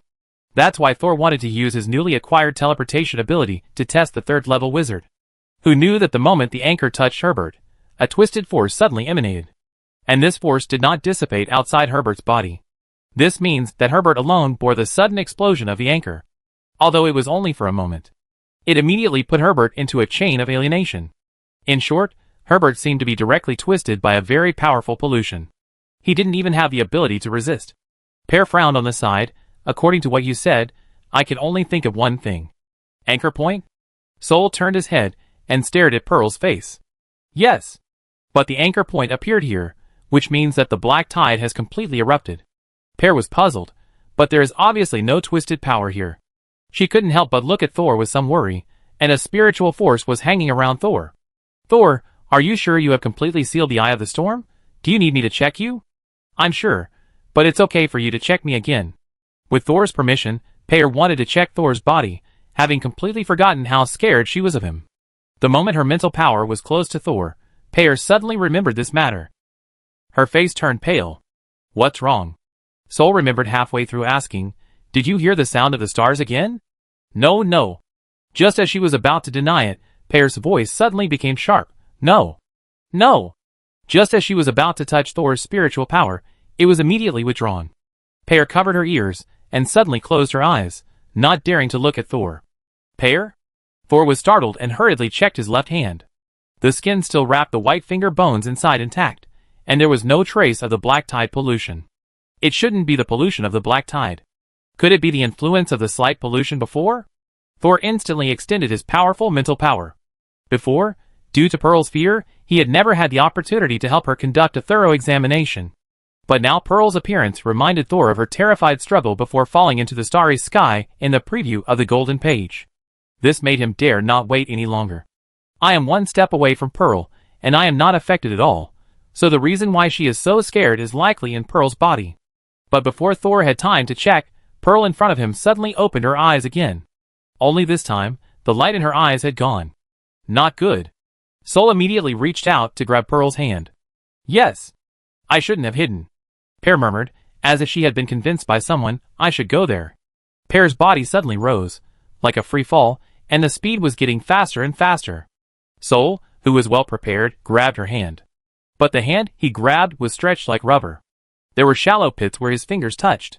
It was as if Pearl had completely turned from the inside out into a colorful clay that could be kneaded by anyone. Thor had no choice but to let go. But now there was no influence from the black tide pollution. Thor's magic power was abundant, and he could also mobilize the magic power from the outside world, and directly use the flying technique to the limit to catch up. However, the height of the flying technique was also limited. When Thor flew above the second layer of clouds, he could no longer rise. The magic power here had become thin, and Thor could not borrow it even if he wanted to. He seemed to have come to the border of the wizard world. But Pearl's speed of falling into the sky did not slow down, but increased. It seemed that she had received a call from outside the world. Why did Pearl still become alienated? Obviously, that little bit of pollution is similar to the more dangerous places in the borderlands. Brother Thor. Penny whispered in her diary, could it be that it was not the pollution that affected Pearl? Thor was stunned. He had never thought about this question. Could it be that in the previews of the Golden Pages, it was never the black tide pollution that affected Pearl and made her fall into the deep space? If it's not the black tide, could it be a star? Thor even wanted to enter the consciousness space to question the stars inside. But if he did that, he would completely lose the trace of Pearl. Staring at the beautiful figure that was getting farther and farther away from him, Thor suddenly narrowed his eyes. Several white lines appeared in front of him. Most of them were blurry and far away from his body. Only one was the clearest. Thor grabbed the thin line without thinking. The next second, Thor and Pearl disappeared at the same time in the sky. It was as if they had never appeared. At the same time, on the highest mountain in the Escaper continent between State and Neflit. On the highest observation tower on this highest mountain. On an inverted pyramid-shaped platform suspended 100 meters above this observation tower. This is an experimental base of the Stargate Council that is not open to the public. Except for those who enter the observation tower below, no one else can see this inverted pyramid-shaped platform. This place is secretly called Star Eye. As a genius of the Stargate Council, and the right-hand man of Speaker Alec, Murik was walking down the Star Eye and returning to the watchtower. Alec was sitting on the top of the watchtower, calmly looking at the sky. The gravity of the top of the tower has been modified from vertical to horizontal. This is just to satisfy the speaker's special hobby of watching the starry sky all the time. The moment Murik was teleported to the top of the tower through the Star Eye, he had to pause for a moment to adapt to the change in gravity. But this time, his excitement made him raise the report in his hand, and report loudly to Speaker Alec without much adjustment. Mr. Speaker, we have just successfully captured the open Star Gate. Although it was only for a moment, we have successfully dropped a target into it. Murik said, as he walked to Alec and knelt on one knee, your guess is correct. When the Eye of the Storm appears in the Borderlands, the Star Gate will open briefly. This time, the people we sent to the Borderlands sent back the signal in time, so we can seize the opportunity and successfully drop the target. By the way, do you know what codename I gave this target? Murik looked up, his eyes protruding like metal telescopes shining. I call it Anchor Point. Chapter 693. Though Thor was only a novice in teleportation, he thought he had mastered the technique well. He had a wealth of experience in being teleported, and had 2 experiences in active teleportation. But this time was different from the previous teleportations. It took longer than the time that Mentor Bigorsa took him through the mezzanine of the Wizard Tower. But the length of time in consciousness is not necessarily the length of time in reality. When Thor clearly perceived time and space again, he found himself in a strange place. Here you can see the distant nebula, with light and darkness alternating irregularly. Around you is a halo that looks like smoke or fog, or a rainbow of colors. It's called rainbow, but if you look closely, there may be hundreds or thousands of colors. Just like all the colorful things in the world, light and darkness are presented here. Is this where the elves are? But it doesn't look like it, Thor murmured. He was shocked by the magnificent scene in front of him, and for a moment, he even forgot the purpose of his coming here. This is certainly not the elf world. Thor shuddered, as if a cold hand suddenly struck the back of his neck. After a shudder, his rationality returned to the furnace. Who is talking? Pearl, where is Pearl? Thor looked around and did not find anyone or any suspected intelligent creature. But he gradually realized that the one who was talking seemed to be this space itself. The voice appeared again, but it did not answer Thor's question. You came here on your own initiative. Do you want to come back? Come back? Why did the other party say that? Does he think Thor is from here? But Thor has no impression of this place. No, when Pain first looked into my past, she saw a world full of colors. Could it be here? Thor vaguely felt that this place was related to the secret of his travel, and the part of his memory he lost. Do you know me? Not really, but you did stay here for some time. The other party's voice was slow and long, as if he was used to a lonely and leisurely life. So, are you coming back? No, I just came here to find someone. I go back when I find someone. Soul was very cautious. He didn't explore rashly just because this place might be related to his past. Because he found that there seemed to be no magic in this space. It was also different from the chaotic domain. There were no inactive elemental particles here. There were simply no elemental particles here. Not only that, when Soul examined himself, he found that he was now a mess of threads. And the space around him was clean, without any threads. How can he go back? The owner of this voice should know how to leave. Soul thought, and the ball of thread that represented him was gently squirming. First find Pearl, and then see if you can get a way to leave from her. If you want to leave, I can send you back. But you can't take that person with you. The voice could actually see through Soul's mind, even though Soul didn't transmit any mental fluctuations to the outside world. After hearing the news about Pearl, Soul didn't delve into the reason, and quickly asked, "Why can't you take Pearl with you? Is she related to this place? Didn't you establish the connection between her and this place?" The tone of the voice seemed to have a hint of laughter, but it seemed to be Thor's illusion. Her fate is determined, and she can no longer stay in the world you came from. This is where she can continue to live. Soul frowned, but in fact the thread ball was tightened. Can I see her? He had to see Pearl to know what happened to her. This time, the voice was silent for a moment. Although Thor's perception of time here was not very clear, he could sense that the rhythm of the voice answering questions was different from before. I can't do this either.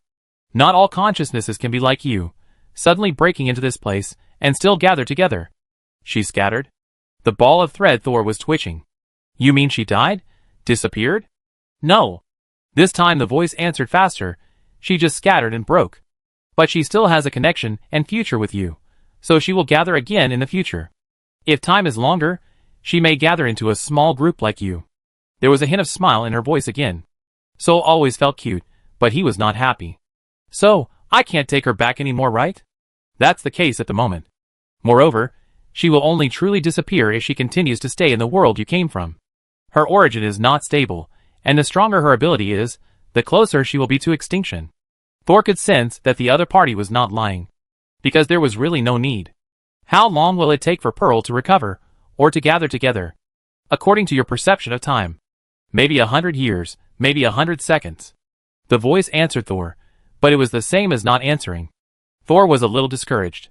Think about it carefully, my precognitive dreams have actually come true. Clark lost his eyes. Herbert really burned. Pearl fell into this unknown space. As for me, my entire skeleton has turned black due to pollution. If you still want to go back, don't stay here for too long. The voice reminded Thor. Thor quickly perked up. Can I ask you 2 more questions? Yes. Are the star eyes in my consciousness space related to you? Yes, we have been watching you. Why? I don't want to say. Huh? Thor was stunned. The other party actually gave such a human answer. But he knew time was urgent, so he asked, will you invade the world I came from? It's too far away. You're the only one who likes to run around. I'd rather you stay here. Ignoring the rest of the words, Thor was slightly relieved. In this way, when entering the wizard world, the eyes attached to his friend should be just the unconscious influence of the stars being too powerful. Now through Thor's understanding of this world is really very lazy. But it can be seen that this world is of a very high level. It is just a tiny influence at a long distance, but it is enough to change the subconscious of a group of people. Fortunately, I dug out the ability of the fate line from the language ability of the diary, otherwise I would probably be the same as Pearl when I came in. No! The voice suddenly interrupted Soul's thinking again. It's not that you learn the ability from that book, but because you have a condensed fate line, it will choose to follow you. The ball of thread, Soul, tightened another circle. I originally have a condensed fate line? Why, you said I also suddenly appeared in this world, then you know I. However, this time, the voice did not let Thor finish his question. If you still want to go back now. Maybe time is really not enough, or maybe the voice refuses to answer. Soul can only stop asking. Okay, please send me back. Thank you. As soon as the word go was finished, the colorful world in front of Thor disappeared like an electronic screen turned off. What appeared in front of him was the blue sky and white clouds he had seen just before the teleportation. At this time, the two words "thank you" appeared in the air and spread in all directions in the form of sound waves. Soul looked up. There was no trace of Pearl above his head. Not even a little bit. Chapter 694. Soul did not let the melancholy affect him for too long. Since it was a foregone conclusion that Pear had entered that colorful world, he could only wait and continue to make himself stronger. Perhaps he could still see the silly and soft wind demon in the future. After calming down his emotions, Soul narrowed his eyes again. Several white translucent lines appeared in front of Soul. Although from a visual sense, these lines all looked the same, as Soul, whose mental power was already extremely strong, he could easily distinguish which line belonged to which person whose fate was closely related to his. He stared at the thin line representing Kismet, and tapped it with his finger. However, apart from a dull pain in the back of his head, he did not receive any other feedback. Is the teleportation ability not working? Soul hurriedly checked his spiritual body. Then he found out with a smile that his spiritual power was too much and was now completely exhausted. Staying in the fantasy space was such a mentally exhausting thing. No wonder that voice did not let Thor stay for too long. Now Thor could only barely maintain the flying state, and could no longer control the more powerful witchcraft that required mental power control. There was no other way, so he had to slowly land and use meditation to recover himself. While Thor was recovering in the wilderness, the Rhine lake was still very lively. Although Thor had tried his best to block the appearance of the black tide and seal the eye of the storm as soon as possible, it was inevitable that some pollution would flow through the briefly appeared eye of the storm to affect the wizards here. In order to help Thor advance, hundreds of wizards gathered here. At this time, the few second-level wizards here were fine, but the first-level wizards and wizard apprentices were affected to varying degrees. Some people whose spirits were not stable and strong enough even mutated, and the wizards nearby had to kill the mutated ones to avoid creating new pollution sources. Although Byron was still a first-level wizard, his situation was special, and he was not affected too much at this time. He was still helping the second-level wizard Brando to control several wizards who were seriously injured nearby. At this time, Corey came over with a stern face. "Wizard Brando, can anyone contact Wizard Thor?" Brando was so busy that his head was about to fall off. Hearing this, he said helplessly, "We and Thor have not set up remote communication magic props." Corey clenched her fists. Before, two third-level wizards suddenly turned against each other and fought, and then they ran away with Thor, leaving Corey to barely manage the situation. But the current situation is not optimistic. If there is no way to help those polluted wizards, she can only kill those who cannot be saved first. She can't wait until most people lose control at the same time. At that time, she alone can't deal with so many mutated first-level wizards. And she is afraid that the mutated wizards will run away directly, and the impact of the pollution will be expanded again. Although there are many wizards who have died due to various reasons in the wizard world, the death of so many people at once is also a huge loss for the Stargate Council. However, hundreds of dead first-level wizards and wizard apprentices are better than hundreds of living pollution sources. Corey has decided to gather those who have shown signs of mutation together to prevent accidents. But in order to prevent someone from escaping, she needs the assistance of other second-level wizards. So she asked Thor on the surface, but she knew that the battle between the third-level wizards would not end quickly. So she secretly used the teleportation technique to ask Brando, "Brando, do you know what the consequences would be if all the first-level wizards present were transformed?" Brando's face darkened slightly, but his helmet did a good job of hiding his emotional changes. "Are you too arbitrary? Most people can still maintain stability now. Have you forgotten where this is? If they are in the outside world, they can indeed slowly stabilize their state and then find a safe place to recover. But this is a no-man's land, where slight pollution is produced all the time, and the biggest source of pollution is right under our feet. Do you think these first-level wizards, who are struggling to survive, can recover on their own?" Brando's voice dropped a degree. "So you want to kill all the first-level wizards? Is this the style of the Stargate Council?" Corey had already prepared herself mentally when she spoke, and her mood was not affected at all at this time, and she even raised her chin slightly, not avoiding Brando's gaze. "Yes, only excellent people have a chance to survive." She looked at Byron, who was busy on the side, and not paying attention to this side. Of course, a first-level wizard like that who relied on himself to resist the pollution of the black tide will definitely not be cleaned up. Brando still shook his head. There were also several first-level wizards such as Eddie on their side, who were struggling with the pollution in their bodies. I'm sorry, I can't agree. Corey said unexpectedly. I think as a second-level wizard, your reason should be greater than your emotion. Brendo smiled softly. Yes, my reason tells me that it is not time to be forced to sacrifice others. Oh, if it comes to the last moment, are you sure you can control so many alienated wizards? Brendo shook his head slowly. No, I just believe that things will not deteriorate to that extent. Wizard Thor will come back to solve all this. Don't forget, he is the doctor of the Pure Spirit Wizard Tower, and he is best at treating the pollution caused by the Black Tide. Corey is not very clear about this matter. After all, she doesn't care how the natives of the borderlands will solve the Black Tide pollution they suffer from on a daily basis. The battle between third-level wizards is not what you think. Halfway through the conversation, a very powerful mental force suddenly enveloped everyone. Even Corey, who had been expressionless, looked up at the sky with astonished eyes. Even other wizards, who were struggling to fight the pollution in their bodies, were touched and looked up. Above everyone's head, under the dark sky, was floating a wizard wrapped in a large gray cloak. A few wizards, who could see far enough, saw that the other party was wrapped in cloth, with a hood on his face, and even his eyes were not exposed. But when his mental power wave came over, everyone immediately recognized him. It was Thor, who had just been promoted to the 3rd level, and had a storm eye in his body. The wizards of the Stargate Council were still confused, but the faces of the local wizards in the borderless land had already blossomed with hope. Byron finally straightened up, raised his head, and said loudly, Lord Thor, please give me your orders. Hearing Byron's call, Thor, who was floating 30 meters above everyone's head, twitched his mouth. To build momentum for me, the senior actually called me like this. However, he also understood Byron's intention. The situation seemed stable at this time, but once the spark of alienation was ignited, it would turn this place into purgatory again in an instant. Therefore, if Thor wanted to do anything, he had to get the approval and conviction of everyone.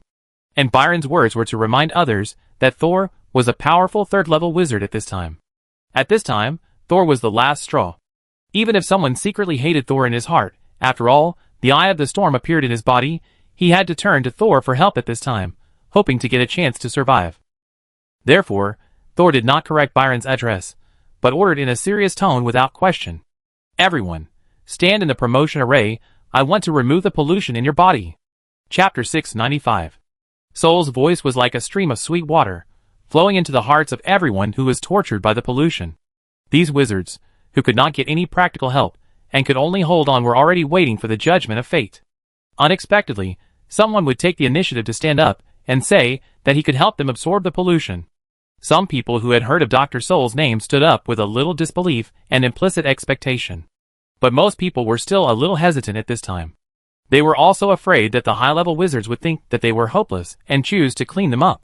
At this time, Byron and a group of people walked into the magic circle first to demonstrate to those who were hesitant. Some wizards and apprentices who were in serious condition and in a state of anxiety followed in. Then came some people who were in a relatively stable condition but had heard of Thor's reputation. Of course, a large number of people still stood there without moving. They looked alert, afraid that the one who would fall down would be a killer. Thor did not wait for everyone to come in. At this time, his mental strength had recovered a little, enough to support him to perform simple witchcraft. In addition to meditation, he has a faster way to recover. Some thumb-thick translucent gray tentacles grew out from under Thor's cloak, like the flower stems of spider plants. These tentacles fell to the ground and began to automatically look for nearby polluted people, sticking to their most polluted body parts. Because there were more than 30 people standing in the magic circle, more than 30 transparent tentacles also fell under Thor's cloak. This made him look like a jellyfish in the deep sea. However, his body was covered tightly by the white cloak, and no one could see Thor's true appearance at this time. The translucent tentacles were attached to the body, and most of the contaminated people could not help showing expressions of fear. But it was too late for them to dodge at this time. The flexible tentacles would quickly tie up the dishonest patients tightly. The tiny suction cups on the tentacles were now open, and pushing the mouths, with dozens of sharp teeth, biting the patients. However, such biting did not bring pain. On the contrary, they gradually felt that their violently trembling mental power was actually stabilizing. The disobedient magic finally began to work normally in the body. The source of all this, the source of pain in the body, was actually being removed bit by following the translucent tentacles sucking. Eddie, who was already in a semi-comatose state, opened his eyes.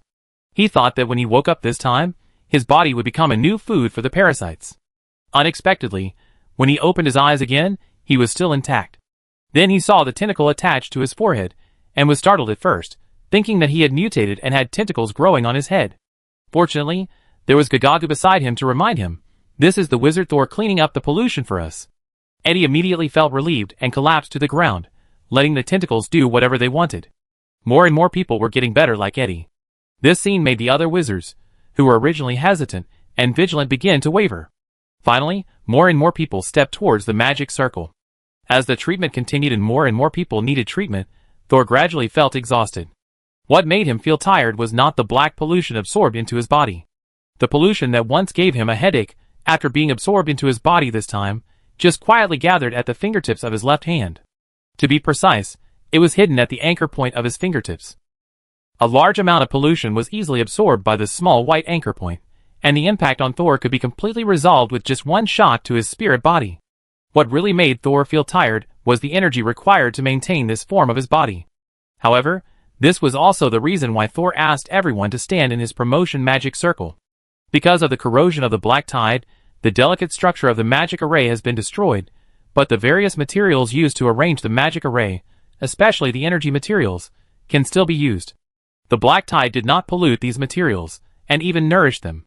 At this time, Thor, in urgent need of energy, stretched out more tentacles again and directly devoured various resources on the ground.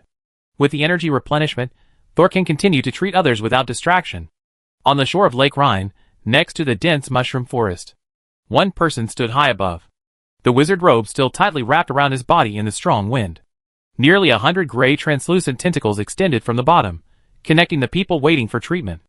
The regular magic fluctuations and powerful mental power were like a huge transparent cover that encircled the low-level wizards below. It made the people who were just panicking feel at ease. Corey stood outside the magic circle, watching all this quietly. Brando, who was also a second-level wizard, stood beside her. "Look, we have a new way besides killing everyone. You can take back what you said about the Stargate Council." Corey squinted her eyes. He can save him temporarily, but can he save him forever? Even if Thor is already a third-level wizard, he can't bear the pollution of the black tide indefinitely. However, Corey didn't want to argue with Brando, who inexplicably trusted Thor, so she mentioned another thing. The behavior of the Firefly Lord Herbert has obviously violated the will of the tribunal. They won't let him go. I think there will be a second new third-level wizard here. The tribunal will not select candidates from the Stargate. Their chief will directly appoint candidates, just like they appointed Herbert in the beginning. 2 new third-level wizards. The Borderlands may become chaotic again. The 3 third-level wizards originally occupied the Borderlands for a long time, and their spheres of influence have been stable. Although there are constant small disputes, there is no large-scale war on the surface. But when the new third-level wizards come, the competition for resources, the conflict of knowledge and ideas, and all kinds of new contradictions may cause the Borderlands to be stained with large-scale wars again.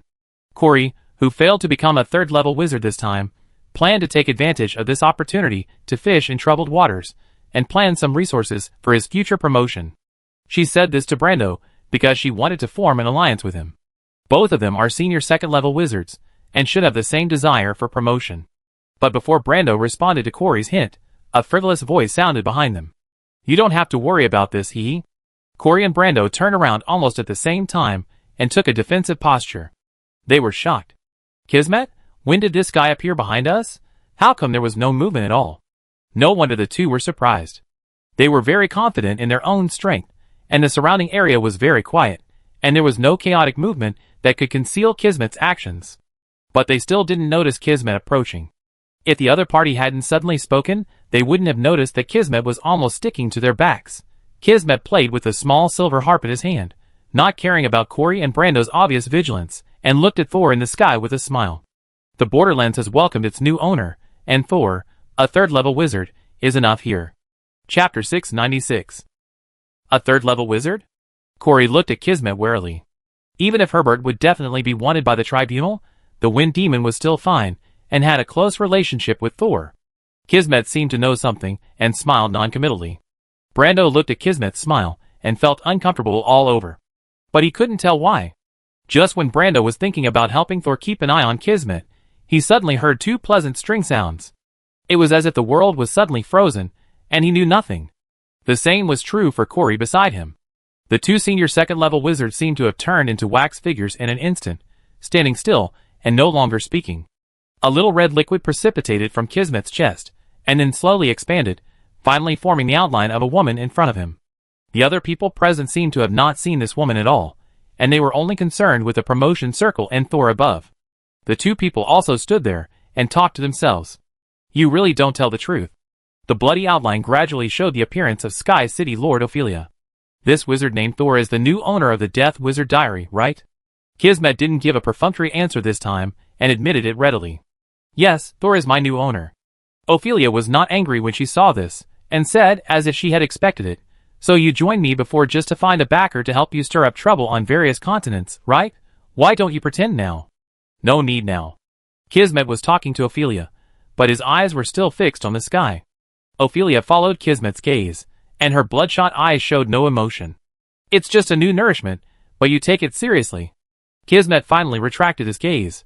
With an exaggerated and warm smile on his face, it's not nourishment.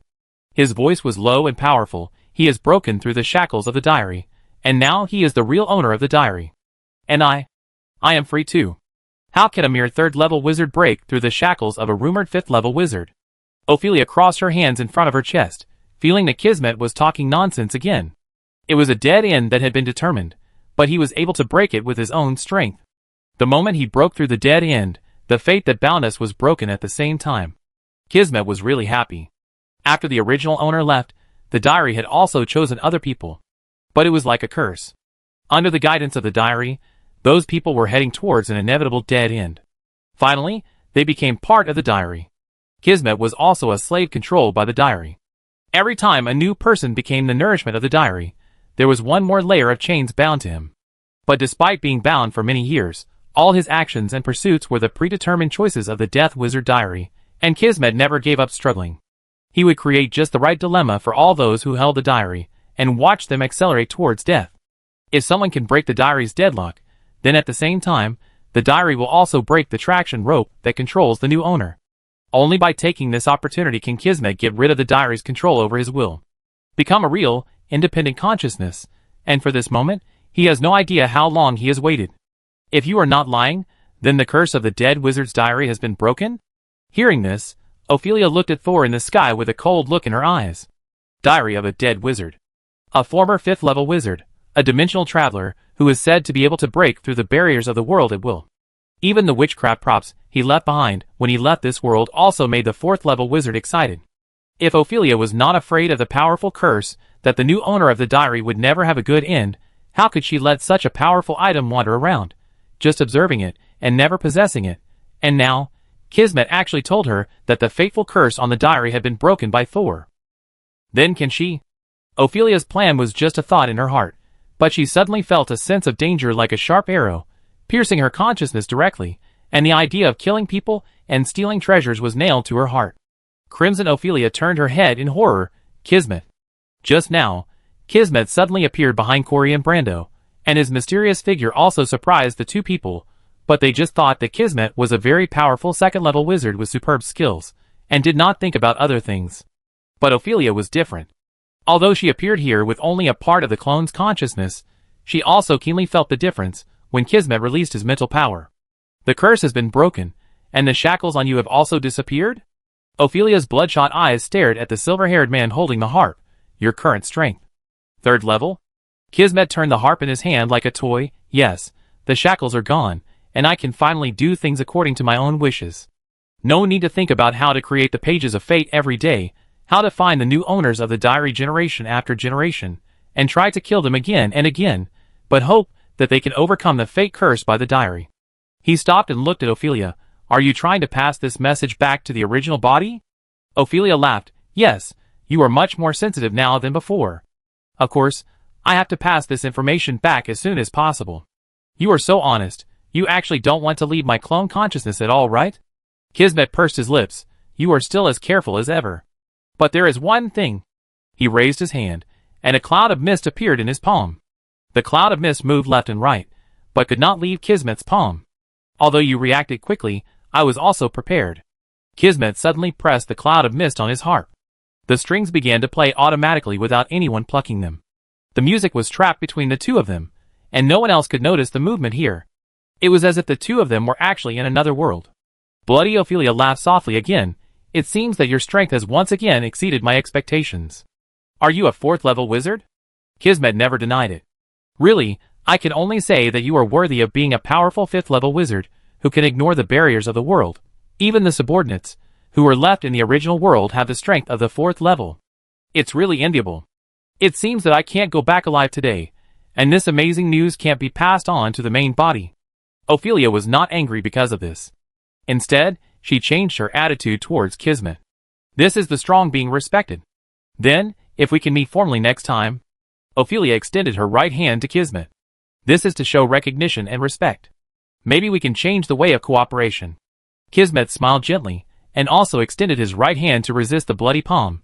But the next second, the bloody Ophelia opposite was suddenly shaken into powder by a very subtle and high-frequency shock wave. Bang! It disappeared. The smile on Kismet's face grew little by little. Then we talk about it later. But the next second, the smile on his face disappeared. Soul finished treating everyone in the magic circle, and teleported to Kismet without placing other people first. He glanced at Corey and Brando, who were motionless, and his masked faces showed no emotion. Kismet, can you talk? Chapter 697. Kismet looked at Thor with a complicated expression. Okay, my brother master. The two disappeared at the same time, and when they reappeared, they had already arrived at the top of the Pure Spirit Wizard Tower. Let's make a deal. Thor raised his hand, and a dark red hardcover book suddenly appeared in his palm. Diary of the Dead Wizard. First official appearance in this world. In the past, it could only be seen by its owner. But now, Thor can take it out without scruples, even if it is made public. Because now, he finally clearly felt the existence of the diary. It was a real power, not an invisible image. In fact, Thor had already clearly felt the changes in the diary when he successfully sealed the Eye of the Storm. It was no longer a high and cold prophet. It was the power he could really mobilize. Although the full power level of the diary was at least level 4, he could not fully mobilize it with his current strength, but at least he was no longer like before when he knew nothing, and was vague, and could only passively act according to the instructions of the diary. Now that Herbert is dead, Pearl cannot be saved for the time being, and the pollution crisis of Lake Rhine has been resolved. Thor finally has time to deal with the diary. And Kismet's problem. To be honest, I didn't expect you to stay here. Thor opened the diary, and this time he gently moved the white pages with his fingers. The pages were delicate to the touch, like a baby's skin. Thor looked at the words in the diary, which were his past adventures and suicidal experiences. He felt a lot in his heart. If my feeling is correct, when I came out of the Eye of the Storm, your connection with the diary had been broken. But before the disconnection, the information conveyed to me told me that you were actually originally a 4th level wizard, right? Yes. Unlike when facing Ophelia's clone, Kismet looked very honest at this moment. It was like a different person. When I saw the diary clearly, I also saw the chains that the diary bound you. So everything you did before was for the diary. Kismet touched his nose. It's not that miserable. Soul chuckled, not reminding Kismet of how many times he had lamented his miserable fate before. Now, the chains that bound you to the diary have been cut off. But you haven't completely gotten rid of the diary, have you? Otherwise, you should have left the vicinity of the diary as soon as you got out of trouble and completely opened the seal on your body. Have you discovered so much information just after mastering the diary? Hearing Thor's straightforward words, Kismet exhaled, my lovely brother master, you are really suitable to be the new owner of the diary. The deal you want to make with me is to help me get rid of the diary completely, right? Kismet had already guessed something and asked back. That's right. Thor nodded. I don't know how the original owner of the diary sealed part of your soul in the diary, but I do have a way to help you get that part of your soul back now. Thor stretched out his hand and quickly flipped the diary in his palm until the last page. After the 4th black page was turned over, the 5th black page suddenly appeared where the bottom cover of the book should have been. Unlike the previous pages, this page seemed to have been torn in half by someone, leaving only half a page.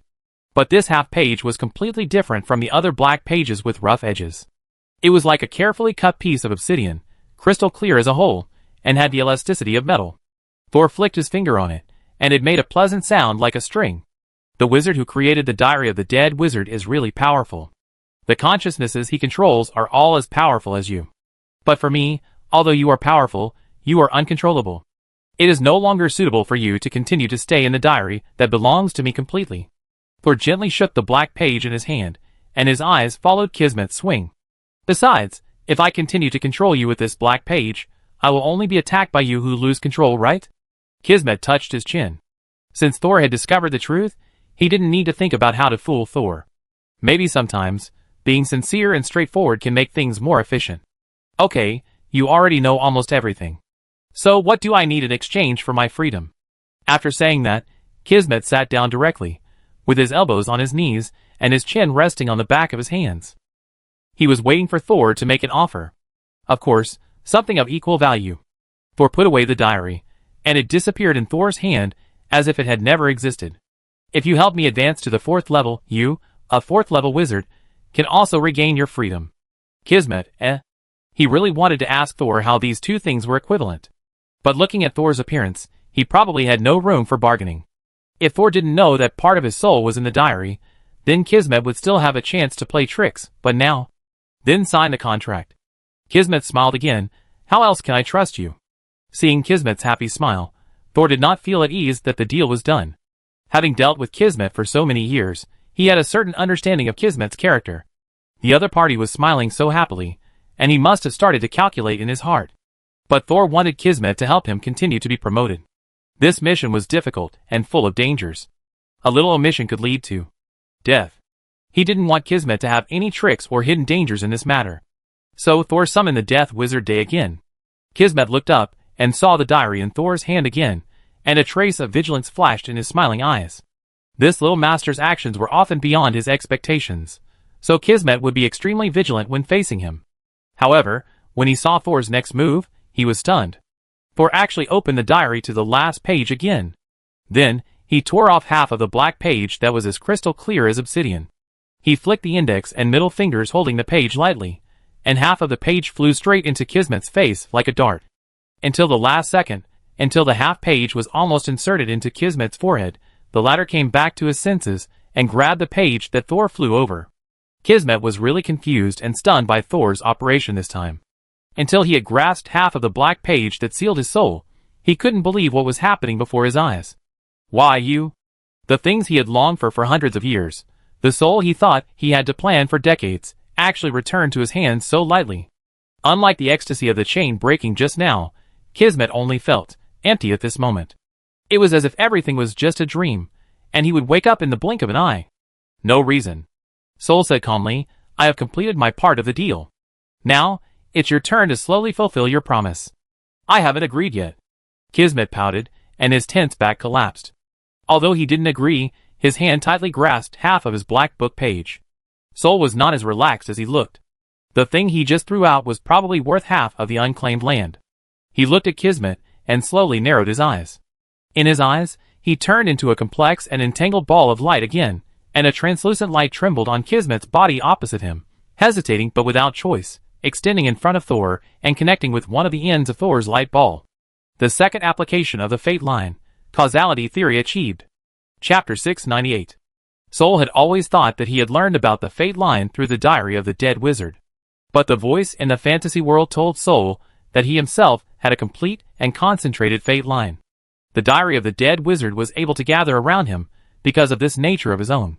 In the fantasy world, Soul also gained a further understanding of the characteristics of his own fate line, and thus vaguely developed the second characteristic of the fate line besides prediction. He named it causality theory. To put it in layman's terms, it means no one can owe him anything. Now, as long as Kismet receives half of the black page that Thor gave him, it is equivalent to accepting Thor's deal. Thor has already fulfilled his part of the deal, and now Kismet owes him. So next, under the guidance of the fate line, Kismet will do his best to help Thor advance to the 4th level. He will not be able to settle this cause and effect until Thor succeeds in advancing or dies unexpectedly. Kismet, on the other side, realized something after his fate line and Thor's thread intertwined. But because the fate line was so hidden, he didn't know exactly what Thor had done. But no matter what, the soul that he had lost for hundreds of years finally returned to him. Kismet let out a long breath, and the frivolous smile on his face disappeared again. People who make deals on their own are really annoying. Thor nodded.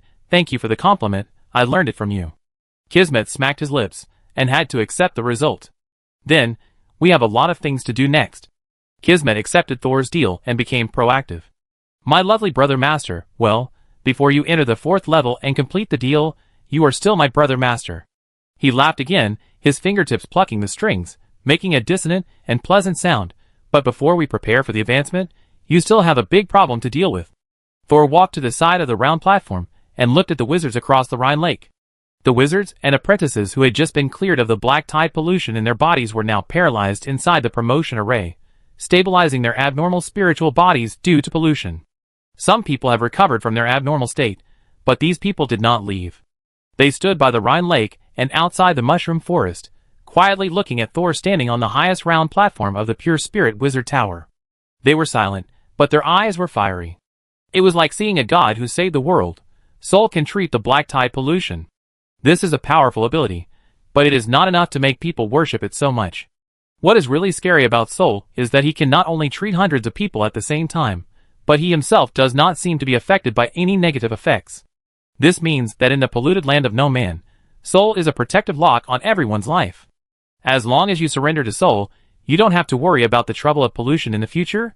This also solves their biggest crisis in the land of ignorance. From now on, you can enjoy the rich witchcraft resources here, and you don't have to worry about pollution. This is equivalent to directly turning the ownerless land from a dead land into a rich land. I know what trouble you mean.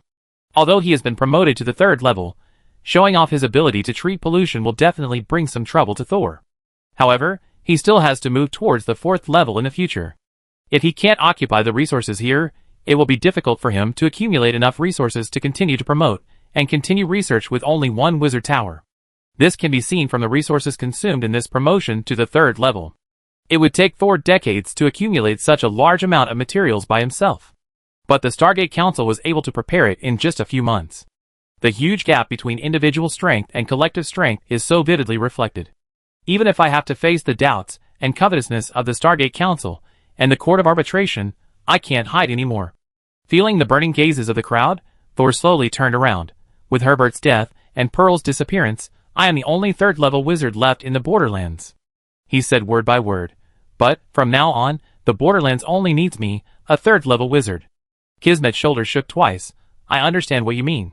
From now on, the Borderlands has its true master. Kismet didn't care about his actual identity as a 4th level wizard. He put one hand on his chest and bowed to Thor. Master of the Pure Spirit Tower, Lord Thor. He kept bowing and raised his head. I promise that the Tribunal and the Stargate Council will not be in the mood to trouble you in the next 3 years. Thor nodded. 3 years later, I will make it clear to them that only if I become the master of the Borderlands, it will be the most suitable choice for everyone. Kismet smiled and slowly stood up. I firmly believe this. In addition, I have 2 more things to tell you. Soul smiled secretly. Sure enough, after being tied up by the theory of causality, this guy has become more proactive. The first thing is that the Wind Demon's alienation has nothing to do with the black tide in the Borderlands. Speaking of Pearl, Thor's face was serious. I have already discovered this. Kismet didn't know that Thor had been to the fantasy world, but he believed in Thor's strength. Yes, what really made the Wind Demon alienated was the Stargate opened by the Stargate Council. The Stargate Council. Open the Stargate? Kismet told Thor a secret about the Wind Demon's life experience. The Wind Demon is an artificial life. Half of her blood comes from fairies. The other half comes from a crazy 4th level wizard. The other party is a firm pursuer of the Stargate. He chose the Wind Demon because of the characteristics of the fairy clan. They are naturally sensitive to spatial changes. That is why the Wind Demon was chosen to stay in the borderless land for many years. It is because of her sensitivity to the Eye of the Wind. Later, however, the people of the Stargate Council discovered something else. They found that when the Eye of the Wind in the borderless land appeared, the Stargate in the sky would also appear. If the Eye of the Wind completely erupted, the Stargate would be affected and a gap would open. And the Stargate Council needed this opportunity to understand the other world connected to the Stargate in this world. Another world? It was the first time Thor had heard this term. So, the wizards led by Alec want to find a new world. Finding is a nicer way of saying it.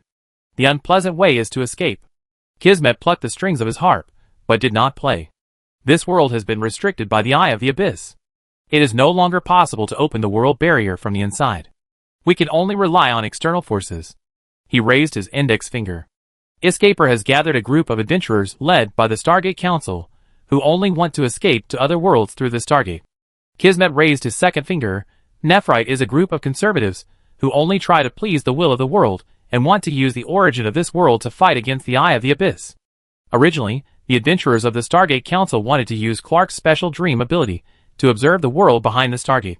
But unfortunately, Clark's promotion will threaten the interests of the glowing family. In addition, your mentor Gorza is not optimistic about rashly exploring the new world, so he is destined to be sacrificed. So, the Wind Demon Pearl, who successfully regained her, will become the second choice of the Stargate Council. Oh, it was also highly recommended by the Sky City Lord. Thor narrowed his eyes. What do you recommend? It is recommended to plant the Stargate coordinates on Pearl's body. Once the Eye of the Storm appears and affects the Stargate coordinates on Pearl's body, the Parliament can immediately find out that the Stargate is open and conduct the next experiment. Drop the target there as the first step to explore the other world. But Pearl, as the signal transmitter, will definitely be the first victim. She will die under the double pollution of the starry sky and the black tide, Kismet said calmly. Chapter 699. So, now the Stargate Council and Sky City originally thought that Pearl would die immediately after the outbreak of the black tide in the Borderlands? Yes. Kismet smiled, but they probably didn't expect that the person, who should have been the first to be sacrificed, survived by accident under your influence. This is probably a joke that fate played on them. Kismet even knew that Pearl survived because of his influence. Does he also know his origins and information about the fantasy world? He asked tentatively. How do you know that Pearl is not dead? Kismet almost immediately guessed what Thor was afraid of, and he touched his chest again. Please don't worry. I can't spy on your actions. The reason why I found that the Wind Demon is not dead is entirely because. He shook the half-black page in his hand. I can sense that the connection between the Wind Demon and you has not been severed. You changed the inevitable death of the Wind Demon. I think this is probably related to your special identity. After all, you are a magical being who made the diary escape from my control. Is it because I was a life in the form of a destiny line before I came to this world? Soul thought to himself. Now, the information about his past seems to have revealed the fog of mystery. But the complexity and mystery inside did not reduce Soul's doubts. Kismet, do you know my past? The other party shook his head. I also want to know. But my intuition tells me not to think about such distant things before going to the stars. Intuition. Is this your ability, or is it the ability given to you by the diary? However, Kismet did not seem to want to discuss this issue. He turned his head and changed the subject abruptly. The Wind Demon is not dead yet.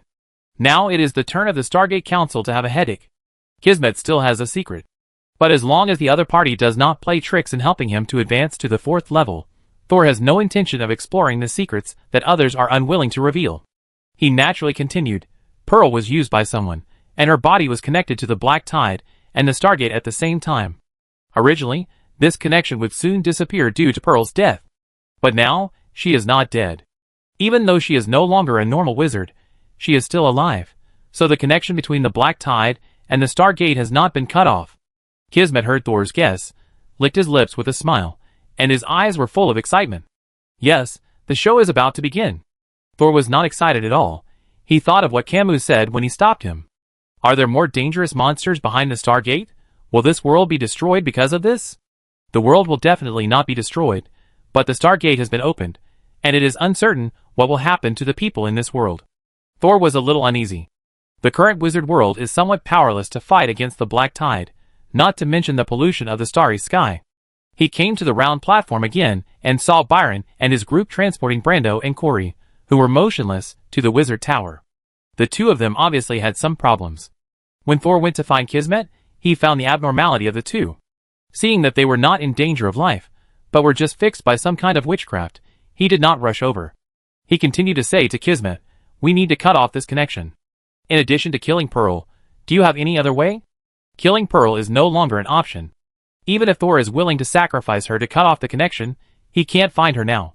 She is still trying to repair herself in the colorful world, and she can't even pick up the fragments. Kismet is not worried at all. You don't have to worry so much. The wizards in this wizard world are not that incompetent. Just leave this matter to the Stargate Council and the Court of Arbitration. Thor suddenly realized, oh, is this what you said? They don't have the time and energy to trouble me in 3 years? Kismet smiled cunningly. Yes, as long as they are not idle, they will naturally have no time to meddle in other people's affairs. And I am very good at causing trouble for others. Then he said goodbye to Thor. My lovely brother, I am leaving. After all, helping you to advance to the 4th level is not something that can be accomplished by talking. It seems that I still won't be able to rest well in the next few years. Before leaving, he remembered another thing. Oh, by the way, this is for you. Kismet took out 2 slender golden straws from his palm. Raising his hand and shaking it, the straws unfolded and turned into 2 golden pages, which quickly turned into fine glitter and disappeared. At the same time, Thor sensed that there were 2 more golden pages in the diary.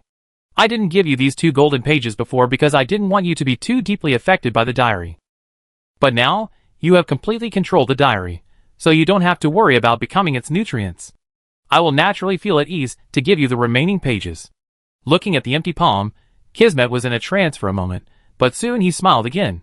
From now on, if you want to weave a new page of destiny, it will be up to you. Kismet raised his arms high and stretched. It's really hard to do one thing for hundreds of years. As he said, he slowly walked to the edge of the round platform, jumped down with a leap. With the sound of a few lonely strings, Kismet's figure rose and fell several times and disappeared on the plain. At the same time, the parliamentary staff, who had already dropped the target codenamed Anchor Point to the opposite side of the Star Gate, were nervously waiting for the information from the other world sent back by the Anchor Point. But the wizards responsible for observing the status of the Star Gate became more and more nervous. Finally, one of them stood up and walked around the various people and debris on the observation platform, and went directly to the inverted pyramid building above to find the chairman of the Stargate Council. After passing many levels, the wizard almost trotted to the speaker of the Stargate, Alec. Mr. Speaker, there was an accident in the experiment, and the Stargate has not been closed as planned. Alec sat on a bench, and because the gravity direction of the room was turned 90 degrees, he was facing the sky. Murrick stood beside the speaker, and turned back when he heard the words, and his eyes, like a monocular telescope, quickly adjusted the focus. The speaker has noticed it. Murrick was flipping the scroll in his hand quickly, and there were several feather pens floating beside him, and no one was controlling them, but they were writing quickly. The current problem is that the coordinates used by the Parliament to locate the Stargate have established a connection with the Wind Demon, and the Wind Demon is now missing, but not dead, so the connection has not been cut off, and the Stargate has temporarily left a gap. Maybe in an hour, this gap will automatically close, but it may also happen unexpectedly, and no longer close. Murick apologized to Alec. I'm very sorry, Speaker. I didn't expect the Wind Demon Pearl to survive the double pollution. Alec waved his hand. If the experiment will develop according to our established design, it can't be called an experiment. Alec did not stand up, and his voice was calm. No one can guarantee what the results of the experiment will be. But it is not a bad thing that the Stargate is not completely closed. Everyone waited quietly for Alec's instructions. We can start the second phase of the test. Alec said, with a hint of thunder in his voice, start the anchor point and feedback information.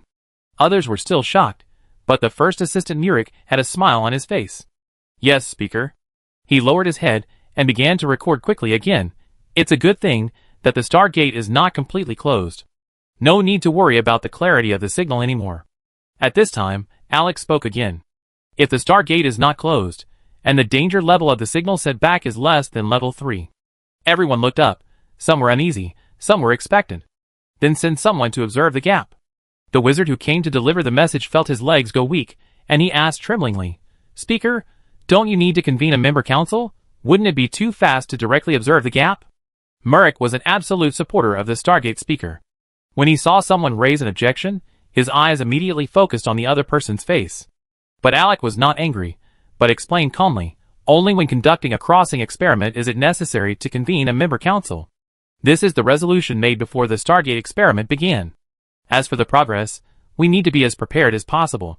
You don't know which will come first, tomorrow or the black tide. Chapter 700. Dark and damp.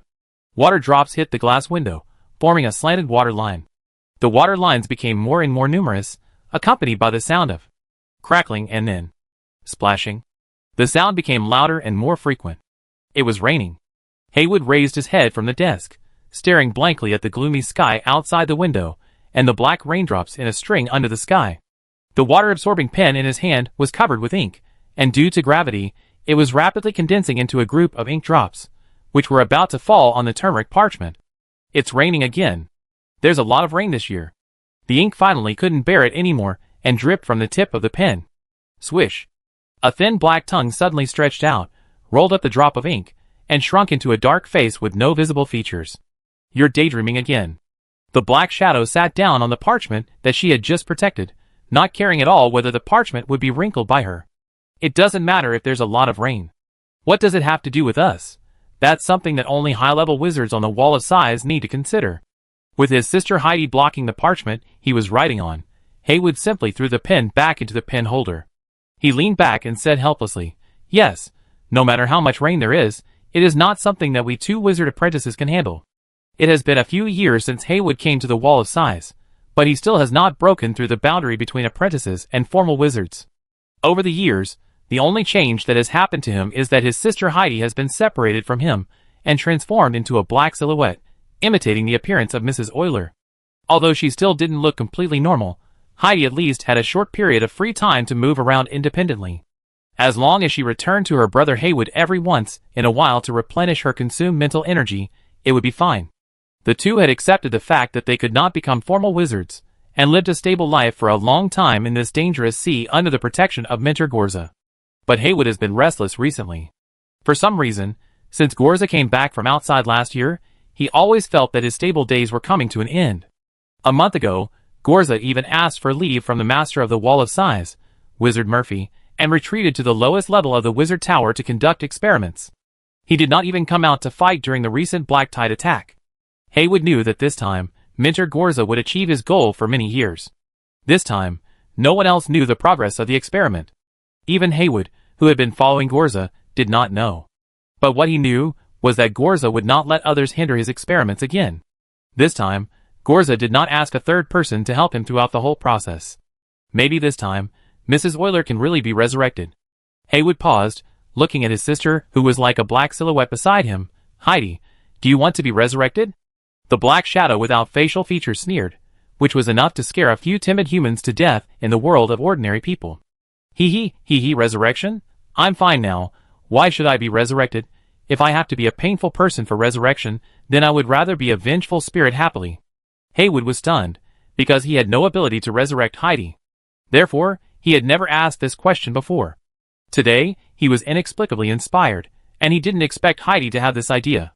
Even Heidi could see how painful it was for Mrs. Euler to continue the resurrection experiment, so how could Professor Gorza not see it? So, did Professor Gorza really choose to resurrect his wife because he loved her? Ah! A painful, sharp cry came from underground. Haywood and Heidi looked at each other, their bodies trembling slightly, and fear, along with the scream just now, drilled into the cracks of their blood vessels little by little. The two of them lowered their heads at the same time, pretending that they didn't hear anything as usual. However, the screams that usually lasted for several minutes only sounded once today. Outside the Wall of Sighs, at the bottom of the 7th Wizard Tower, Gorza shook the test tube in his hand, then took out a long dropper and dropped a drop of liquid on the forehead of the woman on the laboratory table. The colorless and transparent liquid instantly sank under the white skin. Ah! The woman struggled violently, but she couldn't even move her little finger while lying on the witchcraft circle. Gorza tilted his head and looked at the woman carefully, not wanting to miss any changes in her. Strangely, today the female test subject only screamed once, then became quiet, staring blankly at the ceiling. This change also caught Gorza's attention. Is the fusion finally starting? He smiled, leaned down, and held the woman's pale cheeks with his slender hands. Don't sleep, only complete fusion can be considered a true resurrection.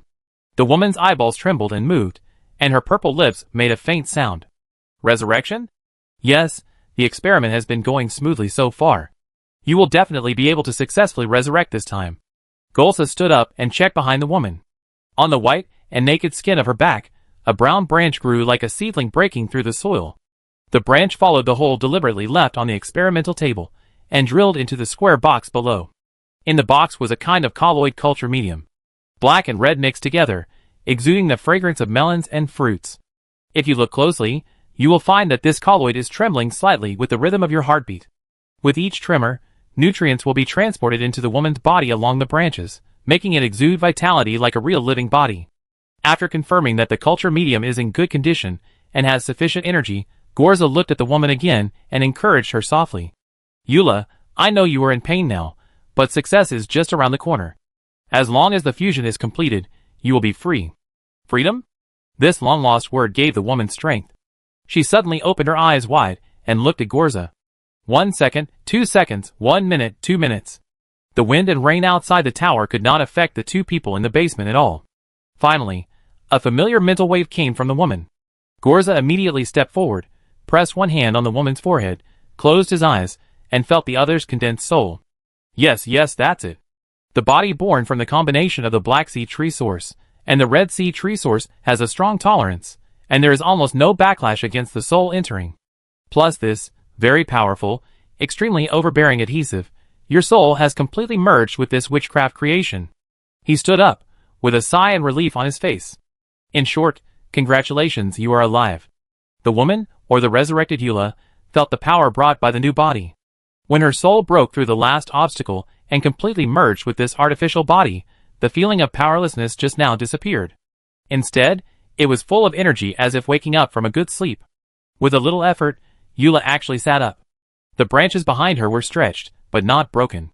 The culture medium below was still trembling slightly, like her heart outside her body. Although there was still some pain in various parts of her body, it could not affect Eula's joy.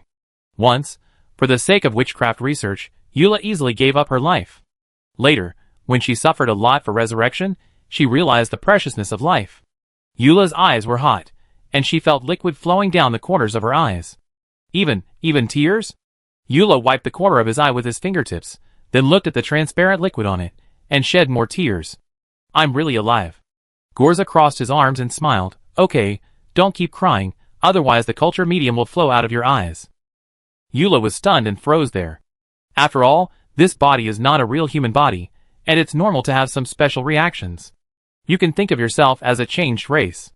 But you are still Eula. Eula quickly wiped the tears from her face, and for some reason, she felt empty in her heart. This was clearly a good ending. Then, she heard Gorza's voice again. Gentle, slow, and firm. Now, you are free and can leave. She raised her eyes.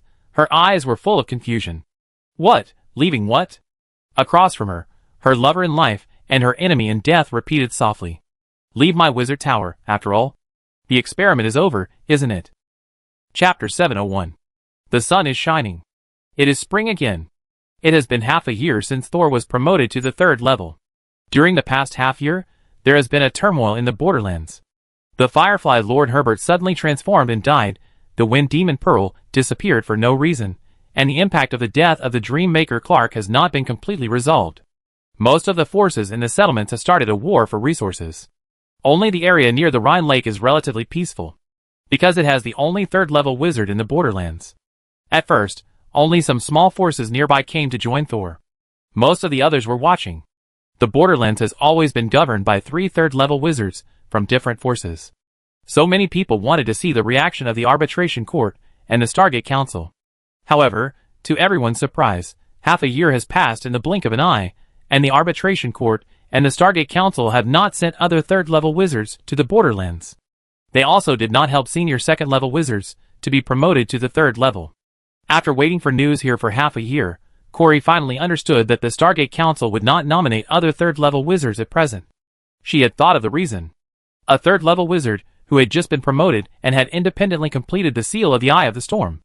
A master of the Pure Spirit Wizard Tower who killed Herbert in just one day and made Pearl disappear completely. At least that's what outsiders guessed. Neither the Court of Arbitration nor the Stargate Council would treat him as an ordinary 3rd level wizard. They needed time to consider and wait and see. Corey couldn't wait for her chance, and had to leave the no man's land. Corey's departure was like a signal. In the days that followed, a large number of forces began to surrender to Thor.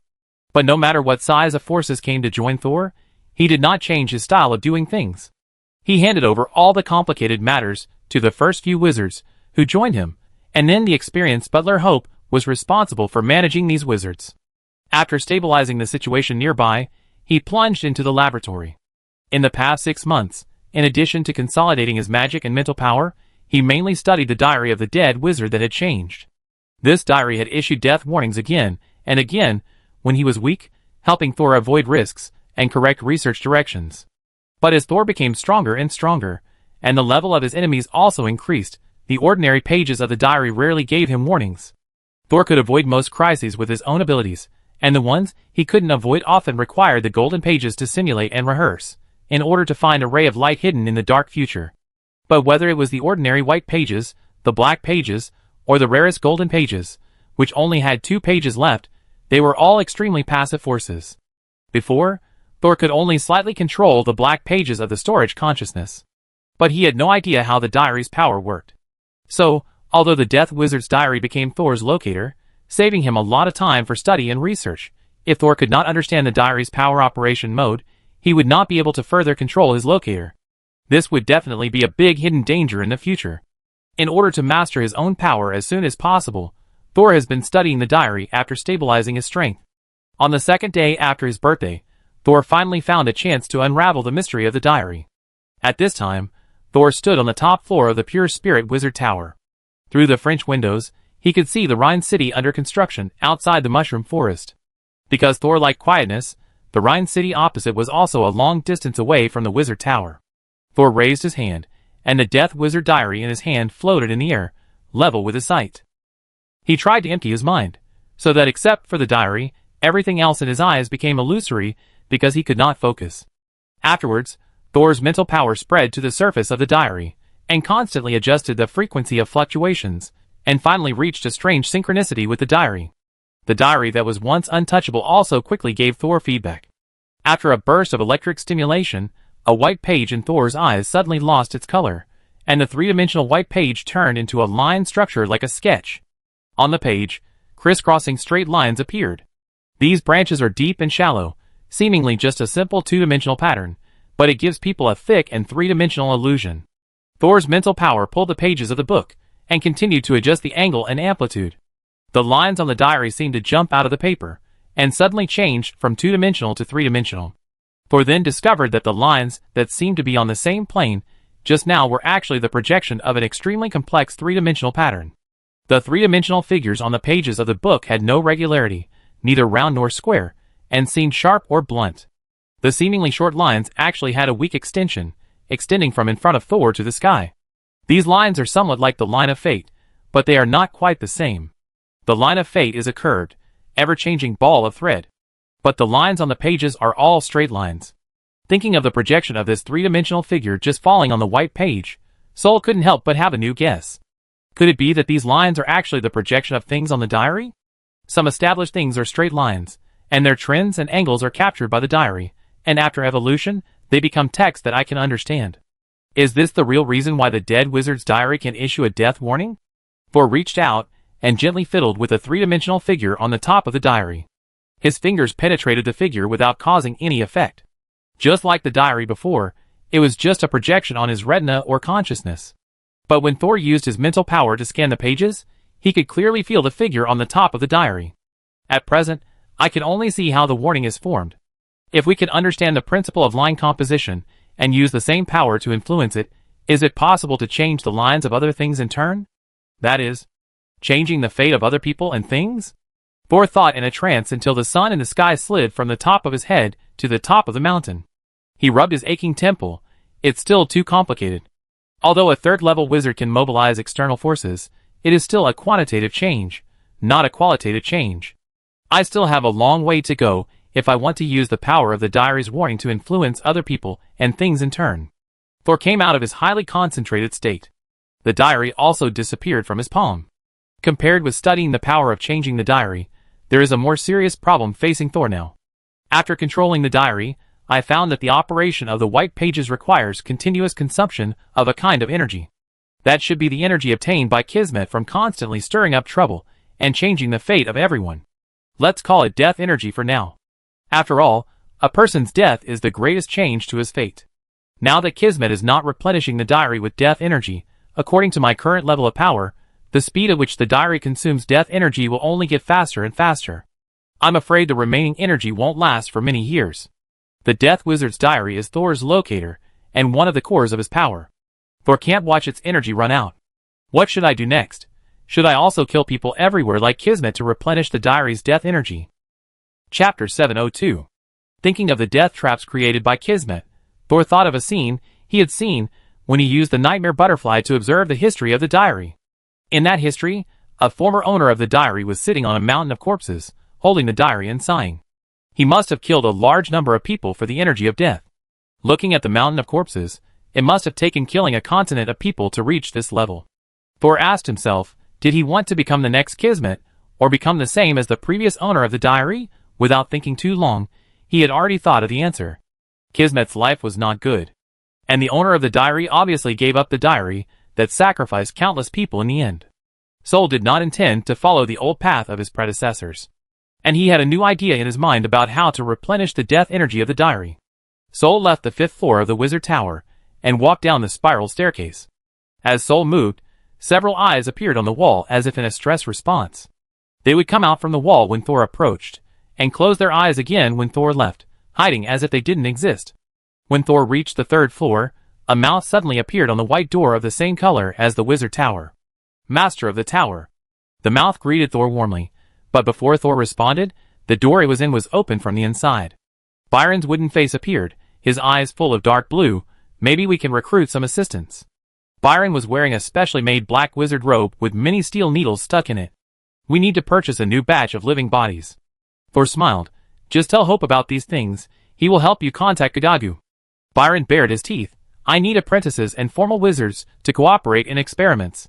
The smile gradually changed, and Thor asked helplessly, Senior, are you still studying the anodization formula? You should also focus more on promotion. I can't be sure when the black tide pollution will break out again in the borderlands. Byron's small-scale Kuroshio inerting experiment has been completed, but the scope of inerting has not been expanded. Only one person can be saved at a time. Later, Byron temporarily gave up expanding the scope of inerting and turned to studying the reverse experiment of the inerting experiment. That is, to reactivate the inert black powder into a Kuroshio with strong pollution. Thor persuaded Byron several times to focus more on personal promotion, but Byron was sometimes very stubborn. He plunged into the Kuroshio experiment and refused to jump out of the pit.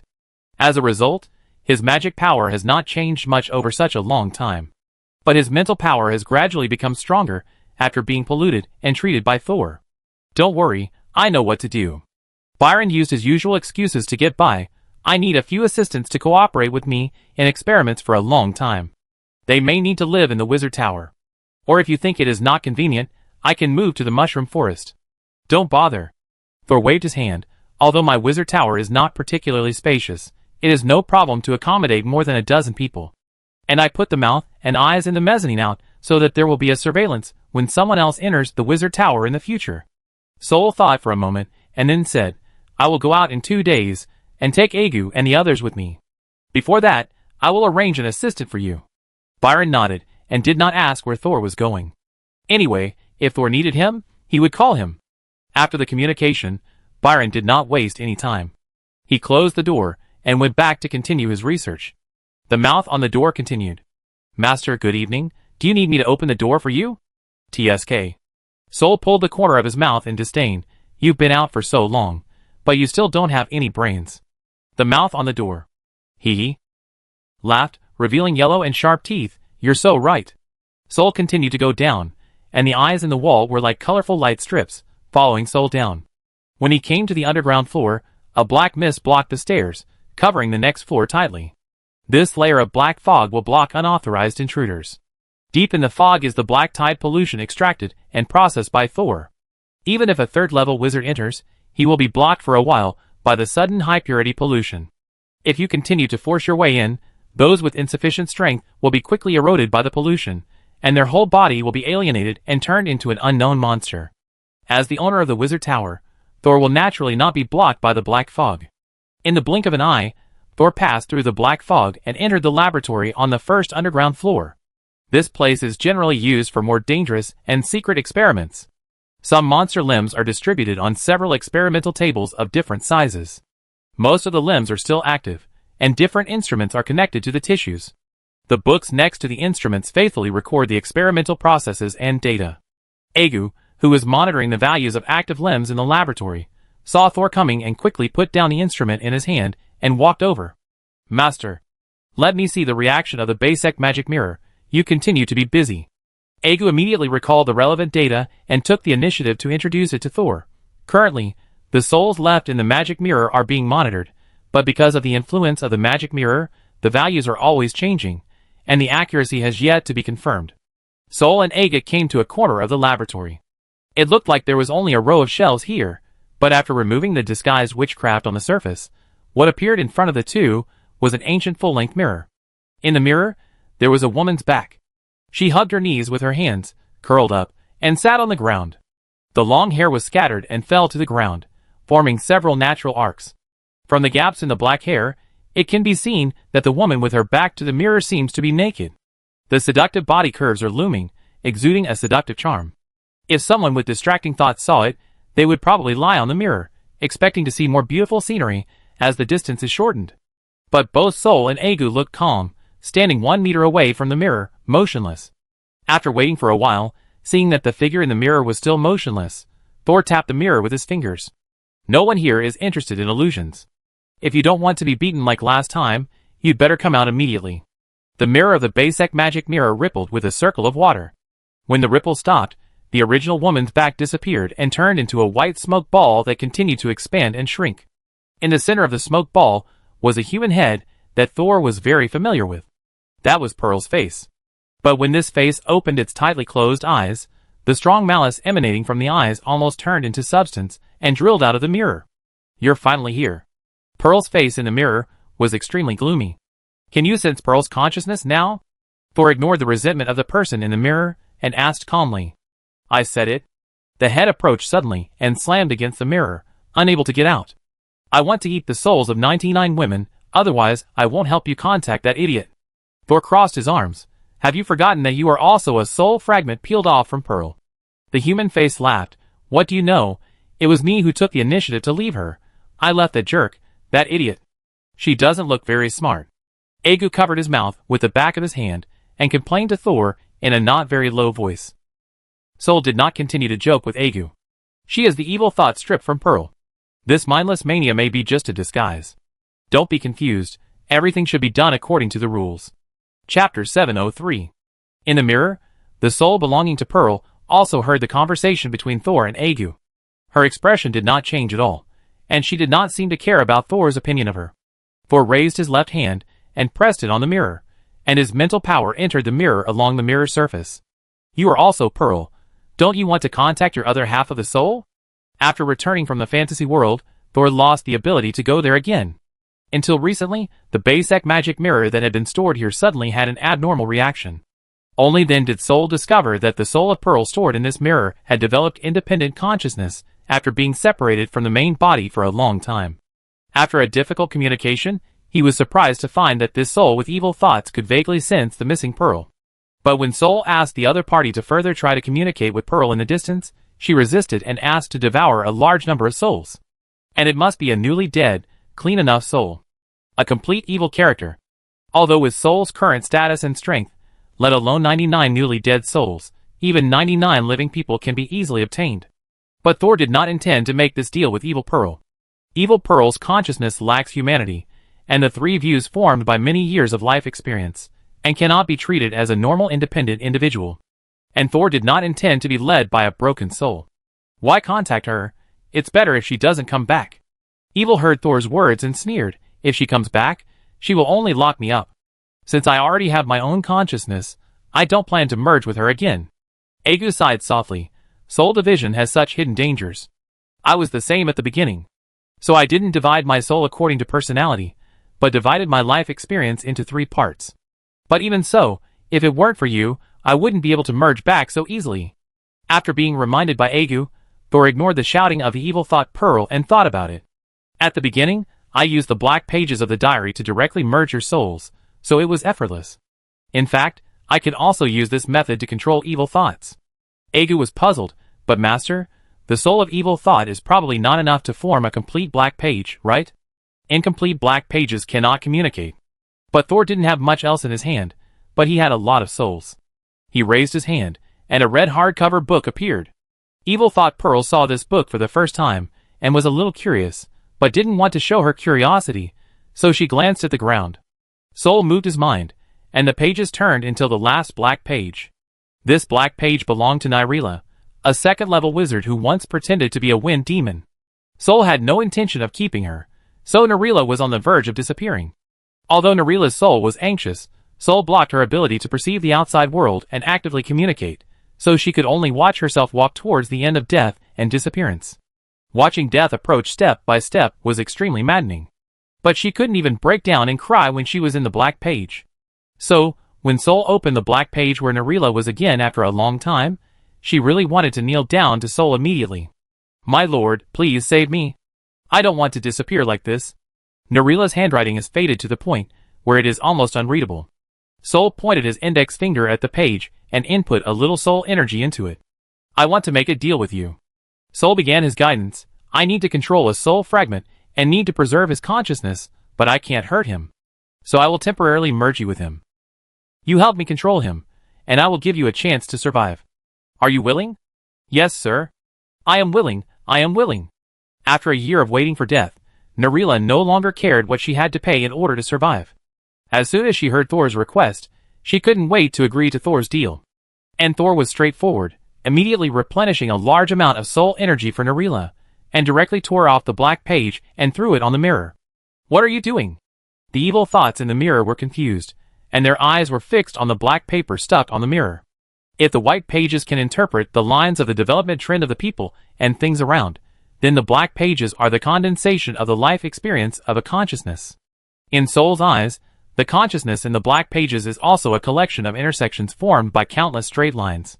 When the black pages are attached to the mirror, the evil thoughts in the mirror are driven by the power of the diary, and turned into a collection of lines that cannot be seen by the naked eye, and are sucked into the black page where Narila is. Lines intersect and become entangled with each other.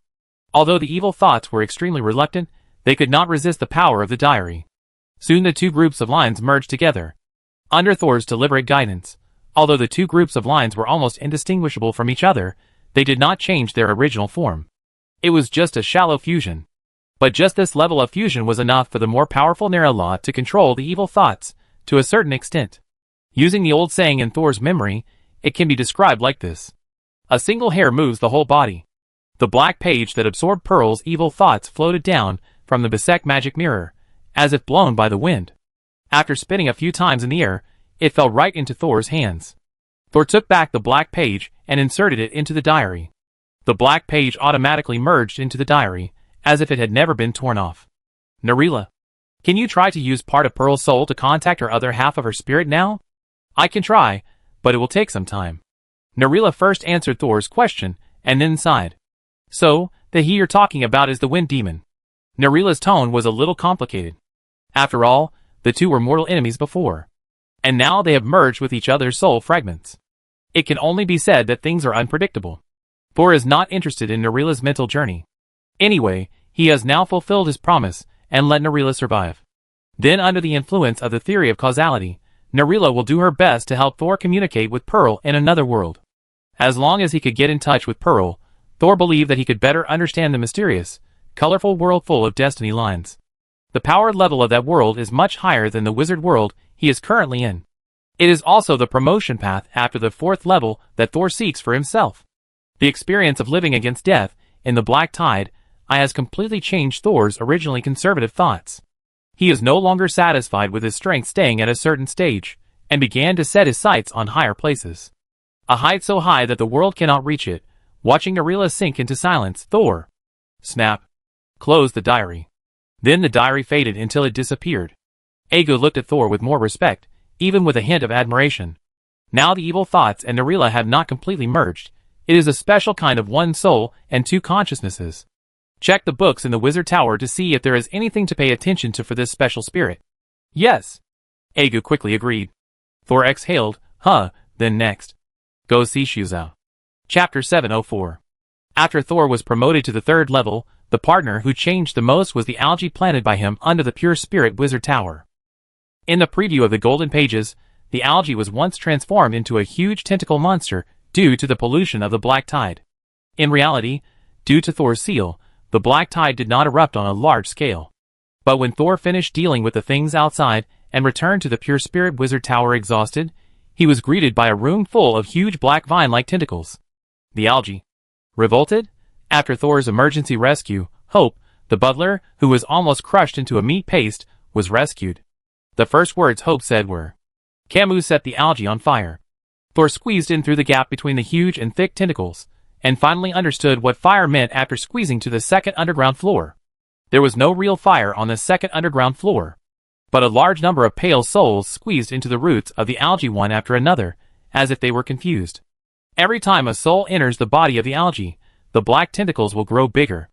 A small basement can no longer accommodate more than a dozen tentacle clones, with a diameter of nearly 1 meter. The land sank, the floor was torn, and the laboratory on the first floor of the basement was like a storm passing through, with everything scattered all over the floor. The fragile glass instruments were even smashed to pieces. Thor had no time to feel sorry for his scrapped resources, and searched for the main body of the algae among several writhing black tentacles. But when Thor found it, the cute and adorable demonic creature opened its huge shark-toothed mouth to Thor and bit him hard. Fortunately, after advancing to the third level, Thor could already borrow the magic power from the outside world and use witchcraft to suppress the mad and violent Foresaw. Then Thor turned his own flesh and blood into tentacles and entangled with Foresaw. The suction cups on the translucent tentacles greedily absorbed the spirits of the dead inside Foresaw. However, Foresaw itself feeds on death, and the spirits that enter its body are quickly digested. Thor could only suck away the soul that had just entered Foresaw's body. Finally, Thor had to combine the influence of the nightmare butterfly and the consciousness space to calm the writhing Foresaw. But the algae could never return to its original size. It was like a stomach that had been overfed, lost its elasticity, and expanded several times. After leaving his memories, Thor came to the corner of the laboratory on the first underground floor and used his mental power to open the ceiling magic circle on the ground. The dark magic circle that merged with the ground rotated clockwise and cracked an entrance in the middle. Thor jumped in from the entrance and landed lightly on the soft tentacles. In order to accommodate the crazy growth of the algae, Thor used witchcraft to expand the second underground floor 10 times. But even though the space became much larger, Foresaw could only coil inside, and even moving was difficult. Even though the space was so tight, Foresaw still greeted Thor as soon as he jumped down. A tentacle suddenly emerged from the gap in the vines, and then opened its big mouth, trying to bite off the intruder's head. Thor raised his hand to block it, and a black barrier appeared between the two. Foresaw's sharp teeth only bit the barrier a few times, and the magic barrier began to make a squeak sound. But Thor pulled back his hand, and the hemispherical protective barrier turned over and covered the head of the algae. Facing the concave circle, even the sharp teeth of the algae could not bite. The angle was tricky, and it couldn't even bite it. This was a way of getting along with the algae that Thor had researched, which would neither hurt the algae nor be attacked by it. In essence, it was a bridle for the manic algae. After finding that it couldn't bite Thor no matter what, the huge black tentacles finally calmed down. After calming down, Foresaw regained some sanity, and finally recognized Thor. Its head rubbed Thor's chest through the magic barrier, and then laid down on his body. Thor squatted down, touched Foresaw's body, and comforted it. "It's okay, I will heal you." Although Foresaw is much stronger than before, a demonic creature that loses its sanity will only become a complete monster. Thor will never allow this to happen. "I'm sorry, you showed signs of being irritable before, but I didn't seriously investigate the reason." Trapped in the magic barrier, Foresaw shook the tip of his tentacles and comforted Thor. Thor told Foresaw, "I have made new progress in my research. Let me see where your problem lies." The diary appeared in Thor's palm again and quickly turned to a blank page. Foresaw turned his head, not knowing what Thor was doing. To outsiders, Thor was just quietly holding a dark red hardcover book at this time. But in Thor's eyes, the operation of the world suddenly became traceable. The crowded room, the huge black tentacles, the obscured underground, all turned into a cube wrapped in countless lines. These lines intersected above the diary page and projected into lines of text.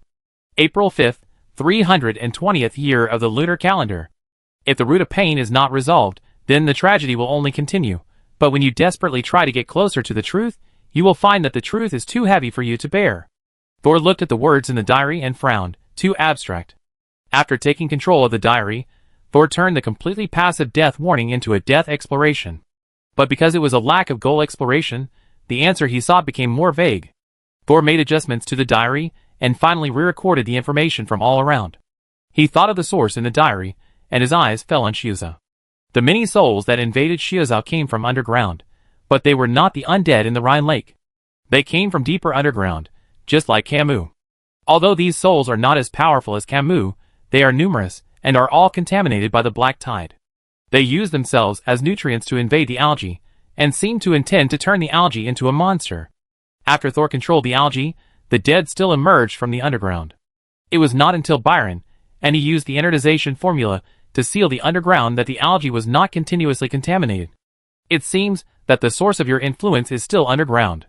But every time Thor wanted to go underground to find out, the diary would issue a death warning to prevent him from taking risks. Although Thor had broken the death warning in the diary before, it was only when he had no choice and tried many methods before he found a glimmer of hope among many death endings. But now, he would not take the risk of his life without any preparation. Thor adjusted the diary to make its power more attached to the ground. This time, the words in the diary changed. April 5th, 320th year of the new moon calendar. The tower is built on a cliff that is about to collapse. Danger is bound to come, but if you don't bring the key to touch the devil's box, it will at least not be opened so quickly. Before you prepare the antidote, grab the tail of the venomous snake, and you will die a pleasant surprise. Chapter 705. Snap! Thor closed the diary. It's still a death warning. It seems that there is a very dangerous secret hidden under the wizard tower. He shook his head and sneered. What else could it be? Black tide, anchor point, eye of the abyss. On the ocean opposite the planet, there is the eye of the abyss that is powerful enough to destroy the continent. And the eye of the abyss, which is sunken towards the center of the earth, has changed the shape of the entire planet. Some of the wizards living in this world are trying to escape through the Stargate, while others are still trying to prevent the black tide from completely erupting. Combining Camus words with the diary's hint, the eye of the abyss is heading to the no man's land and destroying everything. The various actions of the tribunal are probably in vain. And the Stargate Council, which covets the Stargate, may not be able to escape to a safe world. Even the opening of the Stargate may bring unknown disasters. But now, although Thor is powerful, he still cannot influence the tribunal and the Stargate Council. Fortunately, the diary did not give a warning of 100% death. It told Thor to prepare the antidote. Although Thor didn't know what the antidote was specifically. But there were only two possibilities. It could be the ability to solve the Eye of the Abyss, or it could be the ability to escape the danger of the Eye of the Abyss. And Thor was going to do both.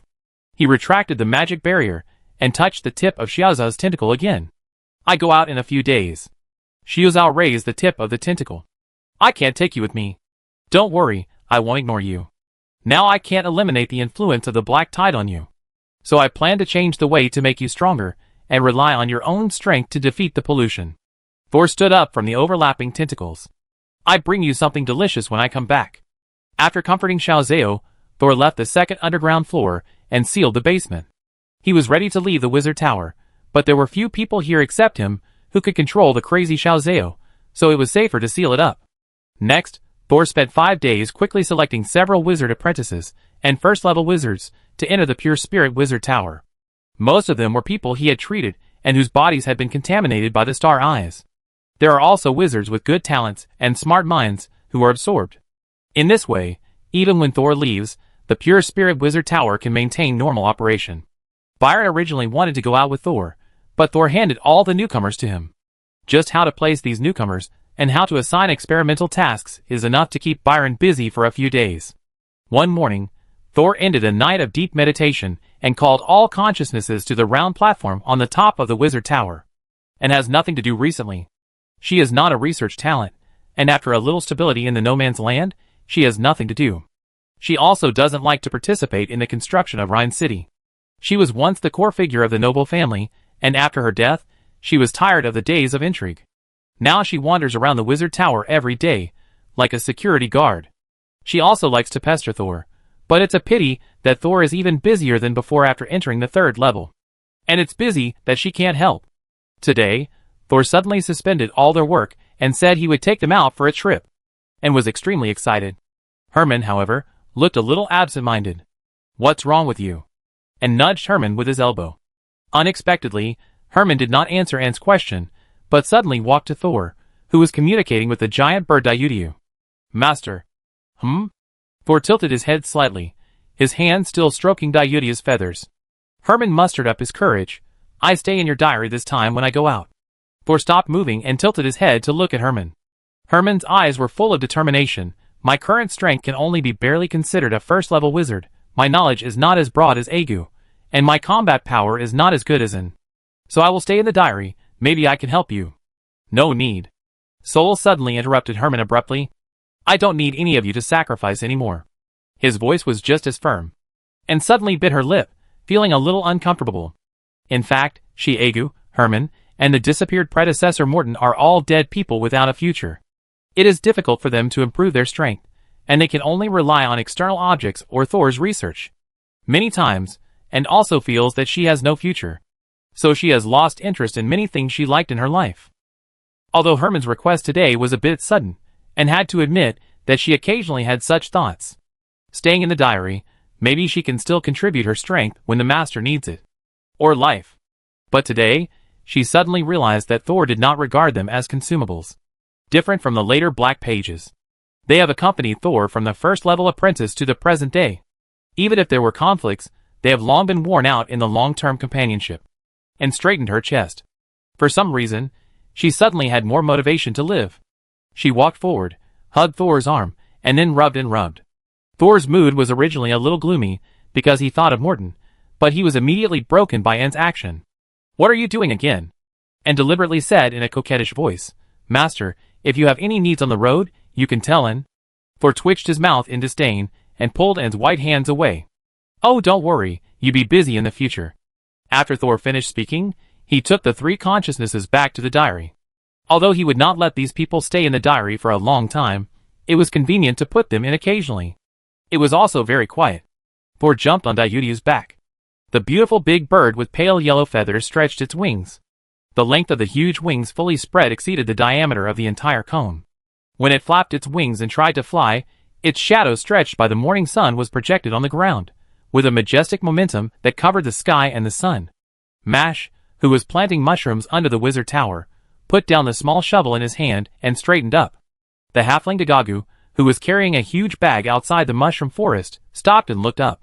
In the newly built Rhine city, Brando, who was arguing with other wizards, looked in the direction of the wizard tower and pushed his helmet. Dayudia took off, almost alarming all the wizards nearby. The news that the only third-level wizard in the Borderlands was about to leave his station gradually spread.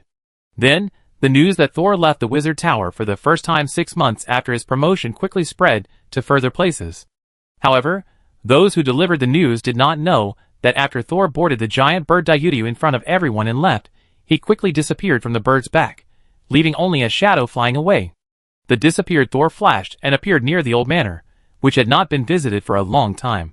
He asked Dayudia to continue flying southwest, and he would meet at the entrance of Chuesho Valley in a few days. When Thor landed after teleporting, a figure walked out from the inside of the old manor. It was Eddie, the first-level wizard, who had been saved by Thor twice. Master of the tower. He saluted Thor respectfully, his eyes burning like flames. Chapter 706. Unlike Mentor Gorza, Thor's teleportation ability is very limited. His teleportation must be connected to the fate line. He can't go wherever he wants like Gorza. Before Thor came to the old manor, he asked Eddie to come in advance. Eddie didn't know that Thor needed him to teleport directly, and thought he was asked to come to explore. He began to report his exploration findings to Thor. "Master Tower Master, I checked here. Since the last time, the Eye of the Storm was sealed.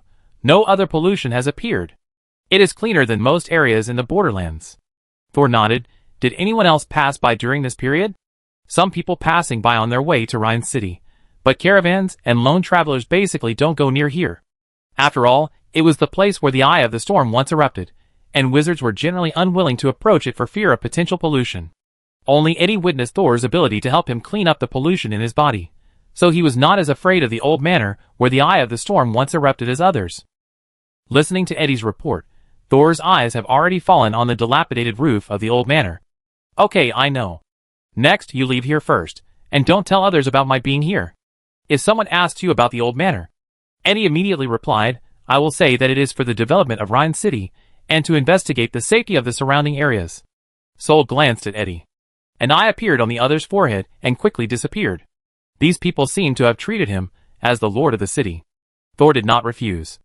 Although he would not really be a city lord or manage a city, he would not forget that he was a wizard. The road ahead would only be in the endless unknown. Although this road was difficult and dangerous, there was no need to pray to God when danger came. After Eddie left, Thor entered the old manor. The original rules here had been completely destroyed by the erupting Eye of the Storm. After the Eye of the Storm was sealed, this place became very safe for the time being. After a few years, when the threat of the Black Tide has passed, someone will definitely reoccupy this place. Slowly climbing the dilapidated wooden stairs, Thor's body suddenly felt lighter, as he heard the wood cracking under his feet. When he took another step, there was no sound of footsteps. He entered through the main door that was half broken. The main hall and corridor were covered with unknown mycelium. Some were grayish-white, and some were black. A flash of fire passed by. Green smoke immediately rose from the room, and the mycelium was burned into powder by the high temperature, revealing the originally spacious corridor. Now, Thor's control over witchcraft has become extremely delicate. This fire in the blink of an eye only burned the mycelium, but did not damage the surrounding walls and the old carpet under his feet. Following the familiar passage, Thor came to the basement of the manor again. The original owner of the manor had been alienated here and died in helplessness and despair. And a huge rat devoured the dead wizard and became the mastermind behind the entire manor. Once everyone thought that after solving the rat and the evil spirit of the original owner, this place would no longer be dangerous. But later, the black tide pollution still broke out here. Thor passed through the overturned experimental equipment and came to the place where the giant rat died. There was only a black stain left here, and it was impossible to tell what happened. But when the diary appeared in Thor's hand, the peace around him immediately boiled like boiling water. Sure enough, the eye of the storm broke out from here at first, but later moved outside, but the root cause is still here. After carefully observing the lines condensed above the diary, Thor raised his hand, and several black blades appeared around his body. He pointed his index finger forward. The black blade beside him immediately sank into the ground. Like cutting tofu, a big hole was dug in a few breaths. The ground under Thor's feet collapsed quickly, but he still stood in the original position, suspended in the air without moving. After digging about 3 or 4 meters down, a strangely shaped disc appeared in front of Thor. He then fell down and raised his hand to brush off the dirt on the disc. The disc felt very cold, as if he had reached his hand into the deep sea in the middle of the night. This is the influence of the ice lock array. Sol quickly saw the hidden lines on the disc. It became like this after the Eye of the Wind was sealed. It seems that no one is watching it. Sol also learned a lot about the history of the No Man's Land during this period. The sealed Eye of the Wind has never broken the seal again. This seems to be a special feature of space. So these places where the Eye of the Wind once appeared will no longer be paid attention to by people. This is convenient for Sol, because he came here today to cause trouble. I'm not very good at Earth-attributed witchcraft. But Thor raised his foot and stomped the ground lightly. The soil under his feet and around him immediately flowed like mercury and gradually closed above Thor's head. Then the soil hardened, turning the big pit Thor had just dug into a closed space. In this dark little space, Thor raised his hand to light up a few light balls, and then he used magic to draw witchcraft circles directly on the 6 walls around him. These circles have Byron's inert formula, and the function of sealing energy to prevent leakage. At the same time, he borrowed some of the contents of the space teleportation array bought in the city of Archaeoster to strengthen the spatial stability of this small room. After spending half a day preparing, Thor took a deep breath, and his blood, flesh and organs instantly became transparent, and then were absorbed by the black skeleton, like a drop of water falling into the desert. A skeleton with a black body, and only a white section between the index finger of the left hand squatted again. Crack, crack. Without muscles, the bones connected by mysterious power collided with each other, making a sound like grinding teeth. The only white bone on his left hand slowly pressed against the center of the ice lock seal. A strong cold air was introduced into Thor's fingertips. This time it's really freezing cold. The black skeleton laughed at itself, and did not dodge, but continued to press against the center of the ice lock array. While testing the seal with a white anchor point on his fingertips, Thor was constantly adjusting the diary, paying attention to whether the lines on it would project a dangerous omen. After an hour, Thor felt that he seemed to sense something through the seal array. But it was just a vague feeling, and it was not certain whether there was anything under the seal. After trying for a while, there was no other progress except that vague feeling, so Thor had to get up. If he didn't stop, it would be no good. At this time, many black water droplets had precipitated in the closed space that Thor had temporarily created, just like the mist on the indoor windows in winter. But these black water droplets were not honest. They were like struggling drowning people, constantly twisting the water droplets, trying to break away from the wall made of mud. Although Thor did not look at the black water drops, his mental power covered the entire room. Through the perception of mental power, he could clearly see that a few drops of black water had broken free from the wall. But when these drops broke free from the wall, they revealed a face connected to the bottom. The round water drops here were not real water drops. They were the upper half of the round heads of human heads.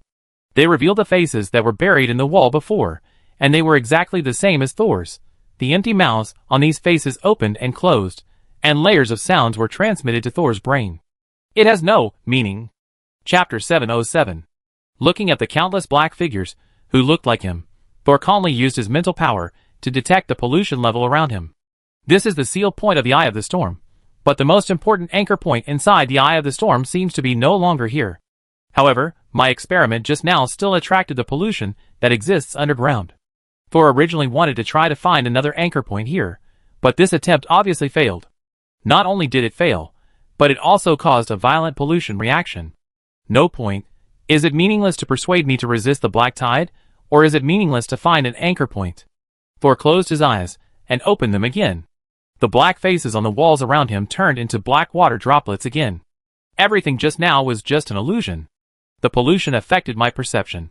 Although Thor recovered quickly, in this short period of time, a large number of water droplets were precipitated from the walls around him, and above his head and feet. These black water droplets gathered together, and under the influence of gravity, they turned into streams of water flowing down, or dripping from Thor's head. More and more black water flows gathered into a pool of water, and gradually spread to where Thor was. Looking at the pollution around him, Thor did not flee immediately. He took out the Chaos Domain compass calmly, opened the dial, and watched the pointer on it spinning non-stop. In the past, when the Eye of the Storm appeared, he could not use the Chaos Domain compass to escape, because the distortion of the Eye of the Storm made it impossible for the compass to stably open the space transmission port. But now, Thor deliberately arranged a magic array to stabilize the space before the experiment. At this time, even if there were extremely polluted black tides around, it did not disrupt the stability of the compass. Under Thor's control, the pulling force from the otherworldly space appeared.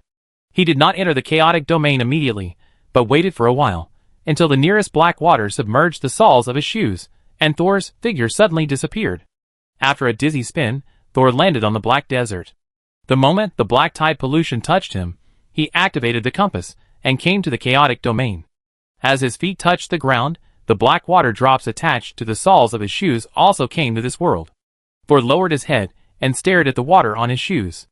The water droplets representing the black tide actually sank into the soil the moment they touched the black sandy ground. The speed was so fast that it almost exceeded Thor's dynamic tracking ability. The active black tide pollution disappeared as soon as it came into this world. Thor squatted down and touched the ground with his hand. It was as dry as ever, and there was no sign of liquid seeping in a second ago. Thor used his mental power to probe into the ground again. The result was the same as before. It was difficult for the mental power to explore deep underground, and the limited range he could sense was dead silent. There was no sign of Kuroshio pollution at all. It's because the amount of Kuroshio entering was too small. It's like a drop of ink dropped into the sea, which was quickly diluted and completely invisible. The black bone hand slid gently across the ground. If the Kuroshio broke out and all the water was introduced into this world, could it still be diluted? The diary's warning clearly said that the black tide would explode completely one day in the future. Although this time should not be very close, Thor has already begun to think about how to deal with the black tide that has completely exploded. After all, he can't bring everyone to the Chaos Realm. This place is completely unsuitable for wizards to live. But if the black tide that enters here can be immediately inert, then he can at least use the Chaos Realm compass to save the Pure Spirit Wizard Tower and the surrounding areas. This is the second survival plan that Thor and Byron prepared after they have been unable to develop a large-scale inertization reaction. These black tides are still too polluted. Thor retracted his hand and shook it to get rid of the sand stuck on his finger bones. Wallace sighs, there will be black tide tsunamis every once in a while. You can contact Mentor Gorza to steal some pollution. Thor was thinking about his little thoughts when he suddenly found that the ground under his feet began to shake. He immediately flew into the air and stared at the ground. Such a big reaction, unlike the beast hidden in the sand last time. Could it be that the deep black tide triggered some reaction? If this is true, there must be something special hidden under this black desert. At first, only the ground under Thor's feet was shaking, and soon the shaking spread to the surroundings, as if the whole world was shaking. Thor quickly spread his mental power to look for Noah. But Noah was not nearby. No one knew where he ran to. Before notifying Noah to leave, a huge object had already broken through a crack in the ground. The ground was pushed out into a slope, and stones and sand rolled down. Not far away, the huge building porch built by Noah was also tilting, and it seemed that it would collapse soon. What is it? Thor was originally staring at the thing that broke out of the ground below, and suddenly felt his left hand shaking uncontrollably. He quickly clamped his left palm with his right hand, and then found that the white bone attached to the tip of his left index finger was shaking. The anchor point is moving? Realizing that the thing underground caused the abnormality of the anchor point in his body, translucent gray tentacles immediately appeared on the surface of Thor's bones. These tentacles covered Thor's entire body in the blink of an eye, and finally tightened and changed. Thor reappeared with flesh, blood, and skin. When the anchor point of the fingertips was wrapped by the newly grown skin, the violent tremor stopped. Although the tremor of Thor's palm stopped, something underground was still drilling upwards. Finally, a white object broke through the black sand. It drilled out from the ground little by little, and the soil and withered roots that once covered it fell like a waterfall. When all the coverings fell off, Thor finally saw clearly what had come out of the ground. It turned out to be an extremely huge, biological skeleton. It was pale all over, and the length from head to tail was nearly 100 meters. From the structure of the bones, the size of this creature was somewhat like a giant lizard. But at the same time, there were two huge wings connected to its back. Only bones were left. This huge creature with only bones, like Thor, could move without relying on flesh and blood. But there was no magical fluctuation coming from it. After completely breaking free from the constraints of the earth, the huge white skeleton flapped its wings and flew straight towards Thor. Looking at such a huge creature, Thor was also extremely shocked. But what surprised him even more was, Thor looked down at his left hand. If you only look at the color and the surface of the bones, the texture of this skeleton is almost exactly the same as the anchor point in my hand. Looking at the white skeleton that was about to rush in front of him, Thor immediately flew to the side to avoid the opponent's attack. But the other party turned flexibly in the air and flew towards Thor again. The other party seemed to have identified Thor, but he had clearly sealed the anchor point of his left hand through his soul-eating ester process by the stars. Why was the other party still chasing him? Could it be that the so-called anchor point is actually the skeleton of this creature? Then, there is also a skeleton of a creature in the Eye of the Abyss under the black tide? Did the Eye of the Abyss kill this creature, or is it the Eye of the Abyss itself? Thor narrowed his eyes, as he watched the white skeleton rushing towards him again, with a relentless momentum. The other party should not be able to sense the anchor in my hand, but it is still attacking me. What if it finds the anchor in my hand? When the white skeleton was less than 5 meters away from him, with its skull raised and its huge upper and lower jaws opened, Thor suddenly raised his left hand. The skin and muscles on his palm faded again, revealing the finger bones. The huge white creature's skeleton trembled violently, stopped suddenly, and stopped in front of Thor. Looking at the huge skeleton that suddenly became quiet, Thor couldn't help muttering to himself, "Do you think of me as your own kind?" Chapter 708. Lord Noah, we are surrounded by the Blackwater tribe and the One-Armed tribe. Scorpion entered the small tent and shouted loudly before he even reached Noah. Such a panic move made the soldiers near the tent nervous. Noah put down the map of the nearby area that he had drawn in a month, and held the charcoal in his hand nervously. "How many people are there on the other side?" Scorpion was stunned and answered stumblingly, "I don't know, there must be more than our soldiers." Noah tried to look calm, but he couldn't help but take a deep breath. There was no way, he was just a teenager. When Thor left him a large amount of wealth and resources, and told him that he would not come for a long time, Noah decided to go to his tribe with Scorpion. He wanted to spread Thor's name Judge of Death throughout this barren world, and make everyone here become his mentor's believers. In this way, it would be easy for the mentor to find any materials or information he needed in the future. Otherwise, if he relied on himself alone, the research progress would be very slow. Noah had a good idea at first. Anyway, the people here can only rely on their mutated bodies to fight, and they have no magic at all. He can easily conquer these primitive people with the powerful witchcraft props given to him by Thor. But when Noah followed Scorpion to his tribe, he found that although the people here did not know witchcraft and their knowledge was very backward, it did not mean that they were a group of fools who were easy to deceive. The poor resources and difficult living environment made the people here naturally alert and cautious, because a single negligence could bring danger to the entire tribe. The tribe that Scorpion belongs to is called the Great Stone. Many of the tribesmen here have rough and hard skin like stones, so they are also very strong in combat. The fact that they dare to settle near the Black Desert shows their strength. After all, although the Black Desert is dangerous, it is also the area with the richest food resources. Noah was forced to use a large number of witchcraft props, and consumed a lot of magic crystals just to make these people surrender. Before he could settle down and gain a firm foothold, two tribes suddenly came together to attack the Stone tribe. The reason they started the war was simple. They didn't have enough food for the winter. If they won, they could take some food from the more powerful stone tribe.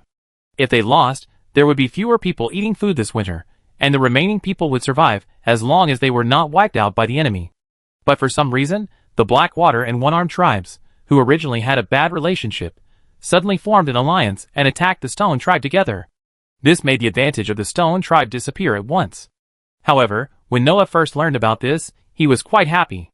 If he could use witchcraft to help the people of the Stone tribe overcome the difficulties, then the people here would definitely be more pious. But he underestimated the enemy's determination and ferocity. After several encounters, he not only failed to clear the enemy, but was also surrounded by people. Noah walked out of the tent and saw many people from the Stone tribe looking at him. Noah endured the uneasiness, walked to the edge of the mountain and looked down the mountain, and indeed saw the dark skulls. Nearly 100 people in total. For the tribes here, a fighting team of nearly 100 people can almost walk sideways on the periphery. As the person closest to Noah, Scorpion followed Noah closely. At this time, he also whispered to Noah, "My lord, please invite the judge of death. Otherwise, we will become slaves and food for the other party." The people around also looked at Noah, with hope in their eyes, and some other complicated emotions. Noah estimated the number of enemies again, and his heart was slightly relieved. He still had 2 powerful witchcraft props in his hand. He was sure to deal with these enemies. But he was a little hesitant. These 2 powerful witchcraft props were given to him by Thor to save his life. Should he keep one on the battlefield just in case, or use them all to wipe out all enemies and build prestige? But no matter what he chose, he couldn't let these people stay. He could easily ask the judge of death to recognize him. He wanted to push Thor to the status of a god. How could a god come at his call? So he deliberately did not lower his voice and glared at Scorpion. Now is the time for us to be tested. If we think of asking the judge for help when we encounter a little problem or setback, then what qualifications do we have to follow him? Scorpion opened his mouth. Noah's words were too complicated, and he couldn't understand the meaning of several words. But he barely understood that Noah meant that the powerful judge would not care about them. Scorpion looked back at the patriarch of his tribe and shook his head. The tribe leader couldn't help but show disappointment in his eyes. The reason why they followed Noah, a thin young man, and listened to his command was because of the powerful weapons in his hands and the more powerful judge he mentioned. But if the other party couldn't save them when the tribe was in crisis, why would they follow a stranger? The tribe leader, who was already over 40 years old, secretly gave a look to the strong man in his early 20s. The other party was not that powerful, and they could easily snatch the other party's powerful weapons. They had never been exposed to witchcraft, and they always thought that as long as they found the right switch, the witchcraft props in Noah's hand could be used by anyone. As a tribe member who lacked a sense of security, they could only feel at ease if the good things were in their own hands. Otherwise, if the other party ran away after the battle began, they would not have the opportunity to keep the good things on the other party. Scorpion didn't know what his chief was thinking. After all, before he came back this time, he had always been a weak figure on the edge of the tribe. Just when Noah was determined to establish his prestige with the most powerful combat effect, and the most powerful warrior in the giant stone tribe was about to come over and snatch Noah's most powerful weapon. Wow! An extremely huge shadow was cast on the ground. This shadow had many gaps, and the light and dark kept interlacing, and it moved very fast. It made everyone covered by the shadow flicker, as if they were constantly switching between life and death. The warrior who had been approaching Noah in the dark looked up blankly, and saw a white monster that was big enough to cover the sky flying in the air. What is that? Noah only felt that his heart was about to jump out of his throat. And his condition was still good. There was silence all around. Even the people of the 2 tribes preparing to attack in the distance all looked up blankly, staring at the huge white skeleton in the air. There was a faint fishy smell coming. That was someone who had been frightened by the monster above his head and lost control of his bladder. Is there such a terrible monster in this world? Noah's knowledge was limited after all. He only felt that the bone monster above his head might be more powerful than his mentor Thor. Since this world was so dangerous, his conquest plan had to be suspended. If he could survive this time. At this moment, Noah, who was already wondering if he would become an evil spirit after his death, suddenly noticed that there seemed to be a person standing at the spine of the giant bone monster. A large black cloak, pale skin and short black hair. He couldn't help rubbing his eyes, and then rubbed them twice. That person, why does he look so much like his mentor? Chapter 709. Noah wanted to contact Thor immediately. After all, he didn't know whether he had seen him. But Noah still wanted to maintain his demeanor, and didn't want to affect his and Thor's image in the minds of these backward primitive people. Just as Noah was thinking about how to attract Thor's attention, the huge white skeleton in the sky suddenly began to sink. The extreme visual impact and the strong wind caused by the opponent's rapid flapping wings directly knocked the people of the stone tribe to the ground. Only Noah had an idea and immediately activated the magic shield to avoid being blown away like the people next to him. Scorpion wanted to grab Noah, but the shield directly isolated him from the outside. With an unstable center of gravity, Scorpion was blown over by the strong wind. When he barely raised his head in the strong wind, he was horrified to see that the huge skeleton was almost flying straight towards Noah, the only one still standing. Seeing that the two were about to collide, the white bone monster stopped suddenly, and turned over at the last moment, and flew high into the sky again. Then it turned in the air and fell again, this time rushing towards the other two tribes that were enemies of Noah, and were also frightened. And this time, the huge bone monster did not break temporarily, and rushed directly to the ground. The huge impact raised a huge smoke and dust. The smoke and dust rushed in all directions, like a wave of sea waves. Even the giant stone tribe, which was some distance away from the enemy, was not spared, and was covered by the smoke and dust waves. A thick layer of floating dust instantly covered everyone. The sounds of choking and vomiting continued. Only Noah, who was hiding in the protective magic shield, was still intact, and his demeanor remained the same. Before the smoke and dust had completely dispersed, a white figure flew into the sky, leaving only a terrifying deep pit on the ground. When the dust settled, the two tribes that were originally stationed there and planned to attack the boulder completely disappeared. Not even the meat residue could be found. Scorpion crawled back to the original place, and saw the warrior, who was stationed at the front, crawling back with a terrified face. Chief. But halfway through he saw Noah, the only one still standing, and couldn't help but change the person he was reporting to. Great Witch, all the people from the Blackwater and Giant Arm tribes are dead. Although he had guessed this result long ago, after hearing his warriors confirm it, the chief of the giant stone still felt his legs go weak and couldn't stand up. He looked at Noah, the tallest man in the audience, trembling, and simply didn't stand up. He quickly turned his body on his hands and knees, facing Noah, and buried his head deeply in the ground in front of him. Thank you, Great Witch, for getting the protection of the gods for us. When the other people in the tribe heard this, they immediately imitated the chief's actions, and knocked their heads to the ground. Noah cleared his throat, and secretly thanked that his white apprentice robe covered his trembling legs. Don't use the name randomly, just call the judge of death the judge. Otherwise, your loyal prayers will not be delivered to the judge of death. Yes. The chief of the stone tribe took the lead again, and changed his words. Thank you, judge. Thank you, Great Witch. Noah looked around, and even the scorpion, who had been somewhat disrespectful to him, trembled and put his head on the ground. A blazing flame suddenly burned in his chest. It almost steamed him through. The feeling was so wonderful that Noah had to pinch his thigh tightly with his hands to calm himself down. The judge heard our prayers, but he helped you once because you were too foolish in the past. But if you think you can continue to get the protection of the judge by not working, and not working hard, you are wrong. The Inquisitor once taught me that God helps those who help themselves. So, if you want to continue to receive the protection of the Inquisitor, you must also be pious, hardworking, brave, and united, and only then can you be worthy of being a most ordinary believer. Noah organized some of the scattered words that Thor had taught him, and taught the frightened people around him. He knew that these people were only frightened for a while, so he had to seize the time and imprint his piety to the Inquisitor in their hearts. At the same time, Noah also sighed in his heart. The mentor really came in time. The first impact made these people appreciate the power of the wizard and subdue the people of the stone tribe. The second time, he killed all the enemies, so that the others would never dare to have any tricks. But the first time the mentor fell, I was really scared and almost couldn't stand. However, what Noah didn't know was that Thor was not cooperating with him. And the huge white skeleton was not acting according to Thor's orders. In fact, Thor was fighting with the huge skeleton. After the monster skeleton recognized the bones on Thor's fingertips, it stopped attacking him. But it didn't show submission either. It obviously just regarded Thor as one of its kind. And it was a small cub that needed care. This guy actually wanted to use its huge and sharp teeth to hold Thor by the back of his neck. Thor naturally couldn't give up his flesh and blood, so he jumped directly to the back of the huge skeleton. He pressed the back of the skeleton's neck and tried to push it back to the ground. As a result, this action seemed to anger the other party. The huge skeleton spun in the air, trying to throw Thor off. But Thor's feet extended several great tentacles, firmly attached to the skeleton, and the other party could not shake Thor off no matter how hard he tried. The two fought back and forth in the air, neither of them willing to give in. In this way, they gradually left the Black Desert and came to the vicinity of the giant stone tribe, who were about to start a war.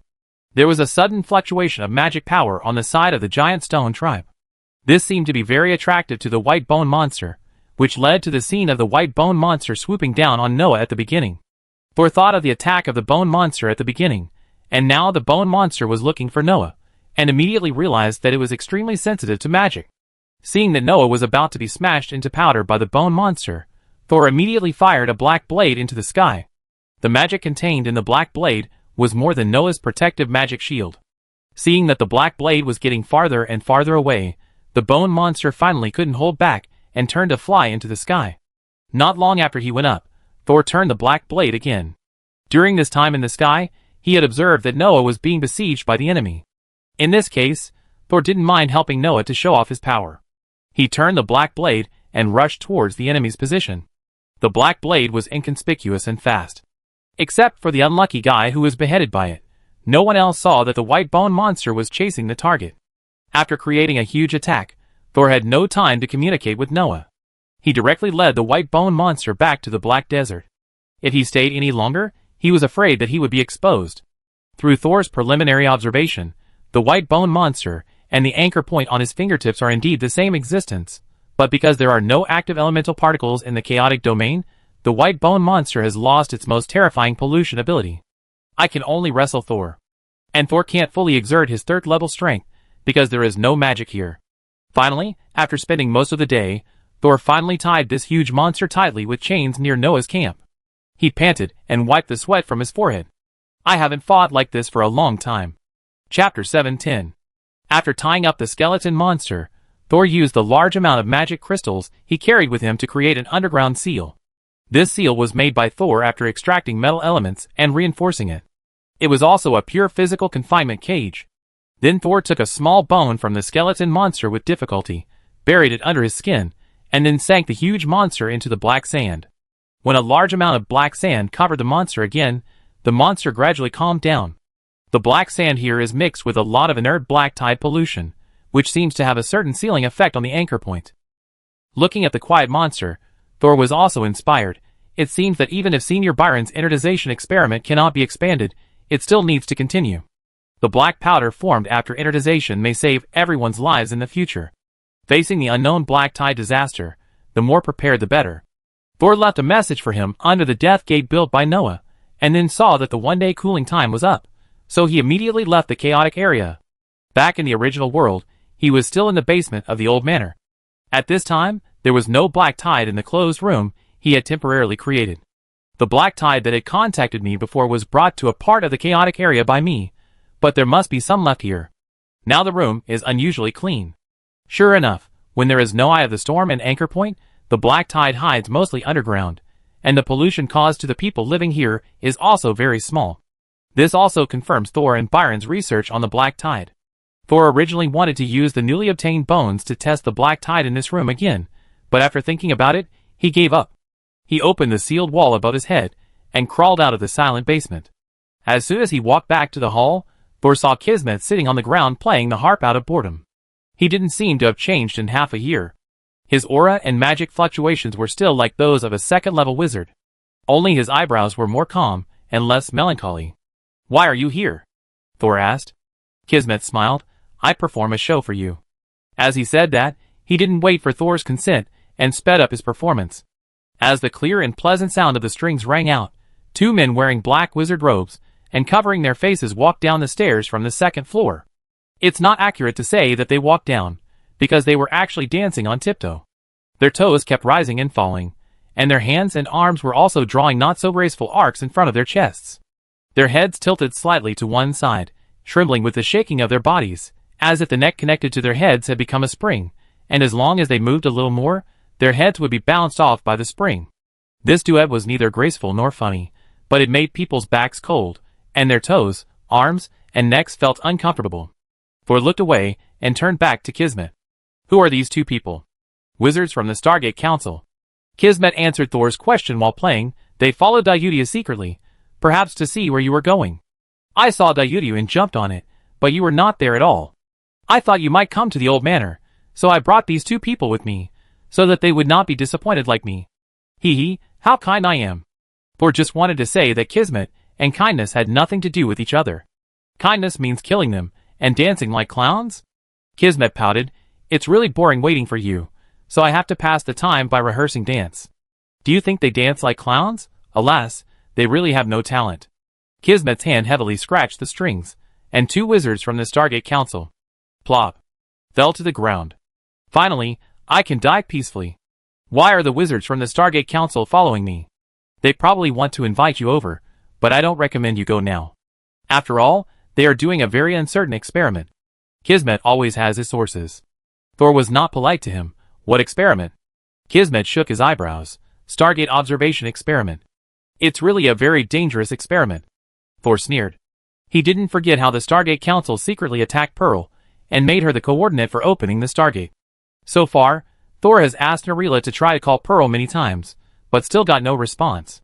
Doesn't the Stargate Council want to use the Stargate to leave this world? Now that the Stargate has been opened, do they want to migrate immediately? They do want to. But their strength doesn't allow it. Without the strength of a 5th level wizard, rashly going to the other end of the Stargate. Well, it's as stupid as jumping off a cliff and expecting to be caught by a branch. Thor nodded in agreement. So, they are testing it now. We are currently observing, and the next step is to send someone over, right? Sol paused for a moment. Then I really should go over there. Kismet waved his arms exaggeratedly. It's very dangerous, master. Sol chuckled. Where is not dangerous? Kismet laughed and stopped pretending. He stood up with one hand, put his two fingers together, took out a scroll from his sleeve, bent down, and held it in front of Sol. You are right. If you want to be promoted, there is no place that is not dangerous. So, I think you have already made up your mind to open this scroll. After Thor solemnly took the scroll, Kismet stood up. You don't know. In order to get this scroll back, I went to the burial sea under the Sky City, went deep into the most dangerous and darkest seabed, and brought you this cursed scroll that has been sealed for hundreds of years. He pulled his collar, revealing a bloody patch of skin below his collarbone. The burial sea is definitely a very dangerous place that can leave an unhealable wound on a 4th level wizard. Do you need my help with treatment? No. Kismet smiled and pulled up his collar. It was probably a disguise. Sol did not forget that the other party was also a master of illusion. He lowered his head and unpacked the cylinder outside the scroll, pouring out the contents. It was not parchment, nor was it silk paper. The things that fell from the cylinder seemed like a scarf woven with fine metal wires, flowing into Sol's palm like mercury. The fingertips felt cold and delicate. Sol carefully unfolded the paper woven with extremely fine metal wires. But there was nothing on it. What is this? Kismet said softly.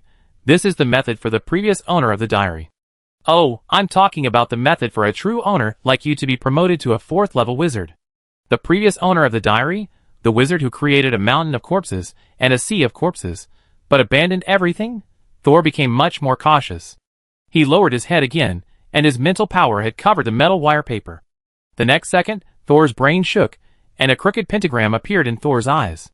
He felt a stinging pain in his eyes, and subconsciously closed his eyes. When he opened his eyes again, his hands were empty. The pentagram pattern suddenly appeared in his spiritual body. But the color was extremely dim, as if waiting for someone to light it up.